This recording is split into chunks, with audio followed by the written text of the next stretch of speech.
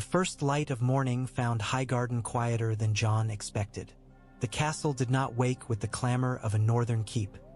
It unfurled itself slowly, like a flower opening to sun. Servants padded down corridors on soft saws. The fountains resumed their patient singing. Birds nested in vines stirred and began their calls. Jon Snow sat in a solar with windows that overlooked terraces heavy with dew. The view should have eased him. It did the opposite. Beauty made him wary. Felt like a lure. Between him and Margaery Tyrell lay the egg, wrapped in black cloth like a secret shame. Even hidden, Jon could feel it. Heat faint as breath, a presence in the air that made the hair on his arms rise. Olenna Tyrell did not waste mornings. She sat stiff-backed in a carved chair, cane across her lap, her face sharpened by dawn light and sleeplessness. Parchment and maps littered the table. Raven messages from riverlords, reach bannermen, merchants, and men who wrote in careful hands because their lives depended on being believed.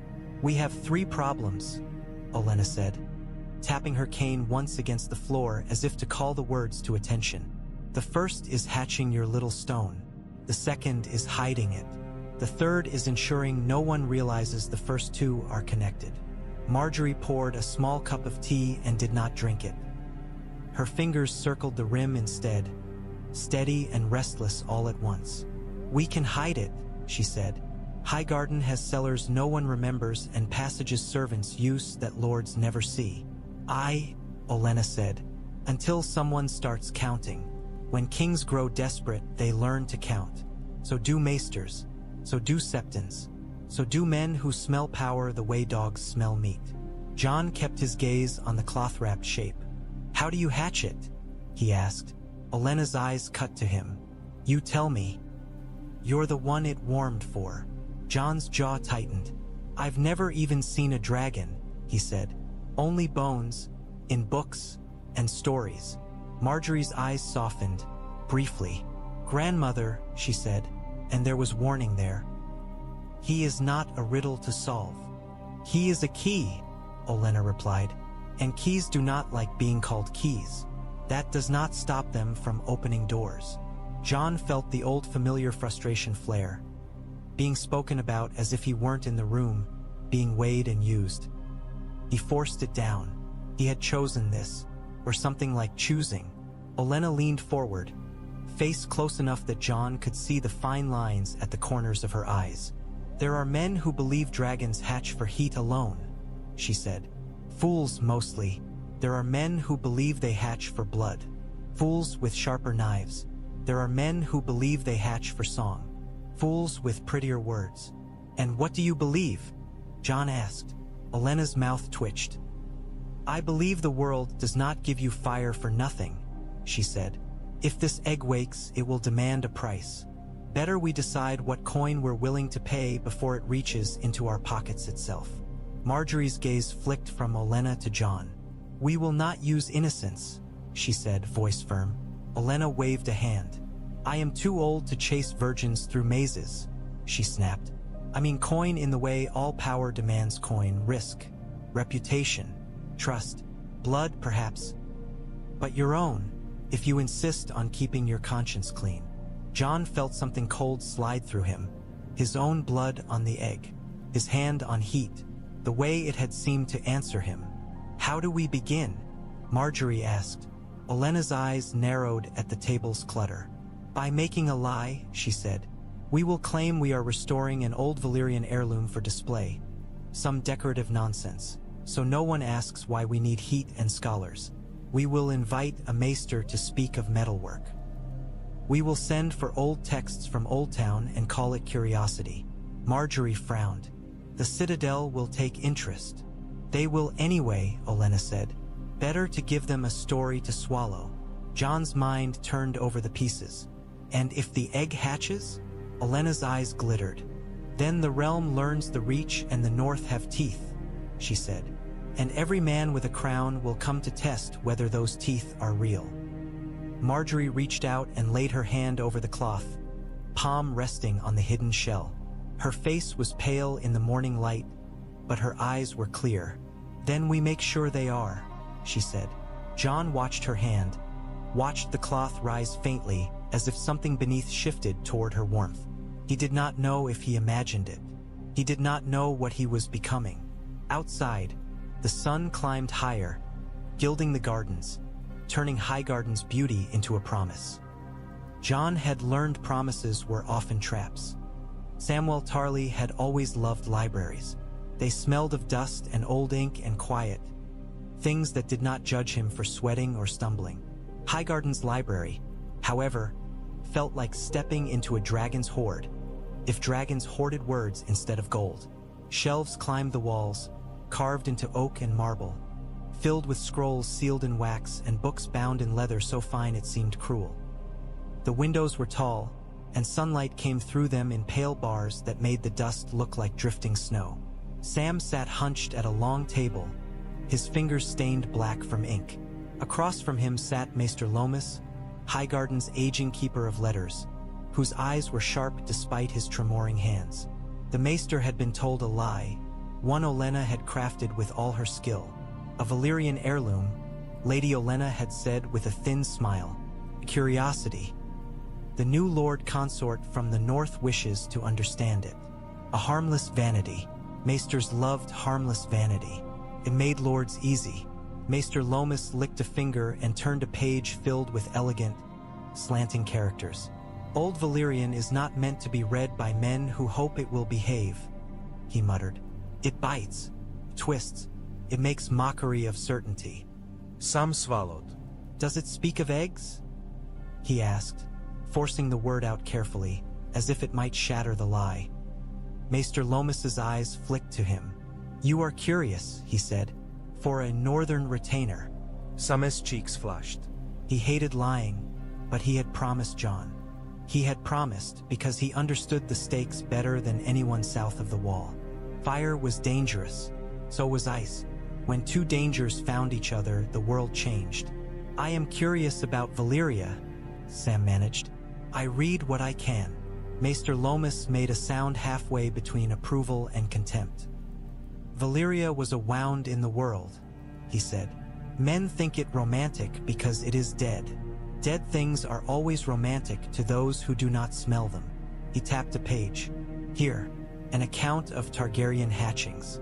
It is vague, of course, because the men who wrote it were either priests or courtiers, and both groups prefer mystery to truth. Sam leaned forward, breath held. The script was dense, interspersed with drawings. Spirals like coiled smoke, a child holding something round, a flame rising around it. Sam's heart pounded. Maester Lomas's voice dropped. Heat, he read. Song, blood, salt, stone. The words change with each retelling. Blood, Sam echoed quietly. Maester Loras glanced up. A word that makes men greedy, he said.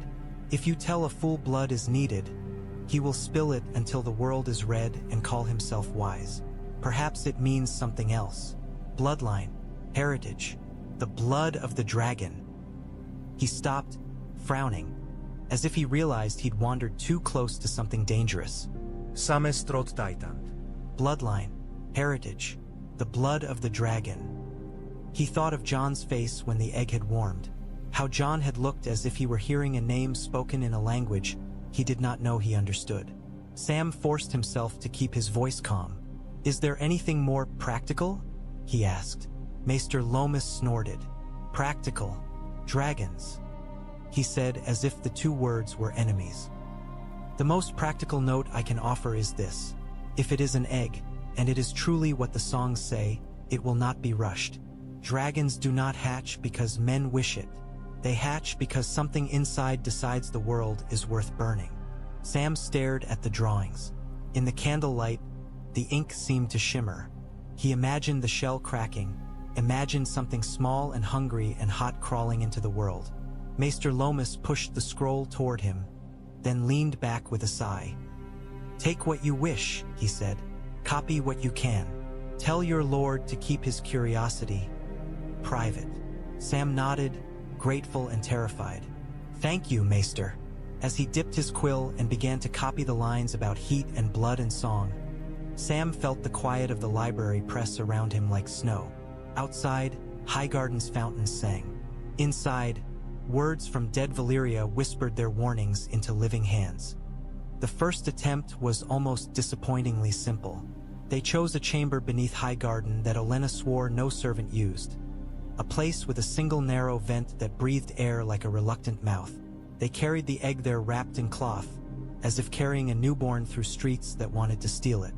A brazier was lit, coals piled high and coaxed into glowing life. Warm sand was spread in a shallow basin. The egg settled into it like a stone in a riverbed. Margaery stood with a lantern and a knife she had taken from her own chamber, small, sharp, meant for fruit but capable of more. Olenna sat in the corner, half shadow, her face unreadable. Jon knelt close enough that heat licked his cheeks.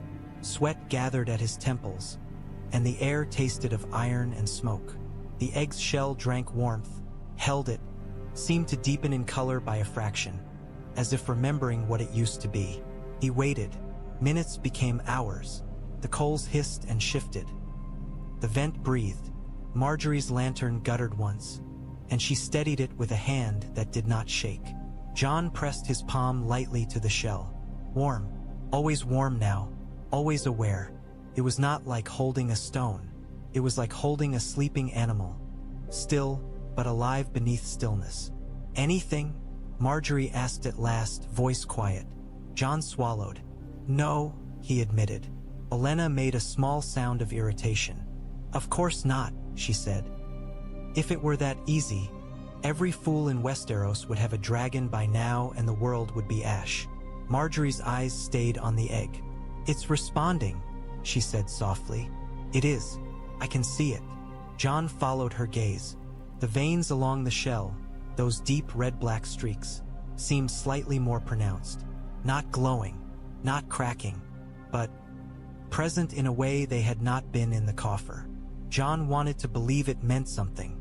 He wanted to believe this was not madness dressed in hope. He leaned closer, listening. At first, he heard only coals and breath and the faint drip of moisture somewhere beyond the vent. Then, so faint he thought he imagined it, he heard a sound like the smallest sigh, a whisper that might have been shell shifting against sand. His heart thudded. Margaery saw it in his face. You heard, she whispered. Jon nodded once. Olenna leaned forward slightly, her eyes suddenly sharp. Again, she commanded. Touch it again. Jon set both hands on the egg. The shell was hot enough now that it should have burned him, yet it did not.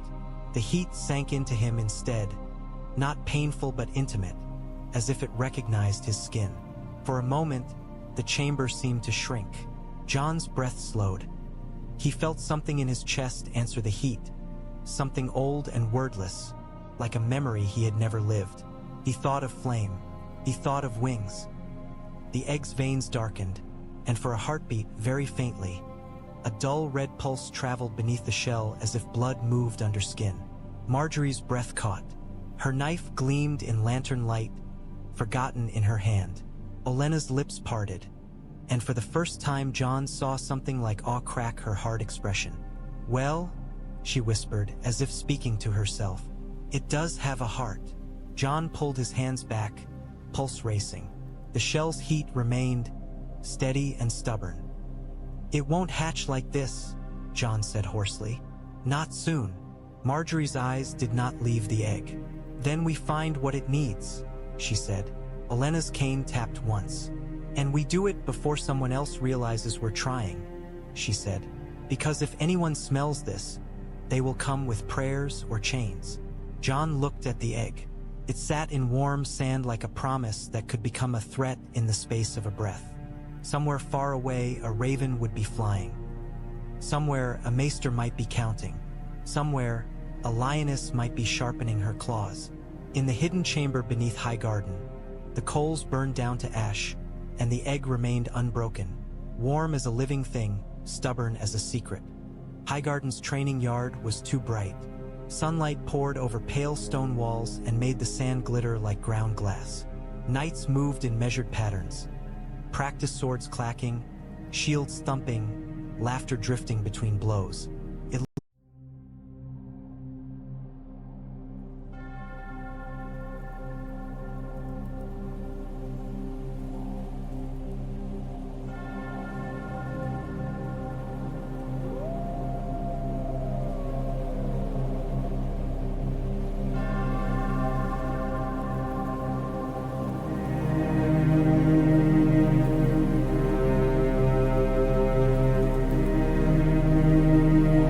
looked almost peaceful. Jon knew better. Men who practiced killing were never peaceful. They were simply patient. Ser Loras Tyrell approached Jon with a practiced sword in hand and the expression of a man who had decided courtesy was a waste. He did not bow. "My sister believes you are honorable," Loras said, voice low enough that only Jon could hear. "My grandmother believes you are useful. I believe you are a stranger who has walked into my home with a wolf at his heel and a crown hovering over his head." Jon took the practiced sword offered by a squire. The wood felt light compared to steel, but he held it with the same care. "You don't have to believe anything," Jon said. "I didn't come to be liked." Loras's eyes flashed. "No," he said. "You came to be married." Jon's grip tightened. "That too." Loras stepped closer, raising his sword. "Then show me what my sister has bought," he said. The first strike came fast. Loras was quick, as famed as the song said, his movements precise and fluid. Jon met the blow wood on wood, feeling the shock run up his arms. He pivoted, answered, pressed. Loras danced back, smiling faintly as if pleased to find Jon could keep up. They circled.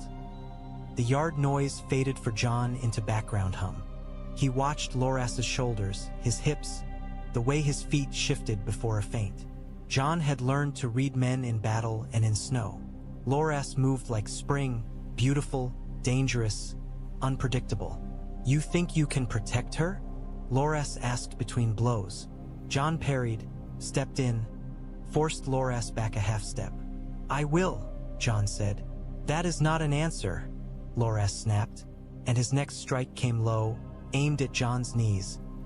Jon jumped, twisting, then brought his sword down hard, catching Loras's weapon and locking it. Their faces were close, breath hot in the sun. Loras's eyes were bright with anger. "She smiles and men obey," he said. "They call her gentle. They call her kind. They do not see what she carries. If you bring death to her door, if you wake something you cannot control." Jon's heart thudded. "What are you talking about?" he demanded. Loras's jaw worked, and for a moment Jon thought he saw fear behind the anger. Then Loras shoved back, breaking the lock, and his expression smoothed into cold contempt. "Do not play innocent," he said. "Men whisper, men watch. You came from the wall with ice in your eyes and a beast no one can tame. Now you walk the gardens at night like you own them." Jon's mouth tightened. So, they were being watched. Of course they were. "I walk," Jon said evenly, "because I refuse to be kept in a cage." Loras barked a humorless laugh. "The realm is a cage," he said, "and if you are foolish, you will drag my sister into the smallest, darkest corner of it." Jon's patience snapped. He stepped forward, driving Loras back with 3 quick blows. Loras blocked the first, the second, but the third struck his shoulder hard enough to make him stumble. A hush rippled through the yard. Tyrell knights stared. Somewhere above, on a balcony, Margaery Tyrell stood watching, her face carefully controlled, her hands clasped tight. Loras straightened slowly, eyes narrowed. "You have strength," he admitted grudgingly. "But strength is not wisdom." Jon lowered his practiced sword. His voice was quiet, but it carried. "Then be wise enough to see this," he said. "I did not come to hurt her. I came because war forced me. If you want to protect your sister, don't waste your breath trying to frighten me. Help me keep her alive." For a heartbeat, Loras looked as if he might strike again out of pride alone. Then he exhaled sharply, as if swallowing something bitter.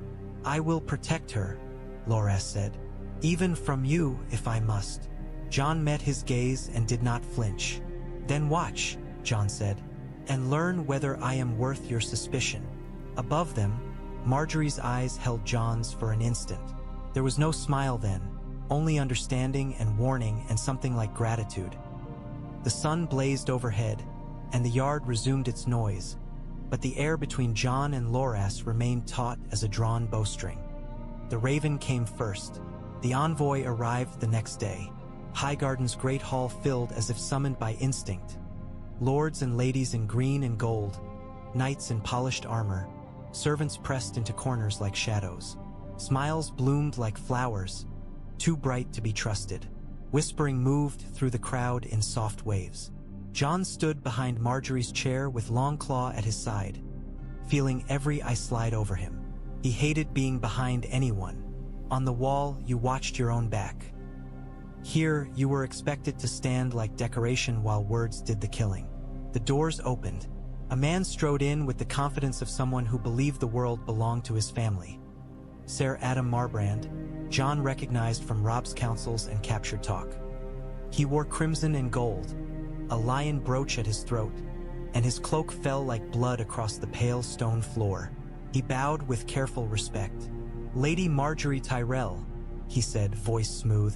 "Lady Olenna. Highgarden's beauty is as famed as its wisdom." Olenna's smile was thin enough to cut. "Flattery from a lion," she replied. "What a rare treat. Speak your piece, Ser Adam. My ears are old and my patience older." Ser Adam's gaze flicked, just once, to Jon. His mouth did not change, but Jon saw the calculation in the man's eyes. He saw the moment the envoy realized the Reach's garden held a wolf. "The Iron Throne sends greetings," Ser Adam said. "His Grace King Joffrey Baratheon." A few Tyrell courtiers shifted at the name. Jon's jaw tightened. "And the Queen Regent, Cersei of House Lannister," Ser Adam continued, "expressed their sincere hope that House Tyrell remains steadfast in its duty to the realm." Olenna made a soft, mocking sound. "Duty," she echoed. "Is that what you call it when lions demand roses bloom where they point?" Ser Adam's smile did not slip. "We call it unity," he said, "and we call it protection. King's Landing has heard troubling whispers that Highgarden has turned from the Iron Throne, that Lady Margaery has chosen another path." Margaery's posture was perfect, her hands folded in her lap. "Highgarden has chosen peace," she said, "and the end of bloodshed. If King's Landing wishes to join us in that, we welcome it." Se Adams Gaza Sharpanat. "Peace is best secured by loyalty," he said. The crown had once hoped to honor House Tyrell with a match, Lady Margaery to his grace. Such a union would end conflict and reward House Tyrell's devotion. Olenna leaned back. "Once hoped," she repeated. "How poetic. And now?" Ser Adam's voice remained smooth, but steel crept into it. "Now," he said, "the crown hears Lady Margaery has wed Jon Snow, now styled Jon Stark, by rebel decree." A hush fell. Even the torches seemed to flicker more quietly. Jon felt the room's attention tighten around him like a noose. He held still. Margaery lifted her chin. "I have wed," she said calmly. "That is not rumor. That is fact. Highgarden is not a maiden to be promised and reclaimed at a king's whim." Ser Adam's smile became brittle. "The crown will not look kindly on insult," he said. Olenna's eyes glittered. "The crown," she said, "can look wherever it likes. It is still just a hat.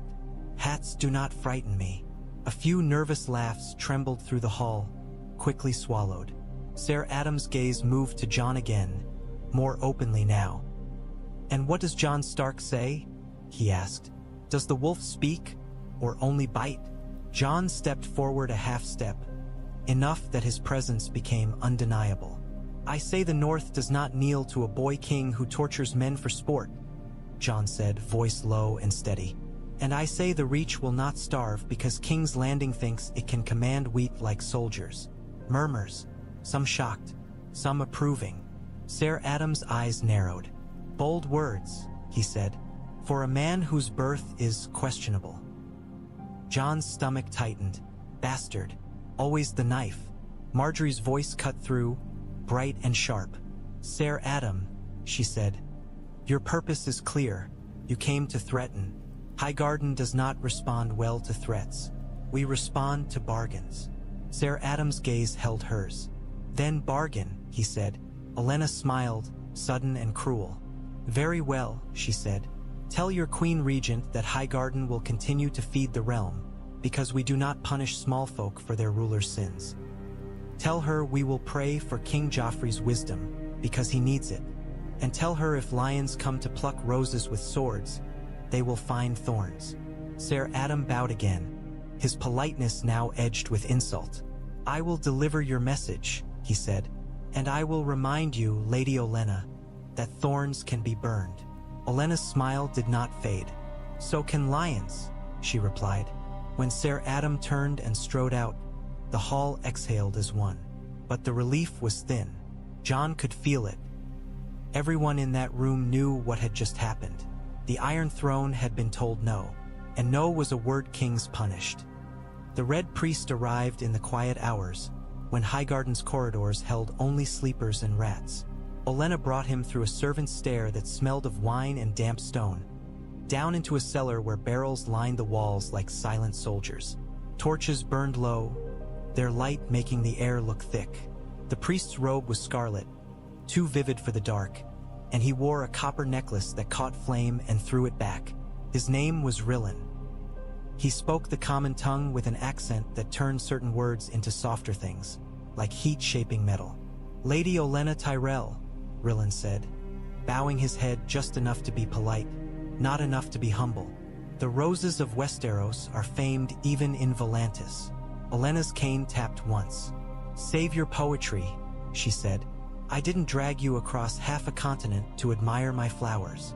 Rillan's eyes were dark, reflective, as if fire lived behind them. "You dragged me," he said, "because you have a question only flame can answer." Margaery stepped from the shadows. She had covered her hair with a dark veil and wore plain cloth instead of silk, as if trying to strip herself down to her most honest self. Jon stood with her, half hidden by barrels, his presence a weight in the cellar air. Rillan's gaze slid to Jon and paused, the way a man paused when he saw something he did not expect. "And you have brought me the answer too," he murmured. Jon's skin prickled. "What do you mean?" he asked. Rillan smiled, faint. "Some fires recognize their own," he said. Olenna's mouth tightened. "Less riddles," she snapped. "More usefulness." Rillan spread his hands. In one palm, a flame sparked, small, bright, unnatural in the damp cellar.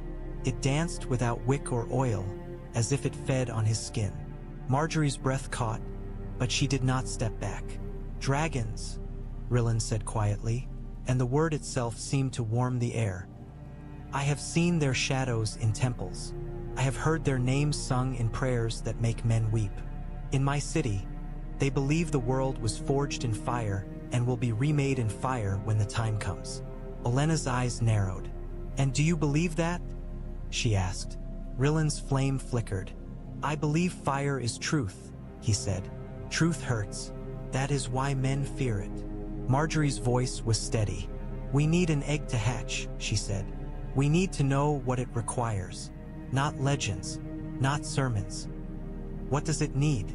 Rillan's gaze moved between them, lingering on Jon's face.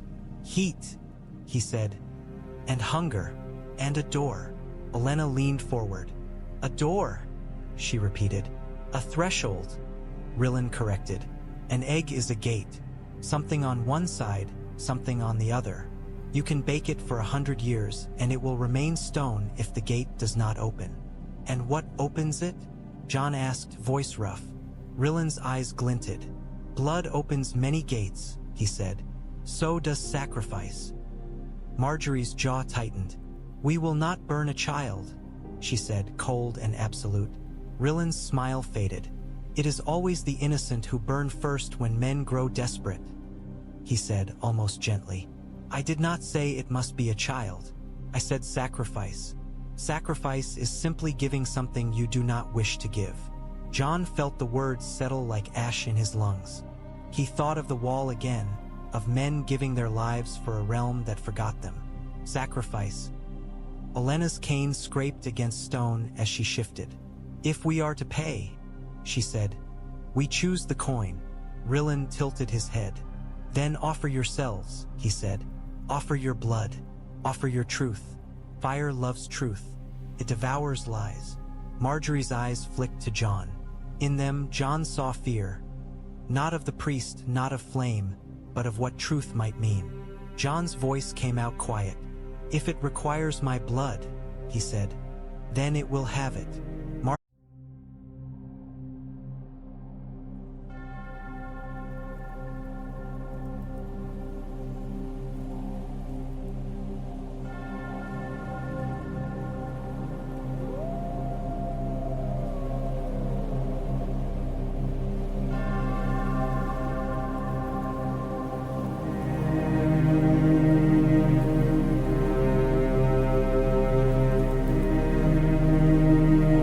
Margaery's hand clenched at her side. Jon! Olenna cut in. We will try, she said sharply, as if slamming a door on the emotion threatening to spill. You will tell us how. Rillen's flame brightened. Bring the egg to fire that can roar, he said. Not coals in a bowl. Furnace. A forge. A place where men sweat and iron screams. Let it hear the world's hunger. And blood? Olenna asked. Rillen's gaze returned to Jon. A drop, he said, or a flood if you are foolish. Begin with a drop. Margaery lifted her chin, swallowing whatever fear she carried. Then we do it tonight, she said. Rillen bowed his head. Tonight, he agreed. And may the Lord of Light show you whether you are making a dragon or waking a doom. The forge stank of sweat and iron and smoke, a smell Jon understood better than roses. Olenna had chosen an old smithy tucked deep beneath Highgarden, a place used now only for repairs and the occasional hush-hush work that lords preferred not to mention. Its furnace was larger than the brazier they tried, an iron mouth that swallowed coal and breathed flame. When it roared, the stones themselves seemed to vibrate. They came after midnight, cloaked, lanterns shuddered. 2 trusted guards stood outside the passage, men Olenna had chosen because their loyalties were bought with more than coin. Inside, Rillen stood near the furnace, his scarlet robe vivid against soot-black stone. Margaery's cheeks shone with heat, her hair pulled back tightly. There was no courtly softness in her now. She looked like a woman bracing for battle. The egg sat in a shallow bed of ash near the furnace's mouth, close enough that heat shimmered above it in waves. Jon could feel the warmth against his face like a hand pushing him forward. Rillen murmured words Jon did not understand, sounds that rolled like embers. He held his hands over the egg as if blessing it with flame. Now, Olenna said, voice sharp in the roar, before I decide this is a fool's prayer. Jon took the small knife Margaery offered him. It was hers, fine steel, clean edge, the sort of blade meant for cutting ribbon or fruit. In Jon's hand, it felt like a promise. He looked at Margaery. Her eyes did not waver. Her mouth was set, but her gaze held something softer beneath the steel. Fear for him, perhaps, and a strange, fierce pride. Jon turned his palm up and drew the blade across it. Pain bloomed bright and immediate. Blood welled, dark in firelight. Jon clenched his teeth, but he did not curse. He had bled before. This blood, however, felt different, as if each drop carried a name he did not yet know. He held his hand over the egg. The first drop struck the shell and sizzled. A thin curl of smoke rose, not from fire, not from ash, but from the shell itself, as if the egg drank his blood and exhaled. Margaery sucked in a breath. Olenna's grip tightened on her cane. Jon let a second drop fall.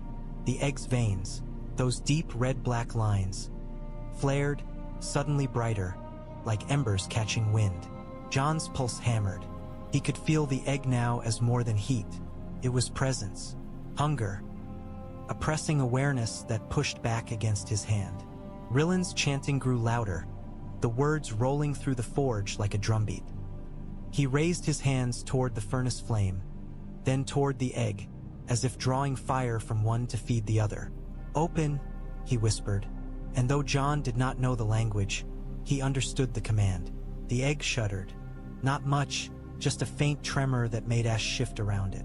But it was real. Margaery made a small sound, half laugh, half sob. Olenna's face went still, as if she feared blinking might undo it. Rillen's voice dropped to a reverent whisper. It hears you, he said. It knows you. Jon's throat tightened.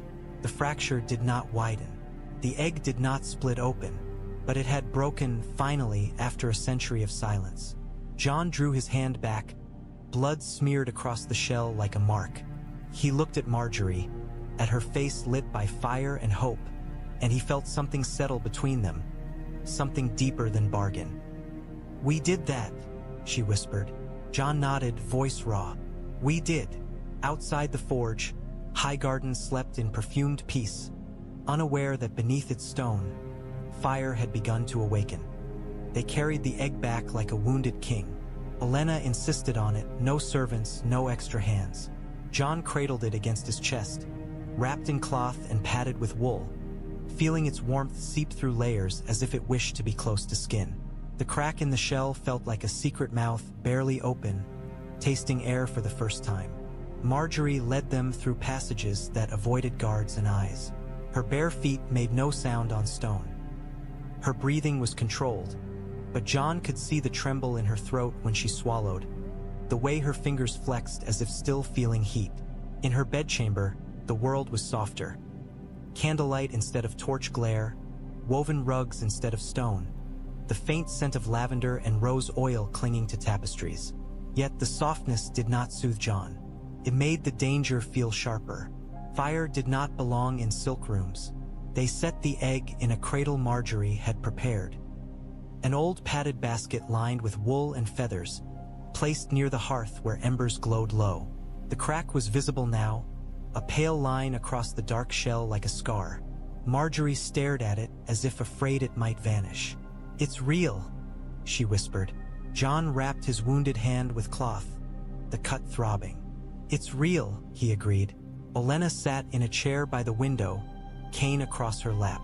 She looked tired for the first time since Jon had met her, tired and fiercely alive. "Real enough to get us all killed," she said almost fondly. "If we're careless." Margaery's eyes flashed. "We won't be," she said. Olenna's gaze slid to Jon. "You," she said sharply.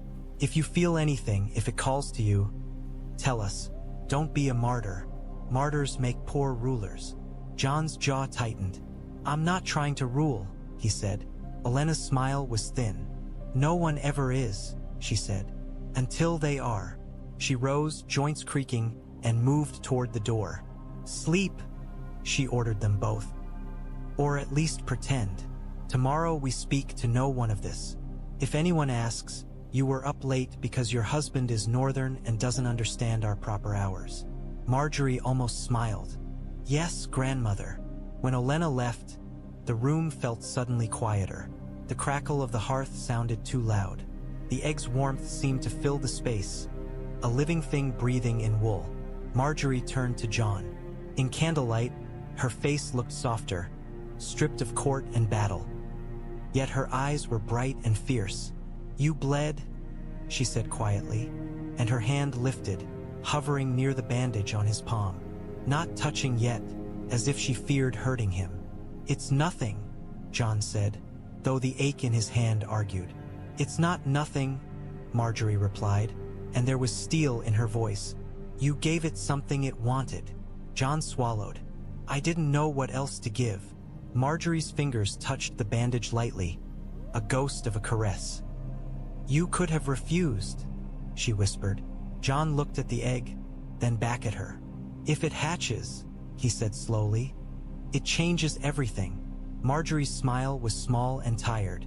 "Everything is already changing," she said. "At least this is change we can hold." Jon's throat tightened. He thought of Ned Stark again, of truths swallowed, of burdens carried alone. He thought of Robb wearing a crown and bleeding for it.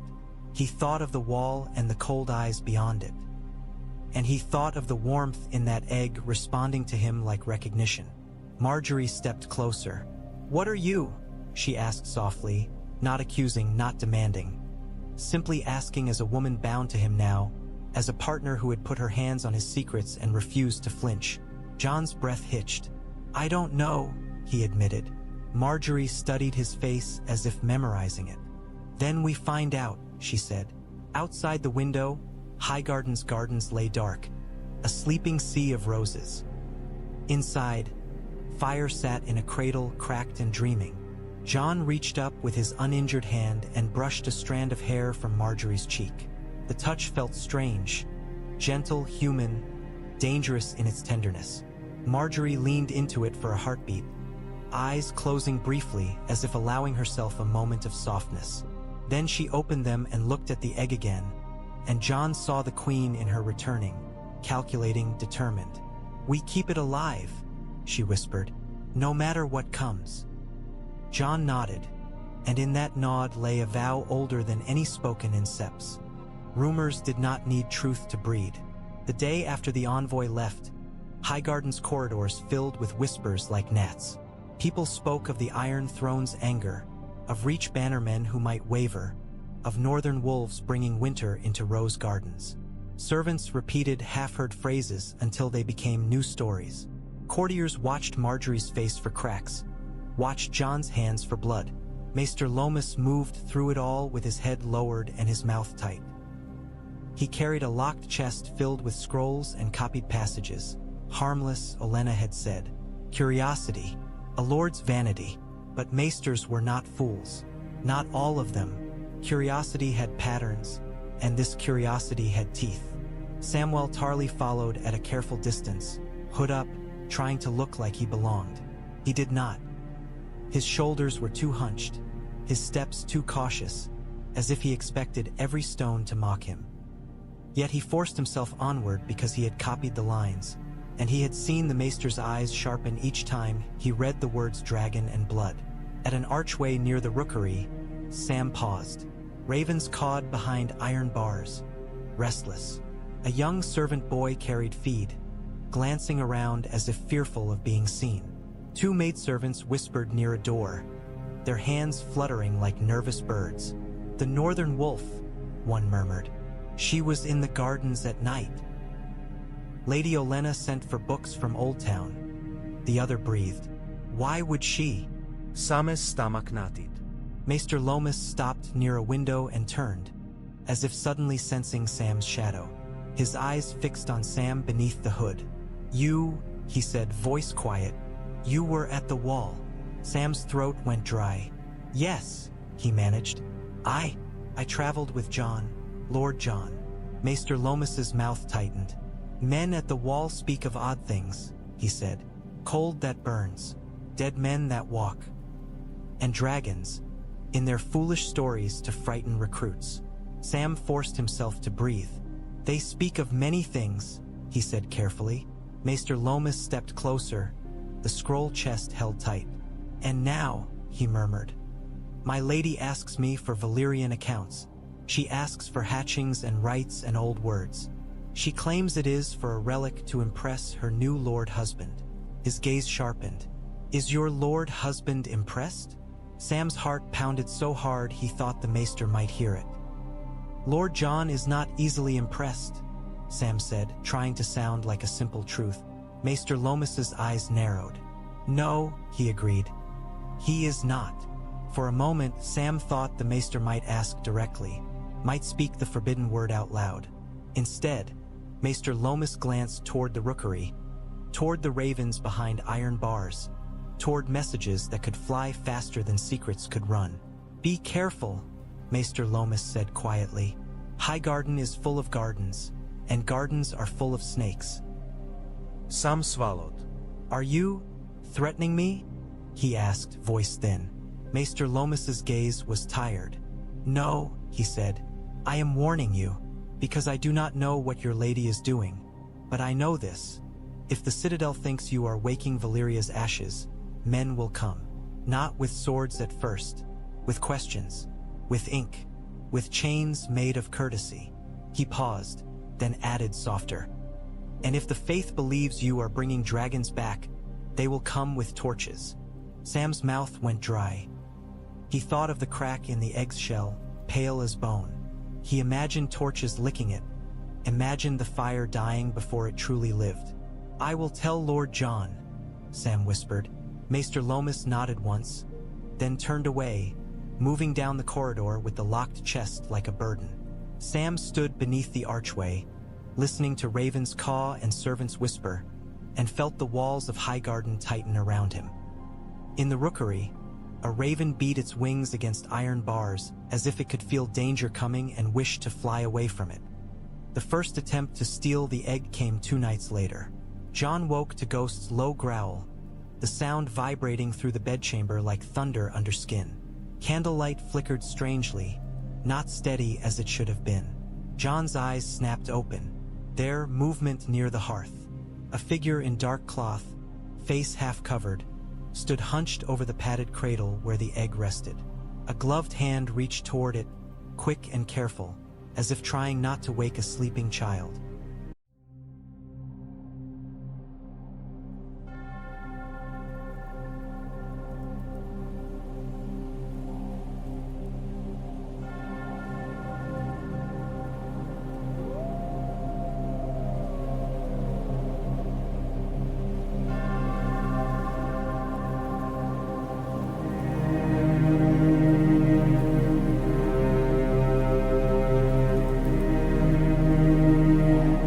Jon's body moved before thought.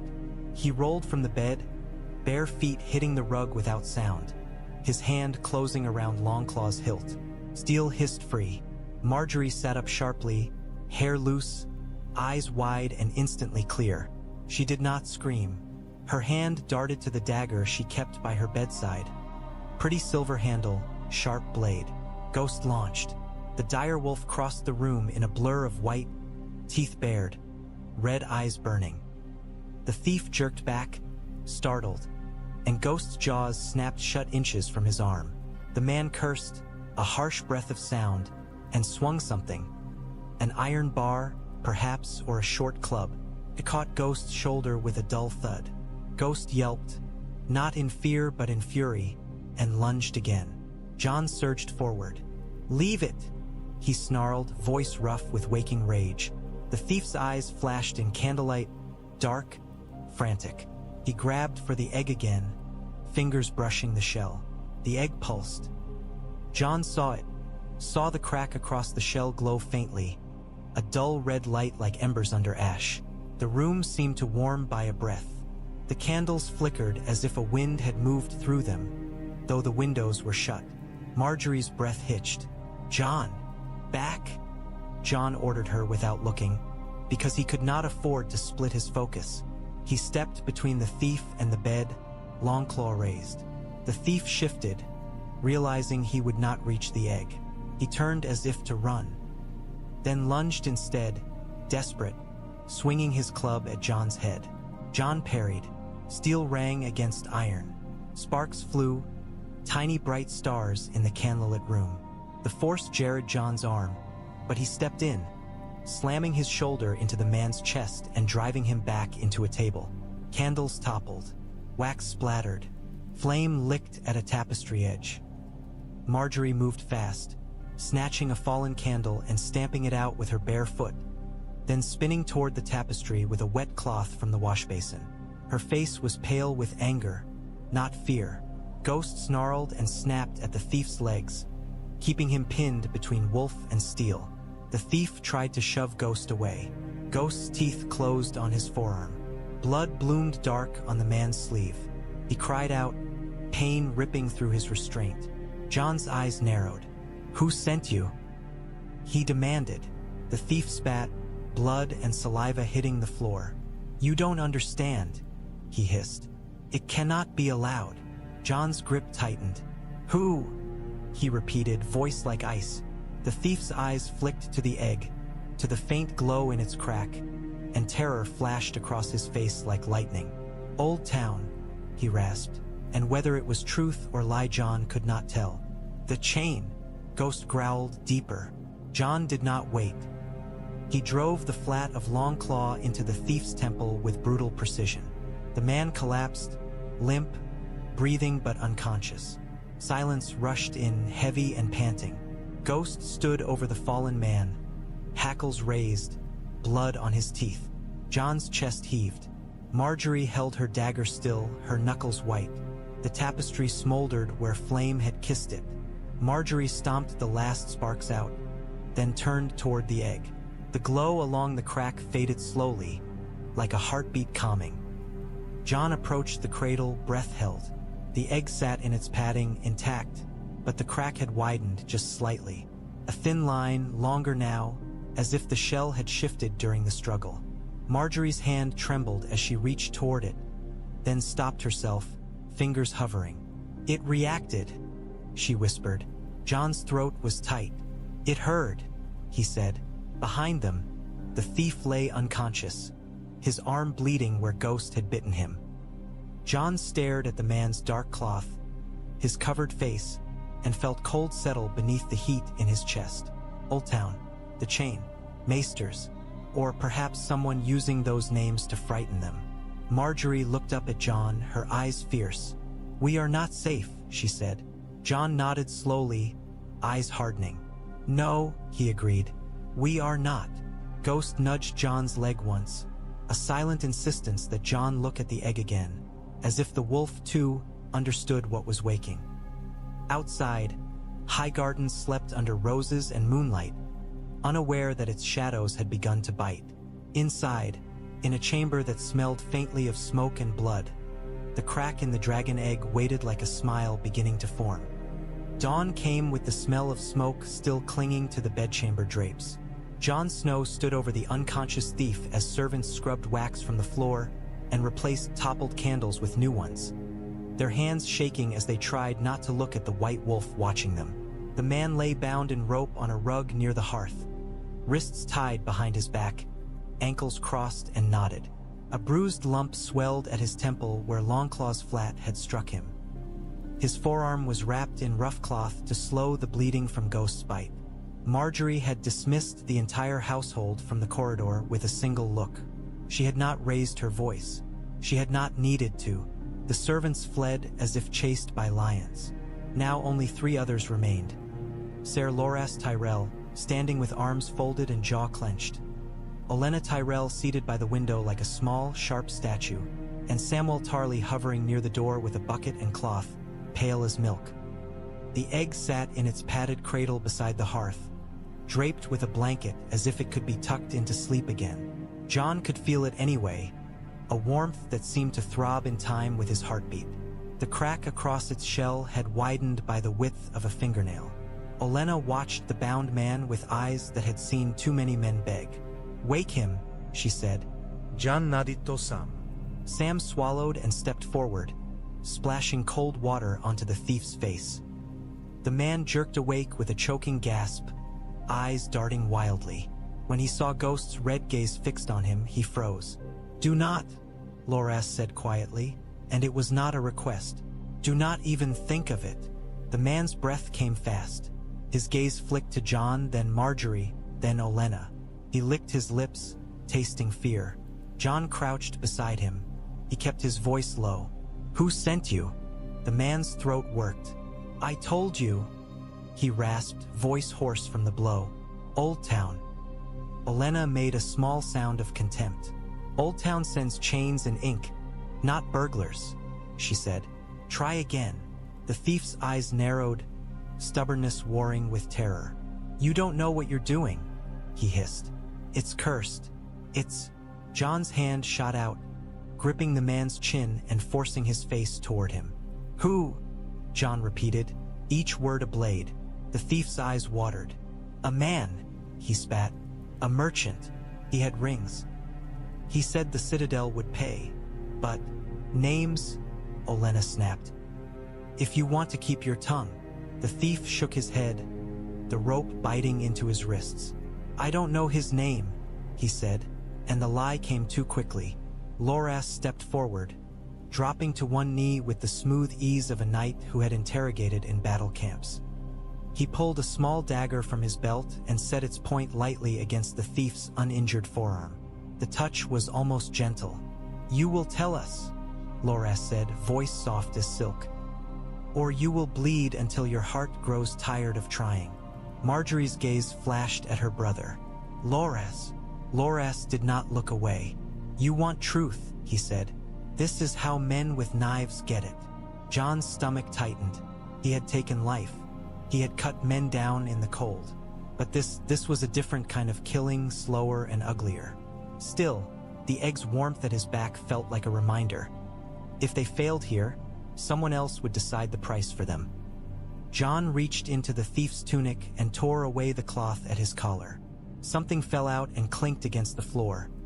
A small bronze token stamped with a ship and a stylized rose.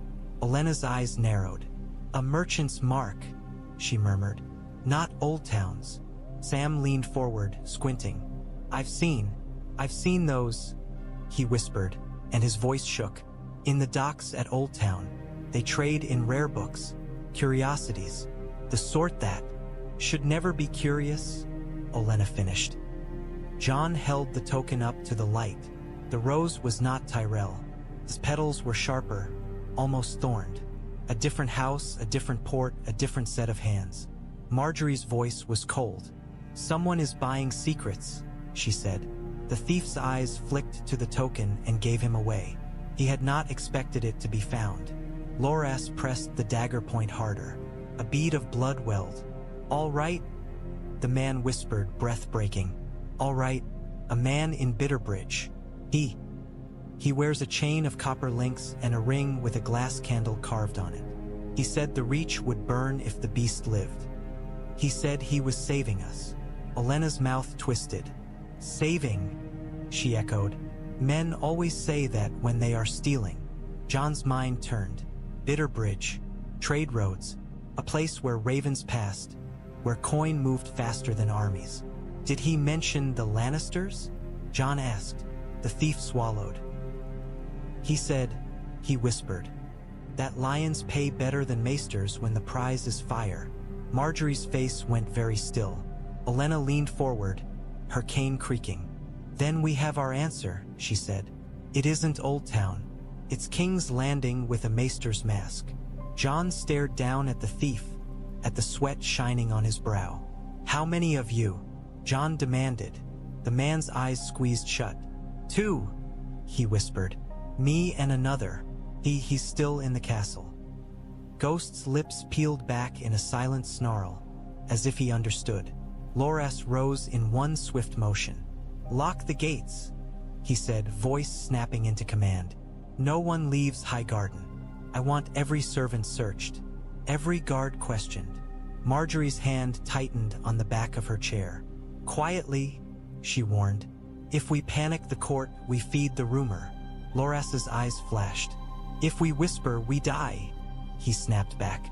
Jon stood, feeling the egg's warmth pulse behind him like an impatient heart. "We do both," Jon said. "We tighten the castle without showing the fist." Olenna's smile was thin. "Welcome to the Reach," she murmured, "where even a noose is tied with ribbon." Outside, the first bells of morning rang, bright and innocent. Inside, Highgarden's shadows shifted, and somewhere among its roses, another thief waited with a purse of lion gold and a promise of fire. By midday, Highgarden wore calm like a mask. Margaery moved through the corridors with her head high, greeting ladies and knights as if the night had held nothing more dramatic than an argument over wine. She laughed at the right moments. She touched shoulders with practiced warmth. She listened to petitions about grain and trade routes and marriages that did not matter, because the act of listening mattered. It told the castle that the rose still bloomed, unshaken. Behind the mask, the castle tightened. Ser Loras men began a quiet sweep. Guards stationed at lesser doors that were usually left to servants. Corridors watched by knights in plain cloaks instead of gleaming armor. Cellar keys were counted and recounted. Stable boys were questioned about strangers, cooks about missing knives, laundresses about unfamiliar boots. Jon hated it. Felt like hunting in a small room, the air thick with suspicion. At the wall, enemies came from beyond, obvious in their hunger and cold. Here, enemies wore smiles and carried messages in their sleeves. He found Margaery in the garden court by the fountain, surrounded by ladies in pastel gowns. She was smiling, her eyes bright, her hands graceful as she plucked a rose and offered it to a young girl who stared at her as if she were a saint. Jon waited at the edge, silent. Ghost lay at his feet, head on paws, eyes half-lidded and watchful. When the ladies drifted away, Margaery's smile softened for a heartbeat into something real. "They're frightened," she murmured, watching the women's backs. They don't know why yet, but they feel it. Jon's gaze swept the court. A servant paused too long near a column. A guard's eyes followed Margaery's movements too carefully. We won't keep it hidden forever, Jon said. Margaery's mouth tightened. No, she agreed, but we keep it hidden long enough that when it's seen, it cannot be taken. A shadow fell across the stones. Loras approached, his face hard. We found a man, he said quietly. Jon's stomach clenched. Where? In the rookery, Loras said. He posed as a handler. One of the boys swore he'd never seen him before. Margaery's eyes sharpened. Did he send a raven? Loras nodded once. He tried, he said. We caught him with the message half tied to the bird's leg. Jon's hand went to his sword hilt by instinct. To who?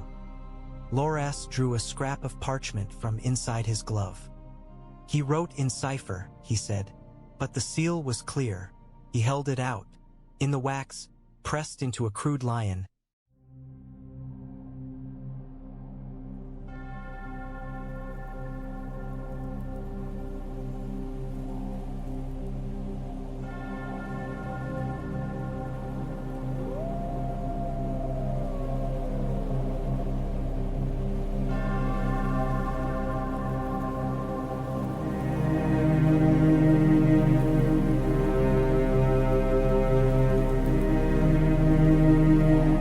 was a second mark. A small glass candle, etched beneath the lion's mane as if hidden. Margaery's breath went tight. Not the Citadel, she whispered. Someone pretending to be it. Olenna's cane tapped behind them. The old woman approached, her eyes glittering with grim satisfaction. Of course it's pretending, she said.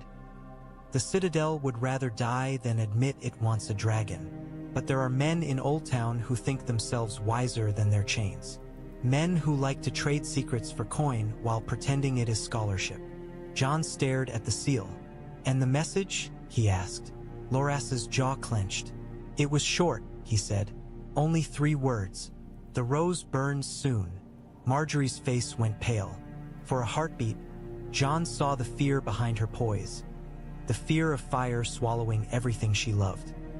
Then she inhaled slowly and steadied. Bring the man to my solar, she said. Quietly. No spectacle. Loras hesitated. You should not, he began. Margaery's gaze snapped to him. I am Lady of Highgarden, she said, and the words carried the weight of every rose and thorn. I will look into the eyes of the one who thinks to burn my home. Loras bowed, stiff, and turned away. Jon watched her, admiration and worry twisting together. You shouldn't do this alone, he said. Margaery's eyes met his, and the mask slipped a fraction. I am never alone now, she said softly. Not with you here, not with what we've woken. A breeze stirred the roses. Petals drifted onto the fountain's surface like blood on water. Jon looked down at Ghost.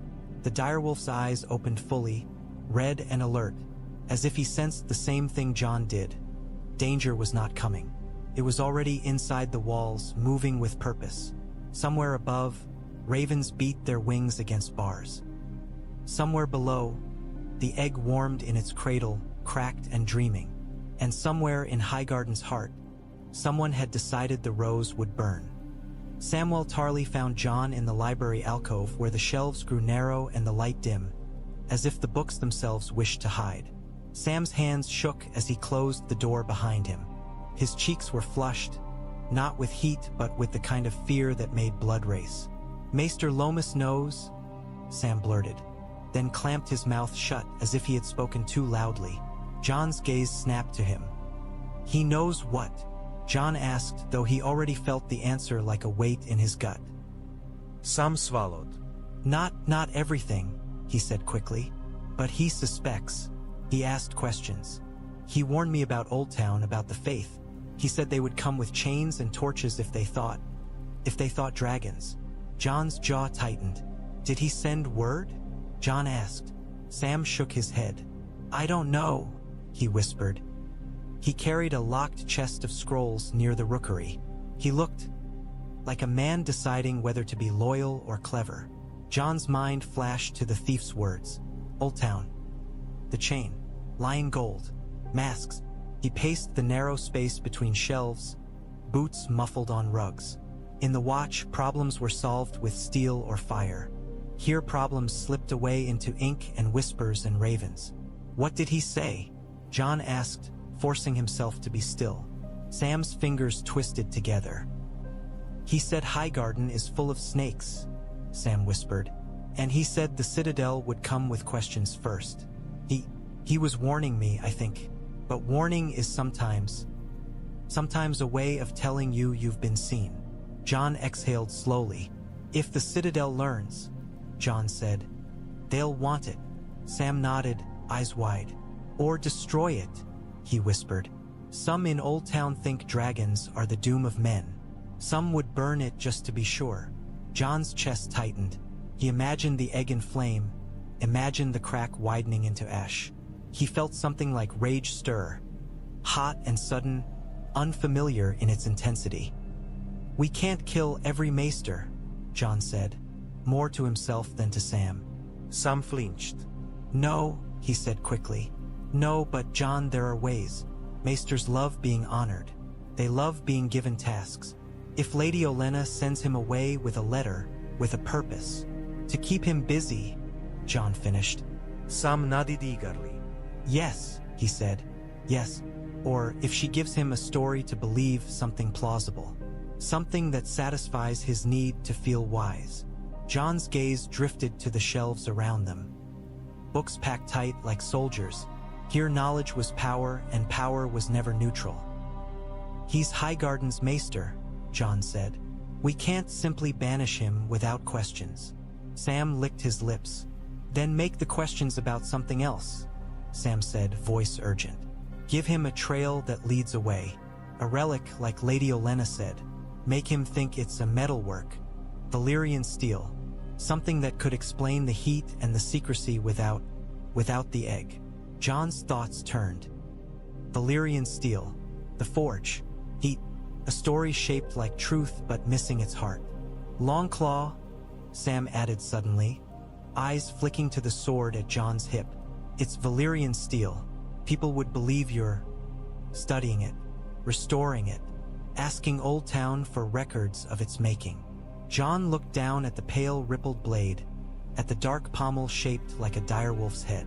Longclaw was Mormont steel, not Tyrell relic, but the world would not care. The world saw Valyrian and imagined Dragonfire. It could work, Jon said slowly. Sam's relief was immediate, flooding his face. We have to be careful, Sam whispered. If Maester Lomas thinks he's being tricked, he might act faster. Jon placed a hand on Sam's shoulder, steadying him. You did well, Jon said. You told me. Sam's eyes shone. I don't want, he began, voice trembling. I don't want you to die because of a secret you never asked for. Jon's throat tightened. Neither do I, Jon said, and it was the closest thing to a promise he could offer. They left the alcove together and moved through the library's quiet aisles. Jon could feel eyes on him even there, imagined or real. The castle was a living thing, full of watchers. When they reached the corridor, they found Olenna waiting. Cane planted, expression impatient. There you are, she snapped. I've been looking for you like a lost needle in a haystack of books. Jon bowed his head slightly. Maester Lomas suspects, Jon said without preamble. Olenna's eyes narrowed. Of course he does, she said. Maesters suspect everything. It's the only way they feel important. He may send word, Jon said. Olenna sniffed. Then we give him a better word to send, she said. Come. We will dress our lie properly and send it out with perfume so it doesn't stink. Sam swallowed, watching her as if she were a general. Olenna jabbed her cane toward Jon's sword. And you, she added, eyes gleaming, bring your pretty Valyrian blade. If we're to deceive a maester, we might as well use steel that makes them drool. Jon's grip tightened on Longclaw's hilt. The blade felt heavier than usual, as if it too had begun to understand the game they were playing. In the depths of Highgarden, fire warmed in secret. Above, ravens waited to carry truth or lies across the realm. And in Oldtown, perhaps, men in chains listened for whispers of dragons in rose-scented halls. That evening, Olenna Tyrell hosted a supper so ordinary it felt like an insult. She invited Maester Loras, 3 minor lords who liked to gossip, and 2 merchants whose purses were deep enough to be useful but not deep enough to make them dangerous. The food was simple: roasted chicken, cheese, bread, watered wine. No singers, no spectacle. Just conversation. Margaery played her part with effortless grace. She laughed lightly when Lord Fossaway told a dull story about a horse. She spoke of harvest stores and trade roads, keeping the talk fixed on grain and coin.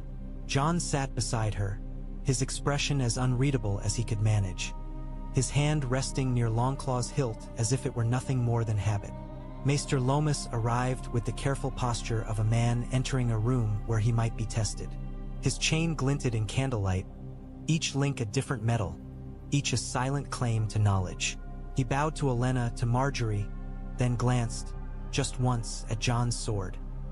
Olenna noticed, of course. Olenna noticed everything. "Maester," Olenna said, voice bright, "I have been thinking about dragons." The room froze. Margaery's smile held, but Jon felt her fingers tighten beneath the table. Samwell Tarly, seated near the wall as a quiet scribe, nearly choked on his wine. Maester Loras blinked. "My lady," he began cautiously. "Dragons are dead," Olenna interrupted. Yes, we all know. But men cannot stop talking about dead things. Can they? They make them grander in their graves." A merchant laughed uncertainly. One of the lords shifted, unsettled. Olenna waved her cane in a dismissive arc. "Do not look so pale," she snapped. "I am old. I can speak of dragons if I wish. I was simply wondering, since my new lord consort drags his Valyrian blade about like a badge, what do the books say about Valyrian steel's making? Heat, yes? Fire? Is it true it was forged with dragon flame?" Maester Loras's shoulders eased by a fraction. He understood, then, that this was the story offered to him. He looked relieved to have a plausible mystery to solve. "Some accounts claim so," Maester Loras said carefully, "though the truth is elusive." Jon lifted Longclaw slightly, letting candlelight catch the rippled pale steel. "I want to know where it came from," Jon said, voice steady. "Gior Mormont gave it to me. He said it was old. He did not know its full history." Maester Loras leaned forward, interest lighting his eyes despite himself. "A noble curiosity," he said. "Valyrian steel is rare. If it could be traced, it could be honored," Margaery finished smoothly, "and displayed, perhaps even used to strengthen the Reach's reputation. People love relics. They believe relics make them safer." One of the lords nodded, eager. "Aye," he said, "a sword with a story." Olenna smiled, satisfied. "Exactly," she said. "So we will restore the hilt," she added, as if the idea had only just occurred to her. "Perhaps add something fitting, roses for Highgarden, wolves for the north, a symbol of unity. And we will need heat for the work and old texts, and perhaps even a letter to Oldtown." Maester Loras nodded slowly. The trap was being baited with scholarship. "I can write," Maester Loras offered. "There are records in the Citadel's vaults." "Wonderful," Olenna said, voice sugary. "You will write at once. Tonight, a careful letter, begging the Citadel to share its wisdom with a foolish old woman who wishes to see a pretty sword made prettier." The merchants laughed, relieved the talk was of steel and vanity, not of beasts that could burn cities. Jon kept his face still. Inside, he felt the lie settle into place like a stone dropped into water. It would ripple, it would draw attention, but perhaps it would draw it away from the egg. After supper, Maester Loras lingered near the table, studying Longclaw with hungry eyes. He ran a finger along the blade's edge without touching it, as if stroking the air. "Valyrian steel holds memory," he murmured. "It remembers fire." Jon's skin prickled. "Does it?" Jon asked, forcing lightness. Maester Loras's gaze flicked up, sharp again. Everything remembers, he said quietly. Some things simply remember louder. He bowed to Margaery. A fine match you have made, he said. A wolf with a blade of dragonlords. The singers will like it. Margaery's smile remained sweet. Let them sing, she said. When the maester finally left, Olenna's shoulders dropped a fraction, as if she had been holding a weight on them all evening. Some exhaled shakily. Will he believe it? He whispered. Olenna sniffed. He will believe what flatters his chain, she said. And if he does not, he will at least hesitate, because no maester likes to be wrong in writing. Jon's gaze drifted toward the corridor that led to Margaery's chambers, toward the hidden warmth waiting in a cradle. Now, Olenna said, eyes gleaming, we set our second trap. We tell the court we are moving the heirloom to the old forge for restoration. And we see who follows the story.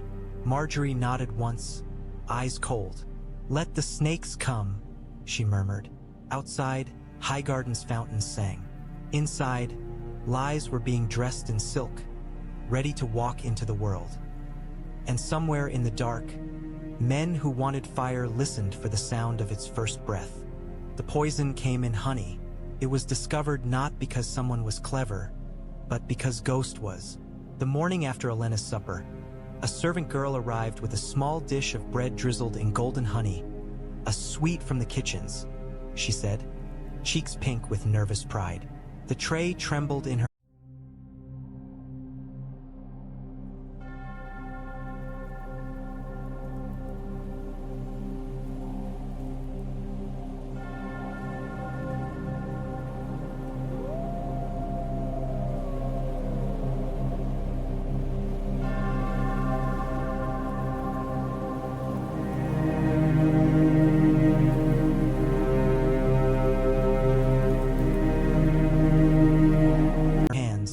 offered it to Margaery in her solar.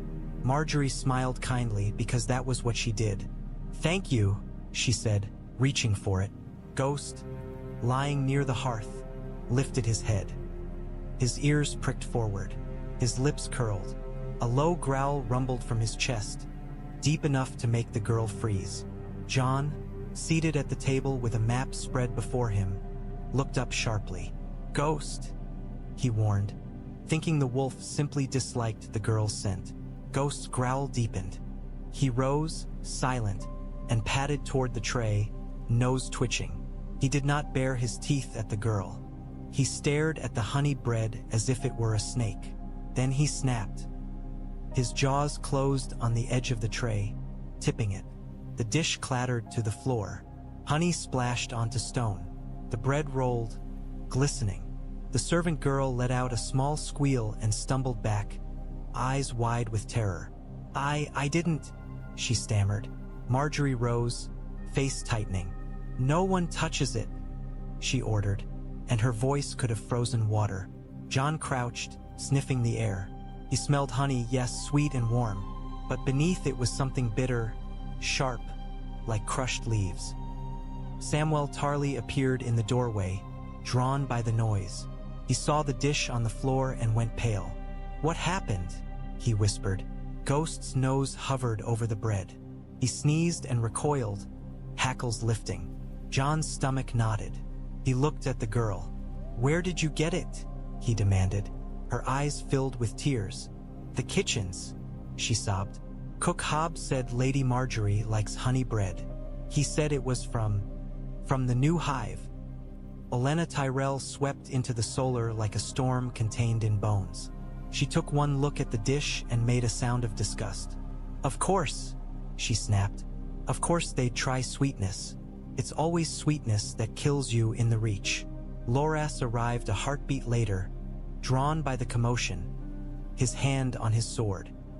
His gaze flicked to the bread, to Ghost's posture, and his face hardened. Take the girl, Loras said to a guard in the corridor.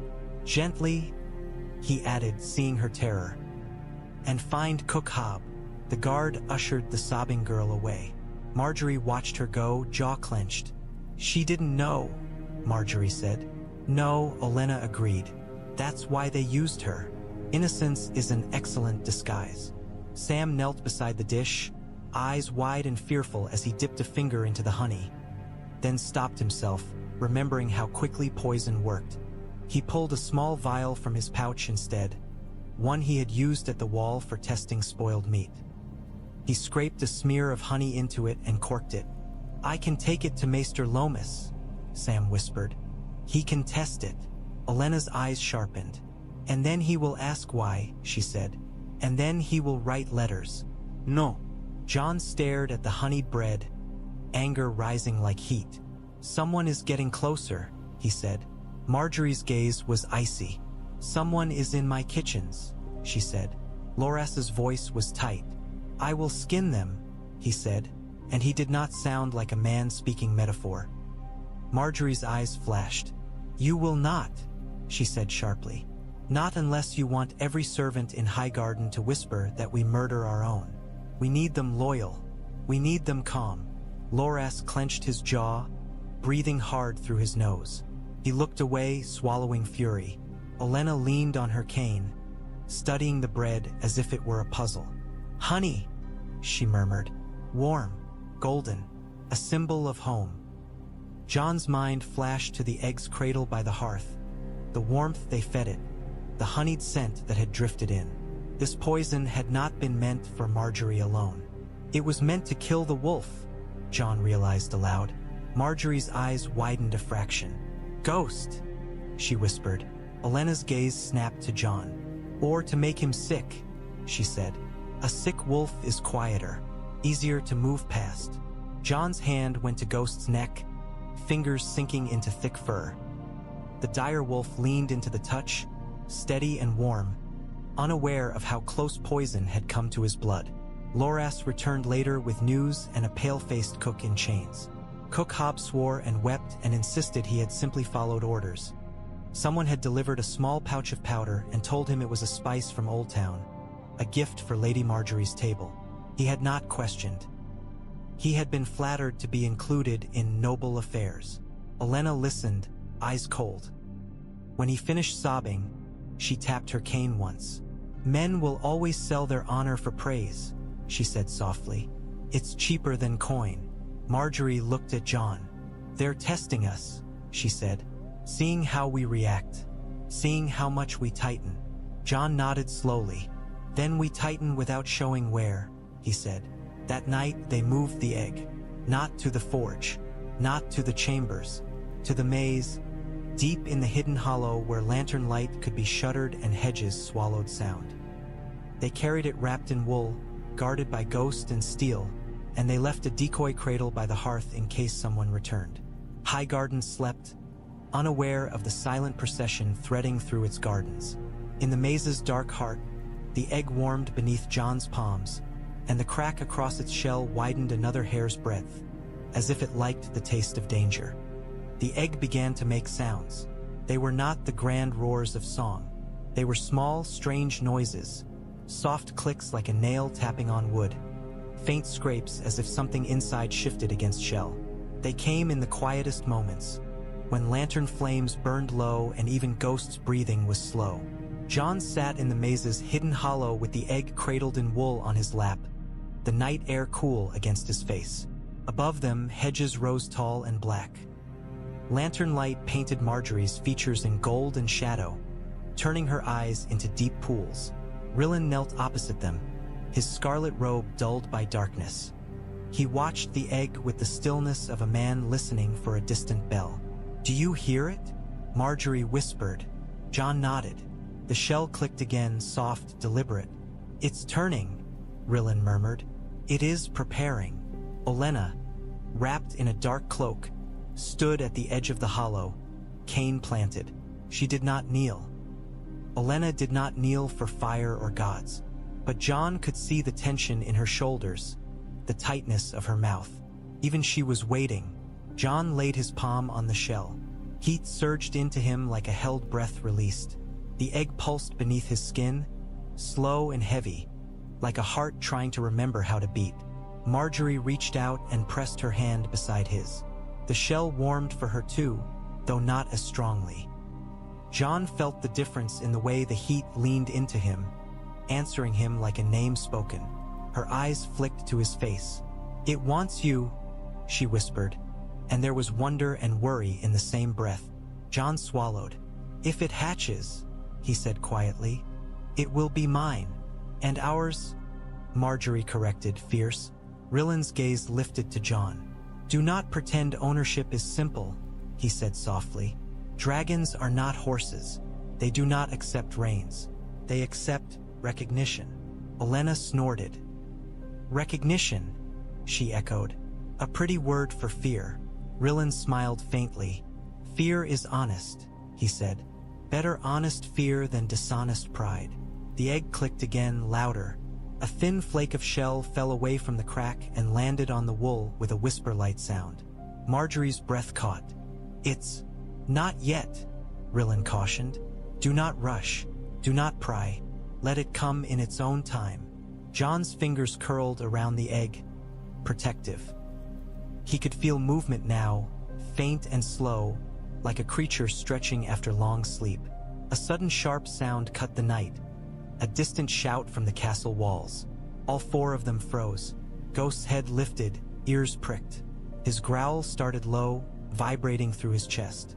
Jon's heart slammed once. "They've found something," he whispered. Margaery's face hardened. "Or they've made noise to draw us out," she said. Olenna's eyes glittered. "Either way," she murmured, "we are not the only ones awake." They did not return to the castle immediately. Not with the egg in their arms. Jon and Margaery carried it deeper into the maze, into a tighter corridor of hedges where lantern light could be hidden. Loras men, posted at discrete points, would see and respond if the shout meant attack. If it meant nothing, then it was simply the castle settling. They waited. Minutes passed like stretched wire. The shout did not come again. No horn sounded. No alarm bells rang. Slowly, Jon's breathing eased. The egg clicked once more, as if impatient with their fear. A thin line of red-orange glow appeared beneath the crack, not bright but unmistakable, like the ember of a coal when ash is brushed away. Margaery's eyes filled with tears she did not shed. "It's alive," she whispered again, as if she needed to keep saying it until her mind believed. Jon felt his throat tighten. "Yes," he said, voice rough. "It is." Rillen's hands lifted, palms up. He began to murmur a prayer, words soft and rolling like flames language. Jon did not understand them, but his blood did. He felt it in his bones, in the way the egg's heat surged in time with the priest's cadence. Olenna watched, mouth tight. "If this burns Highgarden," she whispered, not to anyone in particular, "I will haunt you all." Margaery's lips twitched despite everything. "You already do," she whispered back. The crack widened another fraction. Another flake fell. The glow beneath brightened, then dimmed, like a breath taken and held. Jon pressed his forehead briefly to the shell, feeling heat against his skin, feeling the pulse like a promise. Somewhere inside, something small and hungry was learning the shape of the world it was about to enter. And somewhere beyond the hedges, men who feared fire moved through the castle's sleeping halls, listening for the first sound of wings. Lord Randyll Tarly arrived with rain on his cloak and judgment in his eyes. Highgarden skies had turned gray, heavy with moisture, and the gardens drank the first real rain of the season like thirsty mouths. When the Tarly banners appeared at the gates, red huntsmen on green, courtiers murmured and servants ran, because Randyll Tarly was not a man one kept waiting. Jon met him in the great hall alongside Margaery and Olenna, with Loras stiff as a blade at Margaery's shoulder. Ghost lay at Jon's feet, head lifted, watching the newcomers. Randyll Tarly strode forward like a man entering a battlefield rather than a hall of roses. His armor was plain but well kept, his sword worn at the hilt, his face carved from stern stone. He bowed to Margaery with correct respect, then looked at Jon as if measuring a horse. "Jon Stark," Randyll said, not quite question, not quite accusation. "Lord Tarly," Jon replied. Randyll's gaze flicked to Ghost, then back. "A wolf in Highgarden," he said. "The world grows stranger." Olenna smiled thinly. It grows honest, she said. Strangeness is simply truth that hasn't been invited to dinner before. Randall ignored her wit, his eyes fixed on Margaery. The Iron Throne is displeased, he said bluntly. They will march. They will choke the Reach's roads. They will demand hostages. They will punish. Margaery's posture was poised, but Jon saw the tension in her neck. The Iron Throne has no right to demand my hand after I've wed, she said calmly. Randall's mouth tightened. Rights mean little when lions have claws, he said. I came because my men are asking questions. They hear whispers. They smell panic. Olenna's cane tapped. If your men smell panic, perhaps you should wash them, she snapped. Randall's eyes flashed toward Olenna. If your house keeps poking lions, my men will be the ones burned, he said. Not yours alone. Jon felt anger stir. Your men will be burned if you let them be used as kindling, Jon said evenly. Randall's gaze snapped to him. And you, he said, voice low, you speak as if you are already a lord. Perhaps you have forgotten your place. Jon stepped forward half a pace, meeting the older man's eyes. My place, Jon said, is beside my wife, and beside the realm if it is to survive. Randall studied him in silence. Then, unexpectedly, he gave a short nod. Good, he said. At least you're not a silk-wrapped fool. Margaery's eyes narrowed slightly. What do you want, Lord Tarly? She asked.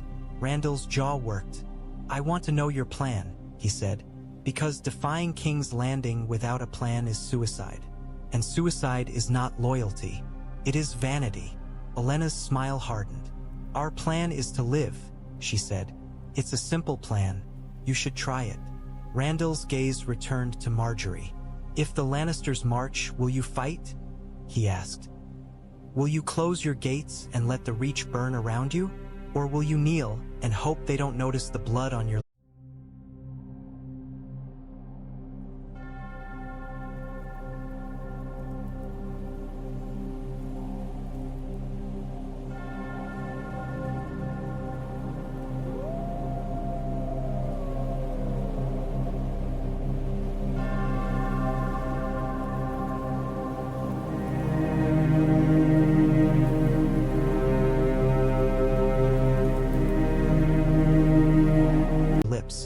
Margaery held his gaze, unblinking.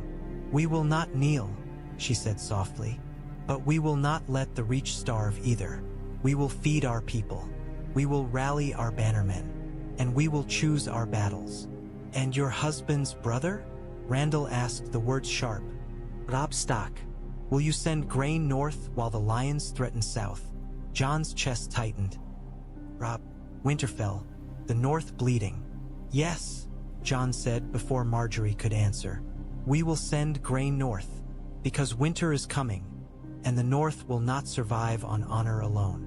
Randall's mouth tightened. Honor will not stop an army, he said. Jon's eyes were hard. No, Jon agreed, but it will decide who stands with you when the army comes. Randall stared at Jon for a long moment. Then he exhaled slowly, as if admitting something he did not like. Very well, he said. I will hold my men ready. I will speak to other lords. But if this goes wrong, if the Reach burns because of your pride, I will not die politely. Margaery's smile was thin. Nor will we, she said. Randall bowed once, stiff. As he turned away, his gaze flicked again toward Ghost, then toward Jon's sword. Valyrian steel, he muttered almost to himself. Stories grow teeth. Jon watched him go, feeling the pressure of decisions tightening around them. The Reach was not united by roses alone. It was bound by fear, by hunger, by the promise of protection. And somewhere in the maze, a cracked egg warmed like a coal, preparing to give that promise a sharper edge. The raven from Riverrun arrived at dusk, wet from rain and shivering as if it had flown through winter rather than summer. Sam brought it to Jon with hands still stained with ink. It's from Lady Catelyn, he whispered, voice tight. The seal is stark. Jon's stomach clenched as he broke the wax. He read quickly, eyes scanning the rough script. The war turns. The lions have gathered strength. The river lords waver.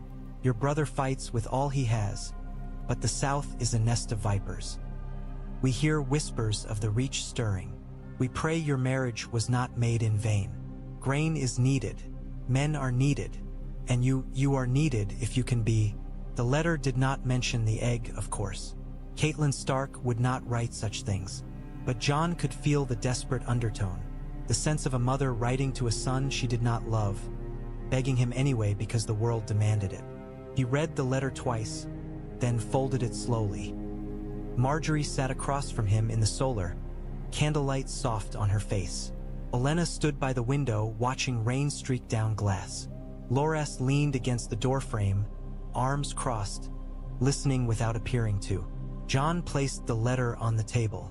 Robb needs grain, he said. He needs men. Olenna's mouth tightened. Of course he does, she said. War eats everything. It is never satisfied. Margaery's eyes softened. We can send grain, she said. We have stores. We have routes. Routes the lions can cut, Loras said sharply. Jon's gaze snapped to him. If we don't send, Jon said, the north starves. And if the north falls, the realm's spine breaks. No amount of reach grain will matter if the wall becomes a rumor. Olenna's eyes narrowed. You speak of the wall as if it is a living thing, she said. It is, Jon replied. It's the only reason any of this matters. Margaery's fingers tightened on the table edge. If we send grain, she said, we commit fully. The Iron Throne will call it treason. Olenna snorted. They already do, she said. They simply haven't found a word sharper than treason yet. Loras pushed off the doorframe, frustration flashing. If we send wagons north, he said, we expose them. We expose our roads. We invite ambush. Jon stared at him. Then we escort them, Jon said. With what? Loras snapped. With knights we need here? With men who will be cut down on river roads. Margaery raised a hand, silencing him. We escort them with cunning, she said. We split the caravans. We send some by river, some by road. We use merchant banners as cover. We make it costlier to raid than to ignore. Olenna's smile was faint and pleased. That's my girl, she murmured. Jon's gaze drifted, unbidden, to the hidden place in the maze where the egg warmed. He felt the heat in his memory, the pulse beneath shell. And when the lions come anyway? Jon asked quietly. Margaery met his eyes. Then we fight, she said, voice low. Loras's jaw clenched. With what? He demanded again. Margaery's gaze flicked, just once, toward the hearth as if she could see through walls to the secret beyond. With everything we have, she said. Olenna's cane tapped once. Including what we have not yet hatched, she murmured. Silence fell. Jon's throat tightened. The egg was not a weapon yet. It was a fragile, cracked promise. But promises had power too, especially when men believed in them. We cannot count on it, Jon said, voice firm. Not yet. Not ever, if it chooses otherwise. Margaery nodded once. No, she agreed. We do not count on it. We prepare without it. And if it comes, then it comes. Outside, thunder rolled in the distance, deep and slow. Jon looked down at Catelyn's letter again. He could almost see her face behind the words. Stern, weary, pleading in a way she would never allow herself to show aloud. I will write back, Jon said quietly. Tell her grain is coming. Tell her Robb is not alone.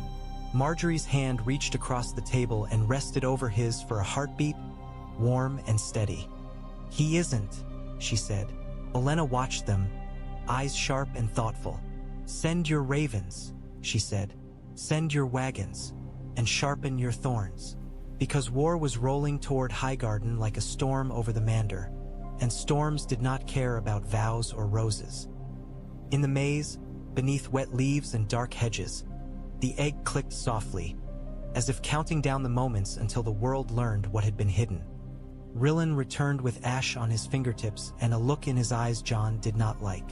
They met again in the maze at night, Lantern shuddered, rain dripping from leaves above.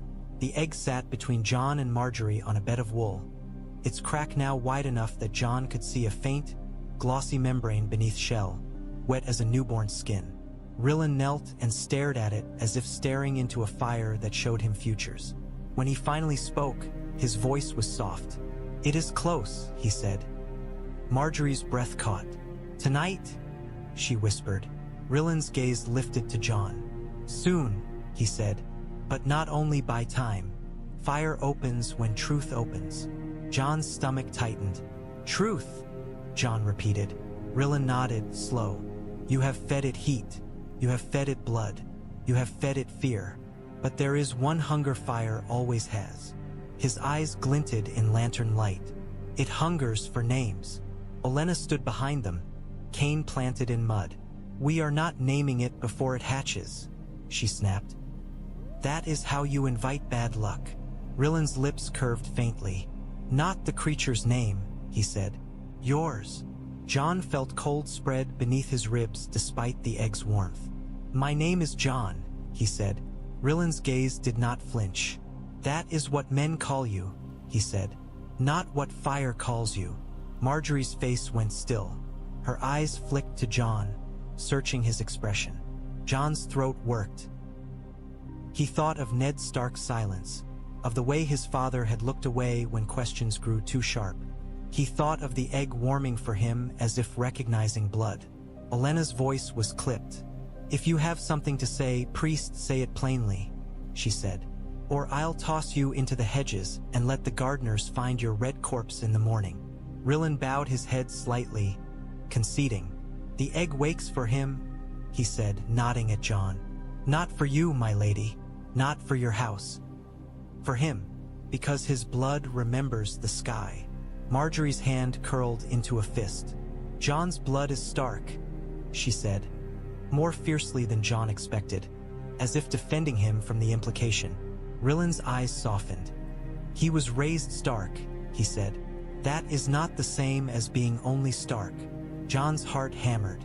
The words felt like stepping onto thin ice. "Say it," Olenna said, voice sharp as broken glass. Rillin's gaze held Jon's. "Fire is not fooled by bastardy," he said quietly. "It does not care what men wrote in ledgers. It cares what is in the marrow." Jon's breath hitched. The night seemed to press closer, hedges leaning in like eavesdroppers. Margaery whispered, "Jon." Jon stared at the egg. The crack glowed faintly. He could feel heat rising from it like breath. He could feel it listening. "What do you want from me?" Jon asked Rillin, voice rough. Rillin's answer was simple. "Speak," he said. "Not to me, to it. Speak the truth you have carried in silence." Jon's mouth went dry. What truth? He did not know it. He only knew the shape of the silence around it, the way his life had been built on what was not said. Margaery's hand touched his forearm, gentle. "You don't have to," she whispered, but her eyes were bright with fear and longing. She wanted the egg to hatch. She wanted the power it promised. She wanted Jon whole. Olenna's gaze flicked between them, calculating. "If this is about his parentage," she murmured, "we already suspect enough to be frightened." Jon's throat tightened. "I don't know," he said, and the words hurt. "I don't know who I am beyond what I've been told." Rillin leaned closer, voice almost tender. "Then speak that," he said. "Speak the hunger. Fire understands hunger." Jon stared at the egg until his eyes blurred. He could hear the distant sound of rain on leaves, the quiet breathing of ghosts somewhere behind, the faint click within shell. He swallowed and let the truth he could speak rise. "I was born as a shadow," Jon said, voice low. "I was raised in a hall that was mine and not mine. I watched my brothers inherit what I was never allowed to touch. I wore a name that told me I was less, and I tried to make peace with it. I swore vows because vows were cleaner than longing." The egg clicked, sharp as if answering. Jon's voice thickened. "I have been told I am a Stark now," he continued, "but I do not feel whole. I feel like a story missing its first page. I feel like something was stolen from me before I could even know I had it." Margaery's eyes glistened. She did not look away. Jon's breath came shakier. "If there is more to my blood," he whispered, "then I want to know it. Not for crowns, not for songs, for truth. Because I am tired of living in someone else's silence." The egg's glow brightened beneath the crack, a slow flare like dawn behind clouds. Rillen's smile was faint and grim. "There," he murmured. "Now it hears you." Olenna exhaled, long and slow. "If it hatches," she said quietly, "the world will demand that truth from you too." Jon closed his eyes for a heartbeat, feeling the weight of that future. When he opened them, the egg's shell shifted. A thin piece fell away, exposing a wet, dark surface beneath. A faint sound emerged, something between a chirp and a sigh. Margaery's hand flew to her mouth, tears finally spilling. Jon's heart thundered. In the rain-soaked maze of Highgarden, truth had been spoken aloud, and fire, patient, hungry fire, leaned closer to the world. The hatchling came into the world like a whispered threat. It was not a roar that broke the shell. It was a soft tearing sound, wet and intimate, like cloth ripping. The crack widened under Jon's hands as he held the egg steady, his fingers trembling despite himself. Shell flakes fell onto the wool, each one a tiny piece of history breaking away. Margaery knelt beside him, her breath held, her eyes wide and shining in lantern light. Olenna stood behind, cane clenched so hard her knuckles were white. Rillen murmured a prayer that sounded like flame licking stone. Jon felt heat surge, not painful but fierce. The egg pulsed once, hard, then the shell split wider and something inside pushed. A small head emerged, slick with fluid, scales dark as wet coals streaked with veins of deep red that caught the lantern glow like embers. The creature's eyes were shut at first, lids thin as parchment. Its snout was narrow, the mouth edged with tiny teeth too sharp for something so small. It made a sound, a faint rasping chirr, and Jon's entire body went still. The hatchling trembled, exhausted by the act of becoming. It lay half in shell, half in wool, wings folded tight against its sides like dark leaves. The wings were not large, not yet, but the membrane between the bones glistened, red-black like stained glass. Margaery let out a broken laugh that was half sob. "Oh," she whispered, voice cracking. "Oh gods."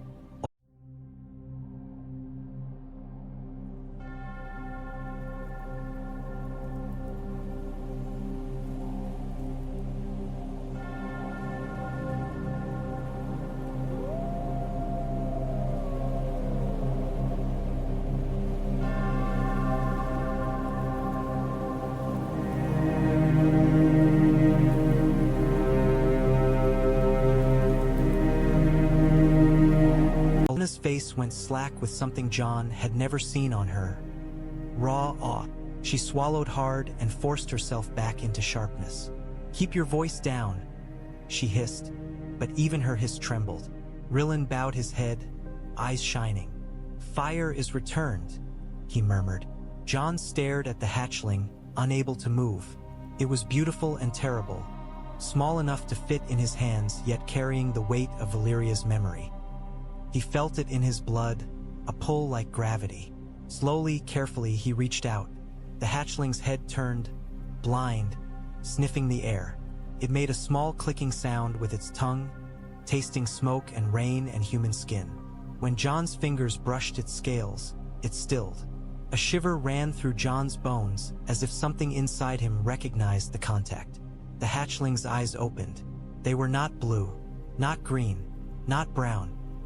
They were molten gold, bright and unsettling, as if someone had poured a coin's worth of sunlight into each socket. The pupils narrowed to thin slits in an instant, and the creature focused. Not on Margaery, not on Olenna, not on Rillen. On Jon. Jon's breath caught. The world narrowed to those eyes. The hatchling made a sound. Sharper now, a demanding chirr, and then, impossibly, it crawled toward Jon's hand, clumsy and urgent. Its tiny claws snagged the wool. It dragged itself forward until it pressed its wet snout against Jon's palm. Heat flared. Jon felt it like a brand, Not burning skin, but burning something deeper, as if the creature pressed a mark into his blood. Margaery's hand covered her mouth again, tears spilling freely. She was smiling through them, fierce and frightened and proud. "It chose you," she whispered, as if she were speaking a prayer and a curse at once. Jon could not speak. His throat was too tight. Olenna exhaled, sharp. "Of course it did," she whispered, "because the world is never kind enough to make this simple." The hatchling blinked once, slowly, then opened its mouth.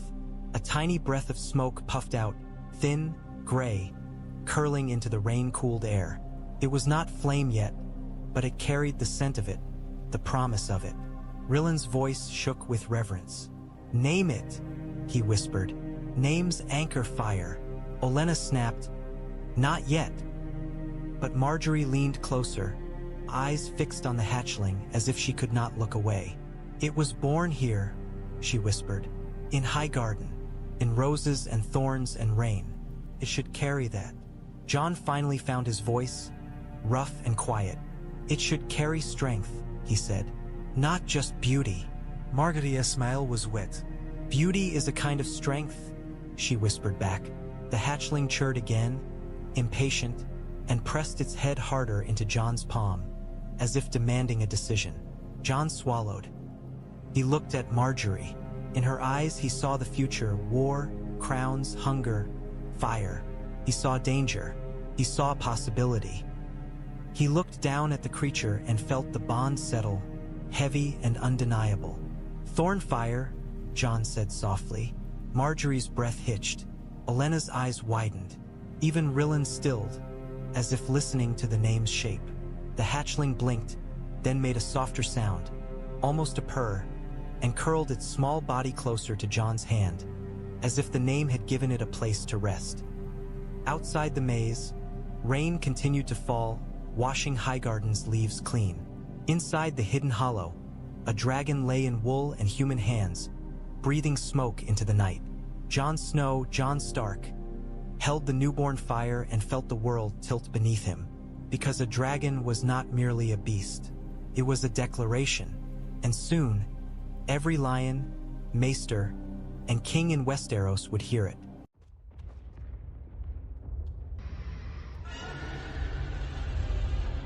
Rain made the maze smell like the heart of the earth. Wet leaves, crushed stems, and roses bruised into sweetness by water. Jon Snow held the newborn dragon tight against his chest, wrapped in wool so thick it muffled the tiny creature's rasping breaths. Even so, the warmth bled through, persistent as a pulse. He could feel Thornfyre's small body shiver, could feel the tremor of its ribs when it drew air, the way it pressed closer as if the world were too vast and cold. Margaery Tyrell walked beside him. Her lantern shuddered so only a thin seam of light escaped. It painted her cheekbone and the corner of her mouth in gold. She kept her gaze forward, but her hand hovered near Jon's forearm as if she might catch the dragon should it suddenly leap from his grasp. Her cloak was dark, heavy with rain, and yet she moved like someone who had decided fear was a luxury she could not afford. Behind them, Olenna Tyrell's cane stabbed the mud with sharp little sounds. The old woman's face was set, her eyes bright as stones in a riverbed. Rillen moved with them like a shadow dressed in scarlet, his breath smoking faintly in the damp air, his attention always on the hedges as if he expected them to part and reveal knives. Ghost padded ahead, white fur slick with rain, ears forward. The dire wolf did not glance back. He did not need to. Jon could feel Ghost's awareness like a tension in the air, a silent warning that the world beyond the hedges was listening. Thornfyre stirred under the wool. A faint chirr vibrated against Jon's chest, not loud enough to carry far, but sharp enough to make Margaery's breath catch.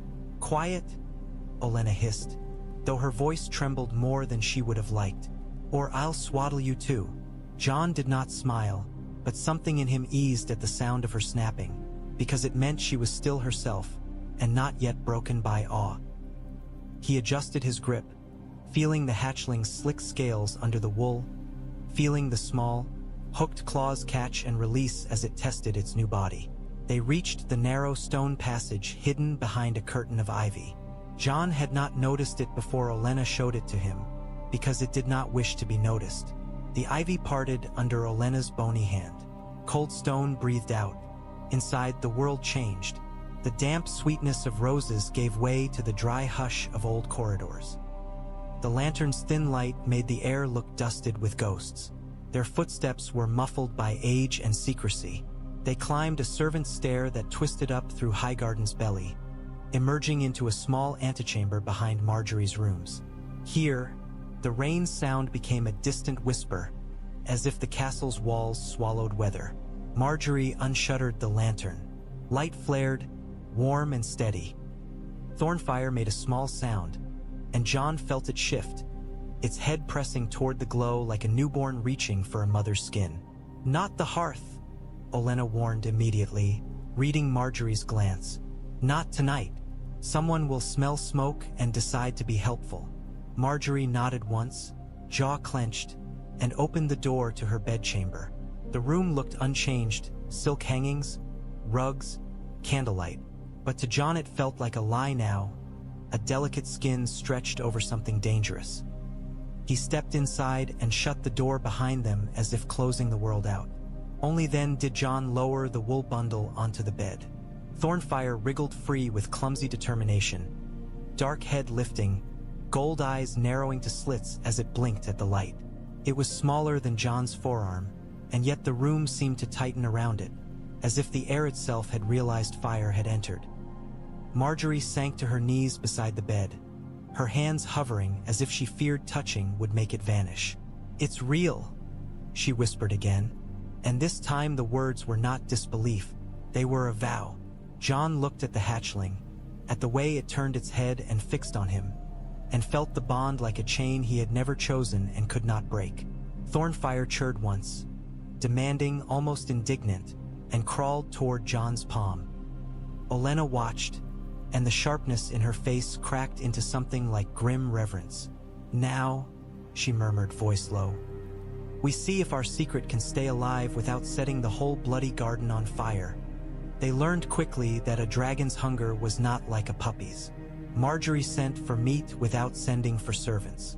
She did it with her own hands, moving through the chamber like a thief, retrieving a small plate from a cabinet where she kept private stores, dried fruit, nuts, and the sort of things a lady could nibble without calling attention. There was no meat there, of course. So she pulled a cord that rang a bell in the corridor and, when a sleepy maid arrived, ordered a platter of cold cuts for the northern wolf, because men believed wolves needed feeding and asked fewer questions when the request sounded practical. When the maid returned, yawning and unaware, Margaery dismissed her with a smile and locked the door. She set the platter on the table and began to tear strips of meat with her fingers, careful to keep the motion neat, as if doing so could keep the world neat too. Thornfyre watched her hands with a stillness that was unsettling in something so small. The hatchling's gold eyes followed the meat, then flicked back to Jon, as if seeking permission. Jon held out his palm. Thornfyre sniffed it, pressed its wet snout into his skin, and made a soft sound that vibrated through Jon's bones. Then it turned toward the meat and opened its mouth. Its teeth were needles. It snapped the strip from Margaery's fingers with surprising speed, tugging hard enough to make her gasp. For a heartbeat, Jon feared it would bite her. Instead, Thornfyre swallowed the meat in 3 quick motions, throat bulging slightly, then lifted its head and chirred again, impatient, greedy. Margaery stared at her fingers, then laughed once, breathless. "7 save me," she whispered. "It eats like a soldier." Olenna snorted from her chair by the window. "It eats like a dragon," she corrected. "If you want a soldier, marry another one." Jon's gaze never left the hatchling. Thornfyre's scales were dark as wet stone, but when the candlelight struck them, faint red veins glimmered beneath like embers trapped under glass.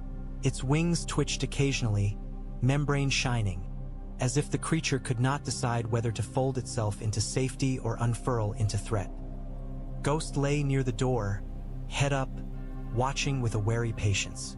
The dire wolf did not growl. He did not move closer, but Jon could see the tension in Ghost's shoulders, the alertness of a predator uncertain whether this new creature was prey, kin, or rival. Margaery offered another strip. Thornfyre snapped it and swallowed, then licked its teeth with a tiny, forked tongue that clicked against the roof of its mouth. The sound made Jon's skin prickle. "Water?" Margaery asked softly, glancing toward a jug on the table. Rillen shook his head. "Not yet," he murmured from the shadows. "Let it taste blood first. Let it learn what it is." Olenna's gaze sharpened. "It has tasted Jon's blood," she said. "It will have no shortage of that if it grows hungry." Jon felt his jaw tighten. "It will not feed on me," he said. Olenna's smile was thin. "Then teach it," she replied. "Teach it." Jon looked down at Thornfyre and felt the weight of that word. Jon had trained men in the yard at Castle Black. He had taught frightened boys to hold swords and not die. But this was teaching fire to listen. Thornfyre crawled toward Jon's wrist, mouth opening slightly as if tasting his scent. Jon held still. The hatchling pressed its snout to his skin, then made a small, content sound, almost a purr, before turning back to the meat. It did not bite. It chose. Jon exhaled slowly. Margaery's voice was soft, awed. "It knows you," she whispered. "Yes," Rillen said, "and that is why it is dangerous." Thornfyre swallowed another strip and lifted its head. Its throat worked. A thin wisp of smoke curled from its nostrils, so faint it could have been breath in cold air, except the room was warm, and the smoke smelled of ash. Olenna's cane tapped once, sharp as a warning. "Not," she said, eyes narrowing. "Not in my bedchamber." As if offended, Thornfyre opened its mouth and let out a small rasping chirr. The sound was pitiful and threatening at once. Then, without warning, a tiny flicker of flame licked from its mouth, no larger than a candle's tongue, brief and bright, kissed the edge of the platter. The wood blackened instantly. Margaery jerked back, eyes wide. Jon's hand shot forward, covering Thornfyre's snout gently but firmly, as if he could smother fire with skin. Heat pressed against his palm, fierce and alive, but it did not burn him. Thornfyre chirred, irritated, and wriggled beneath his hand. "Enough," Jon murmured, voice low and steady, the same voice he used with frightened recruits when panic could kill. "Enough, Thornfyre." The hatchling stilled. Smoke curled from the charred platter edge. The scent was thin, but Jon knew scents traveled. Scents invited questions. Margaery's eyes met Jon's, fear and exhilaration tangling. "It can burn," she whispered. Olenna's voice was flat. "It will burn," she corrected, "if we fail." Jon looked down at the hatchling, at the tiny ember mouth that had already marked wood. He felt the truth settle, heavy as stone. Secrecy was no longer about hiding an egg.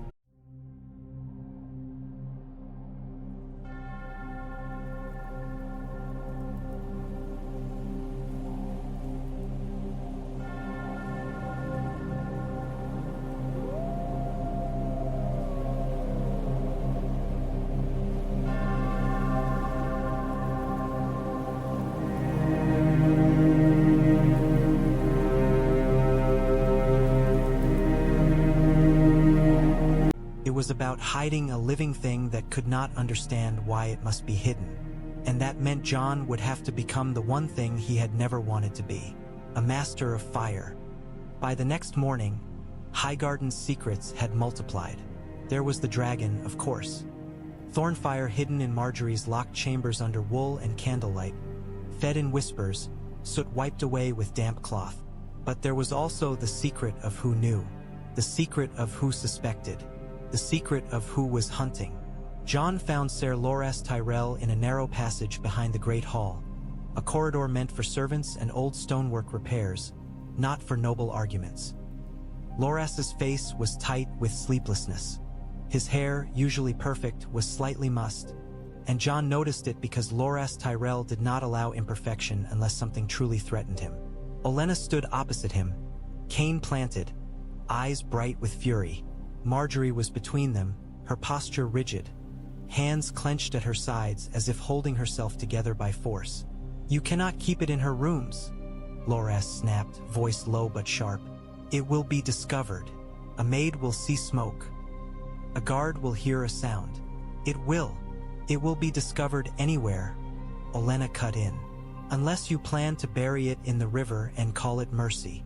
Loras's jaw worked. We should have destroyed the egg, he hissed, before it became this. Margaery's eyes flashed. We did not destroy it, she said, voice cold. And we will not. Not now. Not ever. Loras turned his gaze on her, and for a moment Jon saw how deeply Loras's fear ran. Not fear of death, but fear of losing his sister to a world that devoured women and called it politics.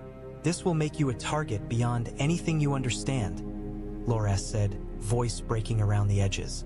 Men will not see you as Margaery. They will see you as a cage holding fire. They will come to break the cage, and they will not care if you are inside when it shatters. Margaery inhaled once, steadying herself. Then we build stronger walls, she said. Olenna's cane tapped. He is right about one thing, she said, eyes narrowing. The dragon cannot stay in silk rooms. Silk burns, and fire is childish. It will touch what it should not, simply because it can. Jon stepped forward out of shadow. All three turned toward him, tension snapping like a drawn string. It needs a place built for it, Jon said quietly. Stone. Space to move. A place where smoke won't be noticed because smoke belongs there. Olenna's gaze sharpened. The old forge, she murmured. No, Loras said immediately. Too many men. Too many eyes.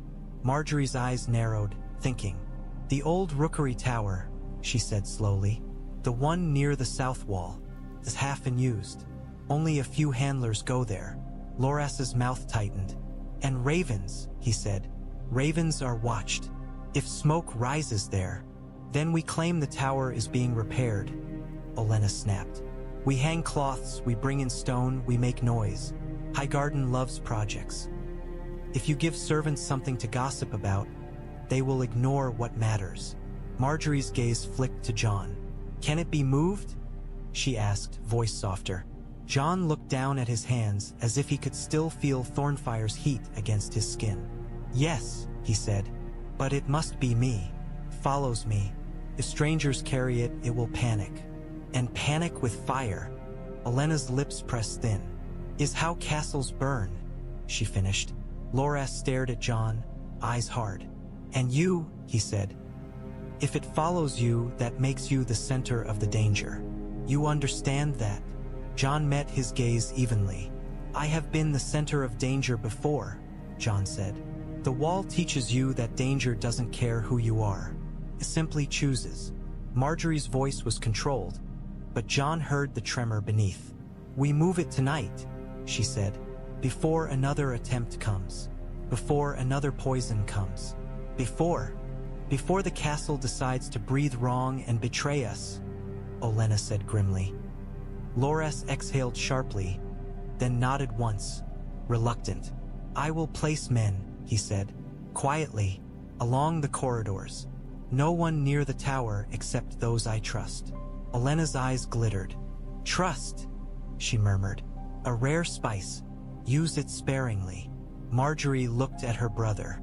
If you do this, she said, voice low, you do it for me, not for your fear. Fear makes men sloppy. Loras's gaze softened for a heartbeat. Everything I do is for you, he said, and it was not a boast. It was a confession. Jon watched them, feeling the strange shape of this family. Thorns wrapped around a rose, sharpness pretending to be cruelty because softness could be killed. Tonight, Jon said, sealing it like a vow. Margaery nodded once. Tonight, she echoed, and as the castle went about its day with perfumed calm, a dragon slept beneath wool, waiting to be carried into its first true home. Stone and air and shadows, while Highgarden's enemies, unseen, drew closer. If Maester Lomas had been a better liar, Jon might have slept. Instead, the Maester was a cautious man with a cautious mind, and caution loved secrets the way flame loved dry wood. Samwell Tarly crept through Highgarden's quieter halls near midnight, drawn by a sense of wrongness that sat on his shoulders like a raven. He told himself he was only checking the library locks. He told himself he was only ensuring no one stole the scrolls he had copied. He told himself lies because it was easier than admitting fear. A candle burned beneath Maester Lomas's door. Sam paused, breath held. He heard the faint scratch of quill on parchment, then the softer sound of wax being broken. Sam's heart clenched. He eased closer, placing his eye to the narrow crack where the door did not quite meet frame. Inside, Maester Lomas sat at his desk, hunched beneath candlelight. His chain glinted. His hands moved carefully, unfolding a letter as if it might bite. The seal on it was not the Citadel's proper stamp. It was a glass candle. Sam's mouth went dry. He felt the world tilt a fraction, as if the floor itself leaned away from truth. Maester Lomas read, lips moving soundlessly. His eyes narrowed, then widened, then tightened again. He glanced toward the window, toward the rain running down glass, as if considering whether to throw the letter into the dark and pretend it had never arrived. Instead, he reached for his quill. Sam pulled back, breath shaky. He should run. He should tell Jon. He should tell Margaery. But his legs felt rooted to stone, because fear was a kind of ice too. The door creaked behind him. Sam spun and nearly fell over himself. A servant boy stood there holding a basket of fresh linens, eyes wide. The boy whispered, startled. I didn't mean. Sam clapped a hand over the boy's mouth without thinking. The boy stiffened, terrified. Quiet, Sam hissed, voice shaking. He forced himself to smile, an awful attempt. I'm looking for Lady Margaery's books, he lied. The boy's eyes flicked to the door, then back. He nodded quickly, eager to obey anyone who looked like they might be important. Sam released him. The boy hurried away, basket clutched tight. Inside Maester Lomas's chamber, the quill scratched faster. Sam stumbled backward down the corridor, heart pounding. His mind raced through possibilities. A false seal, a false message, a trap meant to draw the Maester into betrayal. Or the Maester had already been woven into someone else's net. By the time Sam reached Jon, his breath was ragged. Jon was in a small solar near Margaery's chambers, a place where tapestries muffled sound. Margaery sat at the table, sorting letters, her face calm in that dangerous way it became when she was angry and refusing to show it. Olenna leaned in a chair near the hearth, cane across her lap. Ghost lay at Jon's feet, eyes half-lidded but attentive. Sam burst in without knocking. Maester Lomas has a letter, he blurted, then forced himself to lower his voice. A letter with a glass candle seal. Not the Citadel's proper seal. Someone else. Margaery's fingers froze on parchment. Olenna's eyes sharpened instantly. Jon felt cold slide into his gut. A glass candle, Olenna murmured, and the words sounded like a curse. That again. Jon's jaw clenched. He's writing back, Sam whispered, panic rising. I saw him. He broke the seal and he's writing. Margaery rose in a smooth motion. Then we cannot wait until tonight, she said, voice like steel wrapped in silk. If he sends a raven, Olenna's cane tapped once. Then our garden becomes a battlefield, she finished. Jon looked down at Ghost. The direwolf's eyes were open now, red and sharp. Loras, Jon said, voice low. We need Loras. Margaery nodded once. And we need Maester Lomas, she said quietly. Not dead, not yet. Dead men leave questions. Living men can be guided. Olenna's smile was thin. Or frightened, she murmured. Fright is sometimes the best guide. Sam swallowed, trembling. What do we do? He whispered. Jon's gaze hardened. We stop the raven, Jon said. And in the rain-damp dark of Highgarden's corridors, words, ink on parchment, seals pressed into wax, became as dangerous as swords. They reached the rookery before dawn. Highgarden's rookery sat high in the southern tower, its stone corridors lined with cages and the sharp smell of bird droppings and feathers. Ravens beat their wings restlessly as the party entered, disturbed by lantern light and hurried footsteps. Their cause echoed off stone, harsh and accusing. Maester Loras stood at the far end near an open cage, his hands moving quickly. A raven hopped on its perch, restless, a small message tied to its leg. The wax seal on the parchment gleamed in lantern light. A glass candle. Maester Loras froze when he saw them.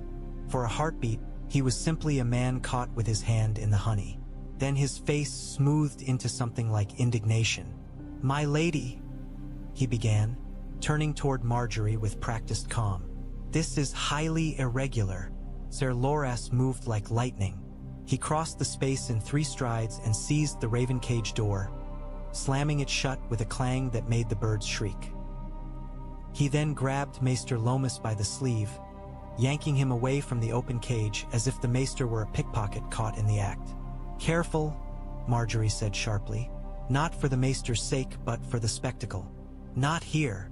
Loras's jaw clenched, but his grip remained brutal. "You were about to send a message," he hissed. "To who?"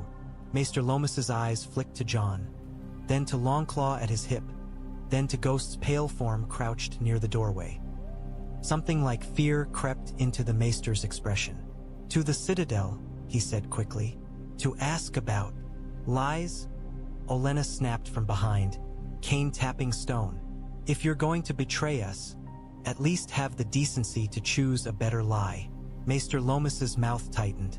"Betray?" he repeated. "My lady, I serve Highgarden. I serve knowledge. I serve. You serve your chain," Olenna cut in. "And your chain serves whoever polishes it." Margaery stepped forward, lantern light catching her face. Her expression was calm, but her eyes were knives. "Show me the seal," she said. Maester Loras hesitated. Jon moved closer, silent. He did not draw Longclaw.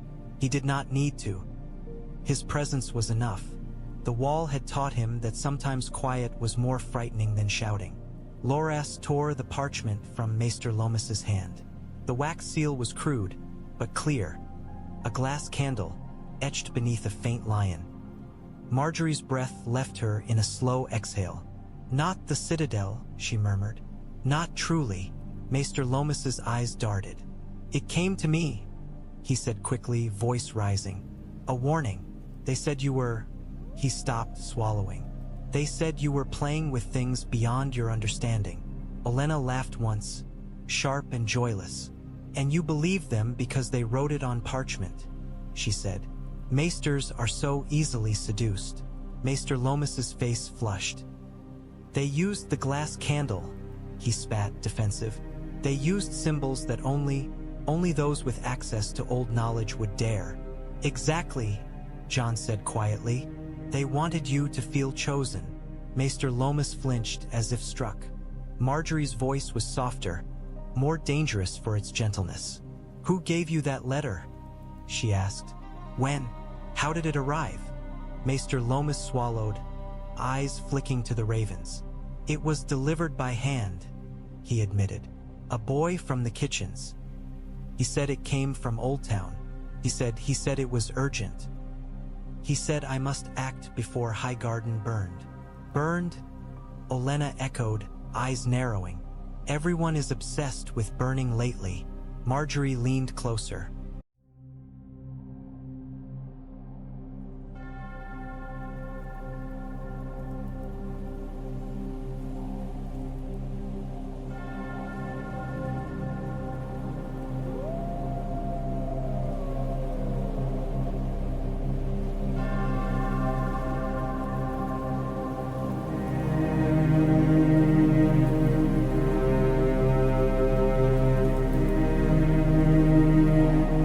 "What did you write back?" she asked, voice low. "Tell me, Maester, did you tell them what they wanted to hear?" Maester Loras's mouth opened, then shut. His throat bobbed. "I wrote," he began, then faltered. Jon's stomach tightened. "You wrote what?" Jon pressed. Maester Loras's eyes glistened with sudden fear. "I wrote," he whispered, "that the wolf carries Valyrian steel and the rose is bold. I wrote that you asked for texts. I wrote that something warm was being kept near your chambers." Margaery's face went very still. Olenna's cane slammed once against stone. "Fool," she hissed. Samwell, standing behind, made a small choked sound. He looked as if he might faint. Loras's grip tightened on the Maester's sleeve. "You doomed us," he snarled. Maester Lomas shook his head wildly. "No," he pleaded. I did not know. I suspected, but..." Jon's voice cut through, flat and cold. "You suspected enough to write," he said. "That's knowing." The ravens beat their wings harder, agitated by voices and tension. One of them screamed, a harsh sound that made Jon's skin crawl, because it sounded too much like warning. Margaery inhaled slowly, regaining control. "The message does not leave this tower," she said, gaze fixed on Loras. "No ravens." Loras nodded, breathing hard. Margaery turned to Maester Lomas. "You will live," she said softly. "For now, because you will fix what you broke." Maester Lomas blinked, shocked. "Fix?" he whispered. Olenna's smile was thin as wire. "You will write again," she said. "You will tell them you were mistaken. You will tell them the warmth was from forge work. You will tell them you found nothing else." Maester Lomas's lips trembled. "They won't believe." "They will if you write it properly," Olenna snapped. "You're a maester. Lies are your true craft." Jon watched the maester, feeling a hard pity he did not want. Maester Lomas had been tempted the way many men were tempted, not by evil, but by the chance to feel important. And importance killed. Margaery's gaze softened by a hair, then hardened again. "If you betray us again," she said, voice barely above a whisper, "I will not give you a chance to write." Maester Lomas nodded frantically, terror making him obedient. Outside the rookery tower, rain fell steadily, washing Highgarden's stones clean. Inside, ravens watched with black eyes as men and women decided what truths would fly and what truths would be. Strangled in cages. The council that followed tasted of iron. Margaery gathered the Reach's sharpest men under the pretense of planning grain routes and defenses, because no one questioned that now. War had turned every lord into a student of roads and river crossings. Lord Randyll Tarly arrived first, rain still clinging to his cloak. He did not sit until Margaery did. Lord Mathis Rowan came next, smooth-faced and careful-eyed, the kind of man who could smile while he counted how many swords would die for his decision. Lord Paxter Redwine arrived smelling faintly of sea salt and wine, his rings heavy, his gaze alert with merchant pragmatism. Olenna sat at the head like a queen who had never been crowned. Jon stood at Margaery's shoulder, silent, feeling the weight of their eyes. Maps covered the table, lines of roads, rivers, keeps. Candle flames bent slightly in drafts, making shadows crawl across the parchment like moving armies. "The Iron Throne will move," Randyll said bluntly, as if announcing weather. "They cannot allow this insult to stand." Mathis Rowan nodded slowly. "Tywin Lannister does not forgive," he murmured. "He will find a place to press his thumb until something breaks." Paxter Redwine's gaze slid to Margaery. "And what breaks first?" he asked. "Our roads? Our harvest? Our unity?" Margaery's voice was calm. "Nothing breaks," she said. "We bend. We redirect. We survive." Randyll snorted softly. "Words," he said. "I want steel." Jon met his gaze. "Steel is easy," Jon said. "Keeping men from turning on each other is harder." Mathis Rowan's mouth twitched, almost amused. "The Northern Lord speaks wisdom," he said mildly. "A rare thing in a young man." Randyll's eyes narrowed. "He speaks," Randyll corrected. "As if he has something backing him." The room tightened. Margaery's hand rested on the table edge, steady. "We back him," she said, voice soft but absolute. "Highgarden backs him. The Reach backs him. If it chooses." Paxter Redwine leaned forward. "If," he echoed. "That is the word that matters." Olenna's cane tapped. "The word that matters is hungry," she snapped. Because winter is coming and starving men do not care who sits a throne. They care who feeds them. Jon's gaze flicked to the river routes on the map. We send grain north, he said. Split caravans. Use merchant banners. Escort in small groups with fast riders. Randyll's jaw clenched. And if the Lannisters seize it? He demanded. Then they show the realm their true face, Margaery said, eyes glittering. Lions stealing bread from winter's mouth. Even their allies will choke on that. Mathis Rowan's fingers traced a road. They will claim necessity, he said. They will claim rebels forced their hand. Paxter Redwine's voice was quiet. Then we must make seizing it cost them, he said. Not in honor, in coin, in ships, in trade. Randyll's gaze hardened. And blood, he added. Jon watched these men weigh lives like grain. It should have disgusted him. Instead, it felt familiar. The watch weighed lives too. They simply did it with fewer smiles. Margaery leaned forward, eyes sharp. If the Iron Throne marches on Highgarden, she said, we do not meet them in open field. We bleed them on roads. We starve their horses. We make every mile of the reach cost them. Randyll grunted, approval reluctant. Good, he said. Finally, a plan. Paxter Redwine's gaze slid to Jon again, calculating. And the north, he asked. If Robb Stark falls, our marriage bargain becomes less valuable. Jon's jaw tightened. Robb will not fall, Jon said, though he did not know if it was truth or hope. Olenna's voice was dry. Kings fall, she said. That is what they do. The question is what grows in the space they leave. Margaery's hand moved slightly, brushing Jon's sleeve under the table. An anchor. Robb will not be alone, she said firmly. We will send grain. We will send coin. We will send promises. And we will make sure those promises cannot be ignored. Randyll's eyes narrowed, as if sensing something beneath her words. Promises, he repeated. Or threats. Margaery smiled, small and cold. Sometimes they are the same thing, she said. The candle flames trembled. Outside, rain continued to fall. Inside, the Reach's fate was being written not in ink but in measured breaths and hard decisions. And beneath Highgarden's stone, in a hidden tower soon to be claimed, a newborn dragon slept in wool, its chest rising and falling like a tiny furnace learning how to breathe. They sent the first grain convoy under darkness. It was not a grand procession with banners and drums. It was wagons that looked like merchant trade. Plain wood covered loads, lanterns shaded so their light did not carry far. The drivers wore common cloaks. The guards looked like hired blades, not Tyrell knights, though their posture betrayed training to any man who knew what to see. Jon insisted on riding with the first convoy.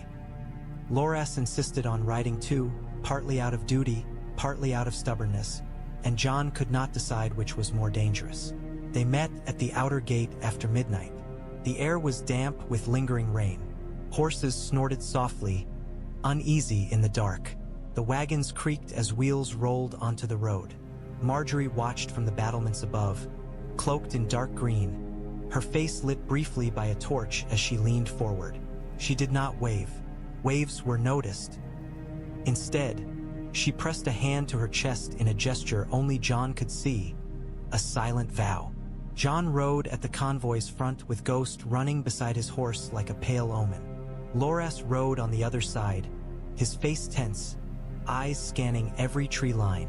Behind them, men murmured low, speaking in the careful tones of those who understood that noise drew death.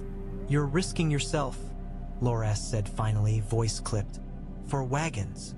Jon kept his gaze ahead. "For the north," he replied. "For the wall. For the realm that keeps pretending the wall is a story." Loras's jaw worked. "The realm pretends many things," he said. "It pretends kings are chosen by gods. Pretends loyalty is pure. It pretends love is safe." Jon glanced at him once, surprised by the bitterness. "Do you think your sister is safe?" Jon asked quietly. Loras's mouth tightened. "Not with you," Loras said. then immediately looked away as if regretting the cruelty. Jon's hand tightened on his reins. "Not because of me," Jon said.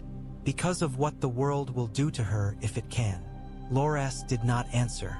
His silence was sharp enough. They rode through stretches of forest where the road narrowed, where branches leaned close like listening ears.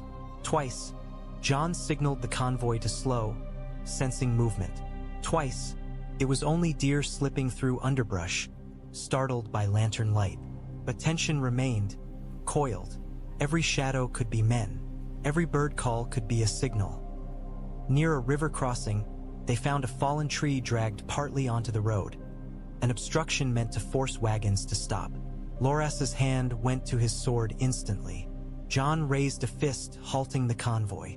Ghost's ears pricked forward, nose low, scenting. "Ambush," one of the merchant guards whispered. Jon's eyes scanned the treeline. He saw nothing. That did not comfort him. Two men. Ghost's posture seemed to say, though Ghost had no words. Only the angle of his head, the set of his shoulders, the way his gaze fixed on a patch of shadow too still to be natural. Jon slid from his saddle without sound. Loras followed, blade half-drawn. They moved forward together, boots sinking into damp earth. A twig snapped. Jon lunged. Longclaw flashed from its sheath in a smooth motion. Steel caught lantern light and became a line of pale death. A man burst from the brush with a short spear aimed at Jon's ribs. Jon twisted, deflecting the spear with Longclaw's flat, then drove the pommel into the man's face. Teeth cracked, blood sprayed dark. Loras moved like a green flame, sword drawn fully now, cutting into the second attacker who came from the opposite side. The man screamed, then fell. Ghost hit the first attacker before he could crawl away, jaws closing on his shoulder with brutal finality.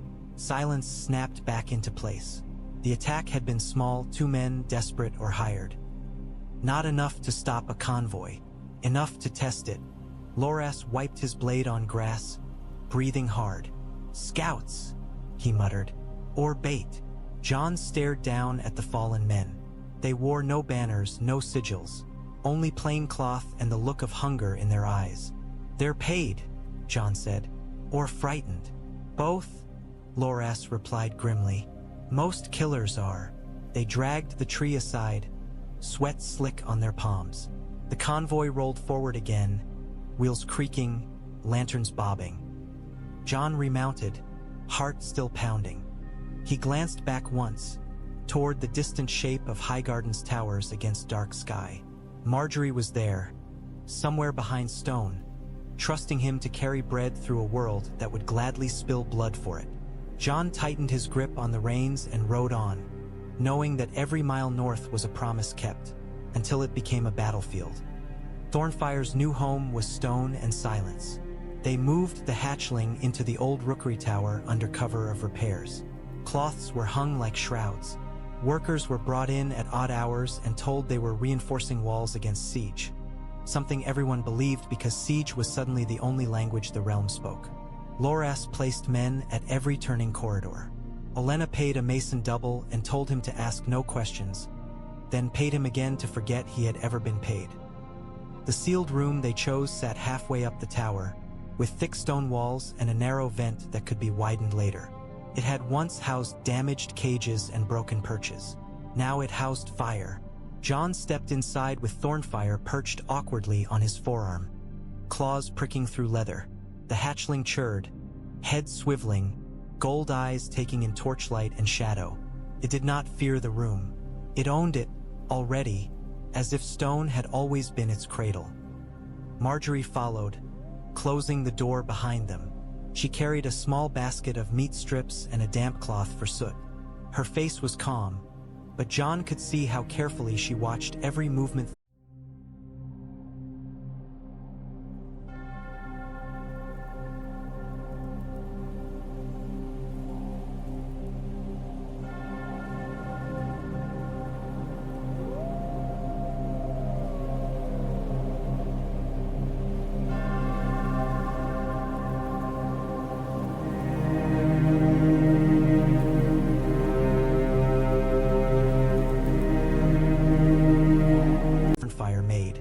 as if memorizing danger. Loras stood guard by the door, arms crossed. He looked uncomfortable, less because of the dragon and more because he could not kill this threat with a sword. Rillen knelt near the far wall, murmuring prayers under his breath, his hands held open as if offering the flame a place to rest. Jon set Thornfyre down on a stone perch they had built from stacked blocks. The hatchling spread its wings slightly, testing balance. The membrane shone red-black in torchlight, clicked its tongue, tasting air. "Thornfyre," Jon said softly. The hatchling's head snapped toward him. Jon exhaled slowly. "Stay," he said. Thornfyre blinked once, then shifted its claws, settling. Not obedience, not yet, but attention. Margaery's breath left her in a quiet release. "It understands," she whispered. "It recognizes," Rillen corrected, voice low. "Recognition is older than understanding." Jon stepped closer, holding out a strip of meat. Thornfyre's eyes narrowed. It did not snatch this time. It leaned forward, sniffed Jon's fingers, then took the meat with careful precision and chewed, jaw working with tiny, sharp bites. "Good," Jon murmured, as if speaking to a nervous horse. Loras made a sound that might have been a laugh if it had not been so grim. "If it bites you, I will not be the one to pull it off," he muttered. Jon did not look away from Thornfyre. "It won't," Jon said, more hope than certainty. Margaery stepped closer, slowly, offering her hand palm up near Thornfyre's snout. The hatchling's eyes flicked to her, then back to Jon, as if asking permission. Jon nodded once, barely perceptible. Thornfyre sniffed Margaery's palm. Its tongue clicked. Then it pressed its snout briefly against her skin, warm and damp. Margaery's eyes filled with tears again, though she smiled fiercely through them. "It knows me," she whispered. "It tolerates you." Olenna's voice came sharply from the doorway as she entered, cane tapping stone. "Don't get sentimental. Fire tolerates until it decides it doesn't." Margaery straightened, wiping her eyes with the back of her hand. "We will teach it," she said. Olenna's gaze swept the room.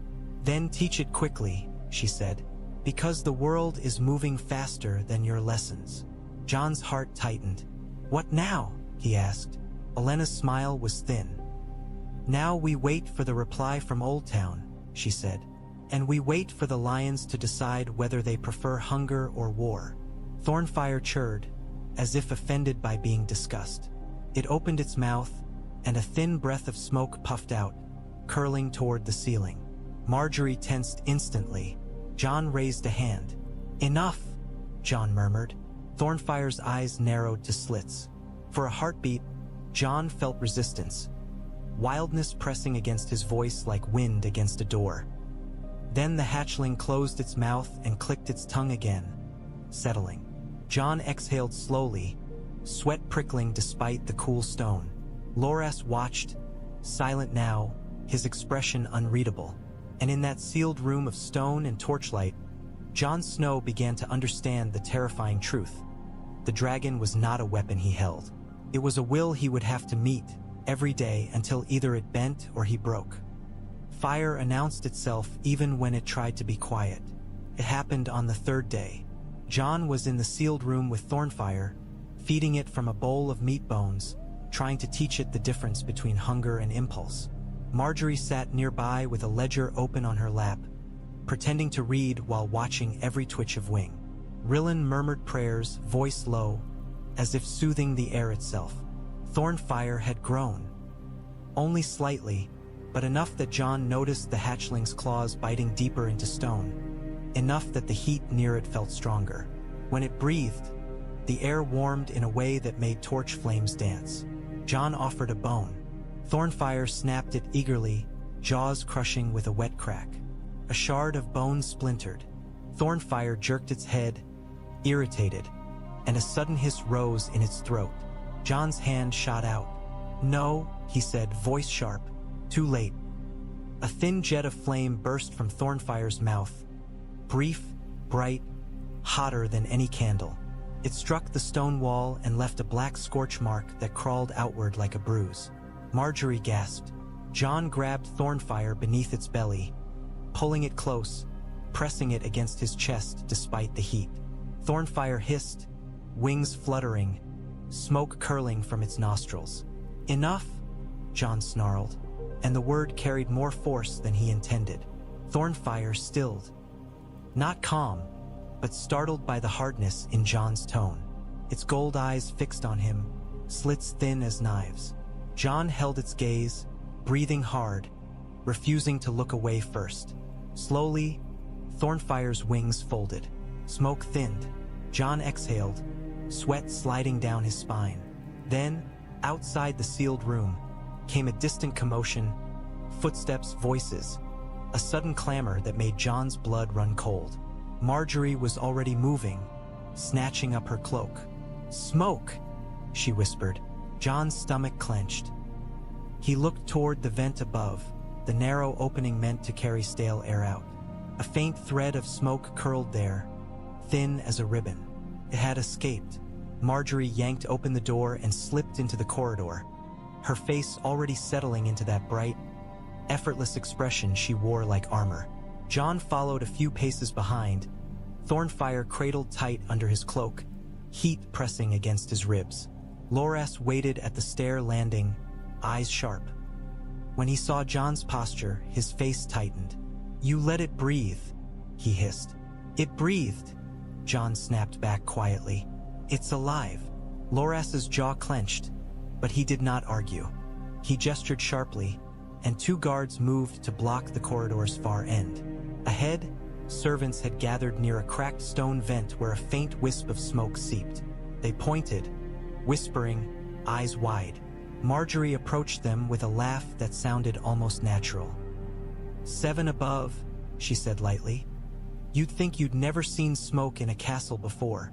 A stable boy stammered, "My lady, it came from the tower, like something burning." Olenna arrived, cane tapping, her face pinched in irritation. "Of course it did," she snapped. "We're repairing the stonework and the mason's apprentice set his oil rag too close to a torch. Are you all children? Must I explain fire to you?" The servants blinked, confused by her confidence. Margaery's smile sharpened. "Grandmother is right," she said sweetly. "The tower repairs are messy. Smoke happens. If you cannot tolerate it, you may volunteer to scrub soot from the walls." That did it. Servants hated scrubbing soot more than they feared mystery. They muttered and drifted away, grumbling. When the corridor was clear, Olenna's gaze snapped to Jon, merciless. "If your pet burns my tower down," she hissed, "I will strangle you with your own cloak." Jon's hands tightened around Thornfyre beneath the cloth. The hatchling clicked its tongue, as if amused. Loras leaned close, voice low. "We cannot afford another mistake," he said. Jon met his gaze. "Then stop expecting a dragon to behave like a dog," Jon said coldly. Margaery's voice was soft but firm. "We learn," she said. "Fast." Olenna exhaled sharply, then jabbed her cane toward the stair. "Back inside," she ordered, "and widen the vent. If smoke must escape, let it escape where it can be explained." Jon turned, carrying Thornfyre back into stone and secrecy, feeling the hatchling's heat against his chest like a warning. In the corridor behind them, the last wisp of smoke curled upward and vanished into the damp air. Small, harmless looking, and yet enough to remind them that fire did not stay hidden because humans wished it. Fire stayed hidden only until it decided it wanted to be seen. That night, Jon took Thornfyre to the roof. Not because it was safe, because it was necessary. The sealed room was becoming a cage, and cages made living things frantic. Jon had watched men in black grow restless in tight quarters, their tempers snapping, their minds turning inward until they became their own enemies. Thornfyre was smaller than a man, but it carried a far larger hunger. Loras protested, of course. Olenna cursed. Margaery watched Jon with worried eyes and then, after a long moment, nodded. So Jon climbed. He carried Thornfyre wrapped in a cloak to hide its shape from any chance glance. Two guards stood at lower landings, placed so their silhouettes would look like ordinary watchmen if anyone saw them. Ghost followed, silent, pale against stone. At the roof hatch, Jon paused, listening. Wind whispered over slate. Somewhere in the gardens below, water sang. The castle's torches moved like fireflies along walls. Jon pushed the hatch open. Cold air rushed in, sharp and clean after stone and smoke. Stars glimmered between torn clouds, the storm finally breaking into something quieter. The roof was slick with rain, and the world beyond Highgarden's walls was dark and vast. Jon stepped out. Thornfyre wriggled under the cloak, impatient. Jon loosened the cloth just enough for the hatchling to poke its head out. Gold eyes blinked, narrowing as it took in the night sky.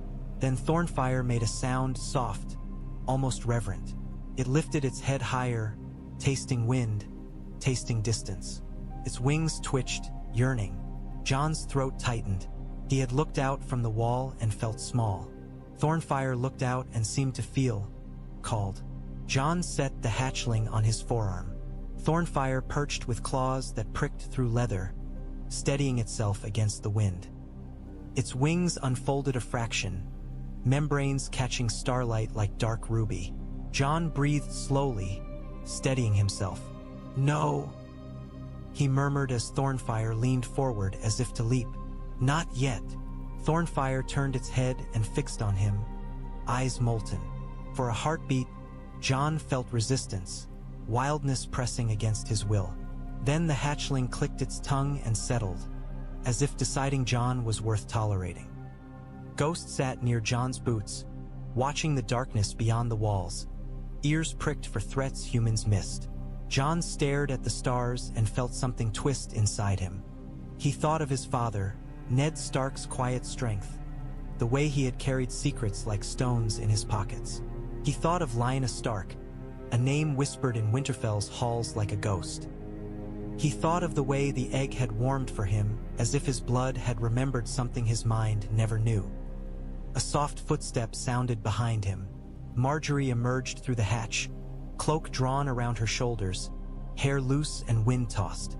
She moved carefully on the slick slate, eyes fixed on Thornfyre perched on Jon's arm. For a moment, she simply stared, face lit by starlight and awe, as if she were seeing the future with her own eyes. "He likes the sky," she whispered. Jon swallowed. "He knows it," Jon said, and the words tasted strange. Margaery stepped closer, stopping within arm's reach. She did not touch Thornfyre. She had learned already that touching fire without permission was how you got burned. Instead, she touched Jon's sleeve lightly, anchoring herself to the one steady thing she had left. "You're shaking," she murmured. Jon looked down and realized his hand was trembling, not from cold but from something deeper. "I'm not afraid of him," Jon said quietly. Margaery's eyes held his. "You're afraid of what he means," she said. Jon exhaled slowly. "Yes," he admitted. Below them, torches moved along the walls. Loras's men, guards, watchers, Highgarden's heartbeat. Margaery's voice was soft. "If the realm learns," she said, "they will demand him." "They will demand me," Jon corrected, and the truth landed hard. Margaery's fingers tightened on his sleeve. "Then we decide what we give," she whispered, "before they decide for us." Thornfyre chirred, annoyed by the tension. It opened its mouth slightly, tasting air. A thin curl of smoke rose, then vanished in the wind. Jon watched the smoke vanish and felt something settle in him. An understanding as cold as the wall and as hot as flame. "We cannot keep this forever," Jon said. "Not hidden." Margaery's gaze lifted to the stars. "No," she agreed, "but we can choose the moment it becomes known." Jon looked at her, at the woman who had stepped into this danger with him, who wore silk like armor and steel like truth. "When?" Jon asked. Margaery's smile was small, fierce. "When it saves something," she said. "When it cannot be called a monster. When it is a shield." Jon's throat tightened. A shield. Against lions. Against maesters. Against ice. Thornfyre shifted on his arm, wings twitching, yearning. Jon steadied it with his other hand.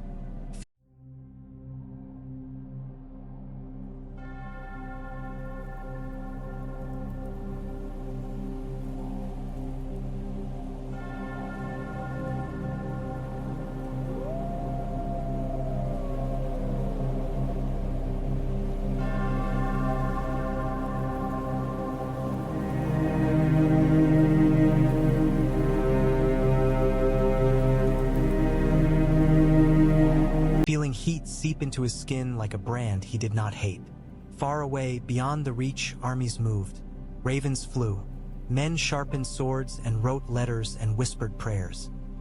On Highgarden's roof beneath stars, Jon Snow held a newborn dragon and felt the future watching him with molten gold eyes. Patient, hungry, and inevitable. The reply arrived dressed as reassurance. Maester Loras presented it in Olenna's solar with both hands as if offering a relic.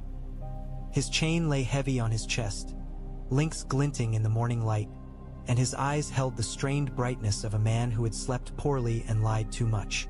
The parchment was thick, the wax seal deep green, stamped with the Citadel's chain, clean enough to satisfy anyone who needed authority to feel safe. Olenna took it without thanks. She did not break seals with ceremony. She snapped the wax like biting into stale bread. Margaery stood behind her, posture immaculate, wearing calm like a gown that could not be stained. Jon stood to the side, silent, eyes fixed on Maester Loras's hands, on the faint tremor in his fingers. Ghost lay near the hearth, head up, watching the Maester with the patient suspicion of a creature that did not believe in apologies. Olenna read. Her eyes moved quickly, sharper than most men's even at her age. As she read, the corners of her mouth tightened. "They've answered your pretty question about Valyrian steel," Olenna said at last, voice dry. "They've praised your scholarly curiosity, Maester. How generous." Maester Loras swallowed. "The Citadel is always eager to." "They've also warned," Olenna cut in, lifting the parchment slightly, "that the forging of Valyrian steel is often confused in the minds of lesser men with dragon myth. They advise discretion, lest our household attract superstitious interest." Margaery's smile did not change, but Jon felt the tension tighten in her shoulders. Olenna's eyes flicked down the page again. Then she paused, gaze narrowing. She lifted the letter toward the light, tilting it slightly, as if testing the paper's honesty. Jon stepped closer without thinking. He saw it then, near the base of the seal, faint as a careless scratch. The outline of a glass candle, shallow enough it might be dismissed as a flaw in wax. Not dismissed by Olenna Tyrell. Her gaze lifted, locking on Maester Loras. "How did this letter arrive?" she asked softly. Maester Loras's throat bobbed. "By Raven," he said quickly. "Properly, as it should." Olenna's smile was thin as wire. "And who handled the Raven?" she pressed. Maester Loras blinked too fast. "A boy," he said. "One of the rookery." "Which boy?" Olenna demanded, cane tapping once. The sound was small, but it landed like a gavel. Maester Loras's eyes darted. I cannot recall." Jon's voice was quiet, colder than the room. "You can," he said. "Try." Maester Loras's face flushed, then drained. He looked at Margaery as if seeking mercy. Margaery stepped forward, voice gentle enough to be deadly. "Maester," she said, "we spared you because we believed you could be guided. Do not make me regret it." Maester Loras's lips trembled. It was delivered to the rookery by a handler I had not seen before," he admitted in a whisper. "He wore the right cloak. He spoke the right words. I thought, you wanted to think?" Olenna snapped. "Because thinking made you feel safe." Maester Loras bowed his head, shame and fear mixing.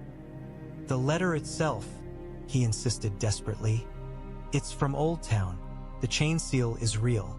The handwriting is real," Olenna echoed. "So is a knife when it's in your ribs." She tossed the parchment onto the table. "They are watching," she said. "Not to the Maester but to Margaery and Jon. They've dressed their eyes in scholarship and called it concern. They want us to believe we're merely being cautioned, so we relax. Margaery's eyes were steady. We will not relax, she said. Olenna's gaze flicked to Jon. And you, she said, your little fire lizard just made our lives far more interesting. Jon's hand tightened on Longclaw's hilt, feeling the familiar bite of leather beneath his palm. Then we stop playing defense, Jon said quietly. We decide who must know and who must never know. Olenna's eyes glittered with grim approval. Good, she murmured, because the next letter will not be dressed as reassurance.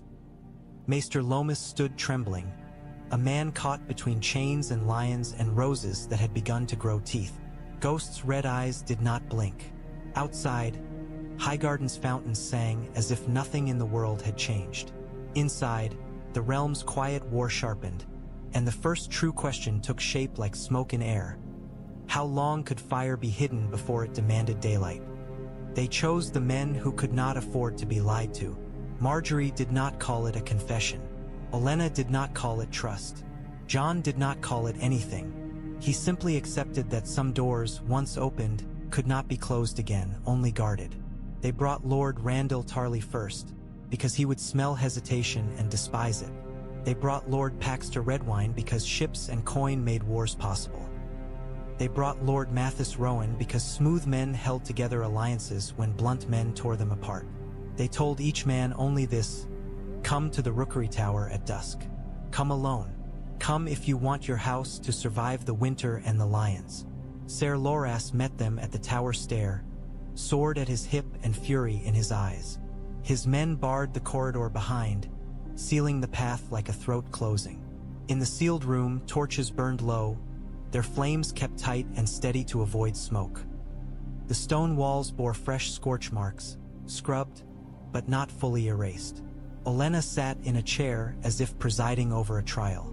Jon stood with Thornfyre perched on his forearm, a leather glove between flesh and claw. The hatchling's scales were darker now, less slick, and its wings had broadened, membranes thicker, veins glowing faintly in torchlight like embers trapped under skin. It watched the door with gold eyes narrowed to slits. Margaery stood beside Jon, chin lifted, hands calm at her sides. She looked like a lady about to receive guests. She did not look like a woman about to show them fire. When Randyll Tarly entered, the room seemed to tighten around him. He took 2 steps in, then stopped as if he had struck an invisible wall. His gaze locked on Thornfyre. For a heartbeat, Randyll's face, so hard, so accustomed to command, shifted into something raw. Not awe, not joy, a soldier's recognition of a weapon too powerful to ignore. 7 hells, he muttered.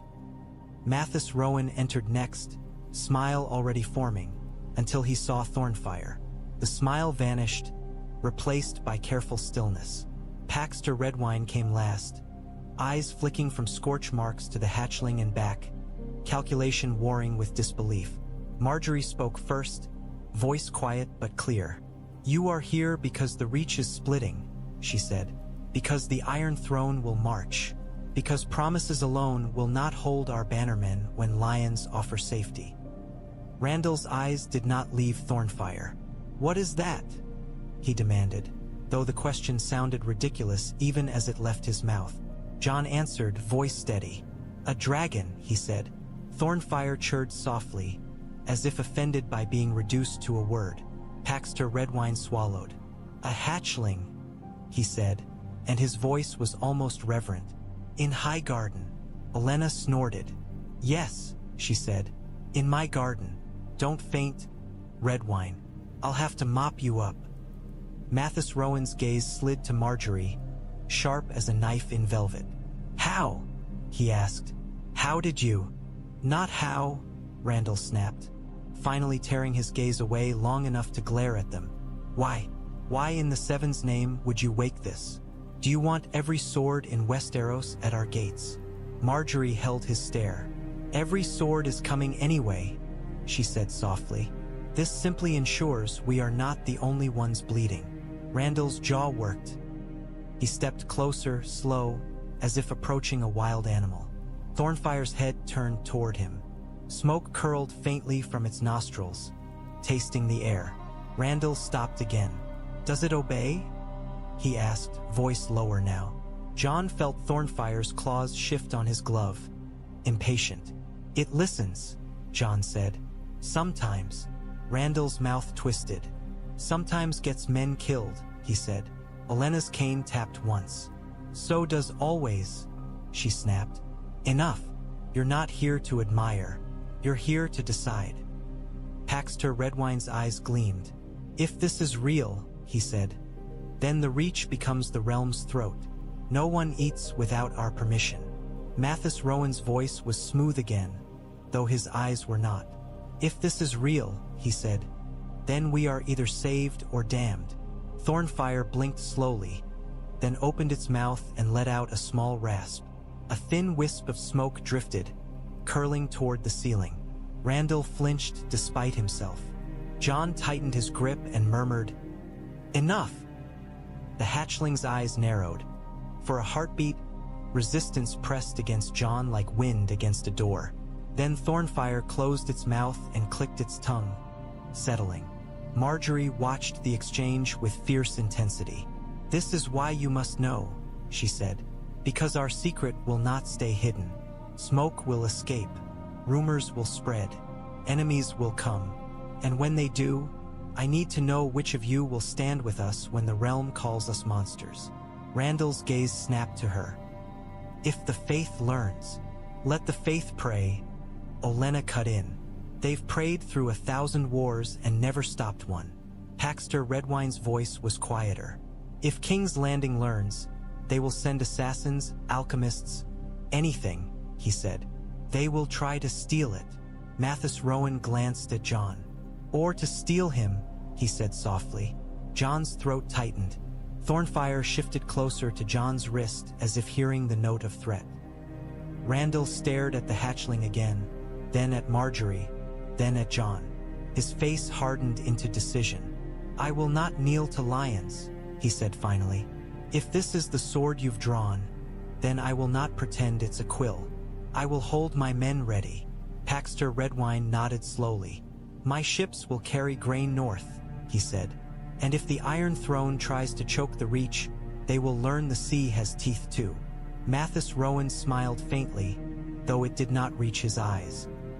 "Then we are bound," he said, "by secret, by necessity, and by the simple truth that if we fall together." Olenna's eyes glittered. "Good," she murmured. "Now swear it, not to gods, to fear. Fear is honest." They did not kneel. They did not touch the dragon. They simply spoke, each in his own way, a promise shaped like a blade. And when they left that sealed room, each man carried a new weight behind his ribs, the knowledge that fire had returned to Westeros, not on a queen's far-off continent, but in the heart of the Reach, perched on the arm of a northern wolf who had never wanted a crown. The night they swore, the granaries tried to burn. It began with a smell thin at first, like a kitchen hearth left untended. Then sharper oil, pitch, something meant to catch fast. In Highgarden, the smell drifted strangely, because the castle was not built for smoke. Smoke belonged in forges, not in halls of roses. A stable boy saw it first, eyes widening as a thread of gray curled from beneath a granary door. He shouted for a guard, and the guard shouted for more guards, and soon the quiet night fractured into running feet and flaring torches. Jon was in the rookery tower when the alarm reached him. A distant bell, then the pounding of boots on stone. Loras burst into the sealed room without knocking, hair damp, face tight. "Fire!" he snapped. "Granaries!" Margaery was already moving, cloak in hand. Olenna rose with a curse. Thornfyre chirred, startled by the sudden motion, wings twitching. Jon's blood went cold, not because of fire, because of what fire meant. They ran. Loras led them down back stairs and through corridors meant for servants, not nobles. Ghost flowed ahead like white smoke, silent, ears forward. Thornfyre clung to Jon's forearm beneath his cloak, heat pressing against Jon's ribs as if sensing the urgency. When they reached the granary yard, chaos greeted them. Men hauling buckets from wells, shouting over one another. torches bobbing like frantic stars. The granary doors were closed, but smoke seeped from the seams, thickening. "Open it!" a guard shouted, tugging at an iron chain that bound the door shut. "It's locked!" another yelled back. "The key! The key is gone!" someone screamed, voice rising toward panic. Jon's mind snapped into the cold clarity the wall had taught him. Panic killed faster than flame. "Back!" Jon commanded, stepping forward. Margaery's hand caught his sleeve.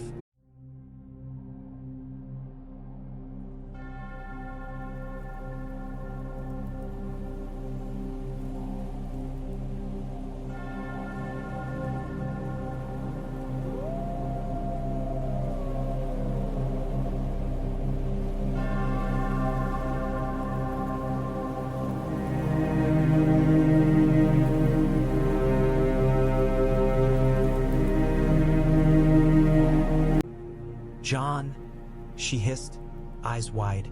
"Meaning do not be seen. Not here, not like this." Jon looked at the smoke pouring thicker now, at the men with buckets that would never be enough if the grain caught. Grain burned like dry bone. One spark could turn Highgarden's lifeblood into ash. He met Margaery's gaze, and he saw her decision forming, the same one she had whispered under stars. "Reveal when it saves something. Make it a shield." Olenna's cane struck the stone once. "Choose," she snapped, voice low. "Before the castle chooses for you." Jon turned back to the door. The chain was thick. The lock was iron. The smoke inside was growing. Thornfyre shifted beneath the cloak, impatient, sensing the heat and wanting to answer it. Jon pulled the cloak back just enough for Thornfyre's head to emerge. Gold eyes blinked, then narrowed at the smoke like a predator seeing prey. "Thornfyre?" Jon murmured, voice low and firm. "No wild flame, only here." The hatchling chirred, a sharp sound like protest. Jon pressed his gloved hand gently against its throat, not hurting, guiding. "Here," he repeated. "Burn this." He pointed subtly to the lock. Thornfyre's head tilted. It sniffed the air, tasting oil and smoke, tasting fear. Then it opened its mouth. A thin tongue of fire snapped out, brief, bright, impossibly hot. It struck the lock. Iron glowed red in an instant, then softened, then sagged as if turning to wax. The lock dropped, clanging to stone. The chain slackened. For a heartbeat, every man in the yard froze. Then the door was wrenched open. Heat and smoke exploded outward like a living thing trying to escape. Inside, flame crawled up a wooden beam, fed by oil rags that burned fast and hungry. Men shouted and surged forward with buckets, water splashing, steam hissing as it hit flame. Jon stepped back into shadow, pulling Thornfyre close beneath his cloak again, heart hammering. He heard whispers already. "What was that? Did you see? Did the lock melt?" Margaery's face was pale, but her eyes were fierce. She moved like lightning among the men, shouting orders, taking command of the bucket line, turning panic into labor with the force of her voice. "Water on the beam," she called. "Sand on the oil. Don't throw water on." Olenna grabbed a guard by the sleeve, eyes sharp. "Find the one who did this," she hissed. "Find him now." Ghost was already moving, nose low, slipping into the shadows beyond the granary yard. The direwolf did not need orders. He understood hunt better than any man. Jon stayed near the edge of torchlight. Thornfyre pressed against him, feeling the hatchling's heat and satisfaction. The tiny dragon chirred softly, as if proud of its work. Proud, Jon thought grimly, as smoke stung his eyes. Proud and not understanding that pride was how secrets died. Inside the granary, the fire began to lose its bite under water and sand. The beam blackened but held. The grain sacks near the blaze were dragged away, coughing men hauling them out like wounded soldiers. Highgarden would not starve tonight, but as Jon watched the lock's molten remains cool on stone, he knew the price had been paid. Fire had spoken in public, however briefly, and once fire spoke, the world listened. Ghost brought the answer back on 4 silent paws. The saboteur ran the way frightened men ran. Fast and stupid, trusting darkness to hide him in a castle that had never belonged to him. He cut through garden paths slick with rain, cloak flaring behind, breath ragged. He did not know Highgarden's hidden turns. He did not know which hedges ended in stone and which opened into dead ends. Ghost knew. The direwolf flowed through wet grass like a blade through flesh, white fur streaked with mud, eyes burning. He did not bark. He did not howl. He simply chased, silent and inevitable. Jon saw them from the granary yard. A shadow sprinting between torchlit arches, then the flash of white behind it. He moved without thinking, Loras beside him, both cutting through confusion and smoke. The saboteur glanced back once and made a strangled sound. He threw something behind him, a pouch that burst against stone, splashing oil. He thought it would slow Ghost. Ghost leapt it. The saboteur reached the hedge line and tried to climb, fingers slipping on wet leaves. Ghost hit him from behind, jaws closing on his calf with a crunch that made the man scream. The scream tore through the garden like a knife. Guards converged. Loras moved first, wrenching the man's arms behind his back and slamming him face down into the mud. Jon stood over him, chest heaving, rain mixing with sweat on his skin. The saboteur sobbed, voice broken. I didn't. Jon crouched, grabbing a fistful of the man's cloak and yanking his head up. Who sent you? Jon demanded. The man's eyes were wild. He saw Ghost's blood-smeared teeth, saw Jon's hard stare, saw Loras's sword tip inches from his neck. He broke. Bitterbridge, he babbled. A man with a copper chain, he said. He said, burn the grain and the rose will beg the lion for mercy. Jon's jaw clenched. The same thread pulled again. Loras's voice was low and vicious. Name, he snarled. I don't know his name, the man cried. He wears a ring. A candle glass, he said it meant knowledge. Jon's gaze dropped to the man's hand. Mud smeared his fingers, but even through it, Jon saw the glint of something. A ring. He grabbed the saboteur's wrist and twisted. The man screamed, and the ring slid into view. A glass candle carved into the metal, crude but unmistakable. Olenna arrived moments later, cane stabbing the wet ground, her face sharp with fury. Margaery followed, cloak damp, hair pulled back, soot smudged faintly at her temple from the granary smoke. She looked at the bound man and did not flinch. Olenna leaned down, eyes cold. You picked the wrong garden, she said softly. The saboteur's eyes flicked toward the granary yard, where men still hauled water and cursed smoke. He swallowed. I didn't mean. No one ever means, Olenna snapped. They just do. Margaery's gaze slid to Jon, then to the saboteur's ring. Her voice was quiet. They wanted us desperate, she said. They wanted us to kneel. Jon's throat tightened. He glanced back toward the granary door, where the lock had been. Somewhere among those men hauling buckets, someone had seen iron melt. Loras wiped rain from his brow with a shaking hand, anger barely contained. We hang him, he said. Margaery's eyes narrowed. No, she said immediately. Not in the open. Not where servants will whisper that we kill men in gardens. We are not the Lannisters. Olenna's mouth twisted. We're better, she said, which is why we must be smarter. Jon looked down at the saboteur. You will tell us everything, Jon said. Every name, every route, every coin. The man sobbed, nodding frantically. Ghost stepped forward and pressed his bloody muzzle to the saboteur's cheek as if claiming him. The man went still, trembling. Olenna's gaze flicked to Jon, sharp and assessing. And you, she said quietly. You melted a lock in front of half the castle. Jon's jaw tightened. I saved the grain, he said. Olenna's eyes glittered. Yes, she said. You did. And now we will see what the world charges for being saved. Rain fell steadily around them, washing blood into the grass, washing smoke from stone, washing innocence from Highgarden's garden paths. In the wet darkness, The glass candle ring caught torchlight once, bright as a lie, before Jon closed his fist around it and felt the chill of its promise. By morning, Highgarden was telling itself a story. Margaery made sure it was hers. She gathered servants, guards, and the men who had hauled water until their arms shook, and she stood before them in the granary yard where soot still stained stone and the air still smelled faintly of scorched wood. She did not stand on a dais. She stood on the ground with them, cloak damp, eyes bright with a controlled intensity that made even the most exhausted man lift his head. "You saved our stores," she said, voice carrying without strain. "You saved the Reach's bread. That is not small." Murmurs moved through the crowd. Tired pride, fear, questions swallowed behind teeth. Margaery lifted a hand. "There was sabotage," she continued, and the word cut through the murmurs like steel.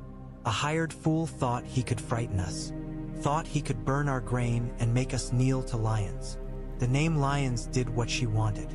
It focused anger outward instead of inward. It gave fear a shape men could hate. We do not kneel," Margaery said, calm as winter. "We rebuild what was scorched. We tighten our gates. We watch our kitchens and our stores. We protect each other, because whoever did this does not care whether you are noble or servant. Fire eats everyone." Heads nodded. Men clenched fists. Fear turned into something sharper. A stable boy raised his hand, voice trembling. "My lady," he said. "The lock, it melted. I saw it." "Aye." Jon felt the yard tighten. He stood at the edge, half shadow, Thornfyre hidden far away behind stone. Loras's gaze snapped to the boy instantly, dangerous. Margaery smiled, bright and effortless. "Yes," she said, as if pleased by the question. "It did." The crowd held its breath. Margaery turned slightly, gesturing toward the old forge building at the yard's edge. "We have been reinforcing our defenses," she said. "We have been repairing ironwork and strengthening chains." A smith left a heated iron clamp too near the lock when he fled the smoke. Heat softened it. It fell. The lie was simple, plausible, and delivered with such confidence that most men swallowed it without chewing. Some did not. Jon saw it. One maid's eyes narrowing, one guard exchanging a glance with another. Rumors did not require proof. They required doubt. Margaery's voice softened. "If any of you hear whispers meant to frighten you," she said, "bring them to Ser Loras. Bring them to me. We will not punish honesty. We will punish those who try to use fear as a weapon." Loras's face was hard as stone, but Jon knew he understood the point. Fear had already been used. Now it needed to be controlled. Olenna watched from the side, cane planted, her eyes scanning faces like she was memorizing which mouths would spread rumor first. She looked satisfied and furious all at once. When Margaery dismissed them, the crowd broke apart in small knots of murmuring men and women. Some walked with renewed purpose. Some walked with eyes too bright, minds already spinning stories that would grow in servants' quarters like mold. Margaery turned and strode toward Jon. Close, her calm cracked. "How many saw?" she whispered, voice tight. Jon's jaw clenched. "Enough," he said. Margaery swallowed. "Then we shorten the time," she murmured. Olenna's cane tapped once behind them. "No," she snapped. "We lengthen our caution. Now that the world has sniffed smoke, it will come searching for flame. If we panic, we confirm it." Loras stepped in, voice low. "The saboteur is secured," he said. "He's talking, mostly crying, but talking." Margaery's eyes hardened again. "Good," she said. "Then we follow the thread. Bitterbridge, the copper chain, the glass candle." Jon looked toward the granary door where the lock had been. The iron had cooled into an ugly warped shape, undeniable evidence that something hotter than a forge had kissed it. He could still feel Thornfyre's heat against his ribs from the night before, the tiny burst that had made iron sag like wax. Fire had saved them. Fire had also spoken. And now, Highgarden's enemies would listen for the next word. The saboteur's courage lasted only until the cellar door closed. Highgarden cellars were not built to comfort. They were built to hold wine, and wine liked cold, and cold made men honest when they wished to be warm again. They chained the saboteur to an iron ring in the wall, wrists above his head, feet barely touching stone. His face was bruised from being slammed into mud. Ghost's bite had been bound, but blood still seeped through cloth. He stank of fear and oil. Jon stood before him with long claw sheathed, arms at his sides. Loras stood to Jon's left, face tight with contained violence. Olenna sat on a barrel like a queen on a throne, cane across her lap. Margaery stood near the doorway, dagger in hand. Not raised, not used, but present, a reminder that she was not delicate. "You will tell us," Loras said, voice soft as poison. The saboteur trembled. "I told you," he rasped. "Bitterbridge. A man." "Describe him," Margaery said, voice calm and flat. The man swallowed, eyes darting. "Tall," he whispered. "Neat."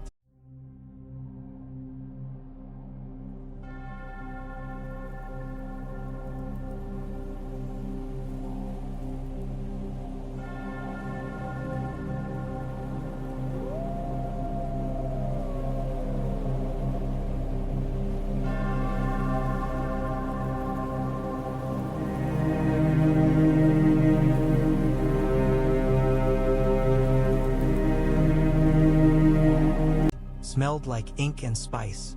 He wore a copper chain under his shirt. He never took off his gloves. Olenna's eyes narrowed. "Why gloves?" she asked. The saboteur blinked, confused by the question. I don't know," he stammered. He said he handled delicate things. Jon's voice was quiet. "Glass," he said. The saboteur nodded frantically. "Yes," he whispered. "He showed me the ring. The candle." He said it meant he had knowledge that burned. Olenna's mouth twisted. "Men and their dramatics," she snapped. Loras stepped closer. "Who else?" he demanded. "How many are in Highgarden?" The saboteur's eyes squeezed shut. "I don't know," he sobbed. "He hired men in taverns. Men who needed coin. He said some were already inside. Cooks, handlers, a guard." Margaery's eyes sharpened. "A guard?" she pressed. The saboteur nodded, tears running. "A man on the south wall," he whispered. "He said he'd open a postern gate if the time came. He said the lions would send collectors." Jon felt cold creep under his skin. Collectors, not soldiers. Thieves with crowns. "Did you ever see a lion seal?" Jon asked. The saboteur hesitated, then shook his head. "No," he whispered. "Only the candle." He said the candle was safer. He said lions don't like their paws seen. Olenna leaned forward slightly, eyes gleaming. "Of course," she murmured. "Plausible deniability. A pretty phrase for cowardice." Margaery's dagger remained still in her hand. "What did he want?" she asked, voice tight. "Besides burning our grain." The saboteur licked his lips. "He wanted proof," he whispered. "He kept asking if the rumor was true, if the wolf brought a beast, if the rose held fire." Jon's jaw clenched hard enough his teeth ached. Loras's voice dropped to a growl. "So they know," he said. "No, Olenna corrected. Sarp." "They suspect. Suspicion is not knowing. Suspicion can be misled." Margaery's eyes flicked to Jon, then away. "Not forever," she whispered. The saboteur sobbed again. "He said if he could bring proof," he babbled. "The reward would be. From whom?" Jon demanded. The man's eyes went wild. "He said King's Landing," he choked. "He said the Queen Regent wants anything that could frighten the North and bind the Reach. He said she'd pay in gold and forgiveness." Forgiveness. The word made Olenna laugh, sharp and cruel. "Lions don't forgive," she said. "They only delay their hunger." Jon's hands curled into fists at his sides. "Where is this man now?" Jon asked, voice low. The saboteur shook his head violently. "I don't know," he sobbed. "He moves. He never stays. Bitterbridge, Old Oak, even Oldtown. He said he had friends in every port. Olenna's eyes narrowed. A spider, she murmured. Margaery's voice was quiet, deadly. Then we crush him, she said. Loras looked at her, startled by the coldness in it. Then his mouth tightened with grim approval. Jon stared at the trembling man and felt a hard certainty settle. If he is in Bitterbridge, Jon said, then our wagons pass near him, our grain convoys, our roads. Olenna's smile sharpened. Yes, she said, and if he thinks we have fire, he will want to see it. Spiders always come closer when they smell blood. Margaery's dagger finally lowered, not in weakness but in decision. Then we give him a trail, she said. A false one. Jon's eyes narrowed. And when he follows it? Jon asked. Olenna's cane tapped once. Final. Then we catch him, she said. And we find out how far the candle's lie reaches. Into Oldtown, into King's Landing, or into places even uglier. The saboteur sagged in his chains, sobbing relief that the questioning had paused, not realizing the true danger had only begun. Above the cellar, Highgarden's halls remained perfumed and bright. Below, in cold stone, the Reach's rulers planned a hunt. And somewhere on a road between Bitterbridge and the Mander, a man with a copper chain and a glass candle ring listened for the next whisper of smoke. Not all loyalty was won in councils. Some was won in quiet walks where men spoke truths they would never confess in a hall full of witnesses. Margaery took Randyll Tarly into the gardens at dusk, when the rose hedges darkened and torches began to bloom along paths like captured stars. Olenna came too, because Olenna never allowed delicate conversations without thorns nearby. Jon did not follow. Loras watched from a distance, a shadow in green and steel, eyes always scanning. Randyll walked with the stiff posture of a man who disliked being surrounded by beauty. He kept his hands clasped behind his back, as if resisting the urge to grip a sword. I saw it, Randyll said finally, voice low. In that tower room. Margaery's gaze remained forward. Yes, she said. Randyll's jaw worked. Men will die for it, he said. Men will burn for it. Olenna sniffed. Men already die, she replied. At least now they'll die for something that might keep their children alive. Randyll's eyes flicked to her, sharp. Do not mistake me, he said. I am not afraid of death. I am afraid of chaos. Margaery's voice was soft. Then help me prevent it, she said. Randyll stopped near a marble fountain where water trickled gently, absurdly peaceful. He turned to face her. If word spreads, he said, my bannermen will splinter. Some will rush to you like moths. Some will run to the faith. Some will write to King's Landing thinking they can buy safety. Margaery met his gaze without flinching. And what will you do? She asked. Randyll's mouth tightened. If I bind myself to this, he said, I bind my house to a war bigger than wolves and lions. Olenna's cane tapped. Everything is bigger than wolves and lions, she snapped. You just haven't been forced to look north enough. Randyll's eyes narrowed. The wall, he said, and it sounded like a word he did not like. You believe those tales. Margaery's gaze sharpened. I believe hunger, she said. I believe winter. I believe that if the north falls, the Reach will be asked to feed a realm that cannot be fed. Randyll stared at her, then glanced toward Highgarden's walls in the distance, toward the granary yard where soot still marked stone. A lock melted, he said quietly. Men saw. They will talk. Margaery nodded once. I know, she said. Randyll exhaled slowly. Then you will need a plan not just for war, he said, but for story. Because stories decide whether men call you queen or witch. Olenna's lips curled. Let them call me witch, she muttered. I've been called worse by better men. Margaery's voice remained calm. We choose the moment, she said. We choose when the realm learns and why. We make it a rescue, not a threat. Randyll studied her, assessing. You mean you will unveil it when it saves Reachmen, he said. Yes, Margaery replied. Not when it wins us pride. When it wins us loyalty. Randall's gaze hardened, grudging respect flickering. That is smarter than most, he admitted. Olenna smiled thinly. She's mine, she said. Randall's mouth twitched, the closest he came to humor. Then he sobered again. If the Iron Throne marches, he said, they will bring wildfire. Margaery's eyes narrowed. Let them, she said softly. Randall's gaze sharpened. You would set Dragonfire against wildfire? He asked. Margaery's voice was almost a whisper. I would set hope against terror, she said.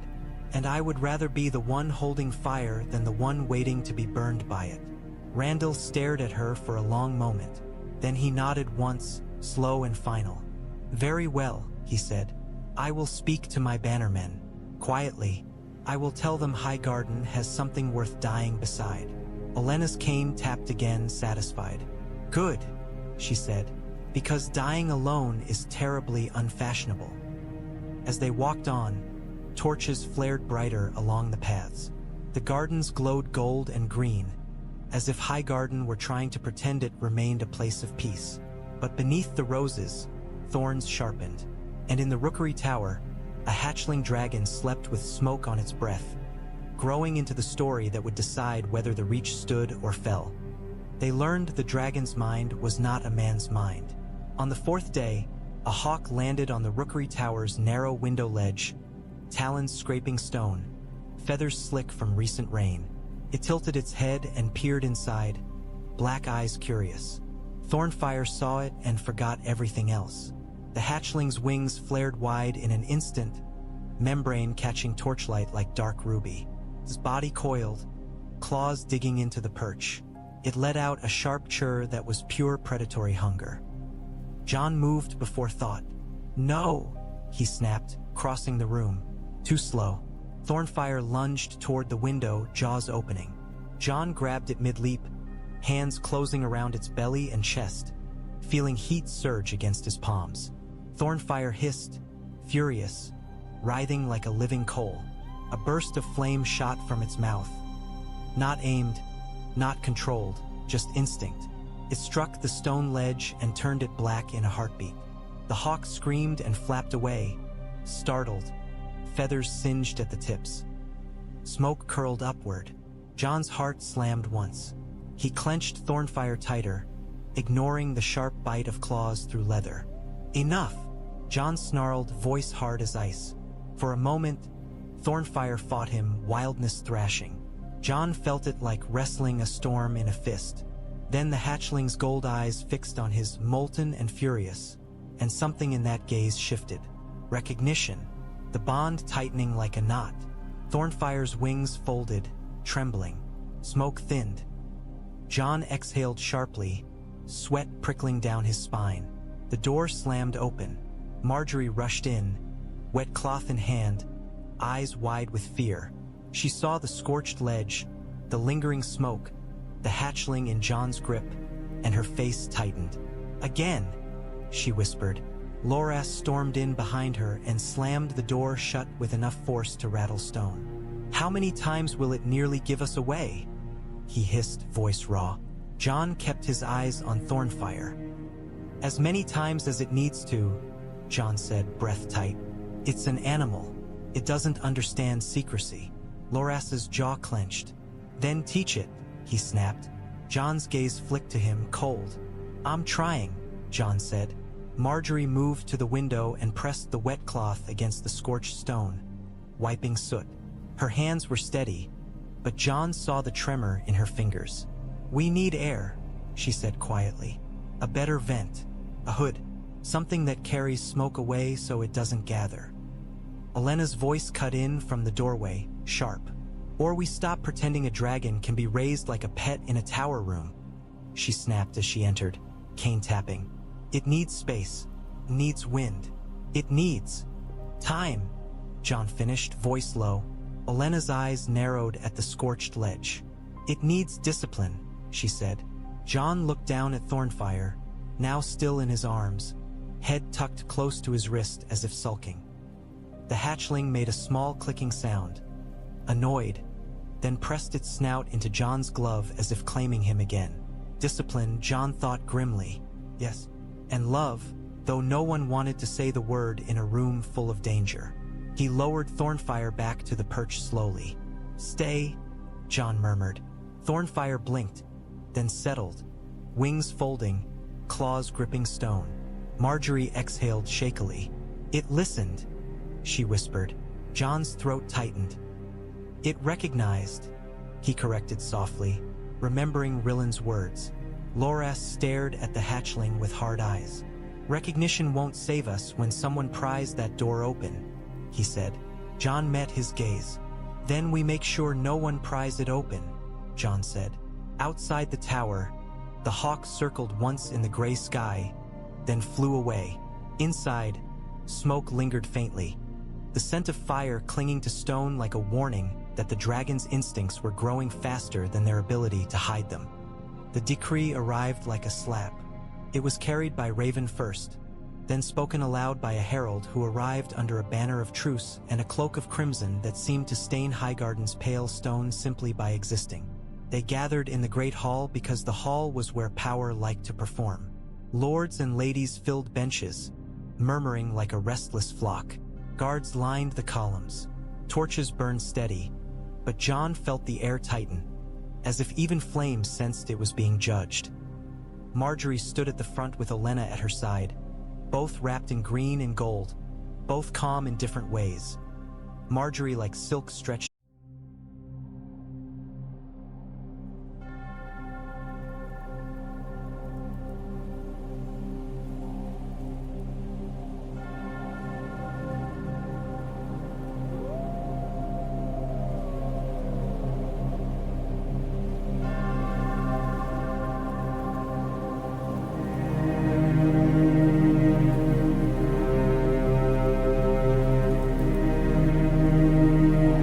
tight, Olenna like a knife kept sharp. Jon stood behind them, long claw at his hip, ghost lying at his feet like a pale promise of violence. The herald bowed, too shallow to be respectful, too deep to be openly insulting. He unrolled the parchment with deliberate slowness. In the name of His Grace King Joffrey of Houses Baratheon and Lannister, the herald began, voice ringing, and by the authority of the Iron Throne. Olenna's mouth tightened, but she did not interrupt. Let him speak, her stillness said. Let him hang himself with words.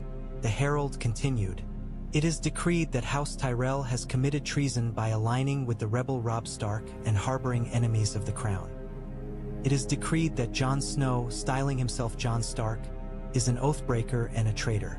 It is decreed that all banners sworn to Highgarden are commanded to reaffirm loyalty to the Iron Throne, and that any who fail to do so shall be considered enemies of the realm. A hush rippled through the hall like a cold wind. Then the herald's voice sharpened. Furthermore, it is decreed that Highgarden shall surrender hostages of noble blood to King's Landing as proof of renewed loyalty, including Lady Margaery Tyrell herself, to be brought to court forthwith. The hall inhaled as one. Margaery's face did not move. Only her eyes changed, hardening, narrowing, turning into something that could cut. Olenna's cane tapped once on stone. No, she said softly. The herald blinked, thrown off by the simplicity of it. My lady, he began, forcing a smile. The crown. No, Olenna repeated, louder. You can carry that word back to your lioness. It is short. Even she should be able to remember it. Murmurs rose, nervous, excited, frightened. The herald's smile thinned. Refusal will be met with consequence, he warned. Margaery stepped forward, voice clear and calm. Tell the Iron Throne, she said, that Highgarden does not send daughters as payment for peace. We send grain, we send aid, we send life. If the Iron Throne prefers to take life instead, then it will reveal itself for what it is. The herald's eyes flicked to Jon, as if measuring whether the wolf would snarl. And the Oathbreaker? He asked, voice edged. What does the bastard say? Jon felt Ghost shift slightly at his feet. Alert. He stepped forward, just enough. Tell King's Landing, Jon said quietly, that the North will not kneel, And tell them the Reach will not starve to please a boy king's pride." The herald's eyes narrowed. "You choose war," he said. Olenna's smile was thin as wire. "War chose us," she replied. The herald rolled the parchment shut with a snap and bowed again, sharper this time. "Then the realm will remember Highgarden's defiance," he said, "and it will answer." He turned and strode out, crimson cloak dragging like a smear of blood across pale stone. As the doors closed behind him, the hall erupted into murmurs, lords whispering to one another, calculating, frightened. Jon could see it in their eyes. Some were steady, newly bound by the secret they carried. Some were already imagining the safest path out. Margaery lifted a hand. Silence came slowly, reluctantly, but it came. "We do not panic," she said, voice steady as a blade. "We prepare. The Iron Throne will move. We will not be caught unready." Randall Tarley rose from his bench, face hard. "My men will ride," he said. "If lions come, they will bleed." Paxter Redwine's voice carried from another bench. "My ships will move grain," he said. "And if the crown tries to choke us by sea, they will learn the arbor does not bow." Mathis Rowan smiled faintly. "And my riders will carry messages to lords who are still deciding which way their fear points," he said. Olenna's eyes glittered. "Good," she murmured. "Let them choose, and let them choose quickly." Jon's gaze drifted, unbidden, to the tower where Thornfyre slept. He felt the hatchling's heat like a memory against his skin. The tiny flame that had melted iron, the smoke that would not stay contained. War was coming to Highgarden, and when war came, hiding fire would become harder than wielding it. That night, Highgarden's walls felt thinner, not because stone had changed, but because certainty had. Jon stood in the rookery tower room, watching Thornfyre curled on a bed of wool. The hatchling slept with its wings tucked tight, its tail looped around itself like a dark ribbon. Even asleep, its chest rose and fell with a faint heat haze above its scales, and the air near it smelled faintly of smoke and warm iron. Margaery stood beside Jon, hands clasped tight in front of her as if holding herself together. Her eyes were fixed on Thornfyre, but Jon knew she was seeing beyond the hatchling. Seeing banners, roads, flames, the faces of lords who might betray them for a promise of mercy from lions. Olenna stood behind them, cane planted, her mouth tight. Ser Loras lingered by the door, listening for footsteps in the corridor the way a man listened for arrows in tall grass.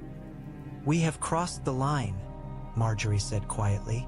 Jon's voice was rough. "We crossed it when we married," he said. "The decree only admits it." Margaery exhaled. Slow. "They will come for me," she whispered. "They will try to take me as hostage. They will try to break the Reach by breaking its rows." Olenna's voice was sharp, but Jon heard the fear beneath it. "Let them try," she snapped. "I have thorns enough to choke a lion." Loras's jaw clenched. "They won't come politely," he said. "They'll come with knives in kitchens, with fires in granaries, with poison in honey, with collectors," Jon finished quietly, remembering the saboteur's words. Silence fell. Thornfyre stirred, gold eye cracking open briefly. It looked at Jon as if sensing the weight in his voice, then closed its eye again and breathed out a thin curl of smoke that drifted and vanished. Margaery's voice tightened. "We cannot keep pretending this is only a secret," she said. "It is a choice, a weapon, a symbol." Jon's throat tightened. "It is also a living thing," he said, "and it is tied to me." Olenna's cane tapped once, impatient with softness. "Everything worth having is tied to someone," she snapped. "The question is whether the knot holds when men start cutting." Margaery turned her head slightly, looking at Jon in torchlight. "If they come with an army," she whispered. "What then?" Jon looked down at Thornfyre and felt the future press against him like wind against a door. A hatchling, too small to burn an army, too young to be the shield Margaery wanted. And yet a fire grew. Fire learned. "We hold," Jon said slowly. "We bleed them on the roads. We keep our grain moving. We keep our lords bound. and we decide the moment. Olenna's eyes narrowed. The moment, she echoed. Margaery's gaze sharpened. When it saves something, she whispered. When it saves Reachmen. When it saves the grain. When it saves me. Loras's hand tightened on his sword hilt. I will not let you be taken, he said, voice raw. Margaery's expression softened for a heartbeat. I know, she whispered. Then it hardened again. But your sword cannot stop every knife. Your guards cannot watch every corridor. We need something that makes men hesitate. Jon's gaze locked on Thornfyre's sleeping form. A dragon made men hesitate. A dragon made men pray. A dragon made men betray. It will grow, Jon said, more to himself than to them. Faster than we want. Olenna's smile was thin and grim. Good, she said. Let it grow, because the realm has already decided we are traitors. If we are to be hunted, we might as well be dangerous.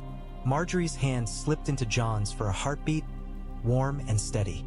Then we will be, she whispered. Jon squeezed her fingers once, a promise he did not know how to keep and would keep anyway. Outside the tower, Highgarden's torches burned against the night like defiance. Beyond the walls, roads led north toward war and south toward lions.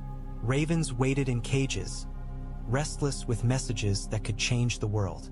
And in a sealed room of stone, a newborn dragon slept, dreaming of sky, while Jon Snow stood over it and felt his own life, his own name, begin to burn away, leaving only the hard, bright truth beneath. Because the realm had sent its decree. Now the realm would come to collect.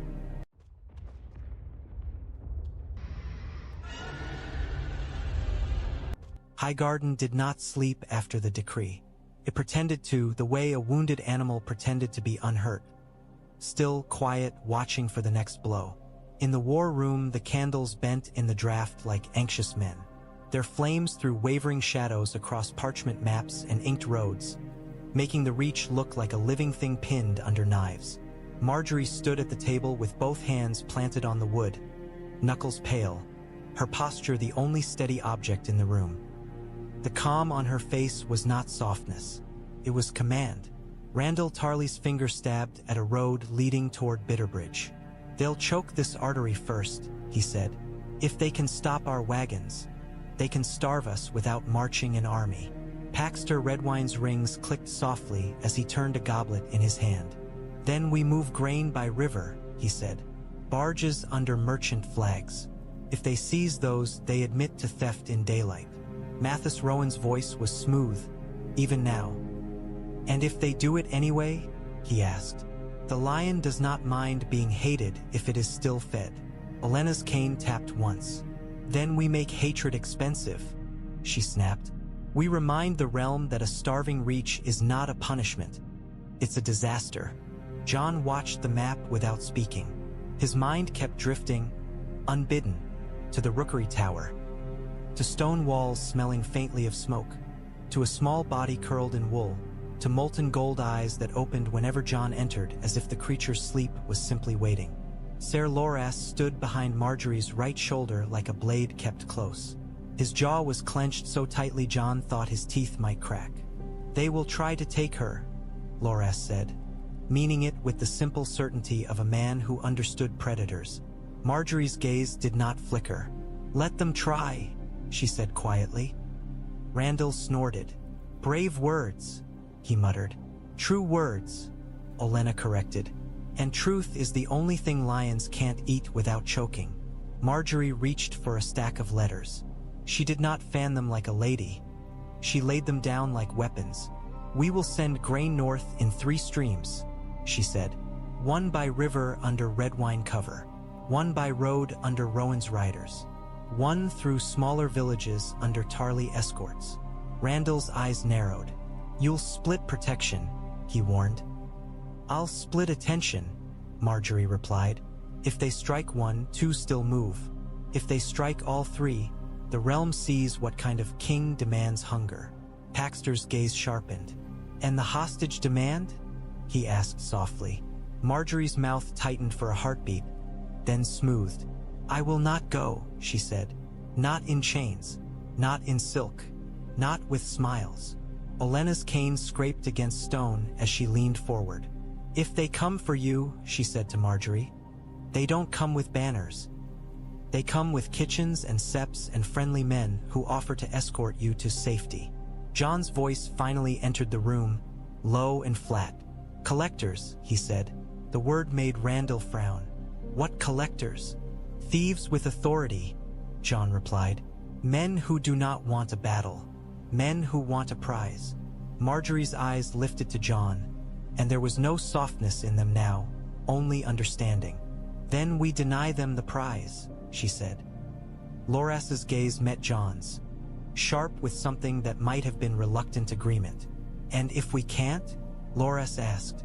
Jon felt Thornfyre's heat in memory, like a brand on his palm. "Then we make them fear taking it," Jon said. Silence tightened. Even the candle flames seemed to pause. Olenna's smile was thin and grim. "There it is," she murmured. "The truth we keep stepping around. Fire is not a secret anymore. It's an argument." Margaery's hand moved, almost unconsciously, toward Jon's sleeve. Not clinging, anchoring. "We still choose the moment," she said. "We still choose why." Randall's voice was harsh. "And if the moment chooses you?" he demanded. Margaery's gaze did not waver. "Then we make the moment ours anyway," she said. Jon watched her, and the strangest thing settled in his chest. Not trust, not love, but a shared hardness. She would do what was required. So would he. The difference was that he had learned it in snow, and she had learned it among roses. Outside the war room, Highgarden's fountains sang on, indifferent. Inside, the Reach's leaders sharpened decisions into blades, and somewhere in a tower room the air warmed with a sleeping dragon's breath. The lie they chose to send into the world was dressed in courtesy. Margaery sat at her desk with ink on her fingertips.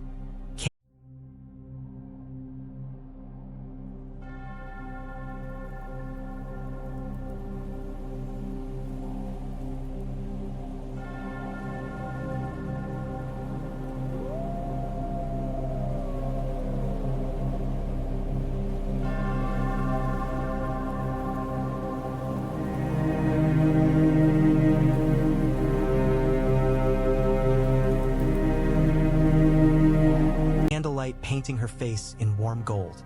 Olenna stood behind her shoulder, dictating with the brisk precision of a woman who had weaponized words long before men called it diplomacy. "Begin with gratitude," Olenna said. "Men love gratitude. It makes them think you fear them." Margaery's quill scratched steadily. "To her grace, Cersei of House Lannister." She paused, letting the name sit in her mouth like something sour, then continued. Her hand did not tremble. Jon stood near the hearth with a small scroll case in his hand. Oak wrapped in leather, sealed in green wax. It was empty. It was meant to be found. Ser Loras waited at the door, listening to corridor silence the way men listen to forests before an ambush. Every few breaths his eyes flicked to Jon's hands, to the case, as if the object itself offended him. "What is that?" Loras asked softly, though he already knew. "A trail," Jon said. Olenna's eyes snapped to them. "Do not use that tone," she hissed, as if the very sound might carry through stone. "Trails invite hunters." "That is the point," Margaery said without looking up. Her quill did not slow. "We do not stop the hunters by hiding forever. We stop them by leading them to a place where their teeth can be pulled." Jon turned the scroll case slowly in his palm. The seal bore a simple rose, nothing more. Anyone who found it would think it held something precious. Anyone who wanted proof of fire would taste it like blood. "What do we put inside?" Loras asked, voice tight. "Nothing," Olenna said. "Nothing is best. If they open it and find nothing, they will think we moved it. They will chase shadows. Shadows are safer than truth." Margaery finished her line and lifted her eyes to Jon. "We need them to believe we are frightened," she said. "Not panicked. Frightened. There's a difference." Jon nodded once. He understood that difference intimately. Panic got you killed. Fear kept you alive. And where do we leave it? Loras asked. Jon's gaze flicked to the map rolled on the side table, to the inked roads. Bitterbridge, he said. Near the river. Near the men who trade in secrets. Olenna's mouth tightened. Bitterbridge is full of taverns, she muttered. Full of mouths. Full of buyers, Jon replied. Margaery's quill resumed. We regret misunderstandings, she wrote, sweet as honey, sharp beneath it. We remain loyal to the realm's peace. Lies, wrapped in silk, meant to lull lions into thinking they could bite without consequence. When she finished, she sprinkled sand over the ink and blew gently. The candle flame fluttered. Seal it, Olenna commanded. Margaery pressed the wax, stamped the rose. The letter looked proper. It looked obedient. It looked like surrender waiting to happen. Jon's stomach tightened. They won't believe it, he said. They don't have to, Olenna replied. They only have to want to. Ghost lifted his head as if sensing the shift. The direwolf's red eyes moved from Olenna to Margaery to Jon, then to the door. Listening, Loras's voice dropped. If this draws them closer, he said, and they slip into Highgarden while you're chasing spiders. They're already in Highgarden, Margaery said quietly, and the calm in her voice made Jon's spine tighten. Olenna's cane tapped once. Then we set traps here too, she snapped, and we pray the seven finally decide to be useful. Jon looked down at the scroll case in his hand and felt the absurdity of it. A piece of wood meant to lure men to fire, while fire itself slept in a tower, growing. He turned toward the window. Rain slid down the glass like tears the castle refused to shed. Tonight, Margaery said softly. Jon nodded once. Tonight, he echoed, and the word felt like steel. Bitterbridge smelled like wet rope, spilled ale, and cheap perfume trying too hard to mask sweat. Jon and Loras entered the tavern without banners, without armor, dressed like men who wanted to be ignored. Jon's cloak was plain, his sword hidden beneath it. Loras had stripped himself of green enamel, wearing dark wool and a dagger at his belt like any hired blade. The room was crowded. Men hunched over cups, coins clinking, voices too loud because loudness was a shield. Merchants whispered in corners. Sellswords laughed over dice. A harpist plucked half-heartedly at strings, the song drowning under the noise. Jon's eyes adjusted quickly. He did not look for faces. He looked for habits. The man who watched too carefully. The hand that never left the purse. The posture that screamed soldier beneath a merchant's smile. Loras leaned close. Where? He murmured. Jon's gaze drifted, steady, and caught on a booth in the back where candlelight did not quite reach. A man sat there alone with a cup untouched, gloved hands folded on the table. At his throat, just beneath his collar, a copper chain glinted when he shifted. Jon felt cold spread beneath his ribs, a spider exactly as described. He moved toward the booth slowly, letting the crowd swallow him, letting bodies brush his cloak as cover. Loras followed half a step behind, close enough to strike, far enough to look like coincidence. The man lifted his head as Jon approached. His face was neat, clean-shaven, too calm for a tavern full of drunk men. His eyes were sharp and amused, as if he had been expecting Jon, or someone like him. Jon Stark, the man said softly, and hearing the name in that mouth felt like a hand around Jon's throat. Or do you prefer Snow? Jon stopped at the table's edge. He did not sit. You're the one with the copper chain, Jon said. The man smiled faintly.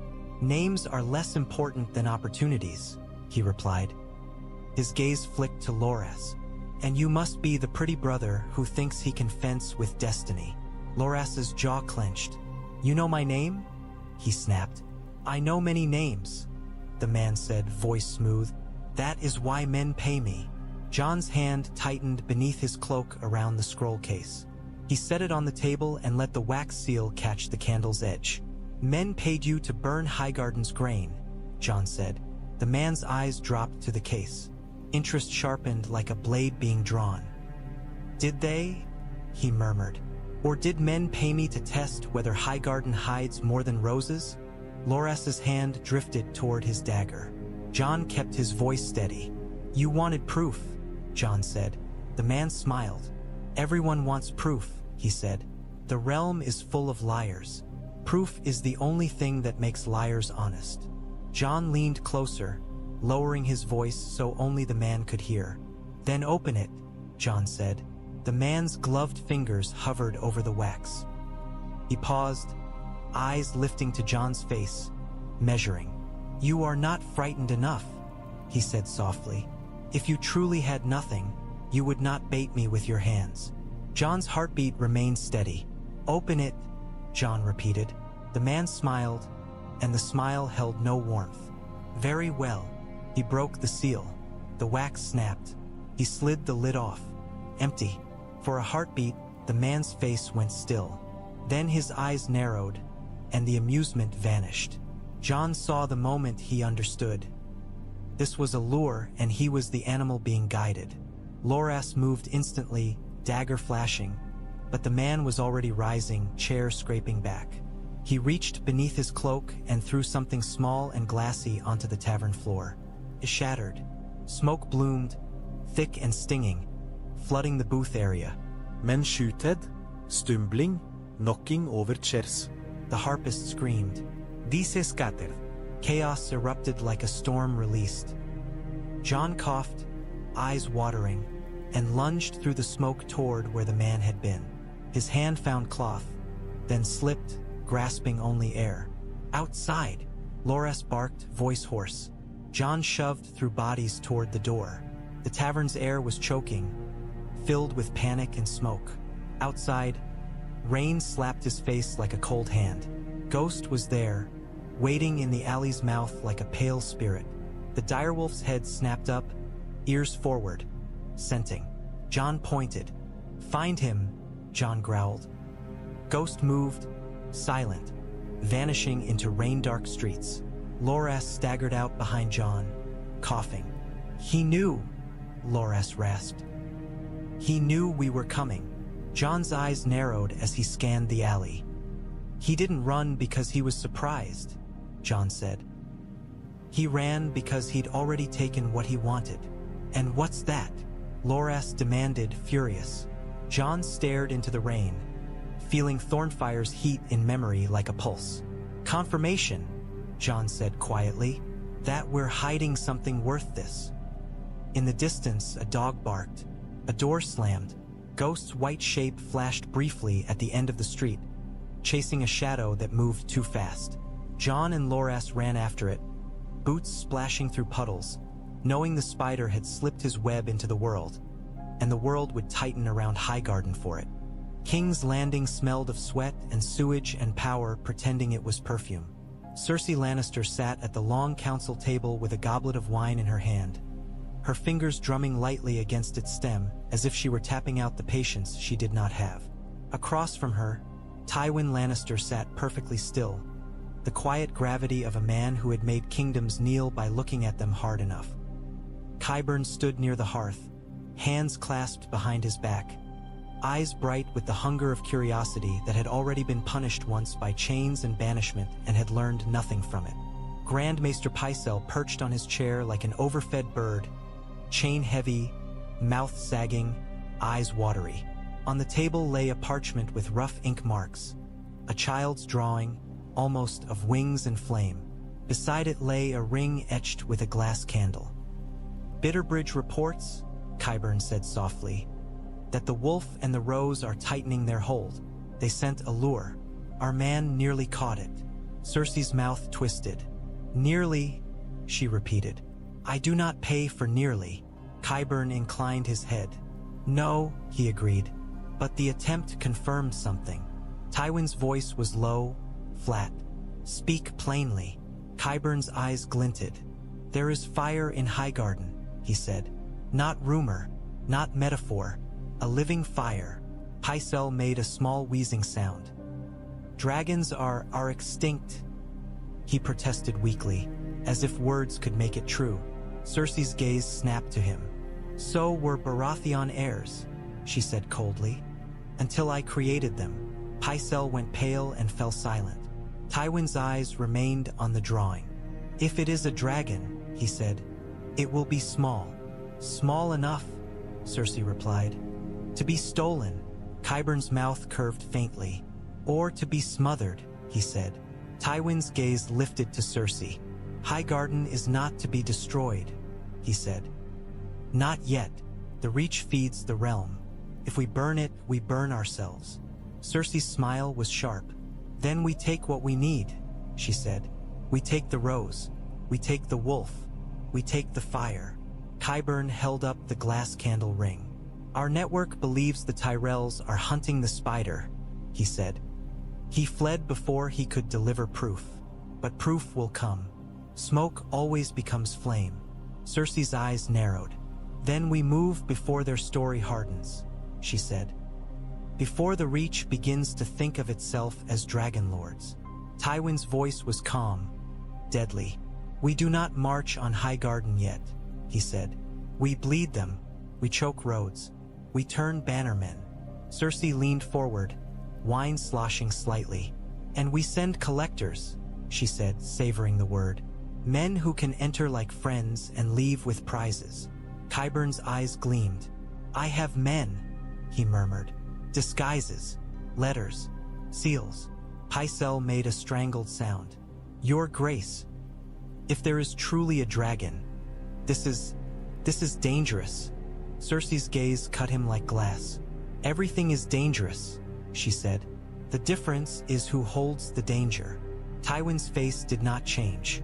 "If you send collectors," he said, "they will fail unless they have leverage." Cersei's smile broadened. "Then we give them leverage," she said. "We take hostages. We threaten villages. We burn fields. We make Margaery choose between her people and her pride." Qyburn's voice was soft, delighted. "And in choosing," he said, "she exposes what she hides." Tywin's gaze held Cersei's. "Do not underestimate the rose," he warned. "Olenna is no fool." Cersei's eyes glittered. "Neither am I," she said. She set her goblet down with a quiet clink that sounded like a verdict. "Send the collectors," she ordered, "and tell them this. I want the dragon alive if possible. I want Jon Snow alive if useful. And I want Margaery Tyrell humbled enough to remember what it means to belong to the crown." Tywin's eyes narrowed slightly. "And if they cannot..."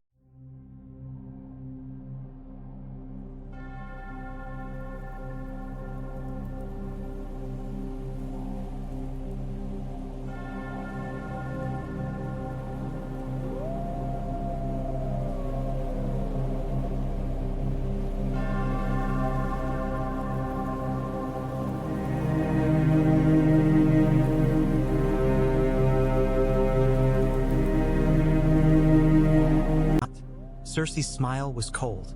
"Then I will settle for ashes," she said. In the Red Keep's torchlight, the crude dragon drawing lay on the table like a prophecy scrawled by children. Laughed at, dismissed, and then suddenly terrifying. And far away, in Highgarden's rookery tower, a hatchling slept with smoke on its breath, unaware that a queen had decided it belonged to her. The collectors arrived wearing holiness like a mask. They came in pale robes with 7-pointed stars stitched on their sleeves. Heads bowed, hands folded as if in prayer. They carried a letter with a royal seal. They carried smiles that were almost kind. And beneath the folds of cloth, they carried steel. Margaery encountered them in a corridor near the sept door. An intentional choice, Jon realized instantly. They wanted her in a place where blood would feel like sacrilege. They wanted guards hesitant. They wanted her mind pulled between outrage and caution. She turned the corner with 2 ladies trailing behind, talking softly about grain ledgers. The Septon at the front lifted his head and smiled. "My lady," he said, voice gentle, "we bring word from the crown. For your safety." Margaery's expression did not change, but Jon saw the moment her instincts flared. Her eyes flicked to their hands. Too clean for Septons, too steady. Her gaze flicked to the letter. Wax too fresh, seal too perfect. Ser Loras stepped out from a side arch, and his presence changed the air. His hand was already on his sword. What business? Loras asked, voice flat. The lead septon held out the letter. The crown requests. No. Olenna's voice snapped from somewhere behind. Sharp as a whip, she had been walking with Margaery, unseen until she chose to be seen. We've already sent our answer. It was short. The septon smiled wider, and the smile did not reach his eyes. Then we must insist, he said softly. Jon moved forward, Longclaw half-drawn. He did not announce himself. He did not need to. The corridor was suddenly a throat tightening around prey. Margaery's ladies gasped and stumbled back. One began to scream, then bit it off as if realizing screams brought death faster. The septon sighed, as if disappointed. So be it, he murmured. Steel flashed from beneath cloth. A dagger appeared in his hand like a snake's tongue. Loras lunged. His sword sang free, green cloak flaring as he cut toward the man's wrist. The blade knocked the dagger aside, sparks leaping. Another septon moved in from the side, aiming for Margaery's ribs. Jon stepped between them without thinking. Longclaw came free in one smooth motion, pale Valyrian steel catching torchlight like moon on ice. He parried the dagger, then drove his shoulder forward, slamming the attacker into the wall hard enough to make the man grunt. Olenna's cane struck the floor once. Command. Guards! She snapped, voice carrying like a bell. The corridor erupted. Tyrell guards poured in from both ends, spears lowered. The collectors realized too late that their prey had teeth. One septon threw his letter into the air as distraction, then reached into his sleeve and flung a small glass vial toward the torch sconce. It shattered. Green flame bloomed. Wildfire, small but vicious, crawling along stone like a living thing. Margaery recoiled instinctively, eyes widening.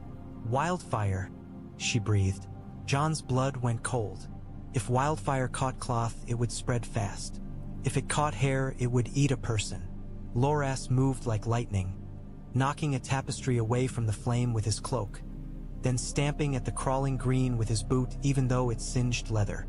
Guards shouted, hauling water, but water only made wildfire hiss and spit.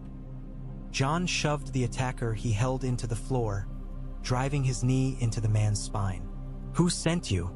Jon snarled. The man laughed, breathless, and spat blood. The crown, he rasped. You think you can hide fire from a lion? Another collector, seeing failure, lunged toward Margaery with desperate speed, dagger aimed high for her throat. Jon's body moved before thought. Longclaw cut through the air in a clean arc.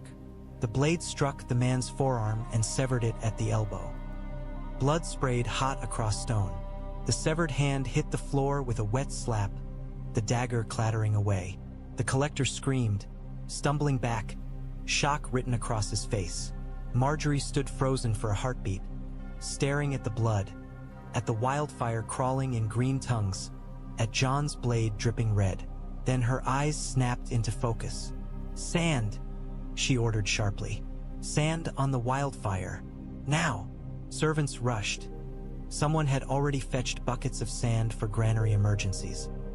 They threw it hard onto the green flame, smothering it in gritty heaps. The wildfire hissed, then died beneath the weight. Silence crashed down as suddenly as the violence had risen. The collectors lay dead or pinned. Tyrell guards held them at spear point. Loras stood breathing hard, cloak singed at the hem, eyes blazing with murderous fury. Margaery's face was pale, but her voice was steady. Take them, she said. Alive if possible. I want names. Olenna's gaze locked on Jon's blade, then lifted to his face. Well, she murmured, voice tight. Now the castle has seen real blood, not just smoke. Jon wiped Longclaw on the attacker's robe, hands steady though his chest pounded. They brought wildfire, he said quietly. Margaery's eyes were hard. Then King's Landing has decided, she said. No more masks. And somewhere above them, in the rookery tower, Thornfyre stirred in its sleep, as if feeling the violence below like a distant drumbeat calling fire to wake. One collector lived. Barely. They dragged him into a cellar room that stank of damp stone and old wine, bound him to a chair, and left him in torchlight so he could see every face that would decide whether he kept his tongue. His robe was scorched at the hem where wildfire had licked it. His hands were bound behind him. Blood ran from a cut on his brow into his eyes, making his stare glossy and desperate. Margaery stood before him with her hands clean and her posture perfect. She did not hold a dagger. She did not need to. Her calm was the blade. Olenna leaned on her cane near the wall, eyes sharp as needles. Loras stood like a statue of wrath, jaw clenched, breathing hard through his nose as if trying not to explode. Jon remained silent near Margaery's shoulder, long claw sheathed, presence heavy. "Who sent you?" Margaery asked softly. The man's mouth twitched into something like a grin. "The crown," he rasped. "You know that." Margaery tilted her head. "Names," she said, still gentle. "Not titles." The collector spat blood. "A lioness," he hissed. "A spider in a red keep. Men who smell smoke and think it means gold." Olenna's cane tapped once. "Cute," she snapped. "He thinks he's a poet." Margaery's eyes did not change. "How many of you?" she asked. The man laughed, then coughed. "Enough," he wheezed. "Enough to make you watch every corridor until you forget how to breathe." Loras took a step forward, voice shaking with rage. "I will peel your skin." Margaery lifted a hand without looking at him. Loras stopped as if struck. The control in that small gesture made Jon's chest tighten. This was how she ruled. Not with shouting, but with certainty that others obeyed. Margaery leaned closer to the collector. "You tried to kill me in a sept corridor," she said softly. "You brought wildfire into my home. That is not negotiation. That is insult." The man's eyes flicked, wary now. He had expected screaming. He had expected threats. He had not expected a woman looking at him like he was already dead and simply deciding how useful he might be before burial. Margaery's voice remained quiet. "Tell me where your message goes," she said. "Who receives it? Who pays you? And I will let you keep your tongue long enough to enjoy your last meal." The collector swallowed. "And if I don't?" he rasped. Olenna smiled without warmth. "Then you die without knowing whether we will feed your corpse to dogs or throw it in the river," she said. "I'm old. I have time to be creative." The collector's eyes flicked to Jon. "And the wolf?" he whispered. "Does the wolf bite too?" Jon stepped forward, slow and quiet. He leaned in until the collector could smell steel and cold. "I've killed men for less than you've done," Jon said. "The only reason you are still breathing is because my wife wants words." The collector's grin faltered. "Wife?" he muttered, almost amused. "Rose and wolf. You think you can hold a realm with a marriage and a—" Jon's hand shot out and gripped the man's jaw, forcing his face upward. "Do not," Jon said softly, "say what you came to steal. If you say it aloud, I will remove your tongue first." The collector's eyes widened, fear breaking through bravado. Margaery watched Jon's hand, then the collector's face. "He knows," she murmured. "Not proof, but the shape." Olenna's eyes glittered. "Then the shape is spreading," she said, "and the world will come to fill it with meaning." Margaery straightened. "Names," she repeated, voice firmer now. The collector's throat bobbed. "Bitterbridge," he whispered. "A contact, copper chain. He sends messages north and south. He calls himself." He hesitated, eyes darting. Loras's voice was a growl. "Say it." The collector swallowed. "He calls himself Candlehand," he whispered.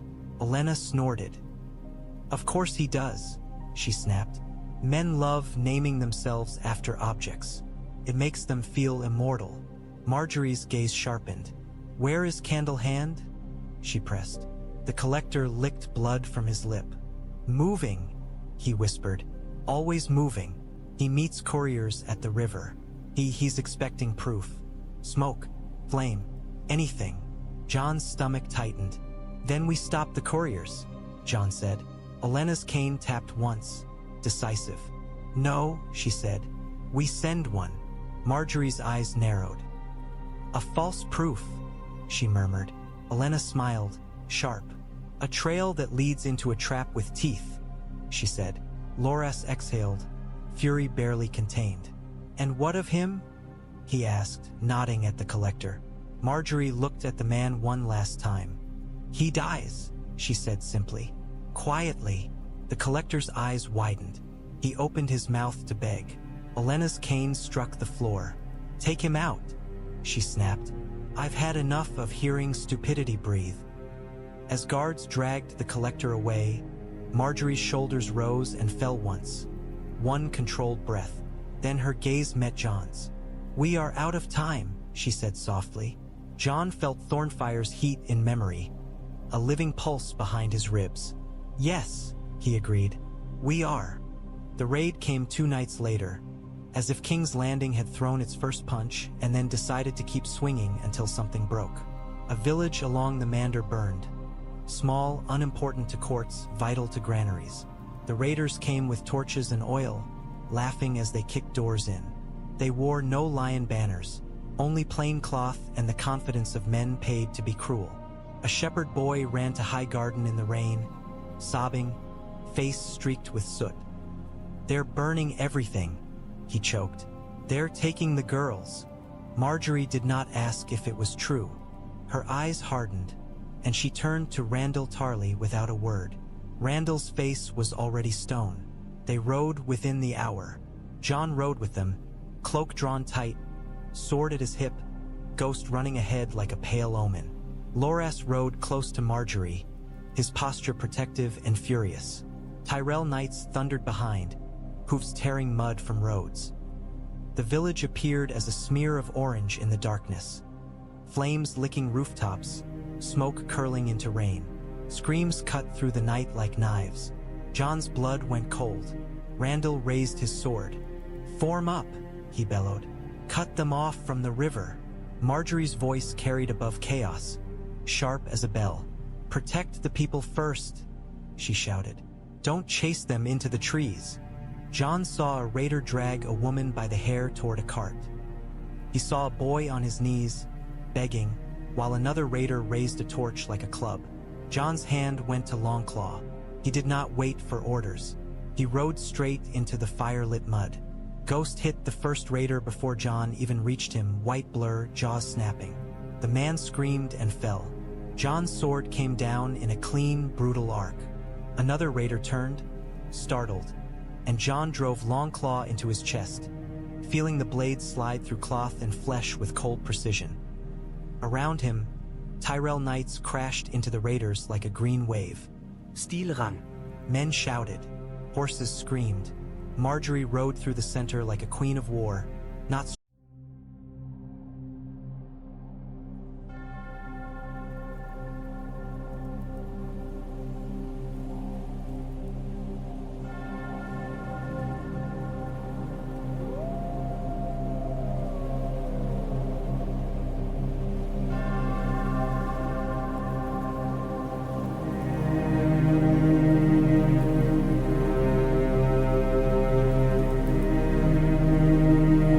striking blindly but directing, pointing guards to burning huts, ordering men to form bucket lines, dragging children onto horses behind her.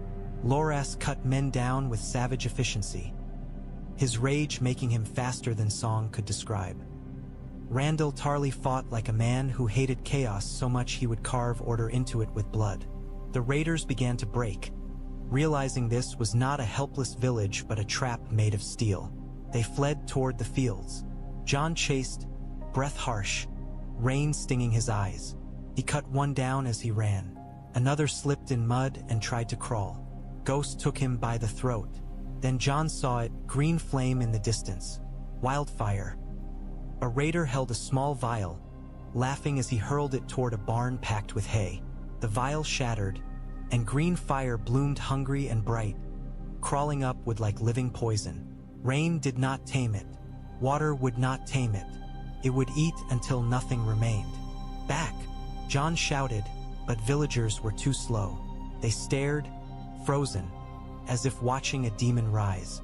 Margaery's horse skidded in mud as she reached the edge of the green flame. Her face went pale. "No," she whispered, not as fear but as refusal. Loras grabbed her reins. "Stay back," he snarled. But the wildfire was already spreading, crawling toward the nearest hut where a family huddled inside, screaming. Jon's mind snapped into brutal clarity. This was the moment, not for pride, not for a crown, for people who would die if no one dared to bring greater fire to swallow lesser poison. Jon turned his horse and rode hard, back toward Highgarden's riders, back toward the small bundle hidden beneath his cloak, back toward the secret he had sworn to keep until it could save something. It was about to save them all or expose them all in the same breath. Jon did not remember dismounting. He remembered only mud under his boots and heat against his ribs and the sound of people screaming as green fire crawled like a living curse. He shoved his horse's reins into a guard's hand and tore open his cloak. Thornfyre was inside, wrapped in wool, awake and furious at being confined. The hatchling hissed as cold rain hit its scales. Its gold eyes narrowed to slits, then widened as it saw the green flame. It made a sound high and sharp, like outrage. Margaery's voice cut through the chaos. "Jon." It was warning and fear and understanding all at once. Loras stepped between Jon and the nearest staring villagers, sword raised, face savage. "Back," he roared. "Back, or I'll cut you down myself." Men stumbled away, terrified. Some fell to their knees. Some crossed themselves. Some simply stared as if their minds could not accept what their eyes were showing them. Randyll Tarly's horse stamped nervously nearby. Randyll himself did not move. He watched with a soldier's hard awe, as if witnessing the arrival of a weapon he had dreamed of and prayed never to see. Jon held Thornfyre up, both hands steady despite the tremble in his blood. The hatchling's wings flared wide, membranes catching firelight like stained ruby. Rain hissed against its heat and turned to steam. "Thornfyre?"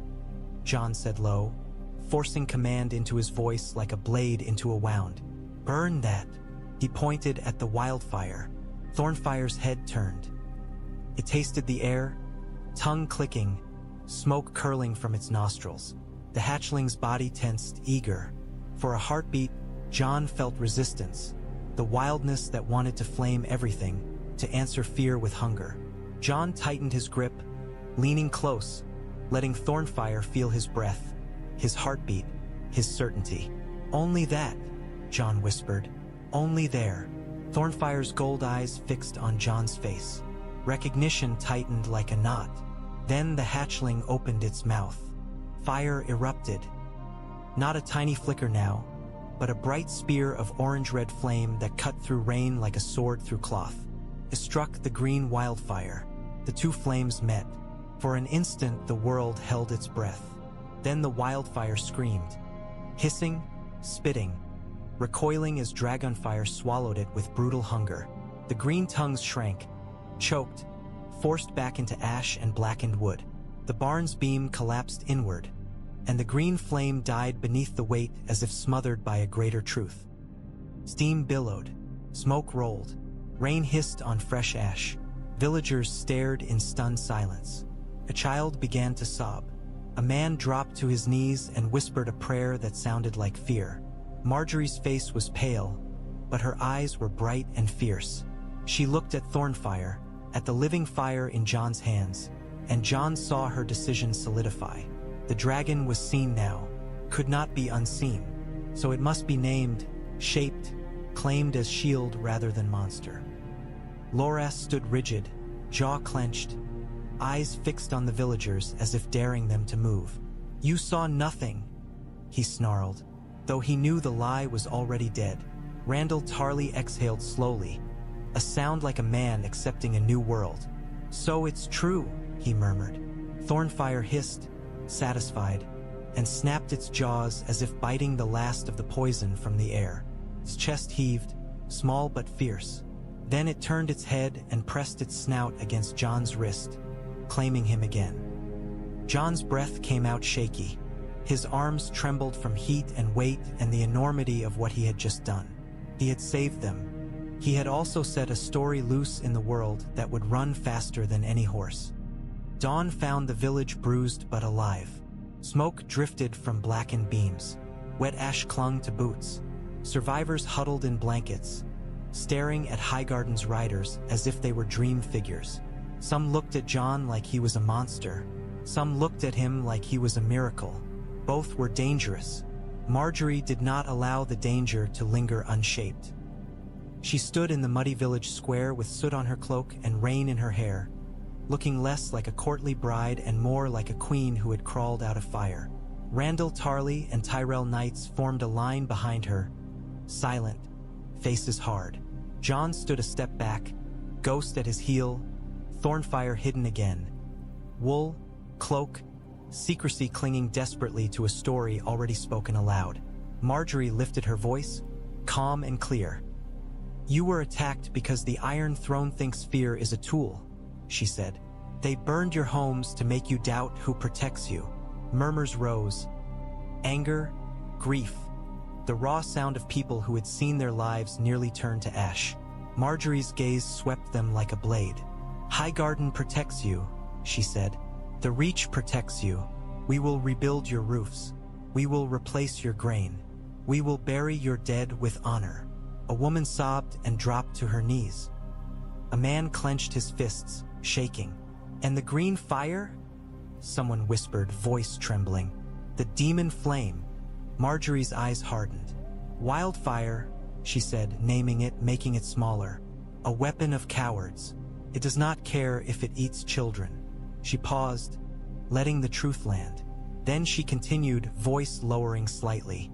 "Last night you saw something else," she said. "Something that stopped the poison." The village square tightened. Breath held. Eyes widened. Jon's pulse hammered. He knew what was coming. Margaery did not say dragon. Not yet.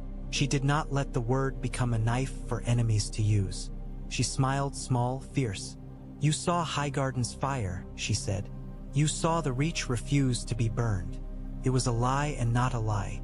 It gave them pride without giving them details.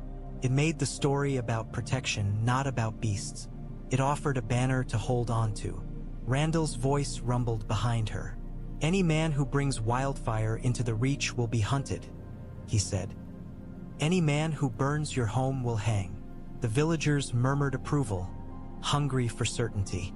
Margaery lifted her chin. "You will hear whispers," she said.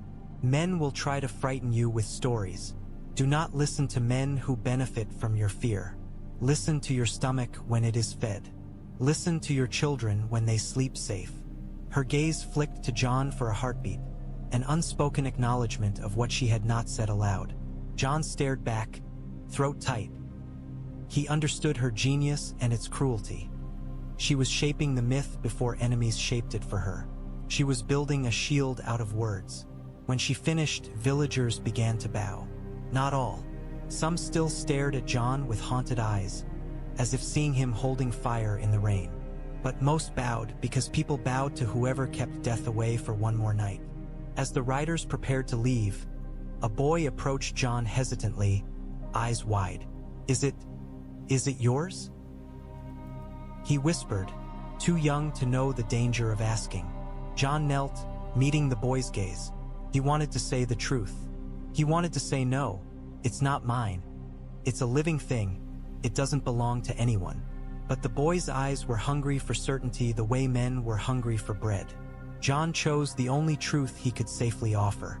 "It's on our side," Jon said softly. The boy nodded as if that was enough. He ran back to his mother.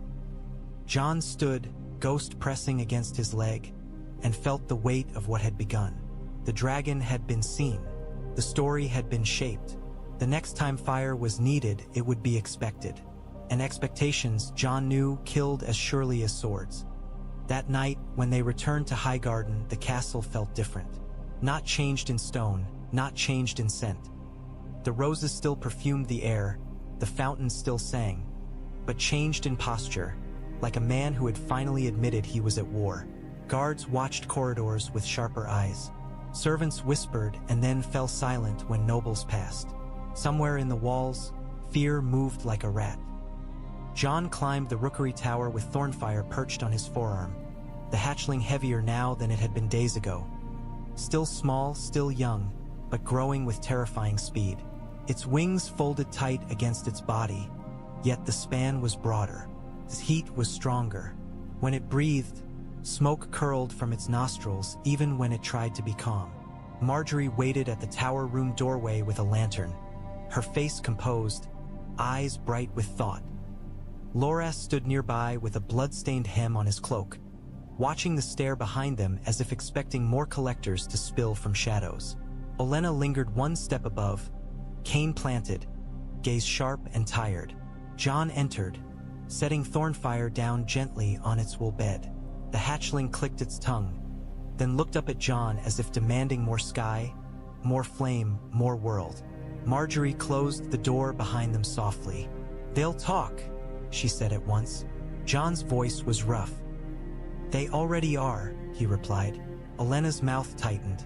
"Villagers talk," she said. "Then traders talk. Then lords talk. Then septons talk. Then kings talk. That's how rumors become armies." Loras's jaw clenched. "And now every rat in this castle will search for smoke," he said. Margaery's gaze remained on Thornfyre. "Yes," she said, "but now we have something they cannot ignore." Jon stared at the hatchling, at the way its gold eyes watched him like a question. "We have a target," Jon said. Margaery's voice softened. "We have a shield," she corrected. Jon's throat tightened. "A shield that breathes," he said, "and grows." Olenna's cane tapped once, impatient with philosophy. "You did what you had to," she snapped. "You saved people. That buys you something." "What does it buy?" Jon asked. Olenna's eyes glittered. "Time," she said, "and fear. Fear is coin. Spend it wisely." Margaery stepped closer to Jon, lantern light warming her face. "We choose the next moment," she whispered. "Not them." Jon met her gaze, and he saw it, her resolve, her strategy, her willingness to sacrifice softness for survival. He respected it. He also feared it because it meant she would push toward using Thornfyre again, and again until the dragon was not a secret but a banner. Loras's voice was low, grim. "King's Landing won't wait," he said. "If they used wildfire on a village, they'll use worse when they get desperate." Olenna's mouth twisted. "Then we make them desperate first," she said. Thornfyre opened its mouth and let out a thin puff of smoke, as if agreeing. Jon reached out and rested 2 fingers on the hatchling's snout. Heat surged, familiar and intimate. Thornfyre blinked slowly, then pressed its head into Jon's touch like a cat claiming warmth. Outside the tower, stars glittered in a storm-cleared sky. Sharp, cold, indifferent. Jon felt the future pressing in, heavy as armor. Armies moving, collectors returning, lords wavering. A queen and king's landing deciding whether she wanted a dragon in chains or in ash. He looked down at Thornfyre and felt something burn in him. Not pride, not ambition, but a ruthless, protective certainty. If the realm came to collect, it would find Highgarden's roses had grown teeth. And somewhere beneath those roses, fire was learning.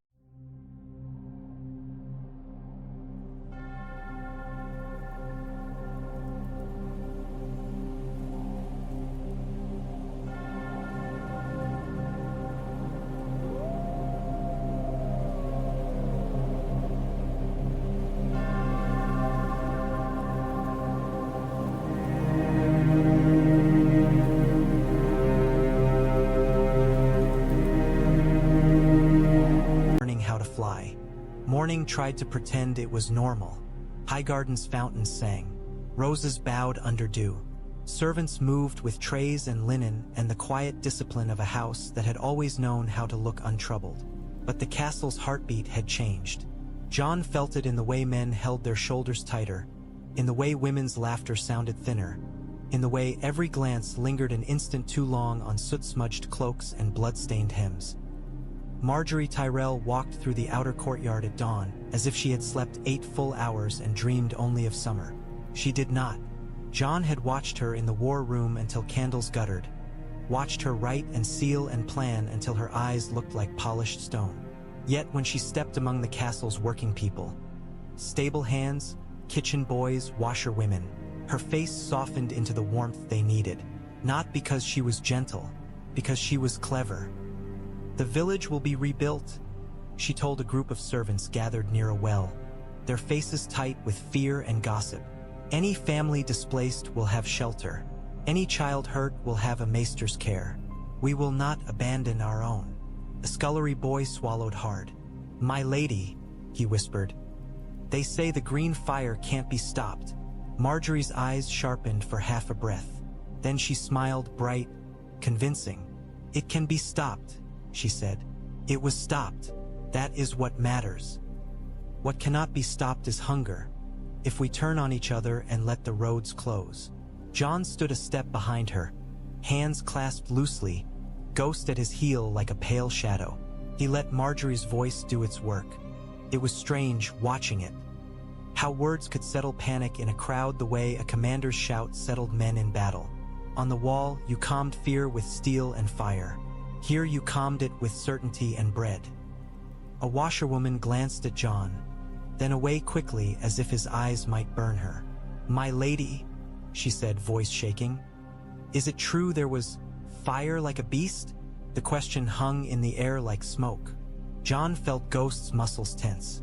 He felt the castle's attention tighten around them, an invisible ring of ears and eyes. Margaery did not flinch. "It is true that cowards brought wildfire into the Reach," she said, voice firm. "It is true that we stopped it. And it is true that anyone who tries again will find the Reach has teeth." She said nothing more. She did not name dragons. She did not deny them. She let the mystery remain just vague enough to be useful, just solid enough to reassure. Olenna Tyrell watched from a balcony above, cane planted, her gaze scanning faces like a butcher scanning meat. Jon could almost hear her thoughts. That one will whisper to a cousin, that one will write to a septon, that one will sell a rumor for a copper. Olenna's expression did not soften when Margaery smiled. Olenna's softness lived in strategies, not in cheeks.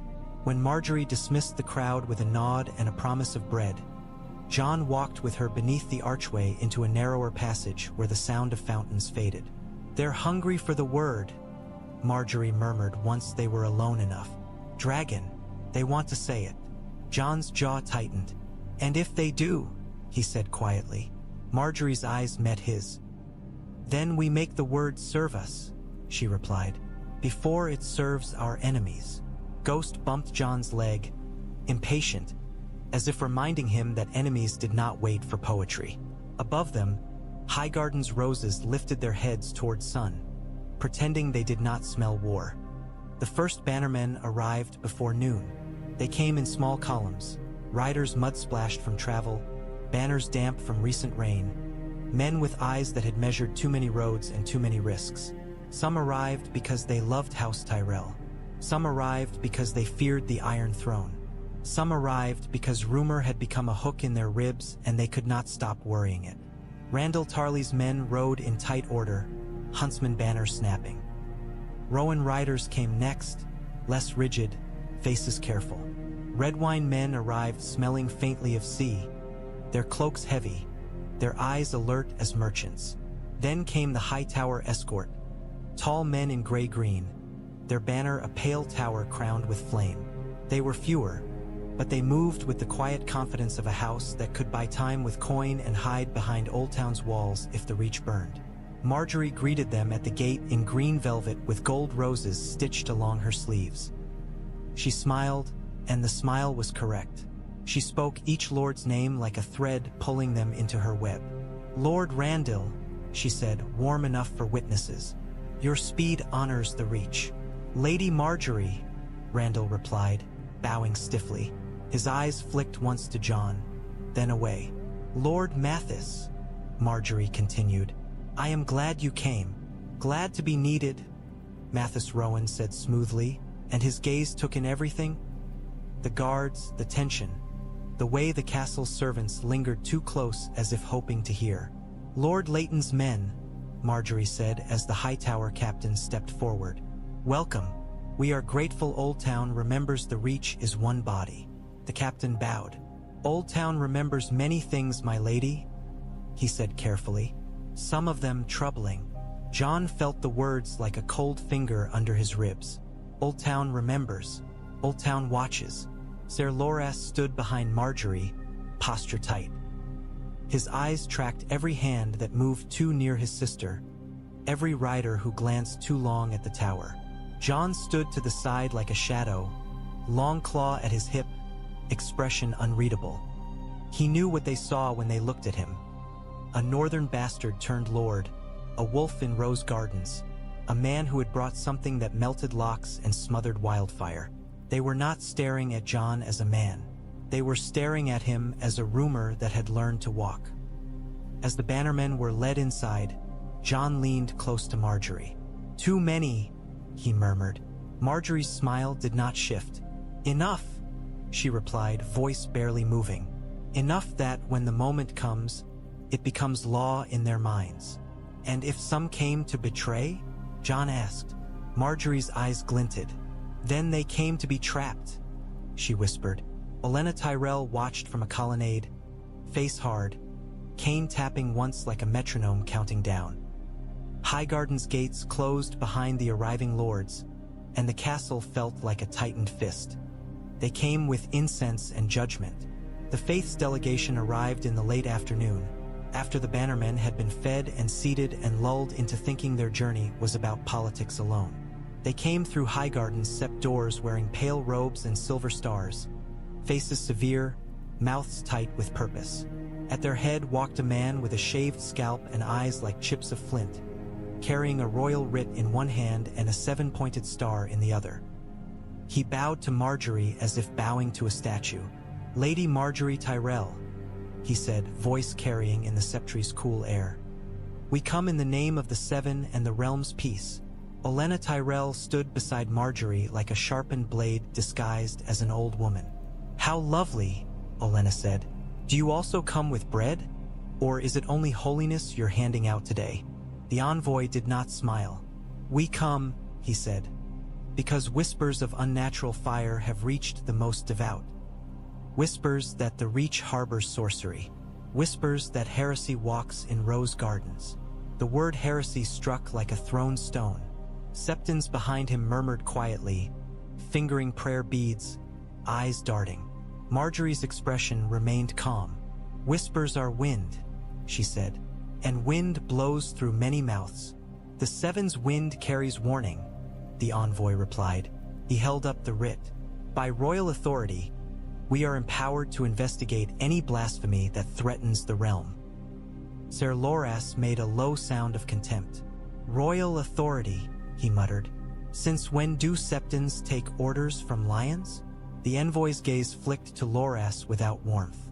"Since lions hold the crown," he said, "and the crown protects the faith." Olenna's laugh was sharp. "Protects," she echoed.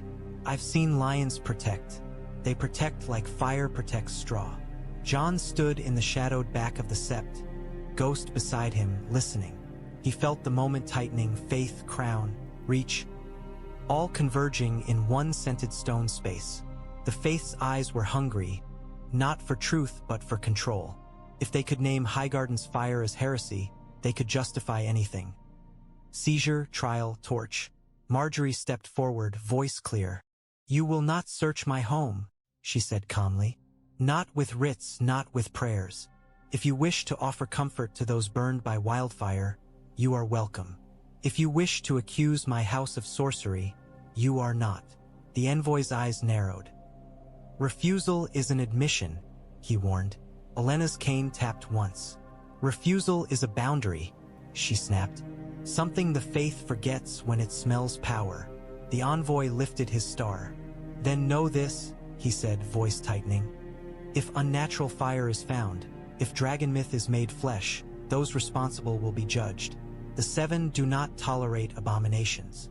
Jon felt Ghost shift, silent and tense. He thought of Thornfyre's gold eyes, the hatchling's small body pressing into Jon's palm like trust. Abomination. The Faith would never see a dragon as a living creature. They would see it as a story that threatened their gods. Margaery's smile was small and cold. "Tell the most devout," she said, "that the Reach tolerates starvation less than it tolerates words. We will not be bullied by incense."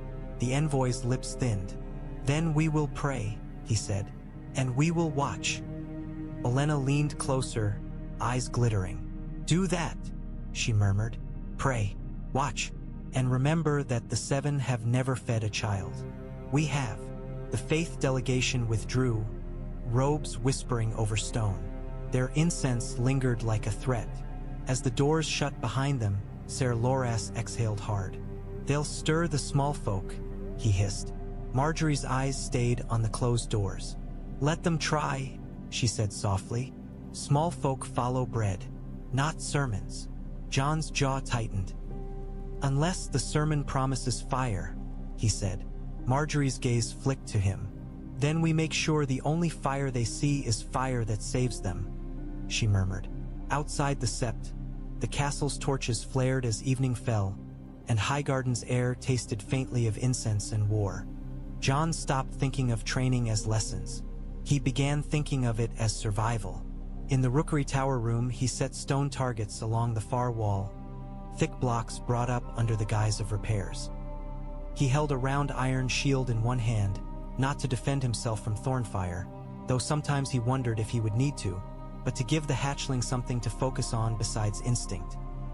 Thornfyre perched on its stone block, wings flexing, eyes bright with a restless hunger that grew stronger by the day.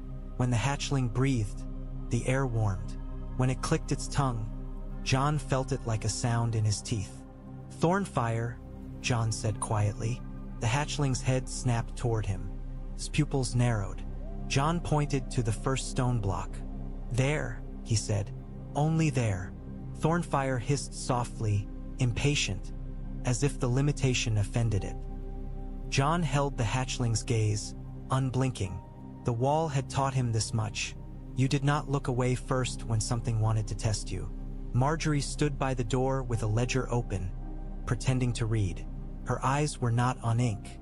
They were on Thornfyre's throat, on the way its chest expanded before flame, on Jon's hands, on the distance between accident and catastrophe.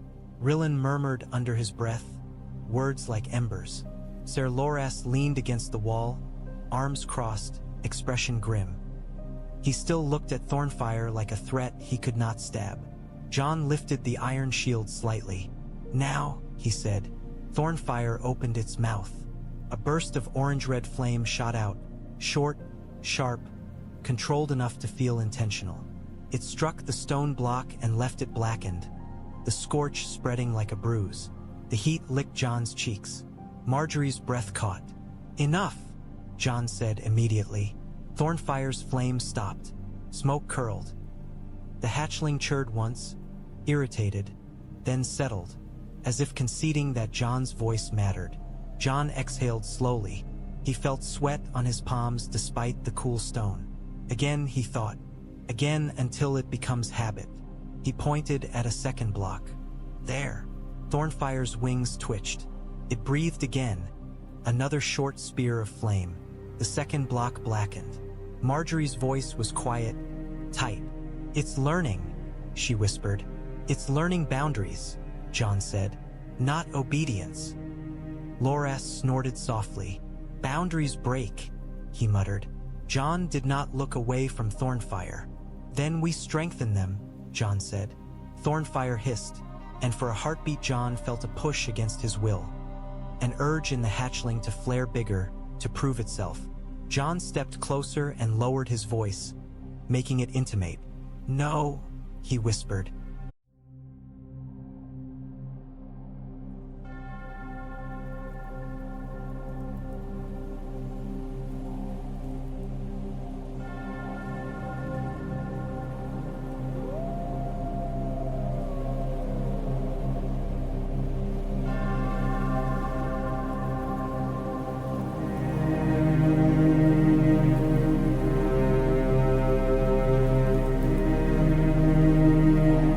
here. Not now. Thornfyre's gold eyes fixed on his face. The resistance trembled, then eased. The hatchling clicked its tongue and folded its wings, a grudging surrender. Jon's chest loosened by a fraction. Rillin's voice drifted, low. Fire respects the hand that does not fear it, he murmured. Jon's jaw tightened. He did fear it. He simply refused to let it smell that fear. Margaery closed her ledger with a soft snap. The faith is watching, she said quietly. The lords are watching. The servants are watching. If it ever... It won't, Jon said, and the certainty in his voice surprised even him. Margaery's eyes held his. You don't know that, she whispered. Jon looked at Thornfyre, at the small creature that had already smothered wildfire and melted iron and breathed flame into rain. He did not know. He could not know. But he could decide what he would do if it happened. I know this, Jon said softly. If they come for him, if they come for you, then I will not hesitate. Loras's eyes narrowed. And what does that mean? He asked, voice-edged. Jon met his gaze cold. It means, Jon said, they will learn what it means to bring wildfire to a dragon's doorstep. Silence settled, heavy as soot. Thornfyre chirred, as if pleased by the tension, and pressed its snout briefly against Jon's wrist, warm, claiming. Jon felt the bond like a brand. And somewhere below them, in Highgarden's halls, men whispered prayers and plans, unaware that in the tower above, a wolf was teaching fire to listen. The theft came dressed as caution. It happened deep in the night when the castle's noise had thinned to breathing and distant water. Jon was half asleep on a bench near Thornfyre's wool bed, because he had stopped trusting walls to hold secrets on their own. Ghost lay curled near the door like a pale knot of muscle, ears twitching at every creak. A soft scrape woke Jon, the sound of metal against stone. Ghost's head lifted. A low growl started in his chest, deep enough to vibrate the air. Jon sat up, hand going to Longclaw. The door eased open a fraction, slow and careful, as if whoever pushed it believed patience was invisibility. A sliver of lantern light slipped into the room. A man stepped in, not a guard, not a servant Jon recognized. He wore plain cloth, but at his belt hung a small badge, a pale tower crowned with flame. Hightower. In his hands he carried an iron cage, small, tight, designed to hold something that would not like being held. Jon's blood went cold. Thornfyre stirred, hissed, wings twitching, heat pulsed. The man froze when he saw Jon awake, but only for a heartbeat. Then he reached into his sleeve and flicked a pinch of powder toward Thornfyre. Fine dust meant to dull lungs, meant to soften resistance. Ghost launched. The dire wolf hit the man from the side, knocking him into the wall with a brutal thud. The cage clattered to the floor. The man shouted, scrambling, trying to draw a dagger. Jon moved in a blur. Longclaw flashed, stopping an inch from the man's throat. Don't, Jon said, voice flat as ice. The man's breath came fast. I'm not, he began, then choked as Ghost's teeth closed on his shoulder and held him still.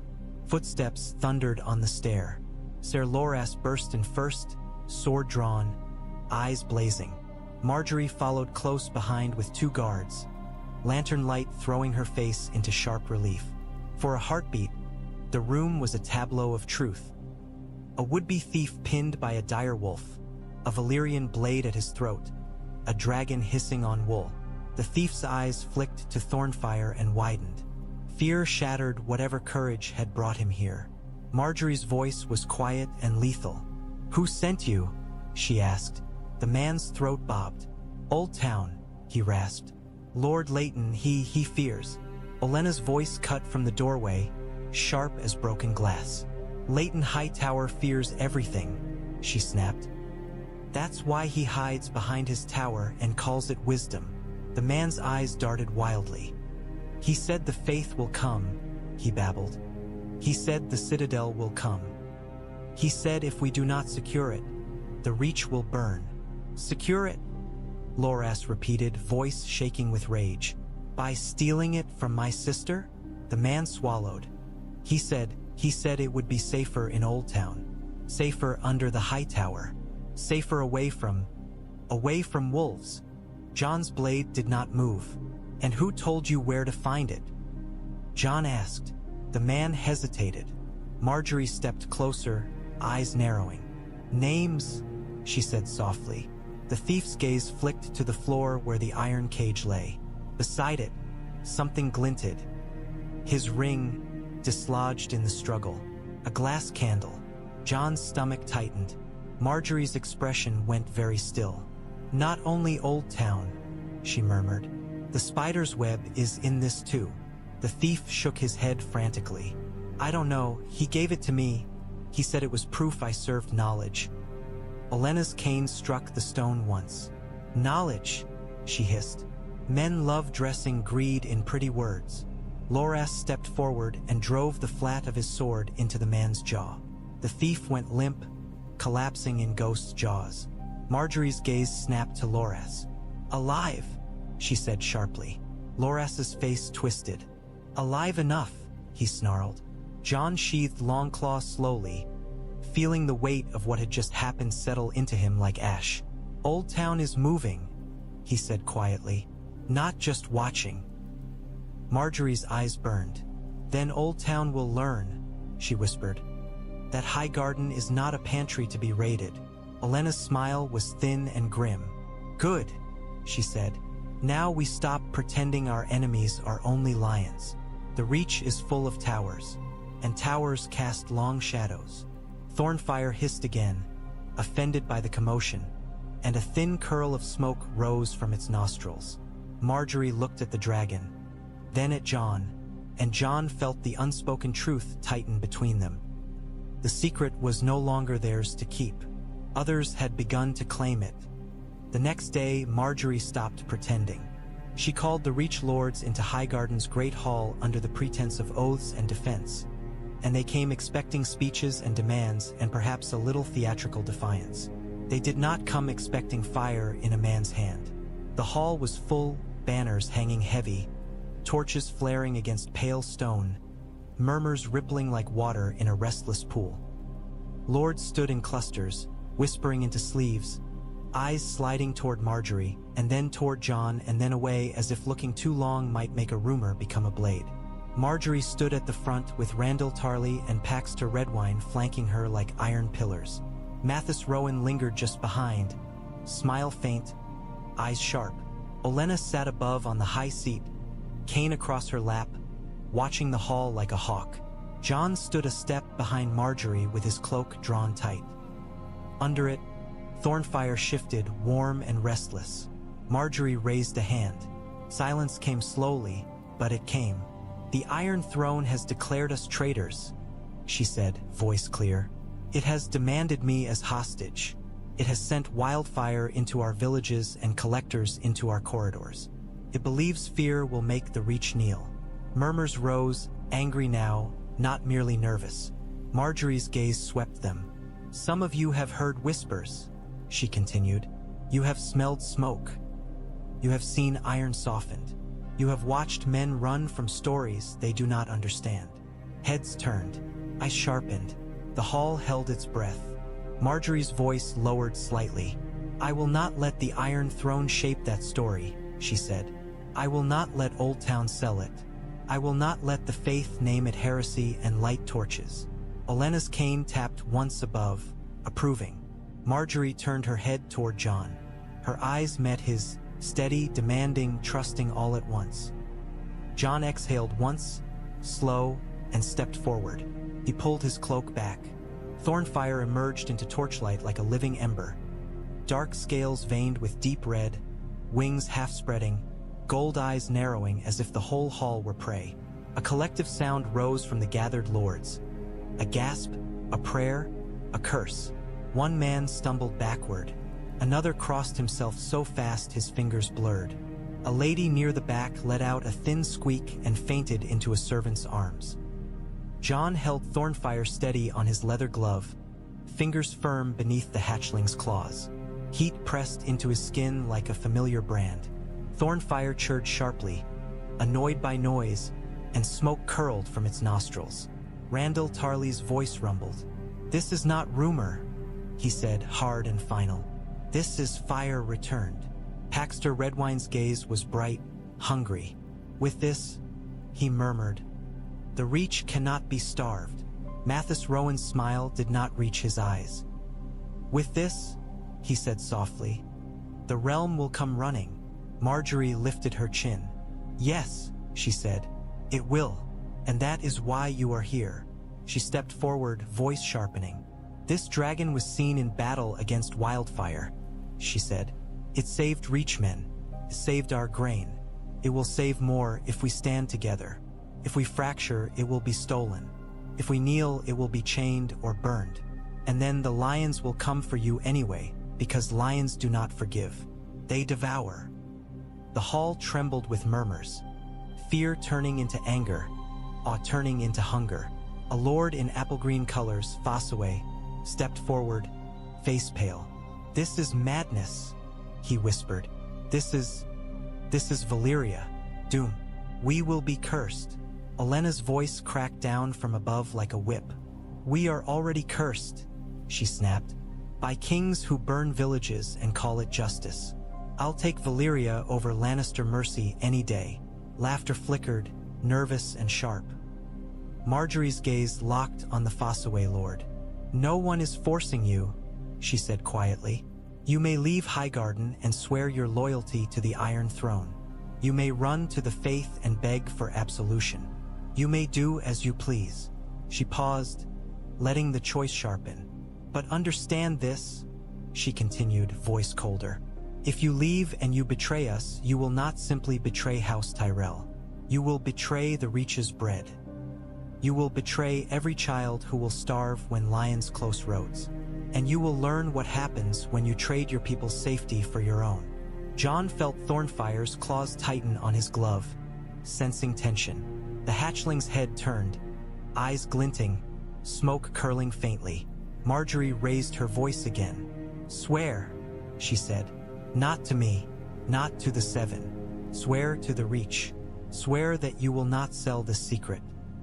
Swear that when the Iron Throne marches, you will bleed it on our roads and feed our people through winter." Randyll Tarley stepped forward and drew his sword, point down, a soldier's oath. "I swear," he said. Paxter Redwine followed, voice steady. "I swear." Mathis Rowan's smile faded into seriousness. "I swear." One by one, the hall shifted. Some lords knelt. Some spoke oaths through clenched teeth. Some remained standing, faces pale, minds racing. Those standing were marked. Margaery watched them with calm eyes and did not blink, because now the dragon was seen. Now the story belonged to Highgarden, and anyone who tried to steal it would have to steal it from the Reach itself. The first betrayal tried to run before night cooled. It came in the form of 3 lords and a handful of sworn men slipping toward a postern gate with cloaks drawn up and heads down. They did not ride under banners. They did not shout. They moved like thieves because they knew in their bones what they were doing was theft. Jon watched from shadow beneath an archway as they approached the gate, lanterns low, their horses muffled with cloth at the hooves. Ghost stood beside him, silent, red eyes fixed on the moving cluster like a predator watching deer. Margaery did not stand there. Margaery did not need to. She had placed her pieces already. From the darkness beyond the gate, riders emerged. Rowan men, their horses quiet, their faces hard. Tyrell guards stepped in from both sides, spears lowered, torches flaring as if the night itself had decided to reveal the truth. The leading lord froze, hand drifting toward his sword. "What is this?" he hissed. A Rowan captain's voice was calm. "A closed gate," he said. "Lady Margaery requests you remain her guests." "We are not prisoners," the lord snapped. Jon stepped into torchlight just enough to be seen. He did not draw Longclaw. He did not have to. His eyes were enough. "You are not prisoners," Jon said quietly. "Yet." The lord's face tightened. "This is tyranny," he spat. This is war." Jon cut in, voice flat. "And you tried to run to lions with a dragon story in your pocket." One of the lord's men shifted, nervous. Another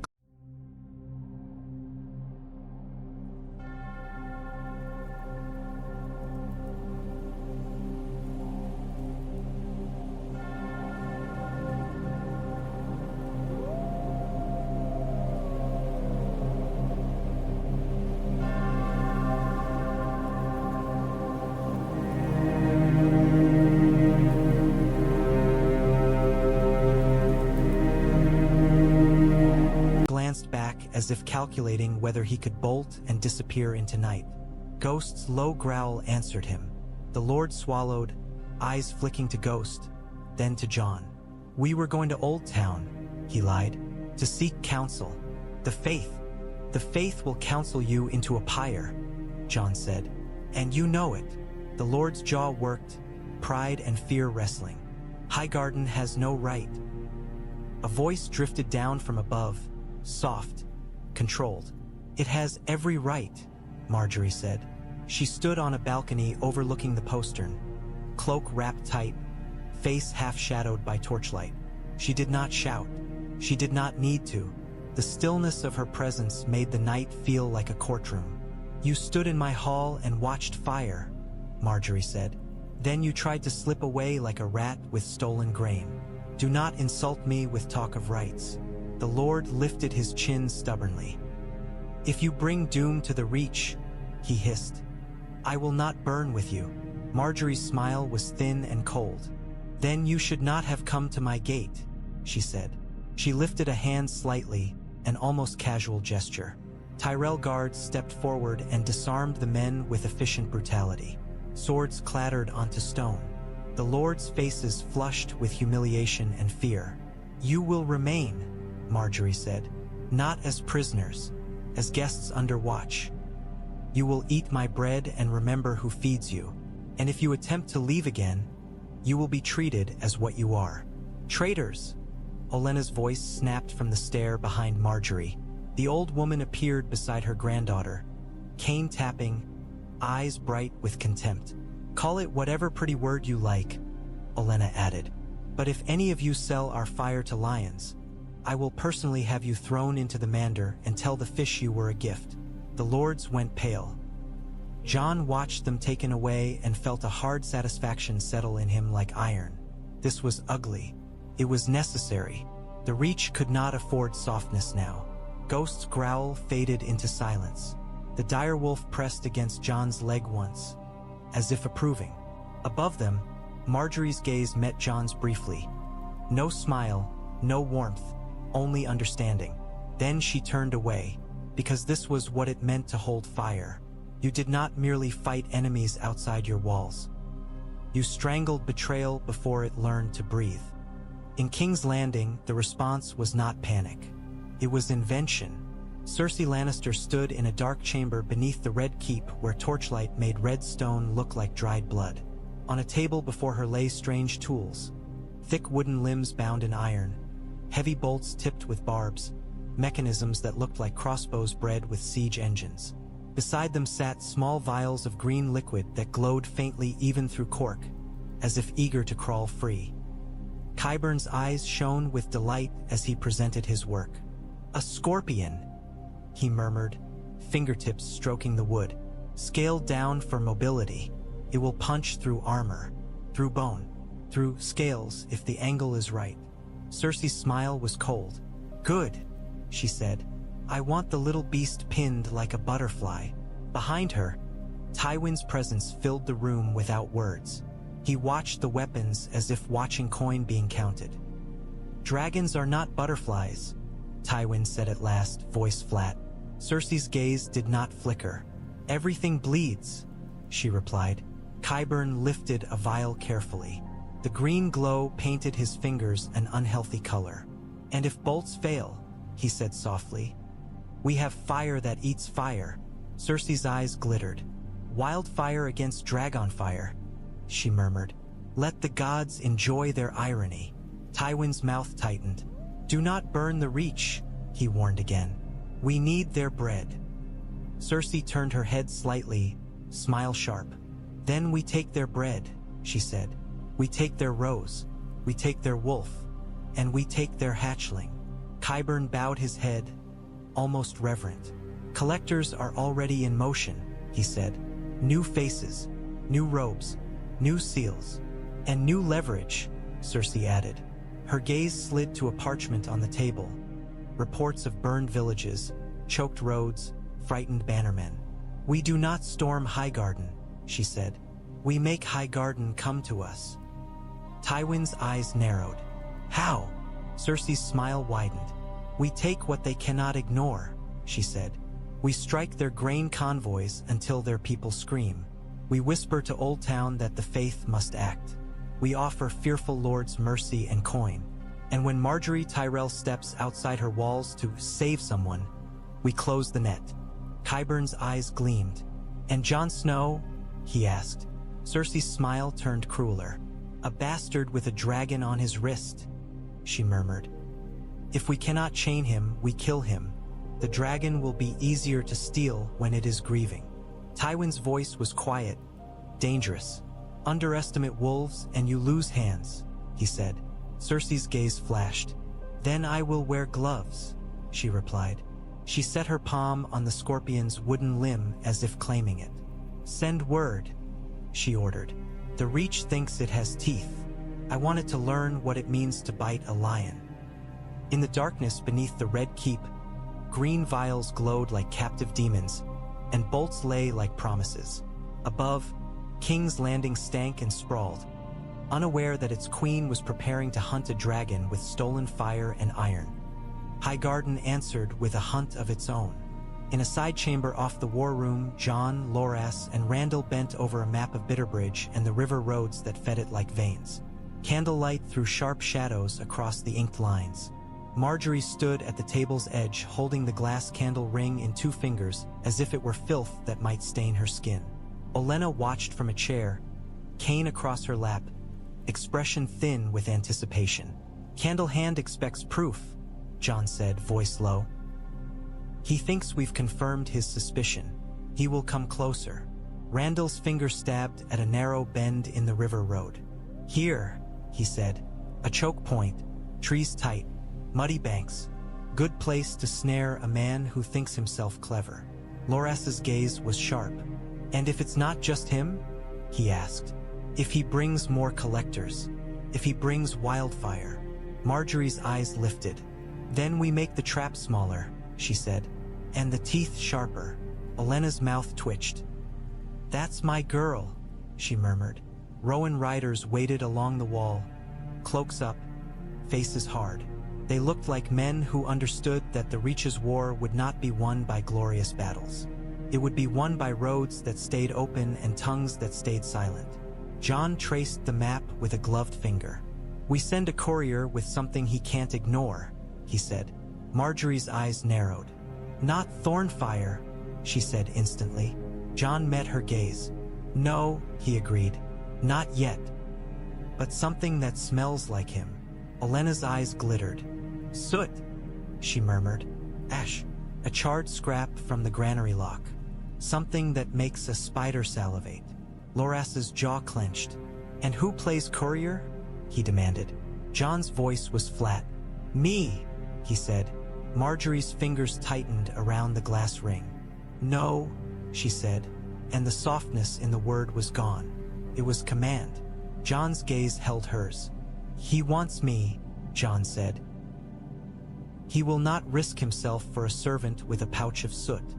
He will risk himself for the wolf. Randall grunted approval. He's right, he said. Margaery's face went still. And if it is a trap for you? She asked. Jon's mouth tightened. Then we spring it first, he said. Olenna's cane tapped once.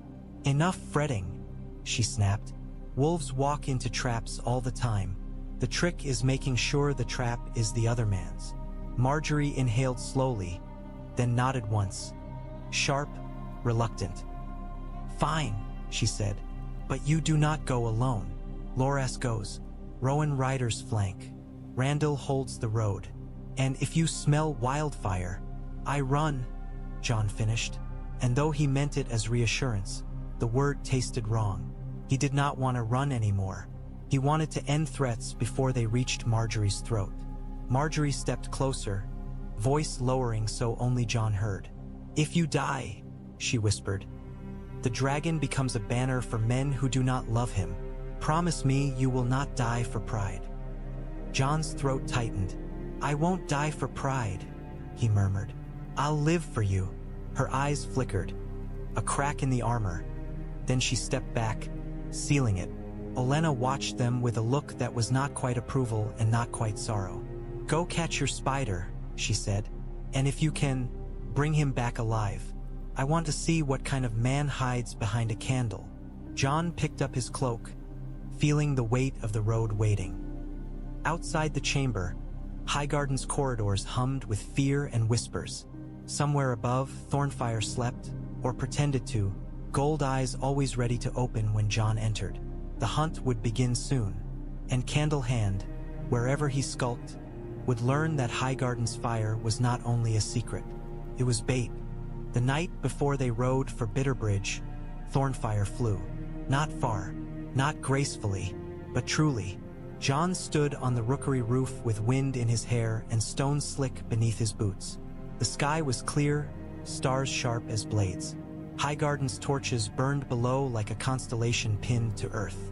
Thornfyre perched on Jon's forearm, heavier now, claws digging through leather, wings twitching with restless impatience.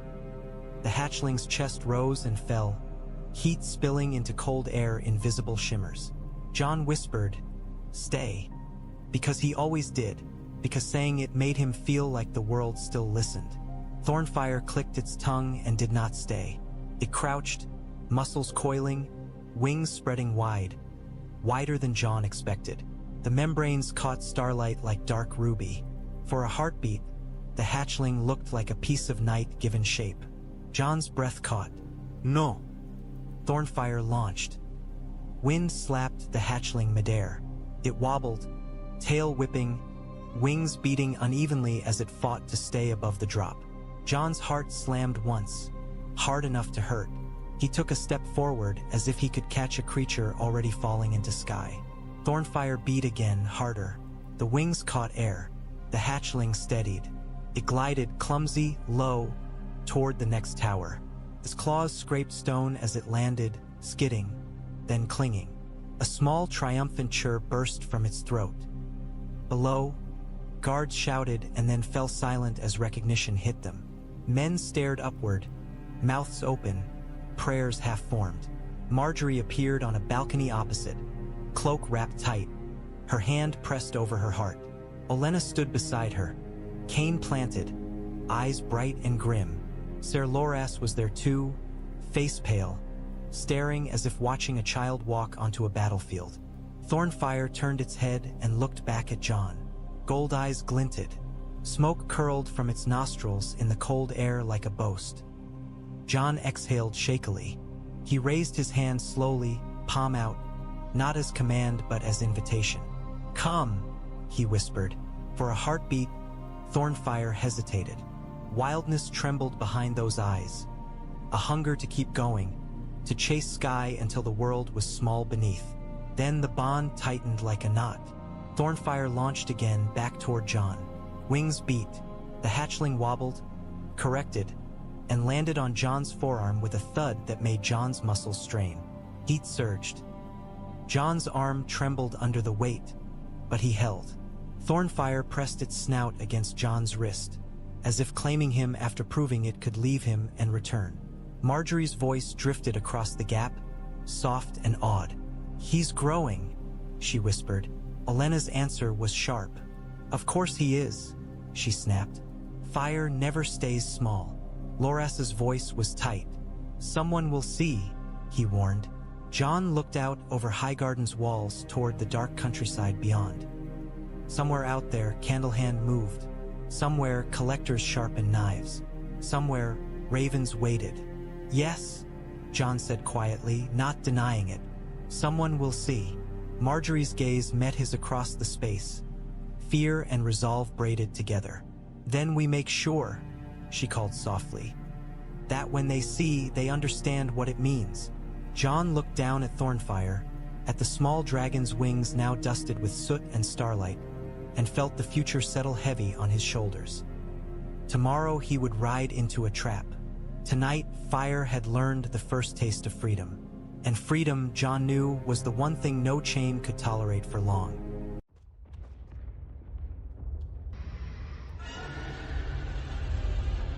Dawn had not yet decided whether it would rise when Jon Snow stepped into Highgarden's stableyard. The air was wet and cold enough to bite, and the straw underfoot smelled of rain-soaked earth and horse sweat. Torches hissed in the damp, their flames throwing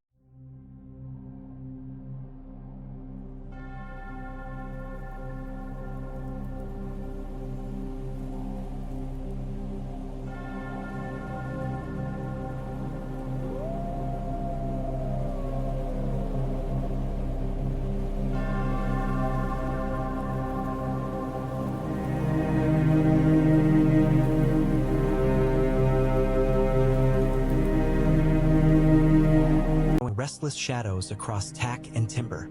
Horses shifted in their stalls, uneasy at the tension in human bodies. Men moved with the quiet urgency of those who had learned that noise invited attention and attention invited steel. Rowan riders waited in hooded cloaks, faces half hidden, hands calm on reins. Lord Randyll Tarly stood near the gate with his arms folded, posture like a stone wall, watching every detail as if the smallest mistake might collapse the reach. Ser Loras Tyrell tightened a girth strap so hard the leather creaked. He did not look at Jon while he worked. He looked at the ground, jaw clenched, as if words would spill anger he could not afford. Margaery Tyrell stood close to Jon's horse, cloak pulled tight around her shoulders. Her hair was braided, her face composed, but her eyes were bright in the torchlight. Bright the way they became when she was holding too much inside and refusing to let it show.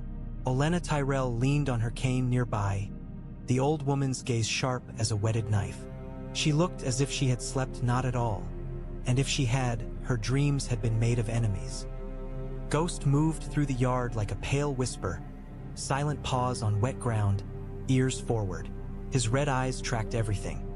A stable hand who lingered too long, a guard who looked away too quickly, the twitch of a curtain in a loft window. Jon swung up into the saddle and felt the familiar steadiness settle into his bones. The road, at least, was honest. On a road, danger came from ahead or behind. In a castle, danger came from smiles. Margaery stepped close enough that Jon could smell rain in her hair. She placed her hand on his boot for a heartbeat, an intimate touch disguised as steadiness.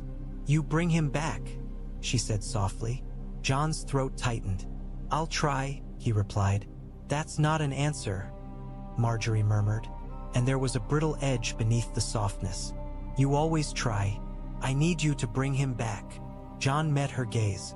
He saw the queen in it, the strategist who had turned fear into a banner and smoke into a story.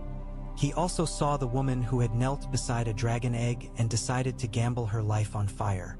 "I'm coming back," Jon said, and the certainty in his own voice startled him. Margaery exhaled slowly, as if taking that vow and storing it in her ribs. She slipped something into his gloved hand, small, hard, cold. A ring. Not her ring. The glass candle ring, wrapped in cloth so it would not catch torchlight. "Show it to him," she whispered. "Let him think we've already cut his web and are simply plucking the center." Jon closed his fingers around it. "He'll know it's bait," Jon said. Margaery's smile was thin. "Let him," she replied. "Spiders still come closer when they smell blood." Ser Loras finally looked up, eyes hard. "If Candlehand has men," he said, voice low, "we cut through them. If he has wildfire, we run," Jon finished, though the word tasted wrong again. Randyll Tarly grunted.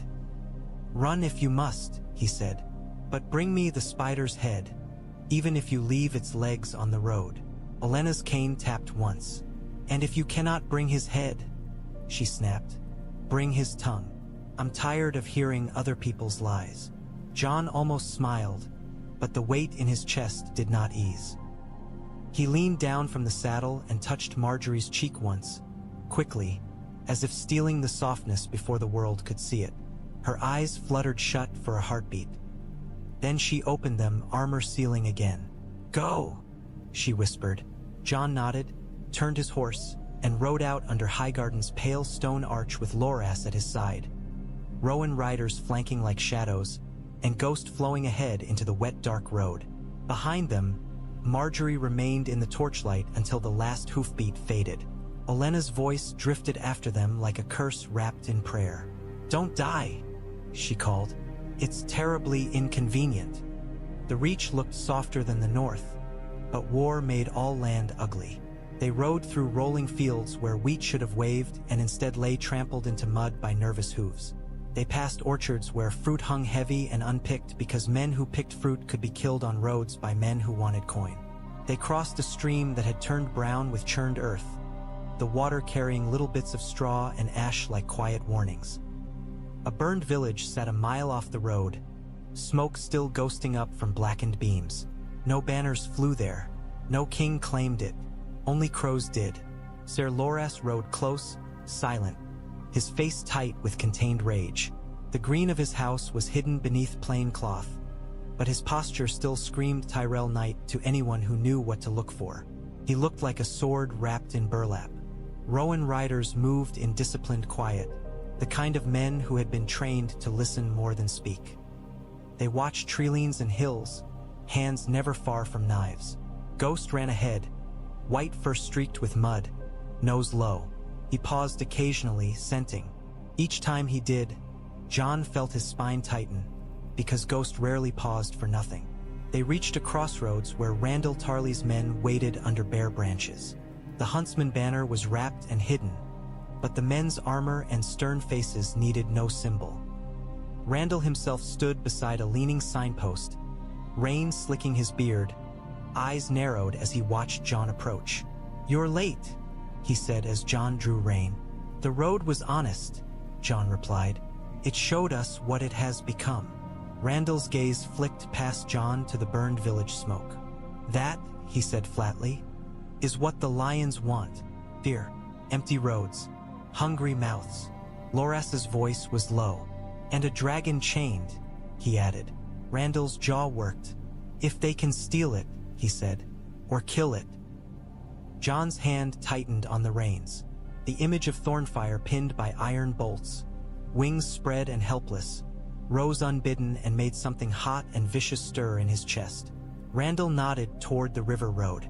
"The bend is ahead," he said.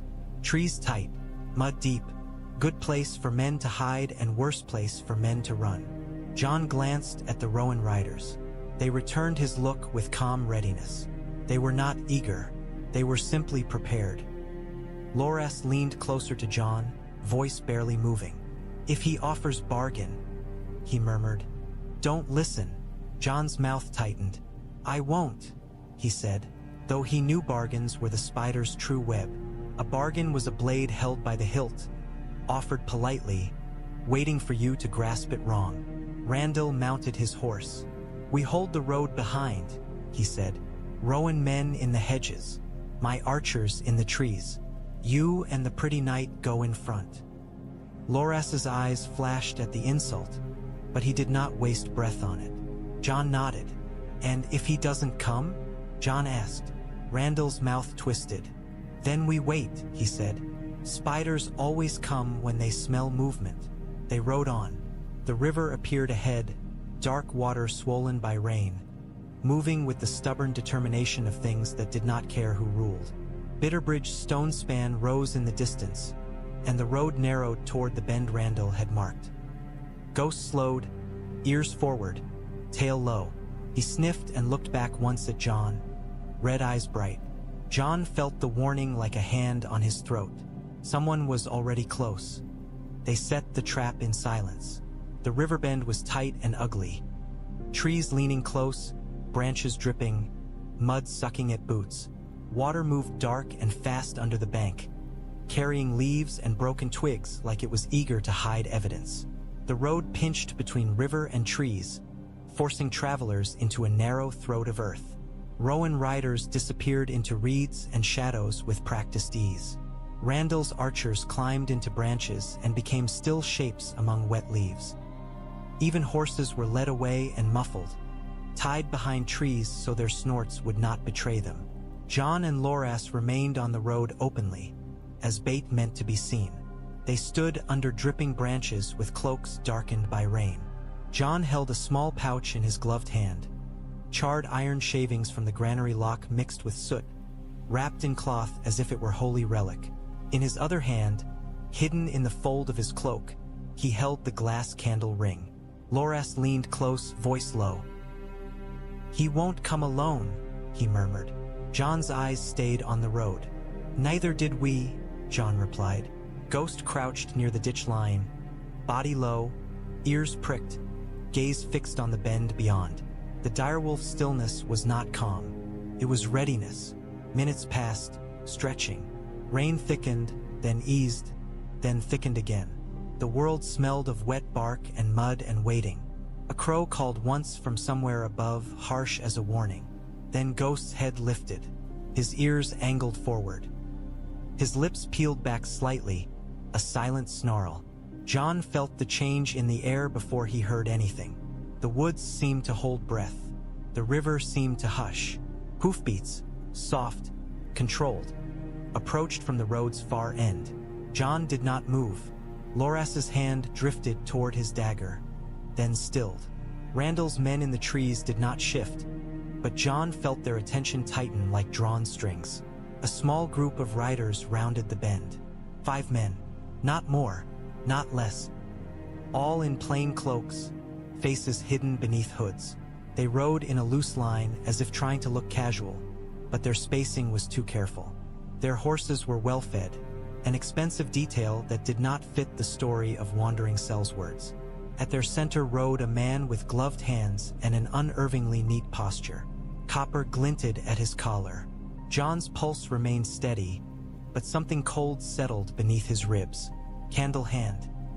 He slowed his horse as he approached, eyes scanning the riverbank, the trees, the mud. He looked like a man walking into a room he already believed he owned. He stopped 10 paces away and smiled faintly. "Jon Stark," he called softly, as if greeting an old acquaintance. "You've come far for a man who prefers walls." Jon held the pouch up. "You wanted proof," Jon said. "Here." Candlehand's gaze fixed on the pouch immediately. Hunger sharpened behind his eyes. "How generous," he murmured. "And how foolish." Loras's jaw clenched. "Get off your horse," he snapped. Candlehand's smile widened. "Ser Loras Tyrell," he said lightly. "Still pretending you can scare men with a pretty blade." Loras's hand tightened. Jon's voice stayed level. "You burned grain," Jon said. "You sent collectors. You sent wildfire. Now you want to talk." Candlehand shrugged slightly. "I want to see," he said. "Seeing is worth more than talking." Jon stepped forward 1 pace and tossed the pouch onto the mud between them. It landed with a wet slap. Candlehand did not dismount. He did not reach for it. Instead, he tilted his head, listening, as if hearing something Jon could not. "Where is it?" he asked softly. Jon's mouth tightened. "You wanted proof," Jon repeated. Candlehand's eyes lifted, sharp. "I wanted proof of fire," he said. "Not soot. Soot is what remains after fire has already moved." The woods felt suddenly tighter. Ghost's growl rose low and vibrating. Jon's fingers closed around the glass candle ring beneath his cloak. Candlehand smiled, almost kindly. "You can keep hiding your hatchling," he said softly, "but you cannot hide your queen's fear. Fear leaks. Smoke leaks. Wings leak." Loras took a half-step forward, rage flashing. "Say his name again," he hissed, and his voice shook with the effort not to explode. Candlehand's gaze flicked toward the trees, and Jon realized with cold certainty that the spider had already counted his hunters. "Bring it," Candlehand said gently, as if offering mercy. "Bring the dragon, and I can make this end cleanly. No more burned villages. No more collectors. No more holy knives." Jon's throat tightened. "And if I refuse?" Jon asked. Candlehand's smile turned colder. "Then the Reach learns what hunger really is," he replied. Behind him, one of his riders shifted. A crossbow's shape became visible beneath cloak. Jon felt the trap's teeth begin to move. The first bolt came before the first scream. Candlehand lifted a gloved hand. Not a command, more like a polite gesture, and his riders unfolded weapons from beneath their cloaks. Crossbows snapped into place with quick, practiced movements. One of them carried something heavier than a crossbow, a thick-limbed device with iron-bound arms that looked like a smaller cousin of a siege engine, a scorpion's child. Loras moved first, sword flashing free in one smooth draw. Jon's hand went to Longclaw, Valyrian steel sliding out with a cold whisper that cut through rain. Ghost exploded forward, white fury in mud, and the nearest rider's horse screamed as Ghost's jaws found its flank. The bolt meant for Jon struck the tree behind him with a dull thunk. Bark splintered. Jon pivoted, blade rising to deflect the second bolt that flew toward Loras. Steel met iron. Sparks hissed and died in rain. Now! Randall's voice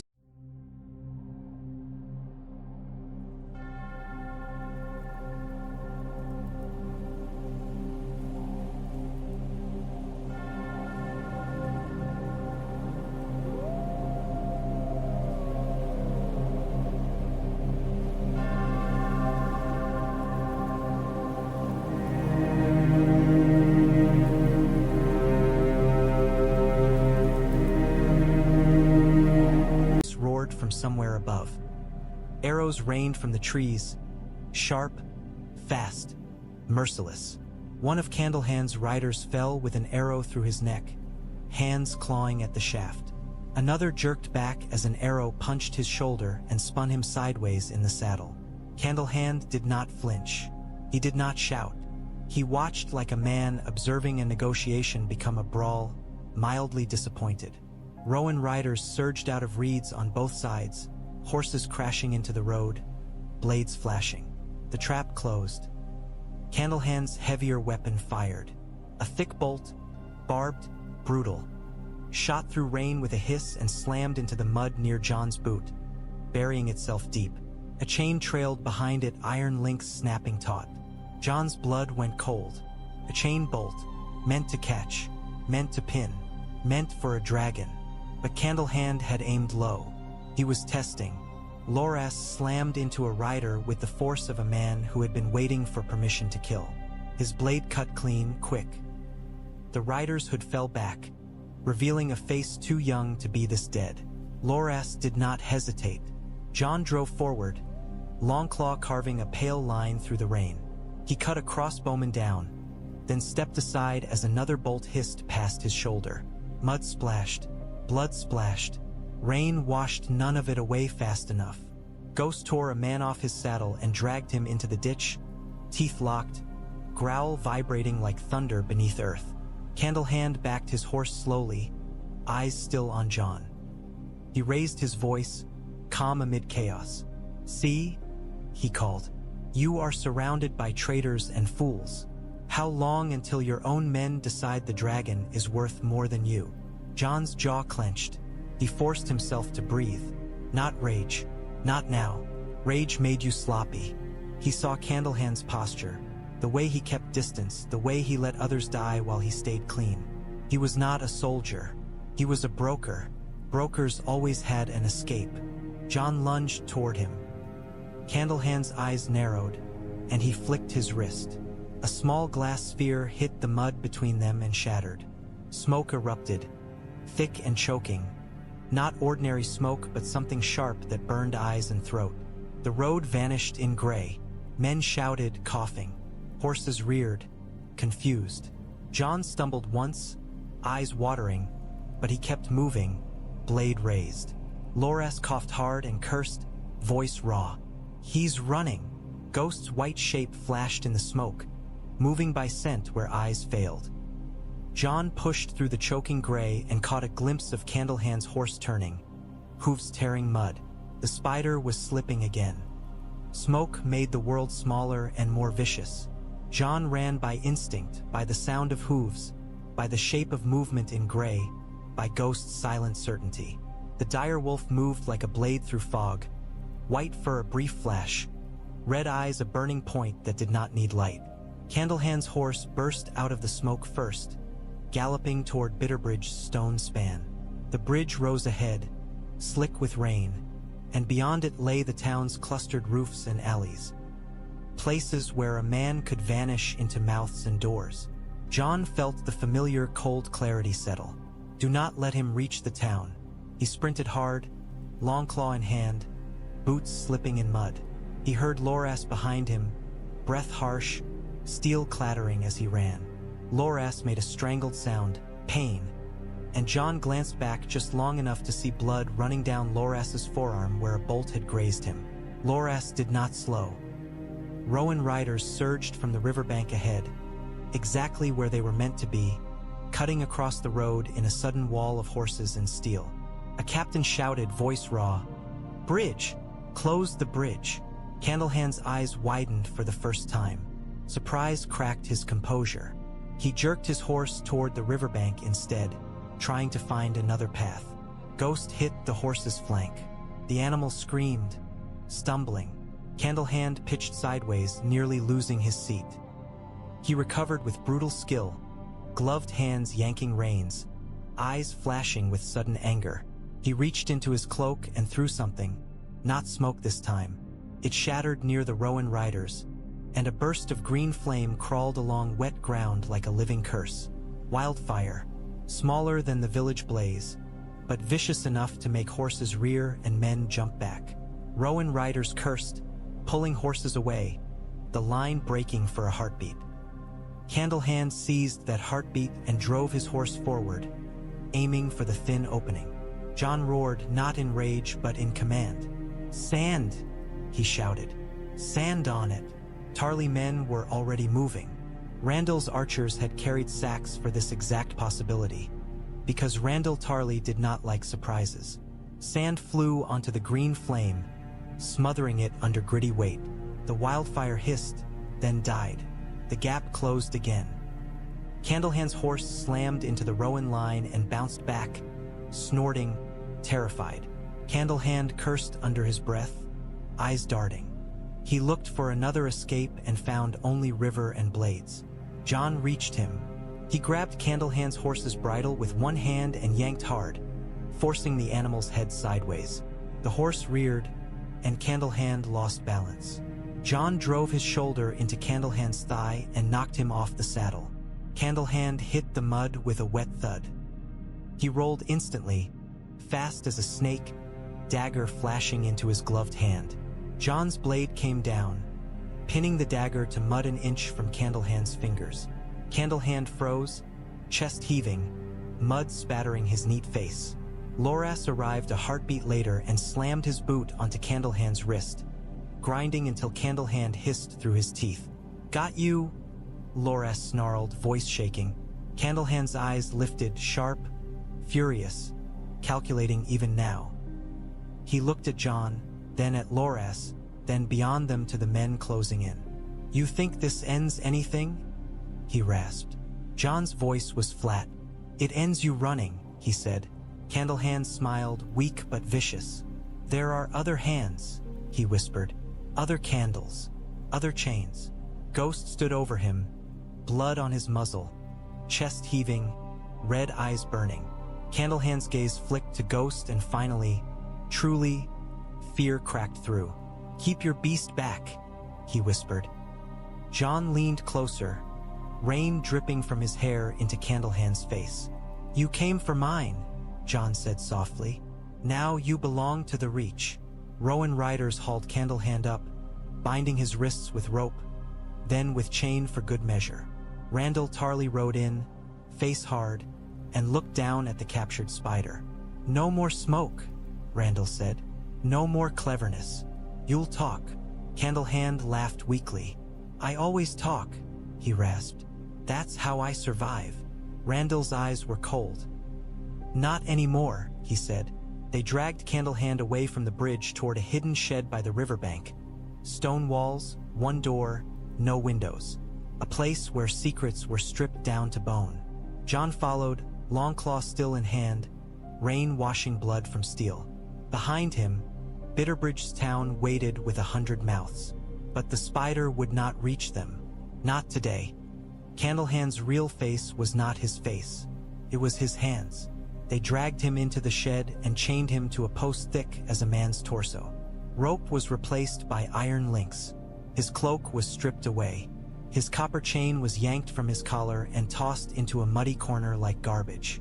A lantern hung from a beam overhead, its light harsh and intimate, leaving nowhere for shadows to hide. Candlehand sat slumped, breathing hard, mud streaking his cheeks. His eyes remained sharp despite defeat, still searching for angles. He looked up at Jon and smiled faintly, as if offering camaraderie between men who understood games. Jon did not smile back. Loras leaned against the wall, a bloody cloth pressed to his forearm, breathing controlled. Randyll Tarly stood near the door, arms folded, watching like a judge deciding how much truth he wanted and how much blood he would accept for it. Rowan riders held the door, faces flat, hands on hilts. Jon stepped close and pulled Candlehand's gloves off. The man flinched for the first time. Beneath the gloves, his hands were scarred. Burn marks, chemical marks, fingertips rough and misshapen as if he had handled things that should not be handled. The skin looked like it had been eaten and then healed wrong. Delicate things, Jon murmured, remembering the saboteur's words. Candlehand's eyes narrowed. Tools, he rasped. What are you? Loras spat. A maester? A cell's word? A rat? Candlehand's mouth twitched. I was a student once, he said softly, in a tower full of books. Then men with chains decided I asked the wrong questions. Randall's gaze sharpened. Oldtown, he said. Candlehand smiled faintly. Oldtown makes monsters politely, he replied, with parchment and shame. Jon's voice stayed level. Name, he said. Candlehand's eyes lifted to Jon's. You already know my title, he whispered. Candlehand. Jon's grip tightened on the man's scarred fingers. Your real name, Jon said, colder. Candlehand swallowed. His composure trembled. Orwyn, he whispered. Maester Orwyn once, before the chain. Randall's mouth tightened. A chainless maester, he said with contempt. That explains the clever rot. Loras leaned forward, eyes blazing. Who pays you? He demanded. Orwyn licked blood from his lip. Many men pay, he said. That is my talent. I make secrets into coin. Jon's voice cut in. Cersei, he said. Qyburn. Orwyn's eyes flickered. Just a flicker. Enough. Randyll stepped closer, voice hard. Speak, he commanded. What are the lions building? What are they sending? Orwyn's breath hitched, then steadied. They've accepted the truth, he said quietly. They know Highgarden has a dragon. Loras made a low sound of fury. Orwyn's gaze slid to Jon. A hatchling, he added. Small, growing, seen in rain, seen against wildfire. Jon's jaw clenched. How? He demanded. Orwyn smiled faintly, even now. Men talk, he said. And ravens fly. Randall's voice was flat. What are they building? He repeated. Orwyn exhaled slowly, and for the first time Jon saw something like satisfaction in him. Satisfaction at being important again. Scorpions, he whispered. Portable. Heavy bolts with chains. Barb tips. A bolt meant to pin wings to earth. Loras's face went pale. How many? He snapped. Orwyn shrugged weakly. Enough, he said. Not in armies yet. In teams. On wagons. On barges. Wherever your dragon shows its face. Jon felt cold settle in his gut. Randall's eyes narrowed. And wildfire? He asked. Orwyn's smile sharpened. Always wildfire, he murmured. They think they can fight fire with greed's green cousin. They will try to force the dragon into open ground and choke it with poison flame. Jon's hands curled into fists at his sides. And what is their plan? He demanded. Orwyn's gaze lifted. Leverage, he whispered. They cannot storm Highgarden without starving King's Landing, so they will make Highgarden step outside its walls. They will burn villages, poison wells, take hostages on roads. They will make your queen, your Rose, choose again and again, until she has no choices left but surrender.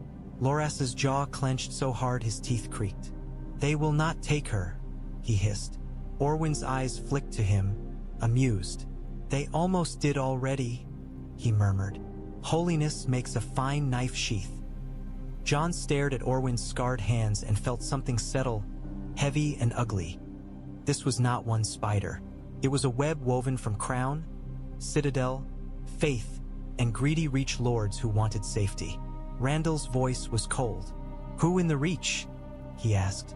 Names. Orwyn hesitated. His breath quickened. Jon leaned in, voice soft as winter. Names, he repeated. Orwyn's eyes darted, fear finally winning. Fossaway, he whispered. A cousin, not the lord. A cousin who rides to Oldtown often. And a Hightower captain who thinks himself a savior. Randall's face hardened into stone. Enough, he said. Enough to hang. Jon's throat tightened. He looked at Loras. We bring him back, Jon said. Alive, he writes. He sends a message. He becomes our bait now. Orwyn's eyes widened. You think you can use me? He rasped. Jon's voice was flat. You used villages, he said. Now you're used. Outside, rain hammered the shed roof like impatient fists. Inside, a spider finally understood what it meant to be caught by wolves. They did not linger.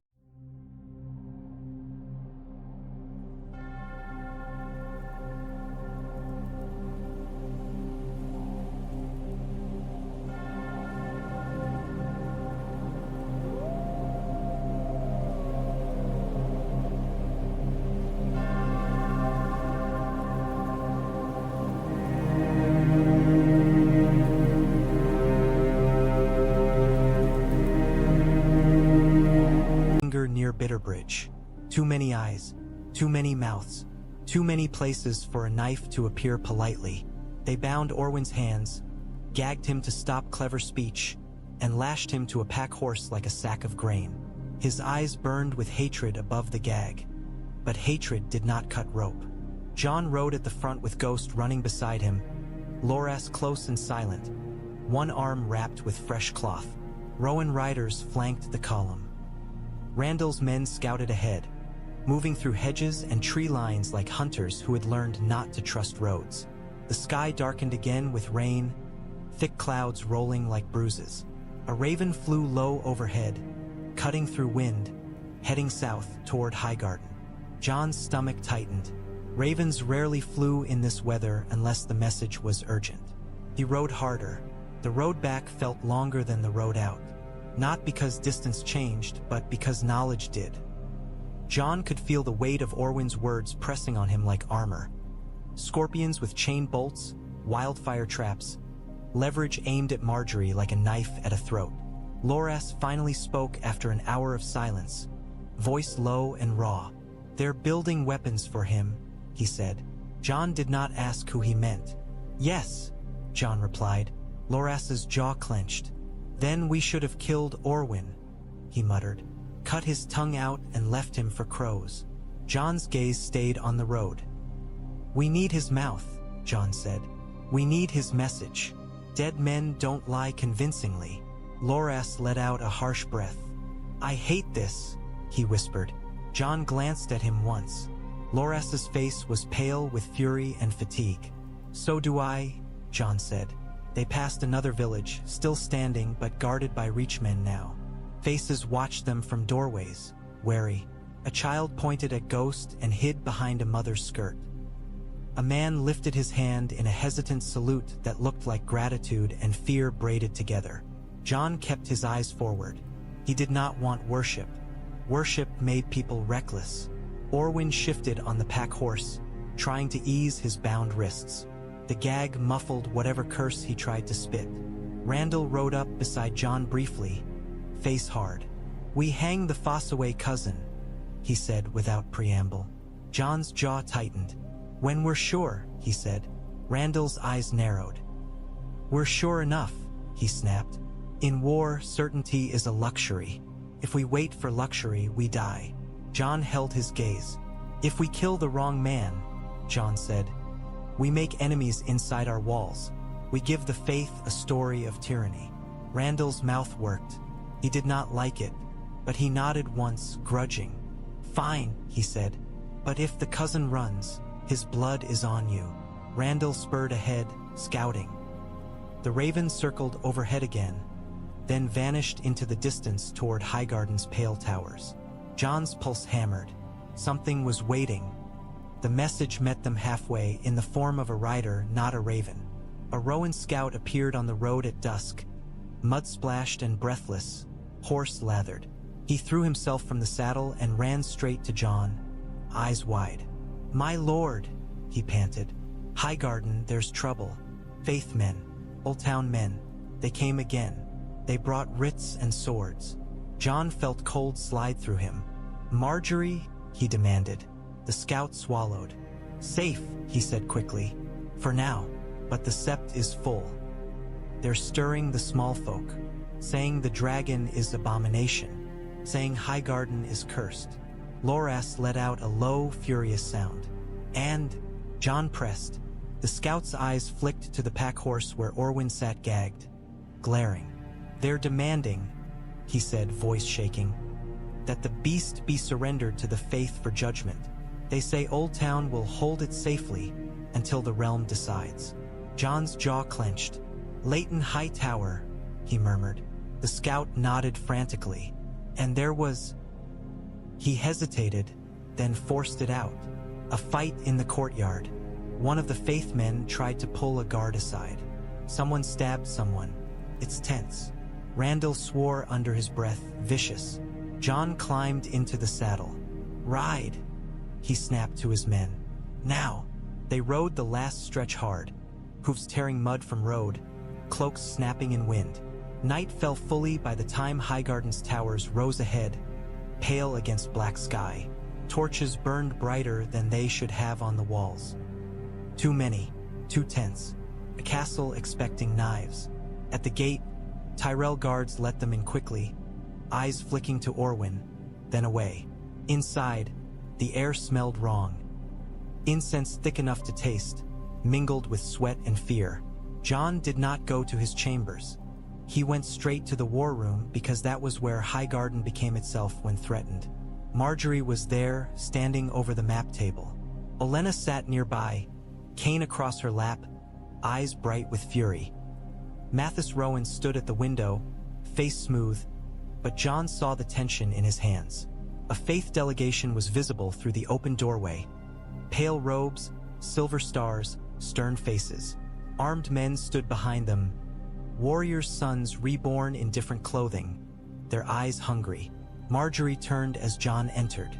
Her face was composed, but her eyes, those eyes, were not calm. They were steel. "You caught him," she said, gaze flicking to Orwyn being dragged in. Jon nodded. "Candlehand," he said. Olenna's mouth twisted. "Good," she snapped. "Bring him close. I want him to smell my anger." Mathis Rowan spoke softly. "They are in the sept," he said. "They are preaching that the dragon's return is blasphemy, and that the Reach will burn unless it is surrendered." Margaery's voice was quiet. "They want me to hand over Thornfyre," she said, and the way she said the dragon's name aloud in that room made the air tighten. "To Oldtown, to the faith, to anyone but me." Jon's throat tightened. "And what did you tell them?" he asked. Margaery's smile was thin and cold. "I told them no," she said. Olenna's cane tapped once, approving. Margaery's gaze flicked toward the doorway where the faith men stood. "They have brought small folk to the sept steps," she said softly. "They have torches, not lit yet, but ready." Jon felt something hot stir in his chest. "They want a riot," he said. "They want leverage," Margaery corrected. "If the small folk scream for purity, some lords will kneel out of fear." Rowan's eyes narrowed. "And if the small folk force their way into the tower?" "They won't," Jon said flatly. Olenna's eyes glittered. "They might try," she snapped. "And trying kills people just fine." Margaery stepped closer to Jon, voice lowering. "We need Orwyn," she whispered. "We need him to write. To send a message to King's Landing that makes the lions move where we want. Jon's jaw clenched. And the faith? He asked. Margaery's eyes hardened.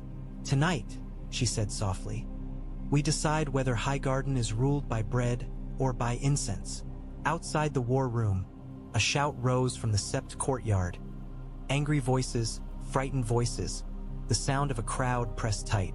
Highgarden's torches burned brighter. And above it all, in the rookery tower, Thornfyre stirred at the scent of incense and fear, gold eyes opening in darkness as if fire itself could feel when men began to talk of torches. They moved Thornfyre, not because the tower was unsafe, stone and guards could hold against knives, because the sept courtyard was filling with torches, and torches had a way of finding their own paths when fear guided them. Jon went to the rookery tower alone at first, slipping through hidden passages Olenna had shown him, passages that smelled of old stone and damp ivy. Ghost followed, silent as always. In the tower room, Thornfyre lifted its head as Jon entered, gold eyes narrowing, wings twitching. The hatchling tasted the air and hissed. Jon felt it. Thornfyre could smell the incense.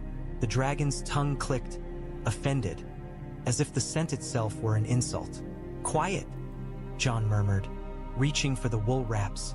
Thornfyre chirred sharply, impatient, and smoke curled from its nostrils in the dim light. Margaery appeared at the doorway with a lantern, her face tight. Loras followed behind, sword drawn, eyes scanning the stair. They're chanting, Margaery whispered. They've got the small folk on their knees. They're saying the seven demand the abomination be surrendered. Jon's jaw clenched. If they get into the tower, he said, they die. Margaery's eyes flickered. Understanding, fear, resolve. We don't let it reach that, she whispered. Olenna's cane tapped as she arrived, breath slightly short from climbing. Move, she snapped. Before a holy fool decides to be brave. Jon wrapped Thornfyre tightly, careful not to squeeze too hard. The hatchling fought the wool at first, hissing, wings straining. Jon pressed his gloved hand gently against its chest, feeling the frantic heat. Stay, he murmured. Not now. Thornfyre's resistance trembled, then eased, the bond tightening like a knot. The hatchling stilled, eyes still bright with anger. They slipped into the hidden passage. Lantern shuddered.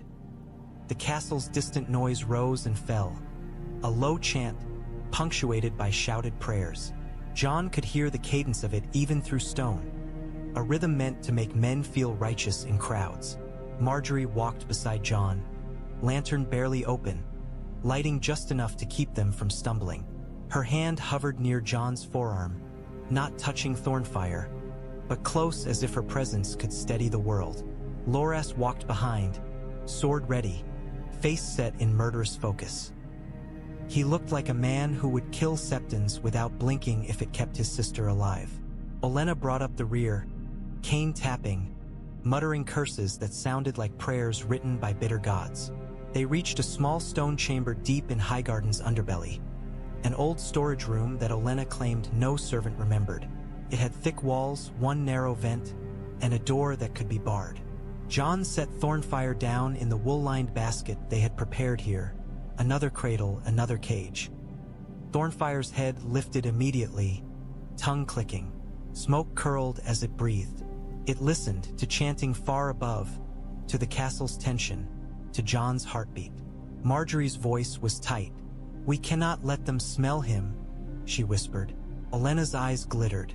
Then stop letting priests wave incense around my home, she snapped. Loras's jaw clenched. If they force their way in, he said, voice low, I will cut them down. Margaery looked at him, eyes hard. Not in the sept courtyard, she warned. If blood spills there, the faith wins the story. Jon's gaze stayed on Thornfyre. Then we end the story before it becomes blood, Jon said quietly. Outside the hidden chamber, Highgarden's chanting grew louder, and somewhere in the crowd above, torches shifted, unlit but eager. Margaery stepped onto the sept steps as if she had been born there. The courtyard below was crowded. Small folk packed shoulder to shoulder, faces pale with fear and hunger, eyes bright with the dangerous hope that religion gave when bread was uncertain. Many held torches, unlit but ready. Septons stood at the front, silver stars raised, incense thick in the air. At the center stood the shaved-headed envoy Jon had seen before, flint-eyed, mouth tight with righteous certainty. He lifted his star as Margaery appeared. "My lady," he called, voice carrying. "The seven demand purity. Surrender the abomination and the reach will be spared." Margaery did not shout. She did not plead. She simply stood in green velvet with soot still faint on her sleeve and looked down at the crowd like a queen looking at her realm. Olenna stood beside her, cane planted, expression sharp enough to cut stone. Ser Loras and Tyrell guards formed a line behind the steps, spears lowered, faces rigid. Jon remained in shadow near an archway with Ghost at his heel, watching, listening, feeling the tension coil like a snake. Margaery spoke, and her voice carried without strain. "You speak of purity," she said calmly, "while the Iron Throne burns villages with wildfire." Murmurs rippled through the crowd. Some faces shifted, uncertainty battling fear. The envoy's eyes narrowed.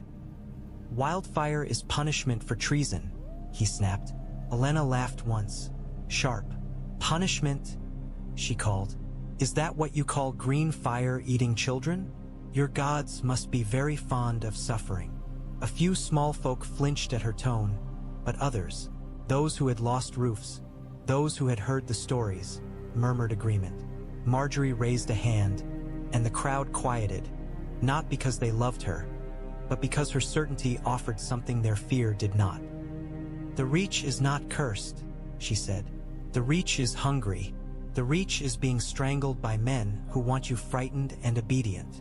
She let her gaze sweep them. "I will feed you," she said.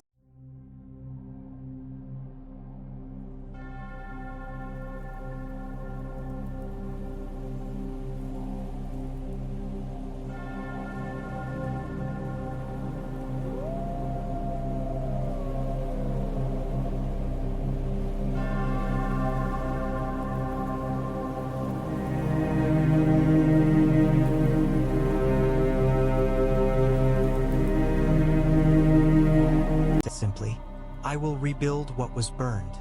I will keep grain moving even when roads are threatened. I will bury your dead. I will do what kings and septons do not, because we live here with you." The crowd shifted. Hunger listened. The envoy lifted his star higher. "And the abomination?" he demanded. "The beast of fire? The dragon myth made flesh." The word dragon myth rolled over the crowd like a spark searching for straw. Margaery's eyes hardened. "You want a monster," she said softly, "because monsters make you powerful. If you can name something abomination, you can burn it and call yourself holy." The envoy's mouth tightened. "The seven. The seven?"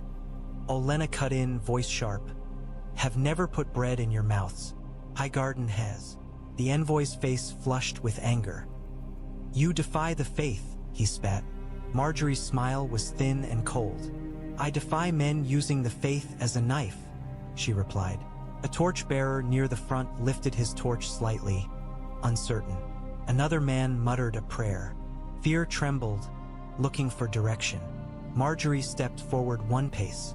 "If you light those torches," she said, voice still calm, "you will not be burning an abomination. You will be burning your own roads, your own bread, your own homes when war answers." The envoy sneered. "Threats," he said. Margaery's gaze did not flinch. "Truth," she corrected. For a heartbeat, the courtyard hung suspended. Torches unlit, breath held. The faith's silver stars raised like blades. Then a woman in the crowd spoke, voice shaking. "My boy," she whispered. "My boy nearly died in the green fire." Another voice followed, angry. "The crown did that," a man muttered.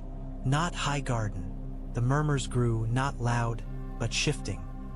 The crowd's fear began to turn, like a flock changing direction mid-flight. The envoy's eyes widened slightly.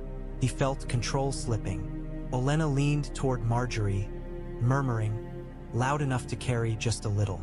"Bread wins," she said. "It always does." Margaery's voice softened, becoming something almost gentle. "Go home," she told them. "Put out your torches. Let the faith pray in peace. Let Highgarden do what it has always done. Feed you." Slowly, uncertainly, torches lowered. Men glanced at each other. Some septons hissed prayers, but prayers did not hold a crowd when hunger decided otherwise. The envoy's face tightened with fury as the crowd began to disperse in clumps, grumbling, uncertain, but moving away from fire. Jon exhaled slowly in the shadows. Ghost's muscles eased by a fraction. Margaery remained on the steps until the last torchbearer turned away. Only then did she let her shoulders drop once, one controlled breath, and turn back toward the sept doors. As she passed Jon's hiding place, her eyes met his for a heartbeat. No triumph, no relief, only the cold understanding that this had been one battle in a war that would not stop until someone's story was ashes. Behind her, the Faith envoy stood rigid, silver star clenched, watching Highgarden with hatred bright in his eyes. And somewhere deep in the castle, Thornfyre hissed softly in the dark, wings twitching, as if fire itself sensed that torches had been raised, and would be raised again. The sept courtyard's chant still rang in Jon's ears when the war room door shut and Highgarden's politeness fell away. Margaery Tyrell's shoulders rose and fell once. One controlled breath, and then the softness she had worn for the crowd slid off her like a cloak. She crossed the room and stopped before the chained man at the post. Lantern light carved hard shadows into his face. Without his gloves he looked smaller, less myth, more flesh. His scarred hands flexed as if they still expected ink. Maester Orwyn, Candlehand, lifted his chin and tried to smile through the bruises. "Well played," he rasped. "You turned torches into—" Olenna Tyrell's cane struck stone. "Silence," she snapped. "You'll speak when we tell you to, and you'll stop trying to sound important." Ser Loras Tyrell leaned against the wall with fresh bandage beneath a blood-stained wrap, gaze fixed on Orwyn like he wanted to carve the man into pieces and stack them neatly. Jon stood nearer the table, Ghost at his heel, watching everything. Ghost's red eyes did not soften. They did not blink. The direwolf watched the way Winter watched. Margaery turned from Orwyn to the map table and laid her palm flat on the inked roads. "They didn't light the torches," she said quietly. "Not tonight. Tonight was a test," Jon said, "to see if fear could open our door." Olenna's mouth twisted. "It almost did," she replied, "if bread hadn't shut it first." Margaery's gaze lifted, sharp. "Bread will not shut it forever," she said. "Not when Oldtown and the Faith keep pushing. Not when King's Landing keeps burning villages to make hunger louder than loyalty." Orwyn chuckled, thin, pained. "Hunger always wins," he murmured. Loras shoved off the wall, stepping forward. "You don't get to speak of hunger," he said, voice shaking. "You set it loose like dogs." Margaery lifted a hand, and Loras stopped. He breathed hard through his nose, fury held on a short leash. Margaery's attention returned to Orwyn. "You will write," she said. Orwyn's eyes flickered. "To whom?" he asked softly, already tasting angles. "To the one who thinks she owns the Reach," Margaery replied. "And to the one who builds her clever toys." Jon's jaw tightened. "Cersei," he said. "And Qyburn." Orwyn's scarred fingers flexed. "You want to lure lions with ink," he murmured. "How ambitious." Olenna's cane tapped once, approving. "Ambition is simply survival with better clothing," she snapped. "Right." Orwyn's gaze slid, calculating, to Margaery. "And if I write the wrong thing?" he asked. "If I tell them the truth?" Margaery stepped closer, and the calm in her face became something colder than anger. "Then you die," she said simply. "Not dramatically, not nobly, quietly, and I will send your hands to Oldtown with a letter that says, 'This is what happens to men who sell our home.'" Orwyn swallowed. The spider in him recognized the web tightening. Jon watched Margaery, and he understood. She was not threatening to satisfy rage. She was setting boundaries the way Jon set them for Thornfyre, firm enough that even wild things understood. Margaery turned back to the table. "We write a message that makes them move where we want," she said. "We make them think we're about to do something desperate."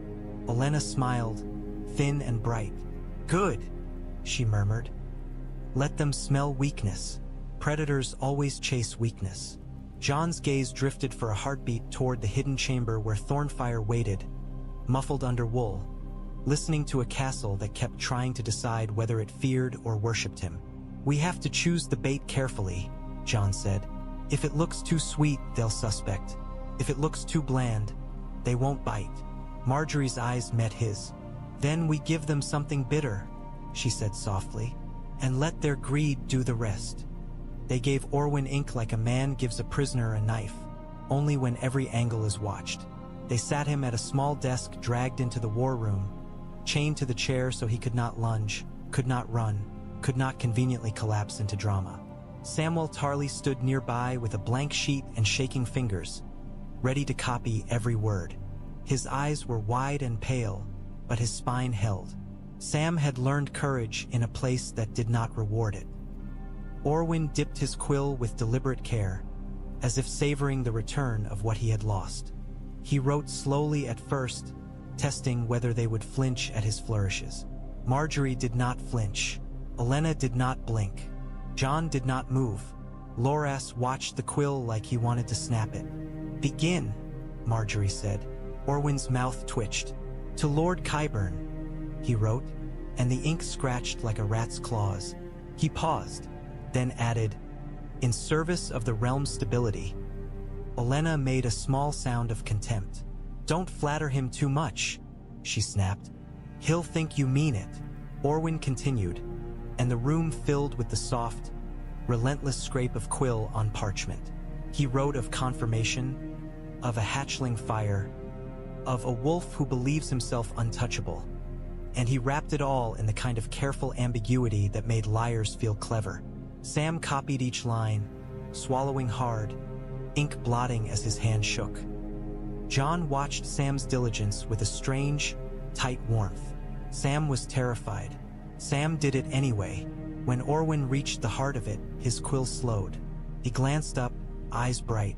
"You want them to move," he said softly. "Where?" Margaery's voice was calm. "Write that I am leaving Highgarden," she said. Loras's head snapped toward her. "No," he hissed. Margaery did not look at him. "Right?" she repeated. Jon's stomach tightened. He understood instantly. The Lion's plan was leverage. Force Margaery out, close the net. If they believed she would step beyond her walls, they would surge toward the opportunity. "Where?" Orwyn pressed. "Is the Rose going?" Margaery's eyes were hard. "Bitterbridge," she said, "to inspect the river road and secure peace." Orwyn smiled faintly, admiring despite himself. "A trap inside a trap," he murmured, and wrote. Olenna leaned forward, cane creaking. "And write that the fire will not travel," she snapped. "Write that it remains in Highgarden, guarded by the wolf. Make them think the dragon is separated from the rose." Jon felt the shape of the plan settle. Separate them on paper. Draw collectors to one, knives to the other. Force the spider's allies to reveal themselves. Orwyn paused again, eyes flicking to Jon. "And if the wolf is not where the letter says?" he asked. Jon's voice was flat. "Then the wolf is hunting," he replied. Orwyn's quill resumed. The ink grew darker, heavier, as if the letter itself gained weight. When he finished, Orwyn sat back with a small exhale. "They will come," he said quietly. "Not with an army, with hands, with chains." Margaery took the letter, reading quickly, eyes scanning for hidden barbs. Then she handed it to Sam. "Copy it again," she ordered. "Word for word." Sam nodded and began. Olenna's gaze fixed on Orwyn. "And if you have tried to hide a second message," she murmured, voice dangerous, "Ghost will be the last thing you see." Ghost's lips curled slightly, as if understanding. Orwyn swallowed, the spider in him suddenly aware that some predators did not bargain. Oldtown did not wait for letters to be answered. It moved like a tide, slow, inevitable, certain it would always return. That evening the Hightower captain demanded audience in the Sept, as if holiness made theft respectable. He stood with his gray-green cloak damp at the hem and spoke in careful tones, as though every word were a coin he wanted back. "The faith's concern is shared by Oldtown," he said, eyes on Margaery. If there is truly a creature that draws wildfire and violence, it should be secured, for the Reach's sake." The faith envoy lifted his silver star like a weapon. "The seven demand judgment," he intoned. "Abomination must be surrendered." Margaery stood between them at the Sept's center aisle, posture straight, voice steady. "You speak of securing," she said, "and you speak of surrender. Both mean the same thing. You want to take what is not yours." The Hightower captain's mouth tightened. "My lady, Oldtown is the Reach's shield. If the realm collapses into dragon madness..." "Dragon madness?" Olenna echoed from the side, voice sharp. "Listen to him. He's already named it like a disease." The captain's eyes flicked to Olenna, then back. "Oldtown holds knowledge," he insisted. "It holds the Citadel. It holds the faith. It can prevent panic." Ser Loras stood with Tyrell guards at the aisle's mouth, blocking passage like a wall of steel. His face was pale with restrained fury. Jon stood in shadow near a column, watching, feeling the trap lines tightening around the castle from three directions: Crown, Faith, Oldtown. Margaery's expression did not change. "Oldtown also holds ambition," she said, "and men who think holding means owning." The faith envoy's eyes narrowed. "You defy the seven," he accused. Margaery's gaze met his like winter meeting flame. "I defy men," she corrected, "who use the seven to justify hunger." The envoy's star trembled slightly in his grip. Not fear, but anger that control was slipping. The Hightower captain softened his tone, as if offering kindness. "Lady Margaery, you cannot guard this alone," he said. "The realm will come. The Iron Throne will come. The faith will come. Let Oldtown take the burden." Olenna's cane struck stone once. "Enough," she snapped. "You want the burden because you want the power. And you want the power because you think..."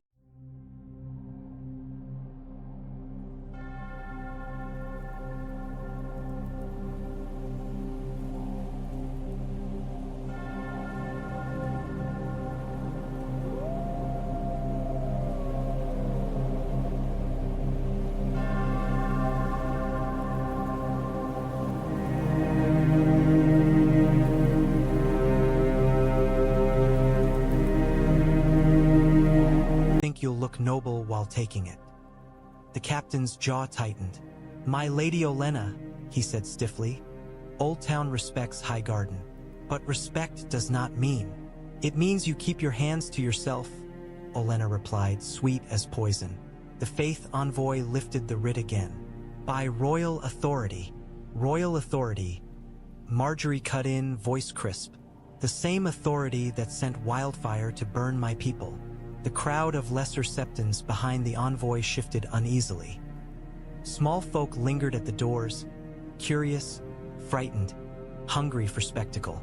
Margaery's eyes slid toward them, and her voice softened, just enough. "I will feed you," she said to the gathered, not to the envoys. "I will protect you. I will not let outsiders steal your safety and call it holiness." The small folk murmured, uncertain, but leaning toward her the way hunger leaned toward bread. The Hightower captain saw it. His eyes narrowed.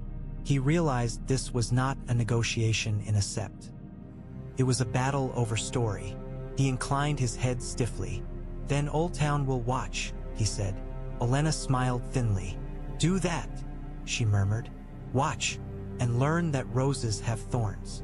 The faith envoy's face hardened. "You cannot avoid judgment forever," he warned. Margaery's gaze did not flinch. "Then come for it openly," she said, "and let the realm see what you truly are." The envoy's mouth tightened, and he turned away, robes whispering over stone like a retreating threat. The Hightower captain followed, cloak brushing the floor, eyes calculating. As they left the sept, Jon felt the air ease slightly, but only slightly. Predators had backed away from the cage. They had not stopped circling it. They stopped pretending Thornfyre could live only in stone. After the sept confrontation, Margaery returned to the hidden chamber beneath Highgarden where Thornfyre had been moved. Thick walls, barred door, vent shaft leading up to night air. The shaft was narrow, but it offered something the tower no longer safely could: a taste of sky without eyes. Jon knelt beside the wool cradle and unwrapped Thornfyre carefully. The hatchling hissed at first, irritated at confinement, offended by incense still clinging faintly to clothing. His tongue clicked sharply, tasting the air like accusation. "Easy," Jon murmured. Thornfyre's gold eyes fixed on him, slits narrowing. The hatchling's wings flexed, restless.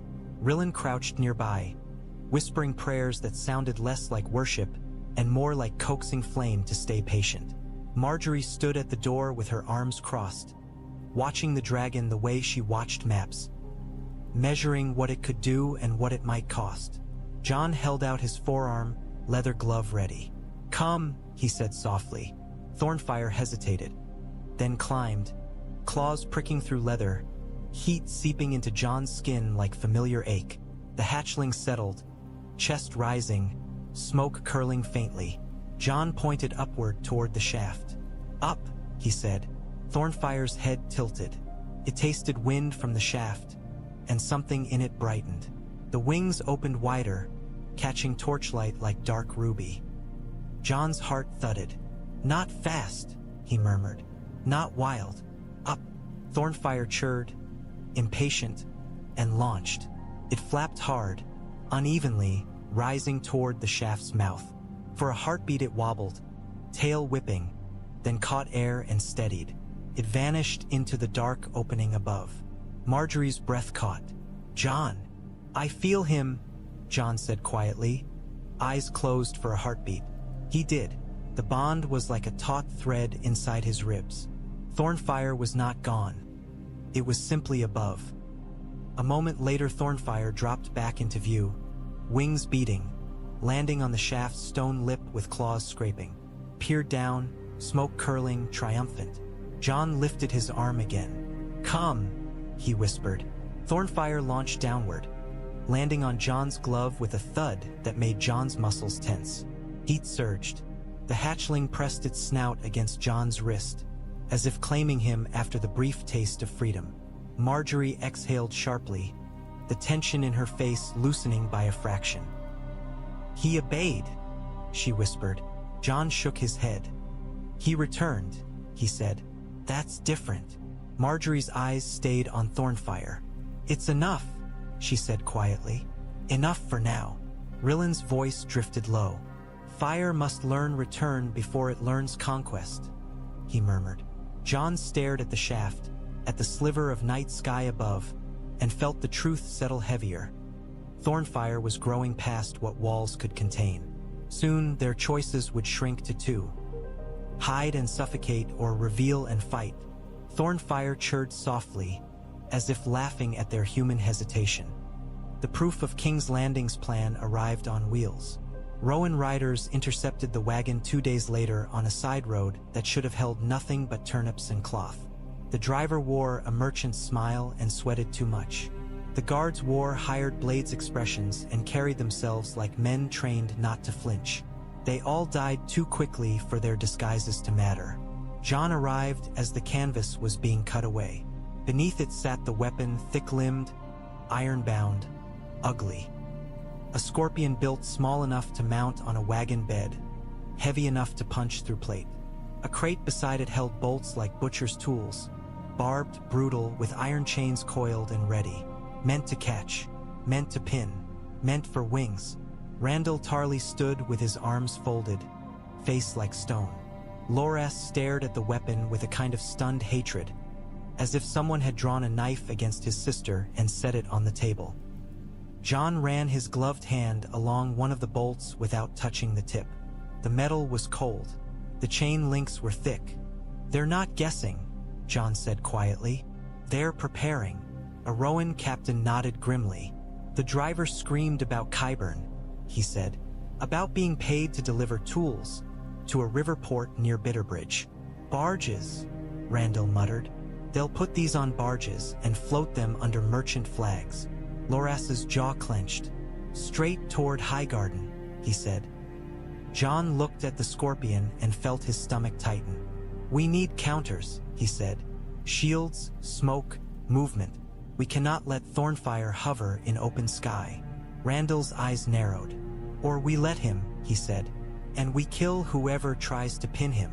Jon met his gaze. If he is pinned once, Jon said, voice flat, we may not get a second chance. Silence sat heavy over the wagon. Rain dripped from canvas edges like slow tears. Loras's voice was low. We should destroy this, he said. No. Olenna's voice snapped from behind. She had arrived without anyone noticing. Cane tapping mud, eyes bright and hard. We keep it. We show it. We feed the lords their own fear and make it loyalty. Jon looked at her. Show it to whom? He asked. To the Reach, Olenna replied. To every man who thinks he can sell our dragon to Oldtown or King's Landing and then sleep soundly. Let them see the chain bolts. Let them imagine them in their own roofs. Randall grunted approval. Fear, he said. Useful. Jon stared at the scorpion and felt the shape of Chapter 8's truth. The enemy was no longer whispering. The enemy was building. And building meant the war was past the point of turning back. Margaery displayed the scorpion like a confession forced into daylight.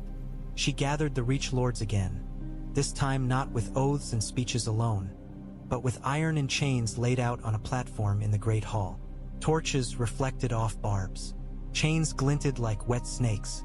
The weapon sat ugly and undeniable, proof that King's Landing intended to hunt. The murmurs this time were not merely nervous. They were afraid. A siege weapon, one lord whispered. Inside the Reach.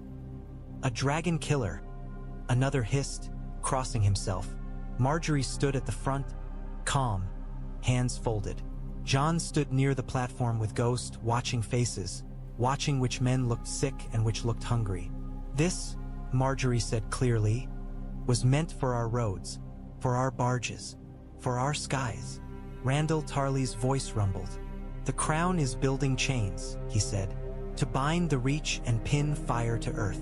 A Fossaway cousin, pale, sweating, stammered. This is proof we must surrender it.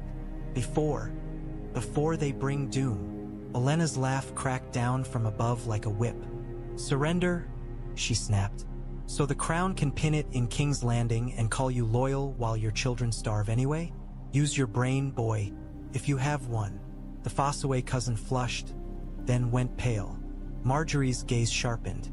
If we kneel, she said, voice steady, they will take our dragon, then they will take our grain, then they will take our daughters. Because kneeling teaches lions that you have no teeth. Mathis Rowan stepped forward, voice smooth. Then we need a counter, he said. Not only fire, not only courage. Something that makes these weapons useless. Jon's voice cut in low. Speed, he said. Cover, ambush. We do not give them a clean shot. We do not let Thornfyre be bait in open sky. A red wine lord swallowed. You speak as if you mean to use it again, he whispered. Jon met his gaze. We will be forced, Jon said. Better to prepare than pretend. Margaery lifted her chin. This weapon is what King's Landing brings to the Reach, she said. Remember that when the Faith asks you to hand over abominations, and Oldtown asks you to secure them, they are not saving you. They are positioning their hands closer to your throat. The hall trembled with murmurs. Fear shifted, away from Dragonfire, toward the crown's iron. Olenna's cane tapped once. Choose, she said sharply. Choose now whether you stand with Highgarden, or whether you run to lions and beg for mercy that will never come. Some lords looked away, some straightened, some spoke oaths again, louder this time, because iron made words real. Jon watched and he knew Margaery had done it. She had turned the dragon from a terror into a banner by showing the enemy's teeth first. The riot tried anyway. It began as chanting in the Sept courtyard again. Louder this time, angrier, fed by men who wanted righteousness more than bread. It spread into corridors as small groups pushed at guards, demanded to see the abomination, demanded to cleanse the tower, demanded anything that made them feel powerful in a world where power was usually denied them. Jon heard it from a side passage. Voices swelling, boots scuffing, the sharp edge of panic. He moved fast, Ghost beside him, and found Loras in a tower corridor holding a line of Tyrell guards with spears lowered. "Back!" Loras roared at the crowd, his voice raw. "Back, or I swear I'll." The crowd surged closer, torches lifted. Silver stars glinted. The Faith Envoy's flint eyes burned behind them like a fuse. "This is blasphemy!" someone screamed. "We will cleanse." A torch swung too close to a tapestry. Flame kissed cloth. The tapestry caught quick as dry straw. For a heartbeat, the crowd froze, horrified at their own fire. Then fear twisted into anger, and the surge began again. Margaery arrived like a blade sliding into a throat. Quiet, swift, decisive. Olenna came with her, cane tapping, face hard. Margaery lifted her voice, not shouting but cutting through noise with the authority of certainty. "Put the torches down," she commanded. Some did, some hesitated. The Faith Envoy lifted his star higher. "The Seven demand." "The Seven can demand all they like," Olenna snapped, voice sharp enough to make even zealots flinch. "But if you burn my castle, I'll feed you to my dogs and tell the gods you slipped." The crowd wavered. Margaery stepped forward, eyes bright with controlled fury. "You want purity?" she asked. "Then stop bringing fire into your own home. Wildfire burns your children as easily as it burns mine." A woman in the crowd sobbed, memory of green flame, of screaming. A man lowered his torch, shaking. The Faith Envoy's face tightened. "The abomination!" Jon's hand tightened on Longclaw, hidden beneath cloak. He stayed in shadow. If he stepped into torchlight, the crowd's story would shift. It would become about the wolf and the dragon. Margaery needed it to remain about bread and sanity. Loras hissed at Jon without looking. "Where is it?" he murmured. "Hidden," Jon replied quietly. "Safe. Safe for now." A torchbearer near the front spat. "She's bewitched you," he shouted. "She speaks like a woman feeding you," Olenna cut in. "And you hate it because you'd rather be frightened by priests than fed by roses." The crowd's murmur shifted. Anger searched for a new target and found the Faith Envoy's rigid posture too obvious, too controlling. Margaery lifted her hand again.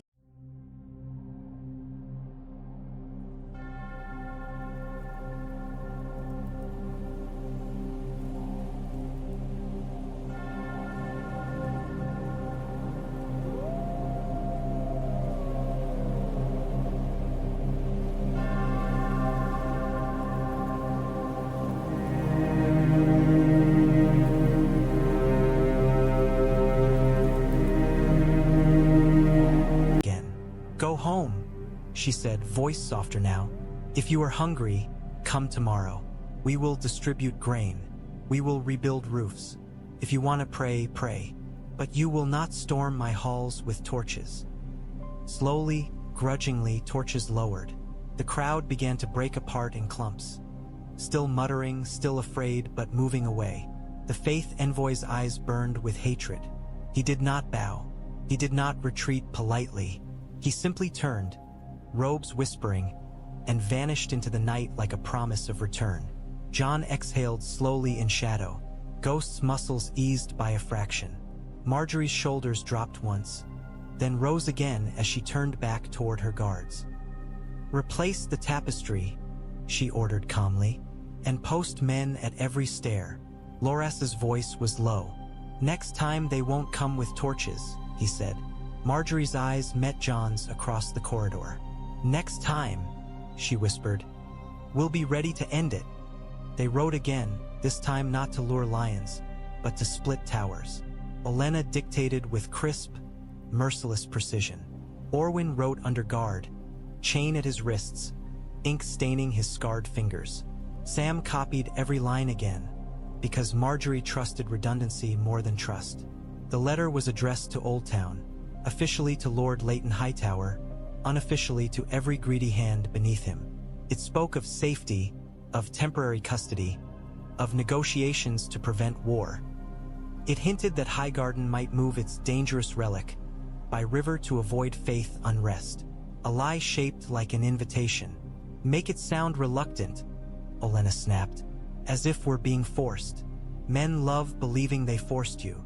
Orwyn's mouth twitched around a gag they had removed only to let him speak. And if Lord Leighton believes? He rasped.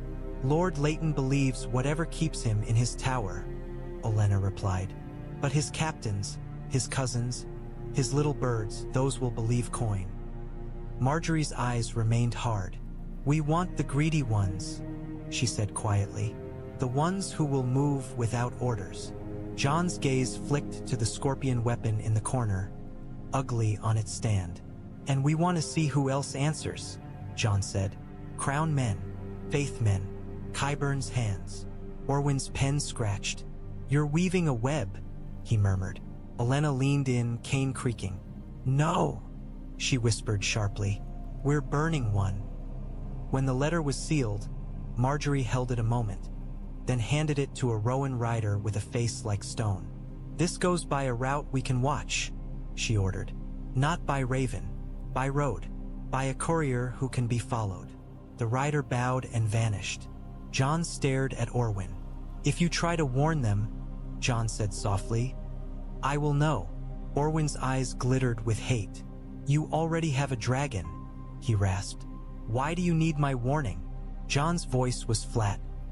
Because war is not only dragons, he said. It's roads, it's mouths, it's who moves first. Orwyn leaned back, breathing hard, and Jon saw it.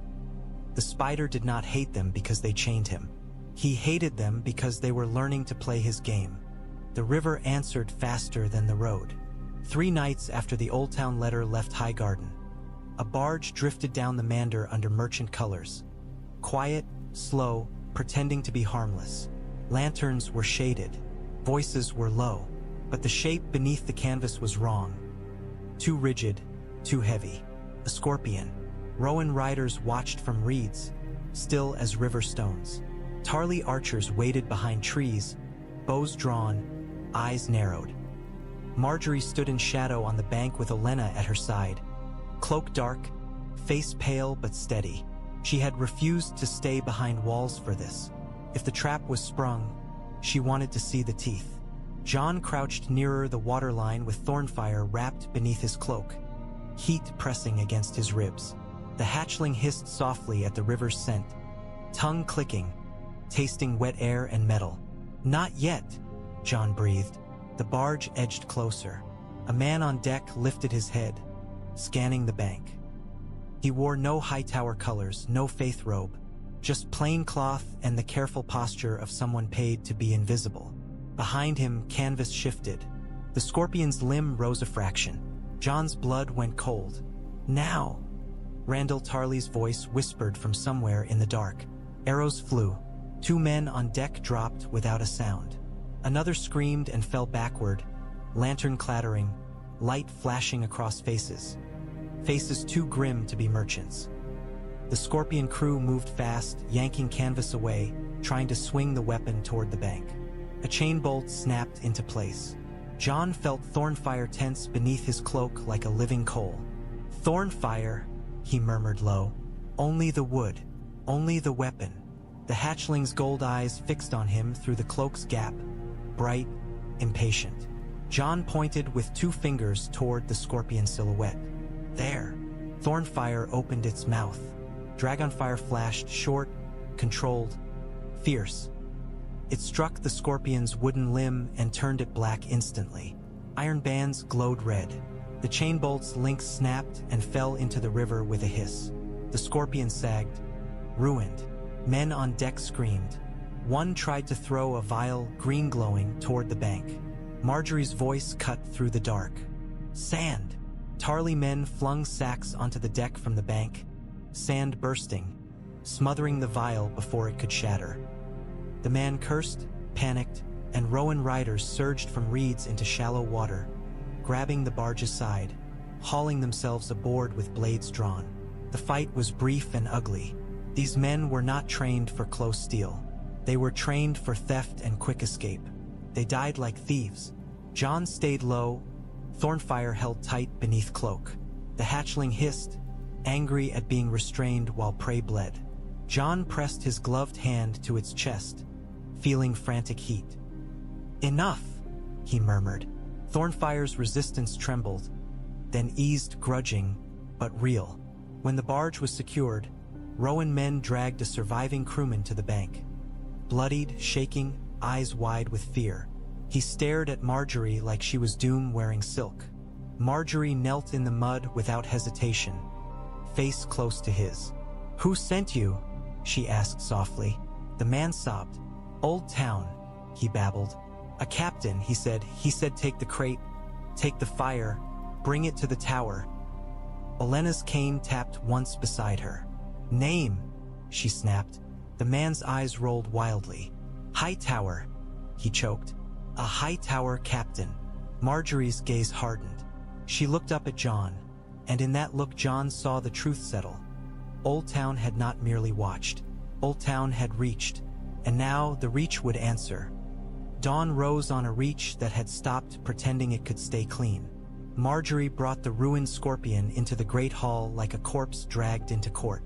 The weapon's limb was blackened, iron bands warped, chain links snapped and clinging with river weed. It stank faintly of smoke and wet ash. The smell of an enemy's plan burned before it could bloom. The Reach Lords gathered again, faces grim now, less whispering, more hard-eyed calculation. Fear had shifted. It no longer clustered around the dragon. It clustered around the fact that everyone wanted the dragon. "King's Landing builds these," Margaery said, voice steady. "Oldtown reaches for them. The faith waves torches. And some among you," her gaze flicked sharp, "consider running to whichever hand promises you the softest chain." No one spoke. Silence was heavy. Olenna's cane tapped once above, approving. Margaery continued, voice lowering. "We intercepted this barge on the Mander," she said. "Not by luck, by watching, by planning, by refusing to be passive while others decide our fate." Randall Tarly stepped forward, voice hard. "This is what the crown brings," he said. "Iron and chain and poison flame, not mercy." Paxter Redwine's gaze was cold. "And this is what Oldtown brings," he said. A polite smile and a knife behind it. Mathis Rowan's voice was smooth, but his eyes were sharp. "Then we must decide," he murmured, "who the Reach belongs to." Margaery's gaze swept them. "It belongs to the Reach," she said simply. "Not to a boy king, not to Oldtown's towers, not to Septons who have never fed you.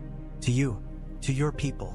Jon stood in shadow near the platform, Thornfyre hidden beneath cloak, heat pressing into his ribs like a secret that had become a threat. He felt the hatchling's restlessness, the urge to be seen again, to answer fear with flame. He forced it down with steady breath. Margaery's eyes met Jon's for a heartbeat. Then she turned back to the hall. "We are going to be hunted," she said. "So we will become hunters. We will keep our roads open. We will break their scorpions before they reach our skies. We will choke their collectors before they reach our doors." A murmur of approval rippled, grim, hungry. "And if they come with armies?" a lord asked, voice tight. Margaery's smile was small and cold. "Then they will learn," she said, "that the Reach does not burn quietly." Olenna's voice cracked down, sharp as iron. "And if any of you sell our fire," she added, "I will have you hanged so high even the Hightower will feel jealous." Some nervous laughter flickered. It did not ease the tension. It simply gave it shape. Jon felt the future tightening like a noose and a bowstring at once. Cersei's scorpions, Oldtown's captains, faith torches, traitors inside walls. Thornfyre's wings growing broader every day. Highgarden could not hide forever. could only choose what it would become when hiding ended. Margaery's voice carried, final. "Prepare your men," she ordered. "Prepare your wagons. Prepare your ships. Winter and war are coming together, and the Reach will not be the realm's victim. We will be its spine." The hall answered with steel-faced nods, with hands gripping sword hilts, with fear turning into resolve. And somewhere beneath Jon's cloak, Thornfyre clicked its tongue softly, as if tasting that resolve and deciding it liked the sound.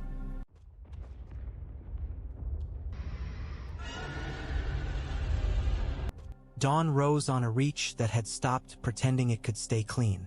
Margaery brought the ruined scorpion into the great hall like a corpse dragged into court. The weapon's limb was blackened, iron bands warped, chain links snapped and clinging with river weed. It stank faintly of smoke and wet ash. The smell of an enemy's plan burned before it could bloom.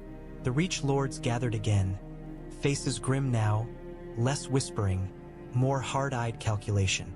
Fear had shifted. It no longer clustered around the dragon. It clustered around the fact that everyone wanted the dragon. "King's Landing builds these," Margaery said, voice steady. "Oldtown reaches for them. The faith waves torches. And some among you," her gaze flicked sharp, "consider running to whichever hand promises you the softest chain." No one spoke. Silence was heavy. Olenna's cane tapped once above, approving. Margaery continued, voice lowering. "We intercepted this barge on the Mander," she said. "Not by luck, by watching, by planning, by refusing to be passive while others decide our fate." Randall Tarley stepped forward, voice hard. "This is what the crown brings," he said. "Iron and chain and poison flame. Not mercy." Paxter Redwine's gaze was cold. "And this is what Oldtown brings," he said. A polite smile and a knife behind it. Mathis Rowan's voice was smooth, but his eyes were sharp. "Then we must decide," he murmured, "who the Reach belongs to." Margaery's gaze swept them. "It belongs to the Reach," she said simply. "Not to a boy king, not to Oldtown's towers, not to Septons who have never fed you. To you, to your people." Jon stood in shadow near the platform, Thornfyre hidden beneath cloak, heat pressing into his ribs like a secret that had become a threat. He felt the hatchling's restlessness, the urge to be seen again, to answer fear with flame. He forced it down with steady breath. Margaery's eyes met Jon's for a heartbeat. Then she turned back to the hall. "We are going to be hunted," she said. "So we will become hunters. We will keep our roads open. We will break their scorpions before they reach our skies. We will choke their collectors before they reach our doors." A murmur of approval rippled, grim, hungry. "And if they come with armies?" a lord asked, voice tight. Margaery's smile was small and cold. "Then they will learn," she said, "that the Reach does not burn quietly." Olenna's voice cracked down, sharp as iron. "And if any of you sell our fire," she added, "I will have you hanged so high even the Hightower will feel jealous." Some nervous laughter flickered. It did not ease the tension. It simply gave it shape. Jon felt the future tightening like a noose and a bowstring at once. Cersei's scorpions, Oldtown.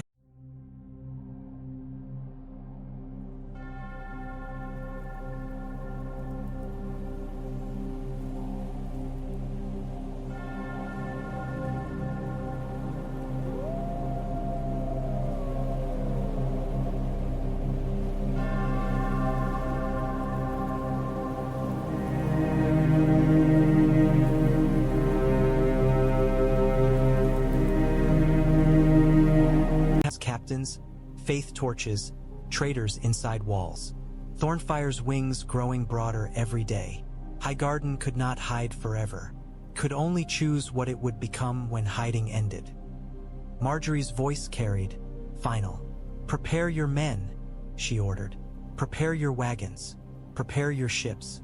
Winter and war are coming together, and the Reach will not be the realm's victim. We will be its spine." The hall answered with steel-faced nods, with hands gripping sword hilts, with fear turning into resolve. And somewhere beneath Jon's cloak, Thornfyre clicked its tongue softly, as if tasting that resolve and deciding it liked the sound. Highgarden's war room had begun to smell like smoke even when no fire burned. It was not the scent of ash in the air. It was the scent of minds turning. Too fast, too hot, too relentlessly, until every breath tasted like strategy. Margaery sat at the table with her hands folded, not clasped, because clasped hands betrayed strain. Olenna stood behind her chair, cane planted, gaze merciless. Randyll Tarly's jaw was a stone line. Paxter Redwine's fingers rested on a goblet he did not drink from. Mathis Rowan watched everyone in the room as if counting how many heartbeats they had left before betrayal chose a body. Orwyn, Candlehand, sat chained near the wall with ink and parchment laid out like offerings. His scarred hands hovered over the quill, eager and hateful, the way a starving man hovered over bread. Jon stood near the door with Ghost, silent. Thornfyre was not here.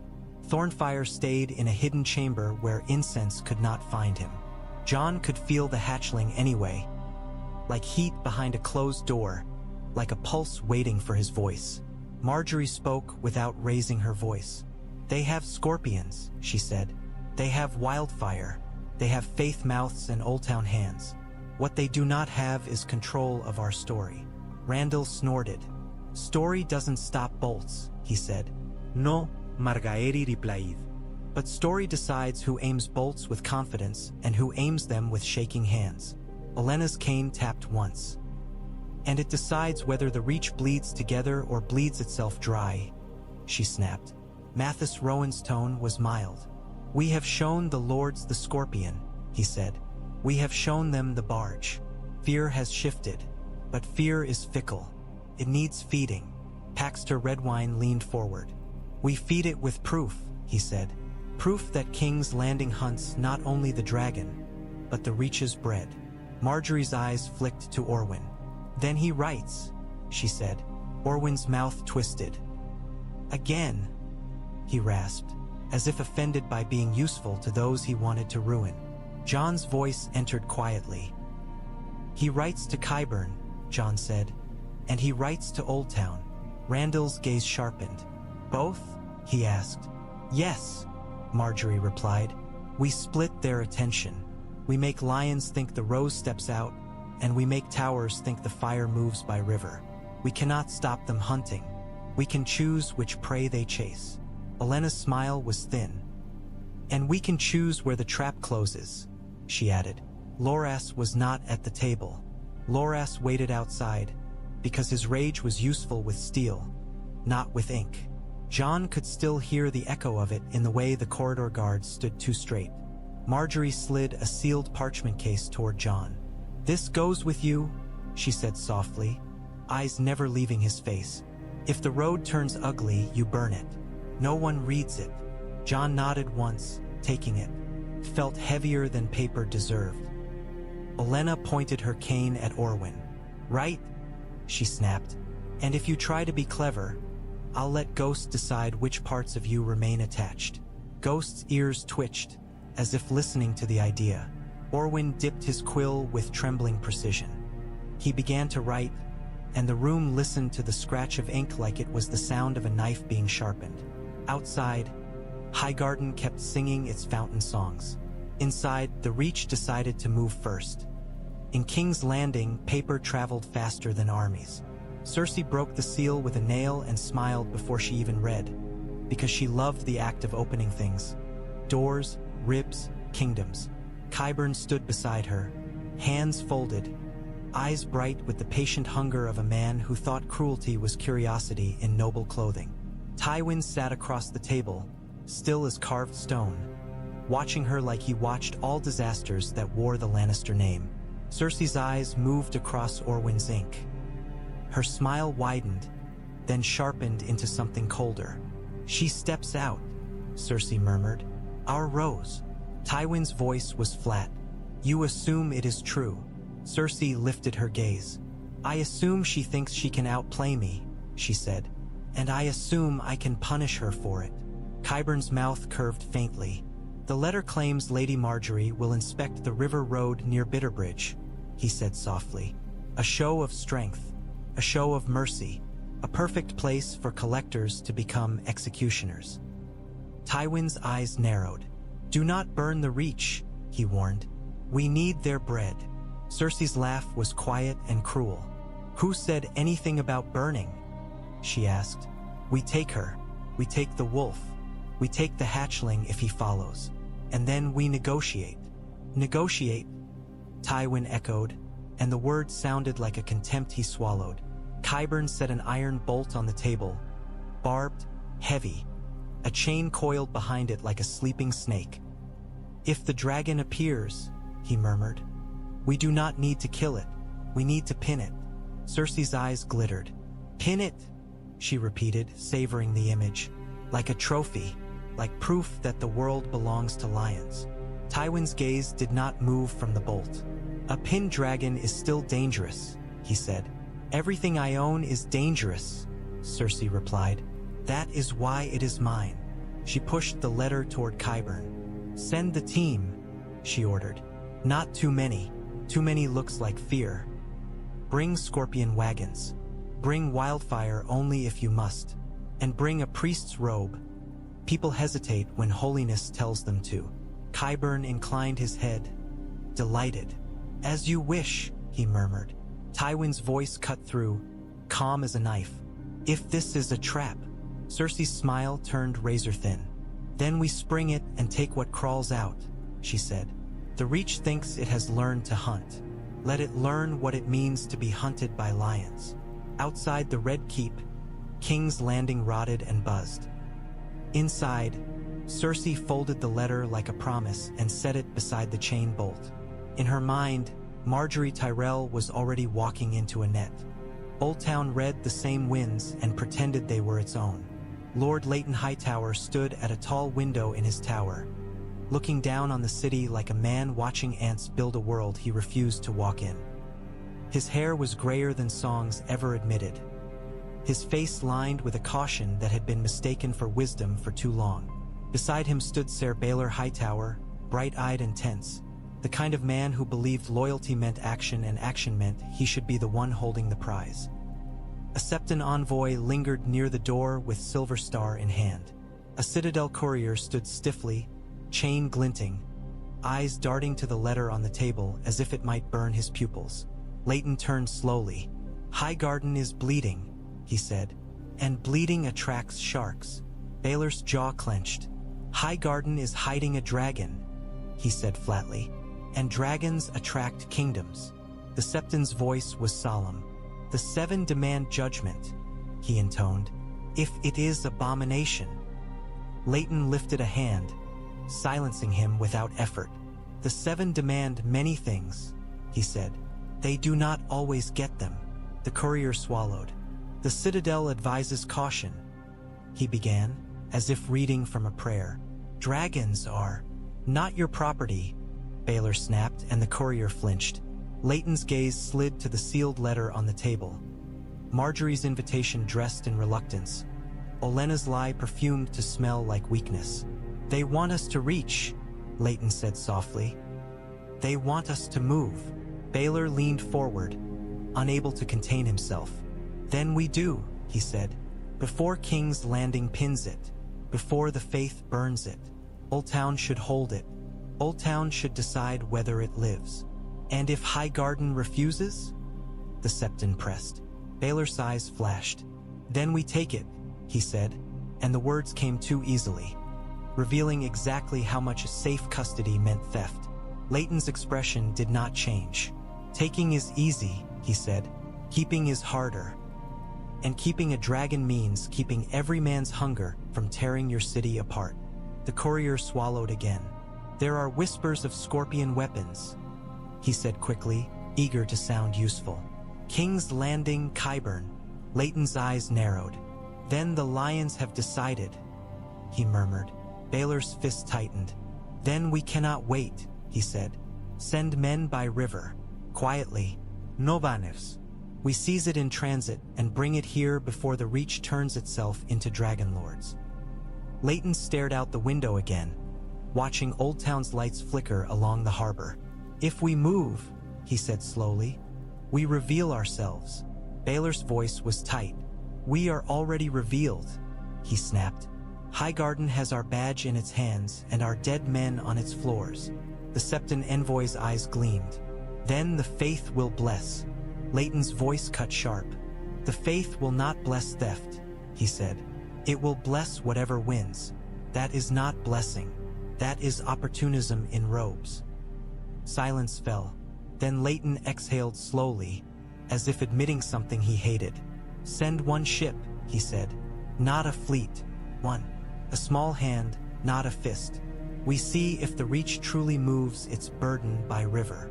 Baelor nodded, grim satisfaction flashing. And if it does, he said, we take it. Leighton's eyes stayed on the harbor. And if it does not, he replied, then we learn who is truly hunting whom. Far below, bells rang in Oldtown. Somewhere in its streets, men who had never seen a dragon yet already wanted to own one began to whisper a new prayer. Not to gods, but to opportunity. Margaery did not leave Highgarden. Her carriage did. It rolled out under Tyrell colors, wheels creaking softly over wet stone, escort riders flanking with disciplined calm. Inside sat a maid dressed in green velvet with her hair braided like a lady's, veil drawn low. She trembled so hard Jon feared the veil would shake itself loose and betray the lie. Margaery watched from a shadowed window as the gate closed behind the convoy. Her face was still, but Jon saw the tension in her fingers where they gripped the sill. They will come, she murmured. Yes, Jon said quietly, and they will think they're clever. Loras waited at the road's edge in plain cloak, posture rigid. He hated decoys. He hated lies that put someone else in danger for his sister's safety. But he obeyed, because Margaery's survival was the Reach's spine. Rowan riders vanished into treelines. Tarly men took positions on a ridge overlooking a narrow stretch of road where mud could swallow hooves and trees could swallow screams. Sand sacks were hidden beneath brush, ready for wildfire. Barrels of water waited not for wildfire, but for after, for smoke, for panic. Jon stood in shadow with Ghost, feeling the road's honesty again. How it narrowed, how it promised violence in its tight throat. Thornfyre was not with him. Thornfyre stayed hidden in Highgarden's belly, because one lesson had become clear. If chain bolts were built for wings, then wings did not belong on this road. Jon hated leaving the dragon behind. The bond itched like a half-healed wound, but Margaery's voice echoed in his head. If you die, the dragon becomes a banner for men who do not love him. The decoy carriage rolled into the trap zone. Silence tightened. Then Ghost's ears snapped forward. His growl started low. Hoofbeats approached. From the north, not the south. Now, Randall's voice whispered from the ridge. A wagon rounded the bend, merchant canvas, innocuous shape. Behind it rode men in pale robes with 7-pointed stars sewn on sleeves. Septon escorts. Anyone glancing quickly might have thought. But Jon saw the way they rode. Too balanced, too ready. He saw the way the wagon's canvas sat too high, the way weight shifted beneath it like a weapon. Scorpion. Loras's hand tightened on his reins. His eyes burned. They brought it, he murmured. Jon's voice was flat. They believed the letter, he said. The Septons raised hands as if in blessing as they approached the carriage. A rider lifted a parchment with a royal seal, smiling. The maid inside the carriage made a small, frightened sound, and then the wagon's canvas snapped back. Iron limbs unfolded. A chain bolt slid into place with a wet metallic click that made Jon's stomach drop. The collectors weren't here to negotiate. They were here to pin a myth to wood and drag it south to a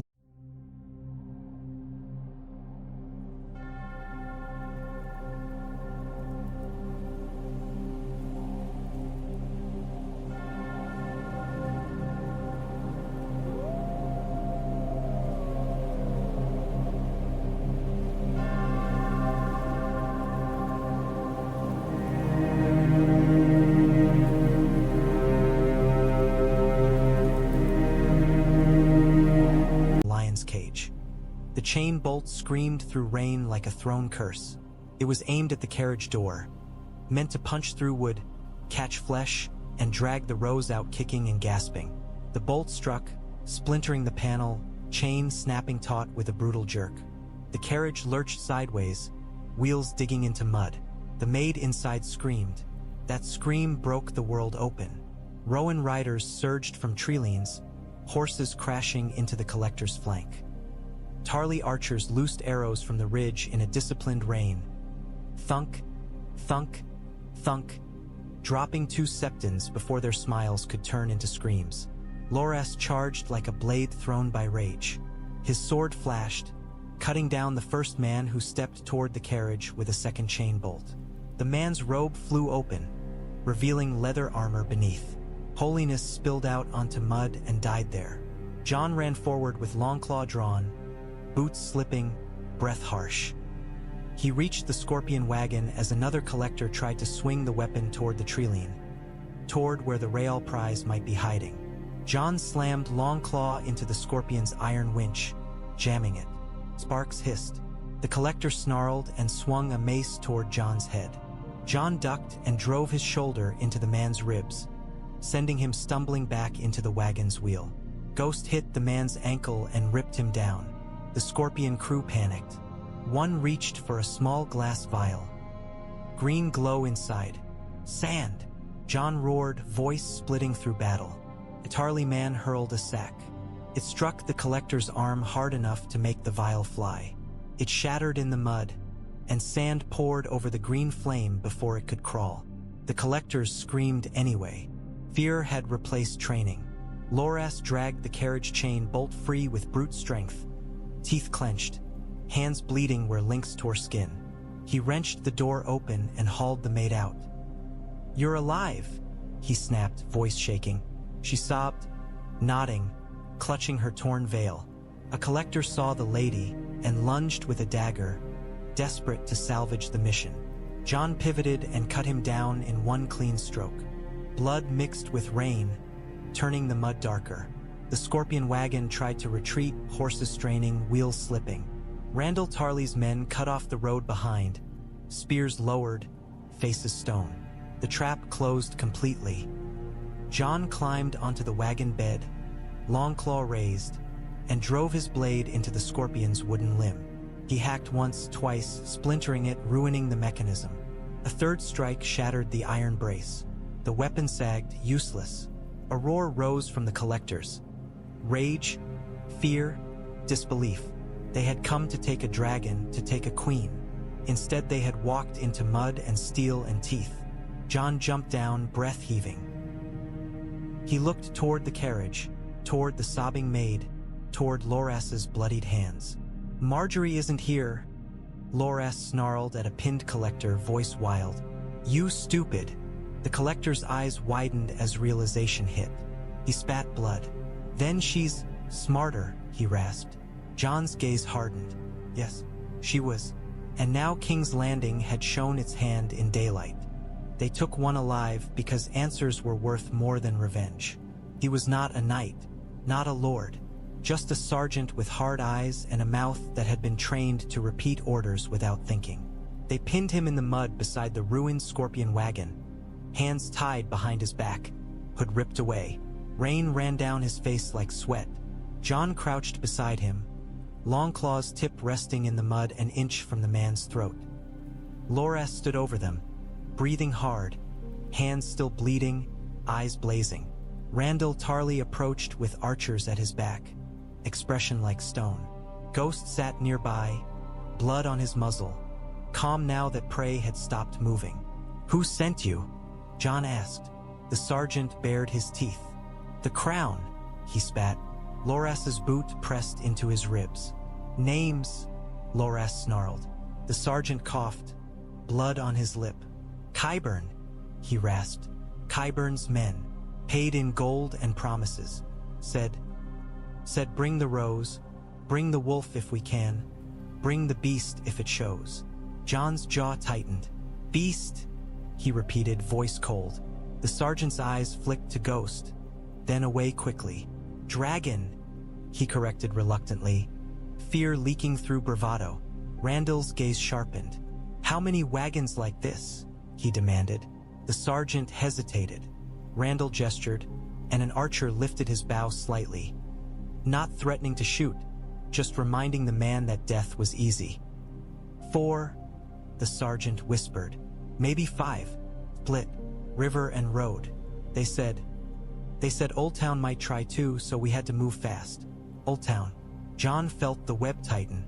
Loras's voice shook with rage. And Margaery? He hissed. Where were you taking her? The sergeant swallowed. South, he whispered. To a river port. To a ship. They said, the queen wants her alive. Wants her humbled. Jon's fingers curled in the mud. He pictured Margaery in chains on a ship, Cersei's smile waiting, and something hot and vicious flared behind his ribs. Randall's voice was flat. You brought wildfire, he said. The sergeant's eyes darted. Only if needed, he whispered. Orders were, don't burn the reach, just scare it. Loras barked a harsh laugh. Scare it, he spat, by dragging women out of carriages with chain bolts. The sergeant's mouth tightened. It's war, he muttered. Jon leaned closer, voice low enough to be intimate. War is armies, Jon said. This is theft. The sergeant's eyes flickered. Jon stood, turning to Randall. We take him back, Jon said. He rides in chains. He speaks again in a cellar. Randall nodded once. And we send his wagon to Highgarden, he said. Let every lord see what the crown brings. Loras glanced toward the decoy maid, now wrapped in a blanket, shivering. His fury softened for a heartbeat into grim gratitude. You did well, he told her, voice rough. She nodded, sobbing quietly. Torches were lit as evening fell. The ruined scorpion sat in the mud like a dead insect. Limbs snapped, chain coiled uselessly. Jon stared at it and felt the truth harden. They were past whispers, past tests, past gentle games. Now the enemy was coming with iron, and soon fire would have to answer. Highgarden greeted them with silence first. Torches lined the gate. Lords lingered in cloaks, pretending to be there by coincidence. Servants pressed into shadows, eyes wide. The castle smelled of roses and incense and something else now. Anticipation sharpened into fear. Margaery stood beneath the arch with Olenna at her side, both wrapped in green and gold like armor. Her face did not change when she saw the destroyed scorpion wagon being dragged in on ropes, its limbs broken, its chain bolts clattering like dead snakes. But Jon saw her eyes sharpen, saw the cold satisfaction flicker. Proof was a weapon too. Loras rode in behind the wagon, hands wrapped in bloodied cloth, face pale with rage and exhaustion. Ghost trotted ahead, silent, red eyes scanning the crowd. Jon dismounted and stepped toward Margaery. For a heartbeat, the world narrowed to her face. They came, she said softly. Jon nodded. They believed the letter, he replied. They brought scorpions and chain bolts. They tried to take you. Margaery's mouth tightened. And they failed, she said, not a question. They failed, Jon confirmed. Olenna's cane tapped once. Good, she snapped. Let the Lord see what royal authority looks like when it crawls. Margaery's gaze slid to the chained sergeant being dragged from a horse. The man lifted his head, saw the lady he thought he'd stolen, and went pale. You, Margaery said quietly. The sergeant swallowed. My lady, he rasped, trying to find politeness in a throat full of fear. Margaery's eyes were cold. Tell the truth in my cellar, she said, or choke on your lies in it. Guards hauled him away. Lords murmured as they stared at the wagon. Some looked sick, some looked angry, some looked dangerously excited. Margaery turned, voice lifting just enough to carry. This is what the Iron Throne brings to the Reach, she said. Not peace, not law, chains. Randall Tarley's voice carried from behind, hard. And any man who offers to secure our safety is offering the same chain with a prettier ribbon, he said. Eyes flicked toward the Hightower men lingering at the edge of the crowd. The captain's face stayed carefully blank. Olenna smiled thinly. We're all learning, she murmured. Margaery's gaze returned to Jon, softer for a heartbeat. One crack in the armor. You came back, she whispered. Jon's throat tightened. I said I would, he replied. Margaery nodded once, as if taking that vow and storing it again. Then she turned back toward the hall, voice sharpening. Bring the wagon inside, she ordered.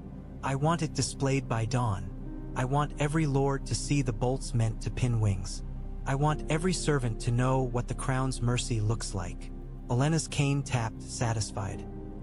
And then, she said softly, we decide what to do with Oldtown's hands. Jon followed Margaery into the castle, Ghost at his heel, feeling the war's shape tightening around them like a ring. Outside the gate, night pressed close. Beyond the walls, ravens flew, and somewhere in Highgarden's depths, Thornfyre hissed softly in the dark as if sensing that iron had come hunting again. That night Jon did not go to the war room. He went to the hidden chamber where Thornfyre lay, because maps could wait but fire could not be left alone with fear in the air. The hatchling was bigger now, no longer something that could be mistaken for a strange lizard by fools who wanted to believe. Thornfyre's wings twitched even in sleep, membranes shifting like a dream of sky. Smoke curled faintly from its nostrils with each slow breath, as if the dragon's body could not help advertising what it was. Jon sat on the stone floor with Thornfyre curled against his chest like a living furnace.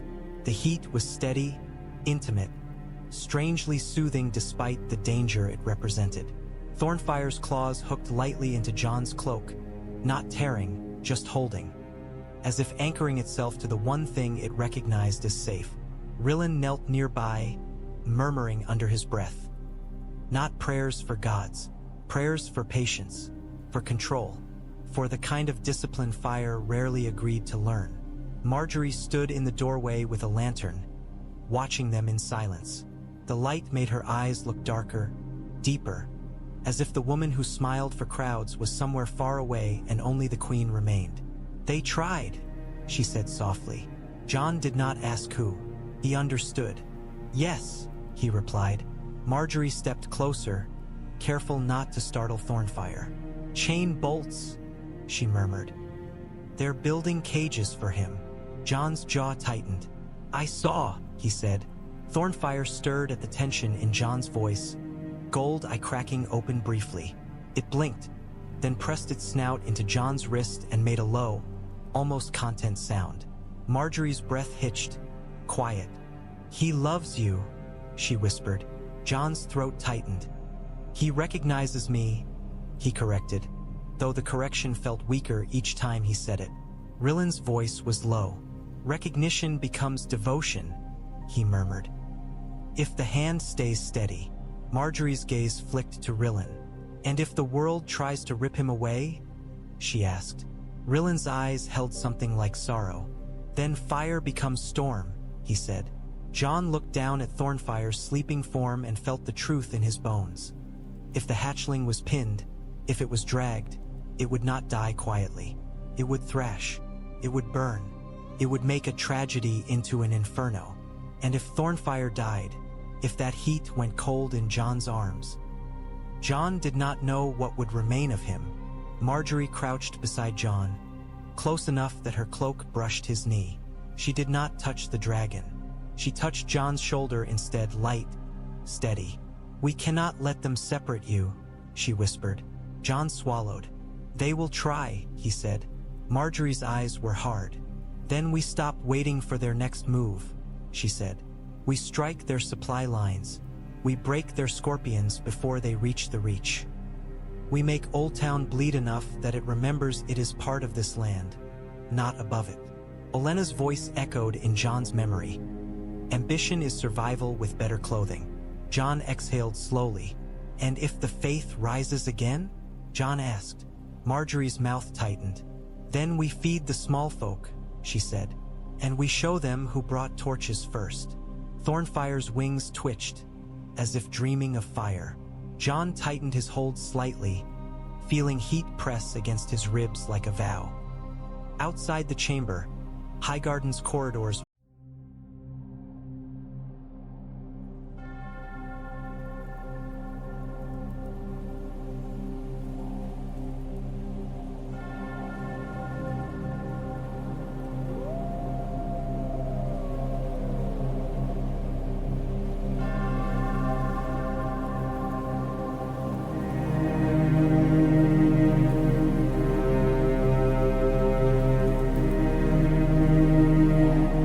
clamored with fear and footsteps.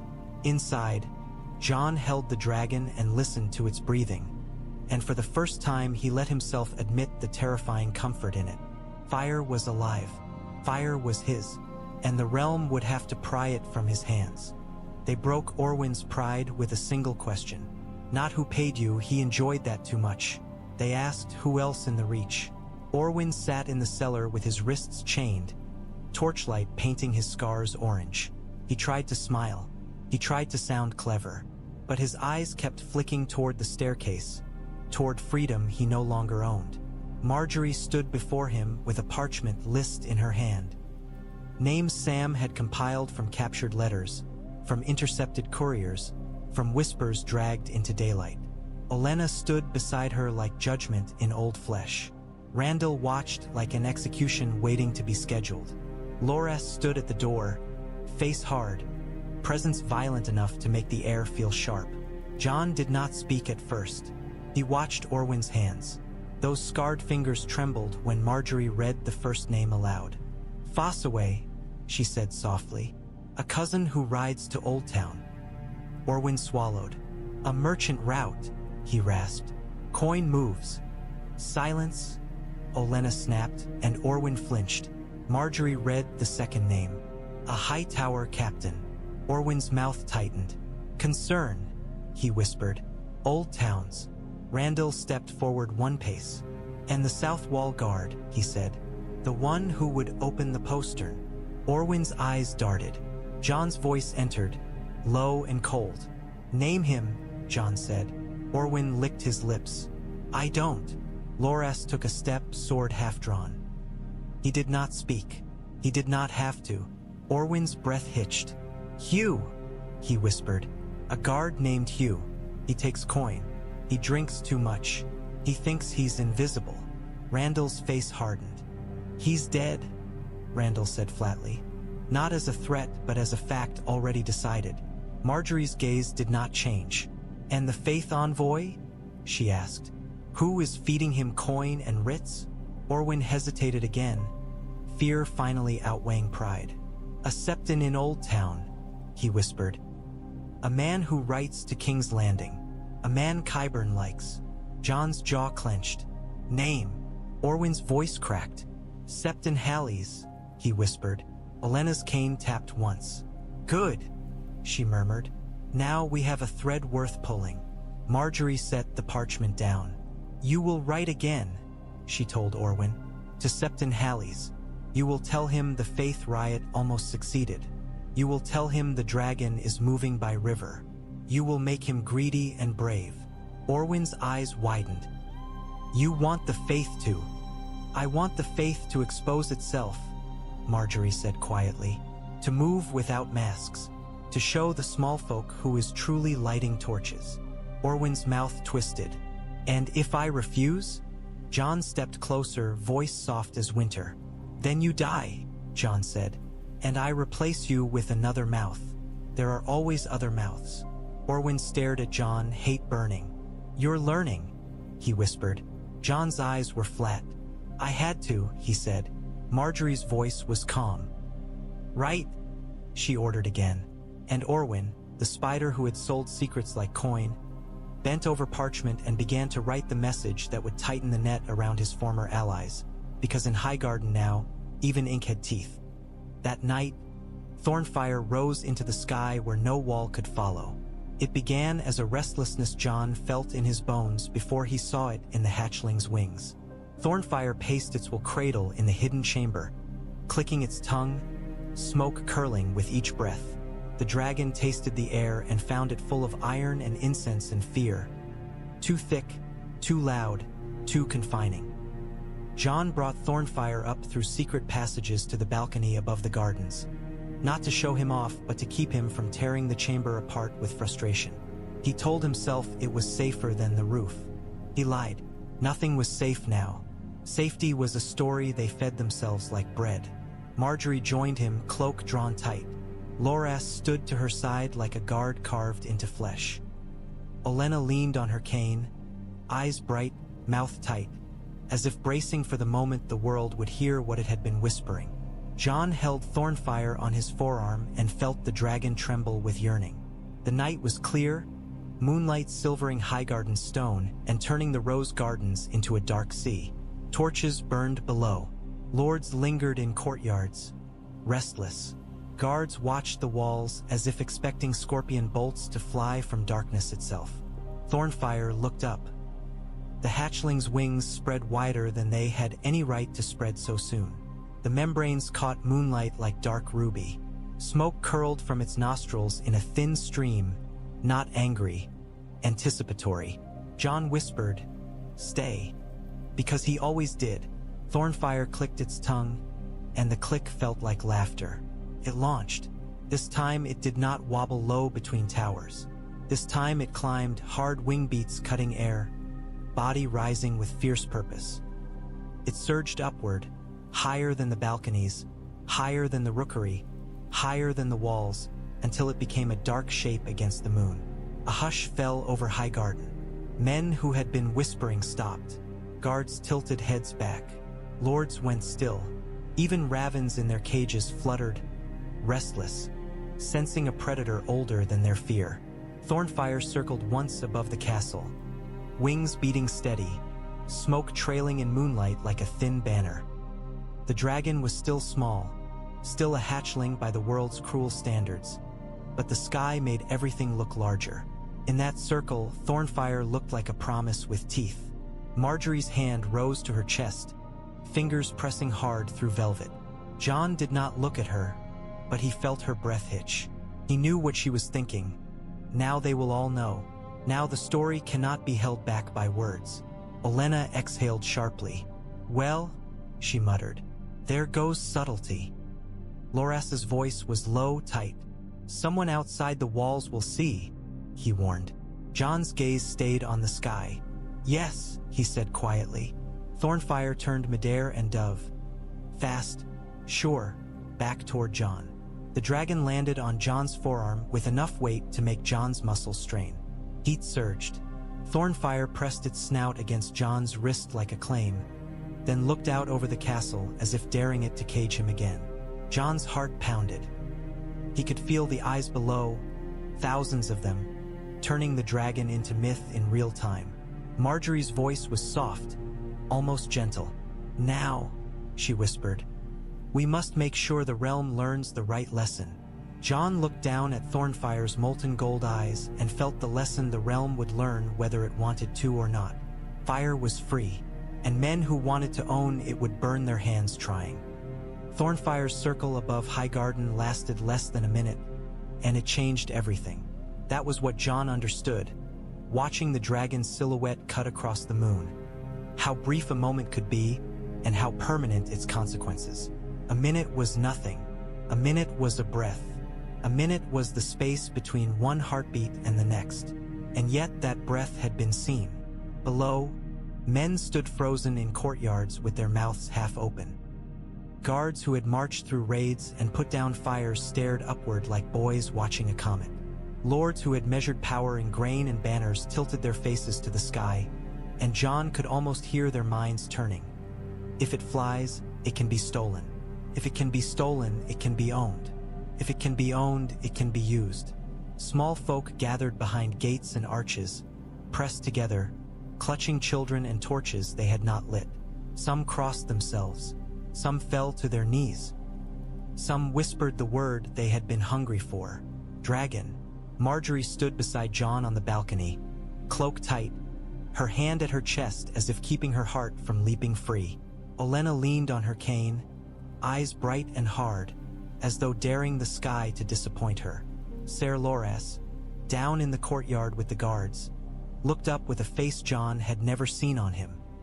Something raw and helpless, like a man watching a sword fall and not knowing whether it would land in his hand or his sister's throat.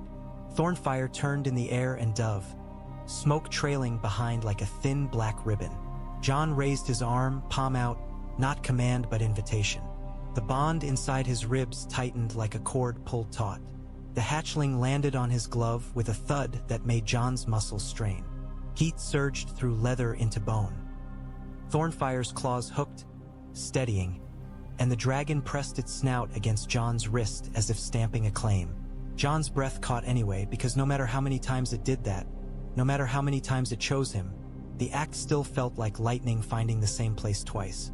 Margaery did not reach for the dragon. She reached for Jon's sleeve instead, fingers pressing lightly, steadying both of them. "They saw," she murmured. Jon looked down into the courtyards where eyes stayed fixed on his arm as if it were a banner. "Yes," he said, "they did." Olenna's cane tapped once, sharp as a gavel. "Then we stop pretending," she snapped. Margaery's gaze flicked toward the sept's direction, toward incense and silver stars. "The faith will move," she said quietly. "And Oldtown," Olenna replied. "And King's Landing," Jon added. A shout rose from the lower courtyard. One of the bannermen, voice tight with fear and awe, demanding answers. Another voice answered, angry. Another began to pray. Sound swelled like water pressing a dam. Margaery inhaled once, and Jon saw the shift in her posture. How she became not a woman watching a dragon, but a ruler watching a realm. "We give them a message," she said softly. "Now, before the faith writes one for them." Olenna's mouth twisted. "And what message is that?" she demanded. Margaery's eyes did not leave the crowd below. "That Highgarden's fire protects," she said. "Not punishes, not devours, protects." Jon looked at Thornfyre, at the gold eyes, the thin smoke, the wings that could not stay folded forever, and felt the difficulty of that lie, because protection required discipline, and discipline was a lesson fire learned slowly. Thornfyre clicked its tongue, annoyed by the noise, and a small curl of smoke rose again. The crowd below flinched, then leaned in, hungry for more. Jon's jaw tightened. "Get them inside," he said quietly. Loras did not need to be told. Jon saw him move below, barking orders, herding guards, clearing courtyards, pushing small folk away with stern words and offered bread. Highgarden began to close itself like a fist again. But fists could not hide smoke once it reached sky. By the time Thornfyre's wings had dried of moonlight, the raven had already left Highgarden. Not from Margaery's rookery, not with Tyrell's seal, not with proper courtesy. It flew from a smaller cage, from a lesser handler, from one of the 100 cracks that fear created in every castle wall. It flew because someone had seen the dragon circle and decided coin would be kinder than loyalty. It reached King's Landing before the next day's sun had burned the morning mist away. Cersei Lannister read the report by torchlight and laughed softly, because laughter was what she used when she wanted the room to believe she was not afraid. "A hatchling," she murmured, eyes glittering. "A hatchling that dares the sky." Qyburn unrolled the crude sketch the informant had included. Ink lines attempting wings, attempting smoke, attempting to capture something men were not meant to own. His mouth curved with delighted hunger. "It flies," he whispered. Tywin sat at the table with a chain bolt laid before him. He did not smile. He did not laugh. He watched the words like he watched an army's formation. "If it flies," he said flatly, "it can be shot." Cersei's gaze snapped to him. "Not with arrows," she said. "Not with arrows," Tywin agreed. His eyes stayed on the bolt's barbs. "With iron, with discipline, with patience." Cersei leaned forward, placing the raven letter beside the bolt as if marrying them. "Patience is boring," she said. Tywin's voice was quiet and dangerous. "Patience is winning," he replied.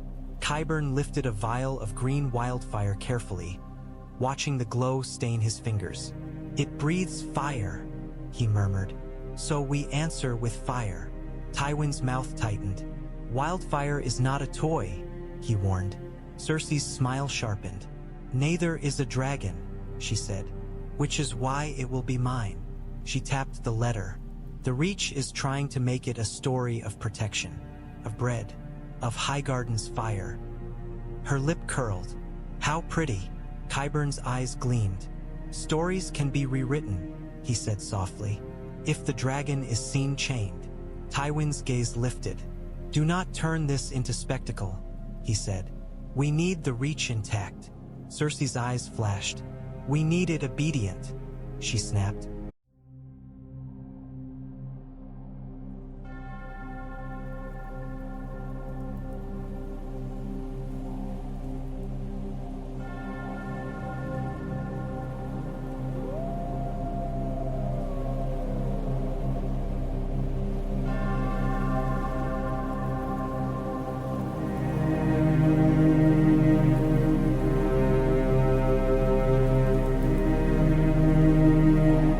Obedience is easier when the symbol of defiance is dragged through mud. She turned to Qyburn. "Send more teams," she ordered. "Not to Highgarden's gates, to its roads, to its river, to every place the Rose will be forced to protect again." Qyburn bowed his head slightly. "As you wish," he murmured. Tywin's voice cut in, calm as a knife. "And send coin to Oldtown," he said. "If Leighton Hightower thinks he can steal fire, he will rush and expose his hand. Let him. We can use his greed." Cersei's smile widened. "Good," she said. "Let towers and septons and maesters tear at each other, while lions take the prize." Outside the Red Keep, the city stank and screamed and lived. Inside, a queen and her spider began to move scorpions and wildfire into position, because now the rumor had taken flight, and the sky had become a battlefield. In Oldtown, they read the same news and called it stewardship. Leighton Hightower's hands rested on the table, fingers spread over a map that marked the Mander like a vein. His face remained composed, but Jon would have recognized the tension in it even from 100 miles away, because it was the same tension Jon felt when Thornfyre's wings twitched, the strain of wanting to control what could not be controlled. Ser Baelor stood beside him, eyes bright, jaw tight. The Citadel courier hovered nearby, trying to look like his chain did not weigh his throat.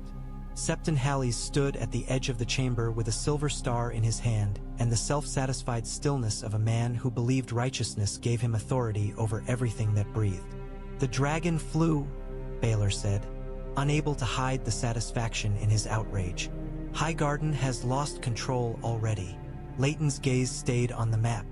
"Highgarden has never lost control," he murmured. "Highgarden chooses which control it shows." Septon Halleys lifted his chin. "The Seven have shown us an abomination," he said, voice smooth. "The most devout will demand cleansing." The Citadel courier swallowed. "The conclave advises." "Your conclave advises whatever keeps its chains warm," Baelor snapped, and the courier flinched. Leighton finally looked up. His eyes were tired, older than his tower. "If you march the faith into the Reach with torches," Leighton said softly, "you will not get purity. You will get war." Septon Halleys smiled faintly. "War purifies," he said. Leighton's gaze hardened. "War burns indiscriminately," he replied, "and dragons burn most of all." Baelor leaned forward over the map. "Then we take it," he said, quietly, "before King's Landing pins it, before the faith lights the Reach on fire. We take it by river, as Highgarden hinted." Leighton's expression did not change, but his voice cooled. "Highgarden hinted because Highgarden wants you to move," he said. Baelor's mouth tightened. "So we move carefully," he insisted. "We send one ship, one barge, one hand. We secure it and end the panic." Septon Halleys' eyes gleamed. "And the faith will bless." Leighton cut him off without raising his voice. "The faith will bless whatever wins," he said. "It is not blessing. It is opportunism with incense." Septon Halleys' smile did not slip. "And yet incense moves crowds," he said softly. Leighton's gaze narrowed. "Then be careful which crowds you move," he warned. "Because if the Reach believes Oldtown is stealing its protection, the Reach will remember Oldtown is not a god. It is a city." Baelor's fist clenched. "We cannot let Highgarden become dragon lords," he snapped. Leighton's eyes flicked back to the raven letter describing smoke in moonlight. "They already are," he murmured. "Whether we like it or not." He exhaled slowly. "Send the barge," he said at last. "And send Septon Halleys' men into the Reach only enough to stir, not enough to spark." If Highgarden falls into chaos, the prize becomes easier. Septon Halleys bowed slightly, satisfied. The courier looked ill. Baelor's smile sharpened. "Then we take fire," he whispered. And far away, in Highgarden's hidden stone, Thornfyre breathed smoke and sleep, unaware that towers and septons were deciding how to cage him as politely as possible. Highgarden's answer to Thornfyre's flight was not celebration. It was lockdown. Loras doubled guards at every stair, not with loud declarations but with quiet replacement, the way you moved pieces on a board without letting the opponent see your hand. Margaery ordered grain distributed early in the morning, smiling for small folk, refusing to let hunger become a weapon the faith could hold. Olenna sent trusted servants through the kitchens and the rookery, counting mouths and keys the way warlords counted spears. And still the faith tried to light a story. They found the agitators in a storage corridor near the East Granary. 3 men in pale robes with silver stars stitched to their sleeves, hands smelling of incense and lamp oil.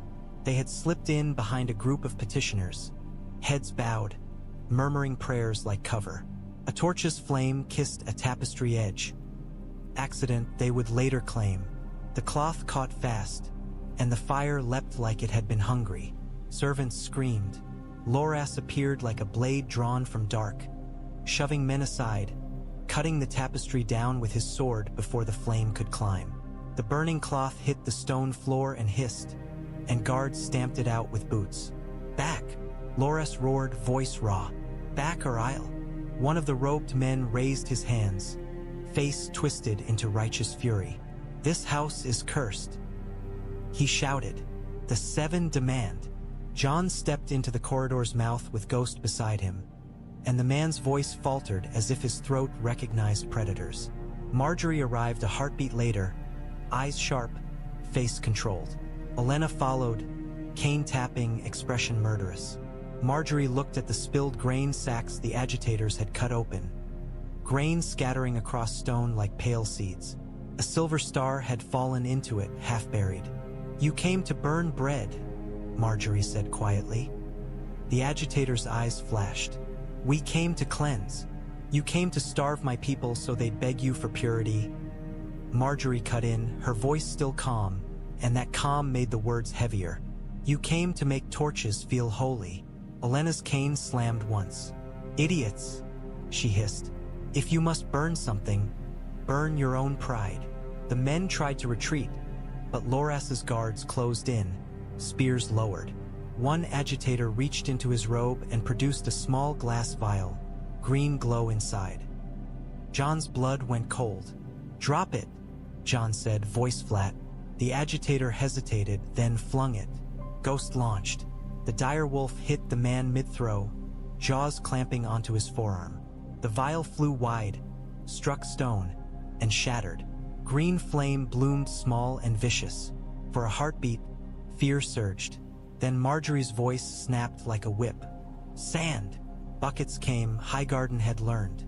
Sand poured over green flame, smothering it into hissing darkness. The corridor filled with gritty dust and the sour scent of poisoned fire. The agitators stared, stunned, as if they had expected holiness to make them immune to consequence. Margaery stepped closer, eyes bright and deadly. "Who gave you that vial?" she asked softly. The man Ghost held whimpered. "Septon Halleys," he choked. "Oldtown," he said. Olenna's mouth tightened. "There's your priest," she murmured. Loras's sword tip lifted under the man's chin. "You will speak," he snarled. The agitator's eyes rolled, terror taking him. "He said light the bread," he sobbed. "He said blame the dragon, blame Highgarden, make the small folk." Margaery's face went still. "Make the small folk turn," she finished. Jon felt the plan's shape. Burn bread, blame dragon, make hunger scream louder than loyalty, make Highgarden the monster. Margaery straightened. "Take them," she ordered, "alive, and bring me Halleys' letters." As guards dragged the men away, the corridor stank of singed tapestry and smothered wildfire. Highgarden had stopped a fire, but now it had a name for the hand that kept lighting matches. They laid Hallie's letters out like dead rats on a table. Seals from Oldtown, ink too neat for a common septon. Phrases repeated like hymns. Purity, abomination, cleansing, judgment. And beneath the piety, the true language of power. Schedules, routes, names, money. Samwell Tarly's hands shook as he sorted them, but his mind held steady. He read faster than most men breathed. This one, Sam said, voice tight, mentions a barge. The tower's hand will reach by river. That's Hightower. And this one mentions the Queen's physician. That could be Qyburn. Orwyn sat chained nearby, forced to lean close and identify handwriting. His scarred fingers twitched, hungry for the illusion of scholarship. His eyes narrowed at one letter and then flicked away, as if seeing an old acquaintance he did not want to name. Margaery caught it. That one, she said softly. Orwyn swallowed. Hallie's, he admitted. And he hesitated. Jon stepped closer, voice low. And Jon pressed. Orwyn's mouth tightened. A Citadel hand, he whispered. A courier who can pass through gates. Someone with chain access. Olenna's cane tapped once. So Oldtown's not unified, she murmured. Good. Institutions always rot from inside. Margaery's eyes were hard. We need Hallie's exposed in public, she said. Not killed in a dark alley. Exposed. If we simply kill him, the faith makes him a martyr and hands torches to fools. Loras's jaw clenched. I'd still like him dead, he muttered. Margaery didn't look at him.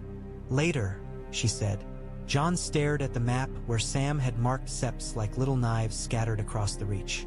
If Hallie's can move wildfire into Highgarden, Jon said. He can move it into any village. Randall's words echoed. Certainty is a luxury. Jon felt the weight of that. Olenna leaned forward. Then we use their own hunger, she snapped. We send word that Hallie's has secured something he shouldn't. We let the faith and the Citadel fight over him. Margaery's mouth tightened. And while they fight, she said, we break Oldtown's reach. Jon met her gaze. How? He asked. Margaery's eyes flicked to the river ports on the map. We intercept Leighton's barge, she said. We capture proof of Oldtown's theft attempt. We show it to the Reach and to the small folk. We make the faith look like it serves towers, not gods. Olenna smiled thinly. A sermon with evidence, she murmured. That'll make priests choke. Orwyn's eyes lifted, bitter. You think truth wins, he rasped. Jon's gaze was flat. I think hunger wins, he said. And truth decides whose hunger is fed. Margaery nodded once. Then we feed the right hunger, she said. And we starve the wrong one. Outside the war room, Highgarden's torches burned. Somewhere below, Thornfyre shifted in his cradle, wings twitching, as if sensing the map's ink lines were becoming chains the world wanted to throw around him. They caught the courier before Oldtown's message could become Oldtown's advantage. Rowan riders pinned him at a muddy bend where the road narrowed between hedges and a swollen ditch. Tarly men stepped out from behind trees with spears lowered, faces hard. The courier tried to turn his horse, but mud held hooves like hands. Loras was there, because Loras had decided he would never again let other men gamble with his sister's safety while he stayed behind stone. His blade sat at the courier's throat, the point steady despite rain. Drop it, Loras ordered. The courier's eyes darted wildly. He clutched a satchel to his chest like a child clinging to mother. The satchel bore a wax stamp, Hightower flame. Jon rode up with Ghost, cloak dark with rain, gaze cold. Open it, Jon said. The courier swallowed. It's, he began. Loras pressed the sword point slightly. The courier's breath hitched. He opened the satchel. Inside were letters wrapped in oilcloth, sealed with Hightower wax and sept seals. Beneath them, nestled like a serpent in a basket, sat a small glass vial with a faint green glow. Wildfire. Jon's stomach tightened. Hallie's, he said quietly. The courier trembled. I'm only carrying. You're carrying poison, Loras snarled. Jon reached in and took the vial carefully, holding it up so rain streaked its glass. The glow looked sickly even in daylight. "Oldtown's hands," Jon murmured. Ghost sniffed the courier's boots and growled softly. The courier went pale. Jon looked at the man. "Where is the barge?" Jon asked. The courier hesitated, and in that hesitation Jon saw the calculation, whether to lie, whether to die. Loras's eyes burned. "Answer," he snapped. The courier's voice cracked. "Down river," he whispered. "A day, maybe less. A small ship."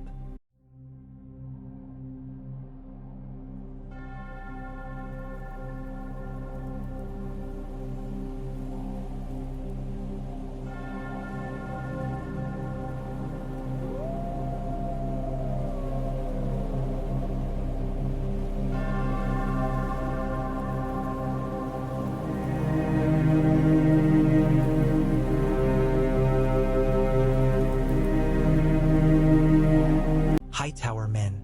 Jon nodded once. "Good," he said, and the word was colder than mercy. Randall's men bound the courier and took the satchel. Jon stared at the letters and felt the net tighten. Oldtown was not only watching. Oldtown was moving poison and steel, and now Highgarden would meet it on the river. They turned the river into a throat. Paxter Redwine knew water the way Randall knew roads. He set barges along the Mander not as a line, but as a funnel, narrowing movement toward a bend where archers could shoot down into decks and men on the banks could hook ropes and drag hulls into mud. Torches were shielded. Voices were low.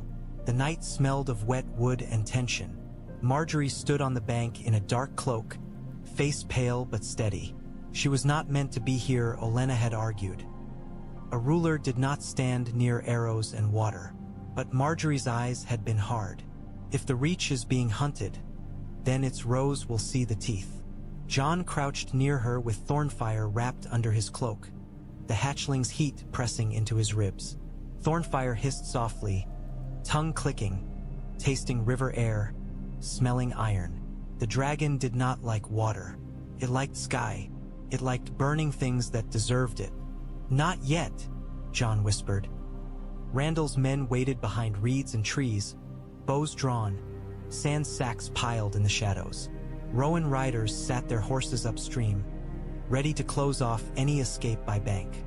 The river moved dark and fast, carrying reflections of stars like broken glass. Then a lantern blinked once on the water. A signal, faint and deliberate. A barge drifted into view, smaller than a warship, larger than a merchant. Canvas covered its center, and beneath the canvas Jon could see the wrong shape. The rigid angle of an iron limb. Scorpion. Margaery's breath caught. Paxter's face did not move. He raised 2 fingers and his archers lifted bows. The barge drifted closer. Jon felt Thornfyre tense. The hatchling's wings shifted under the cloak, eager. Heat surged. "Easy," Jon whispered, pressing his gloved hand gently against Thornfyre's chest. "Only when I say." Thornfyre clicked its tongue. Impatient, but it stilled.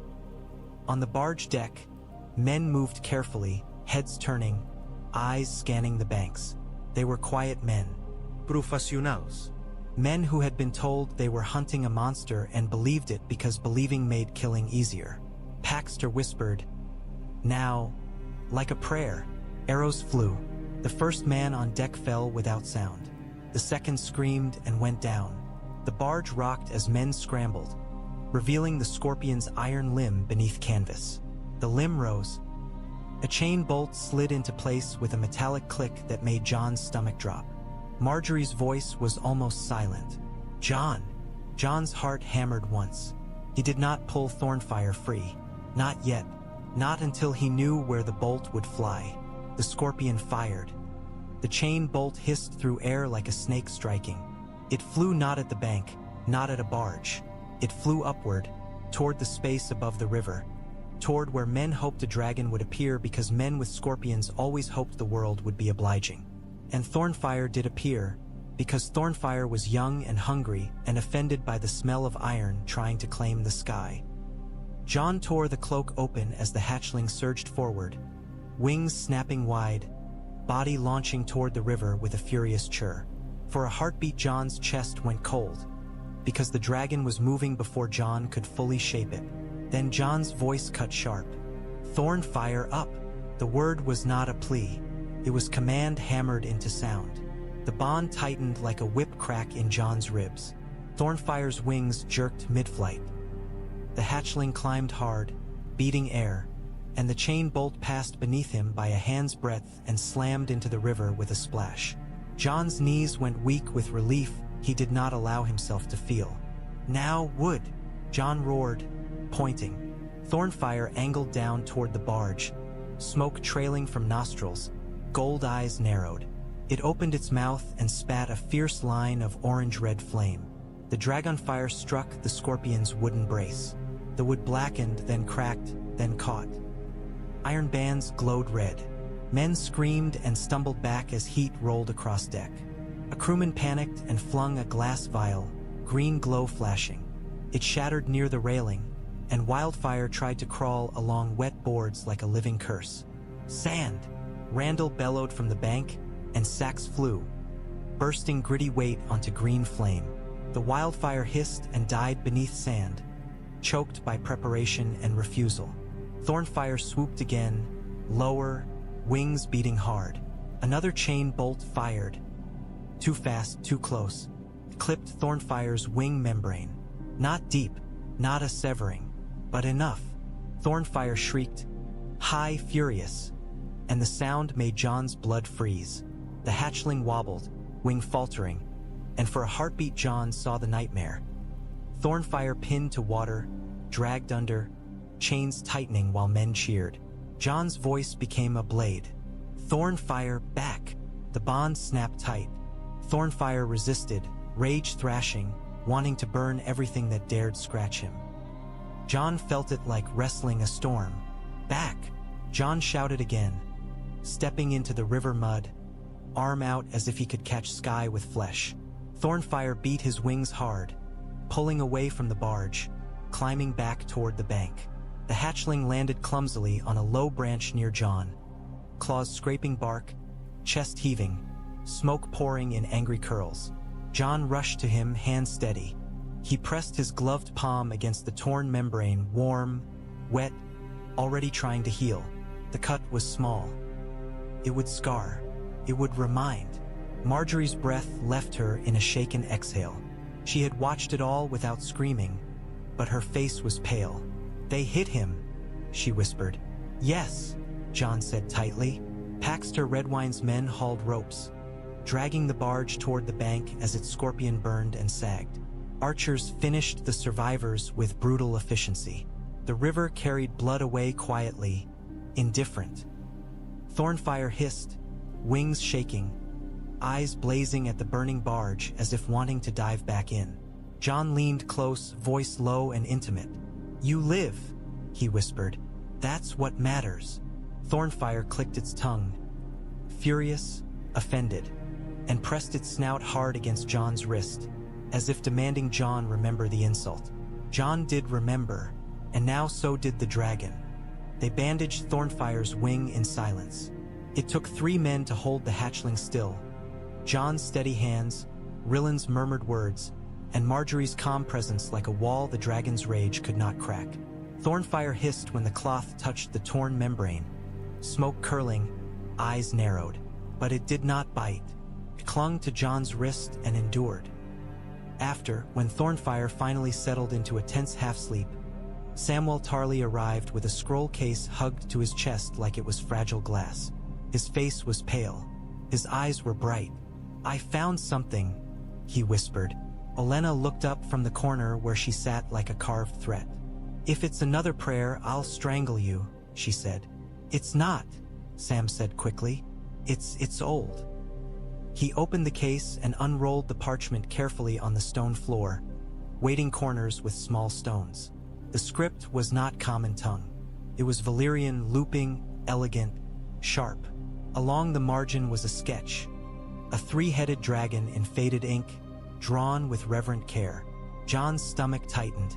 Margaery crouched beside the scroll, candlelight catching her face. "Where did you get this?" she asked. Some swallowed. "A cache in the library," he whispered. Maester Lomas didn't know it existed.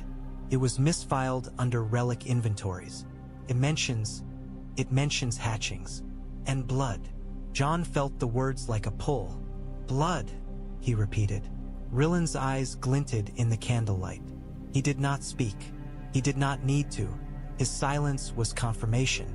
Sam's finger trembled as he traced a line. "It says," Sam swallowed, then forced the words out, "that eggs quicken only for the blood that remembers flame. That they answer names that aren't written in ledgers."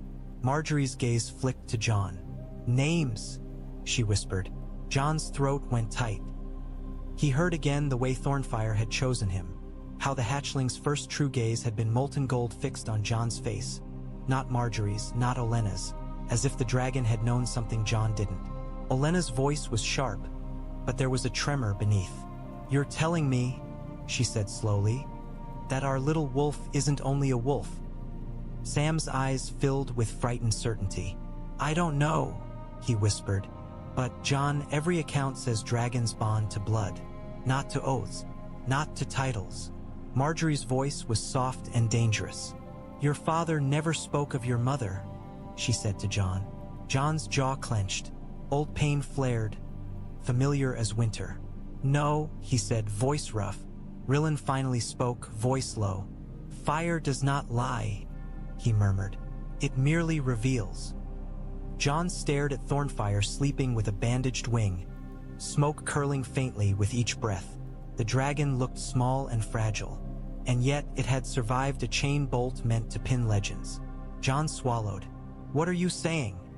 he asked, though he knew. Margaery's eyes held his. "I'm saying," she whispered, "that the realm will not only come for our dragon." She touched the edge of the three-headed sigil with one finger, careful. "It will come for you," she said. Olenna's cane tapped once, sharp as truth landing. "And it will call it destiny," she snapped. "As if destiny isn't just politics wearing a crown." Jon exhaled slowly, feeling the floor tilt beneath him. He had spent his life being told he was less Snow bastard shadow. Now fire and ink and blood were hinting he might be something else entirely, and the weight of that possibility felt like a chain around his throat. Thornfyre's gold eye opened briefly, as if sensing Jon's turmoil.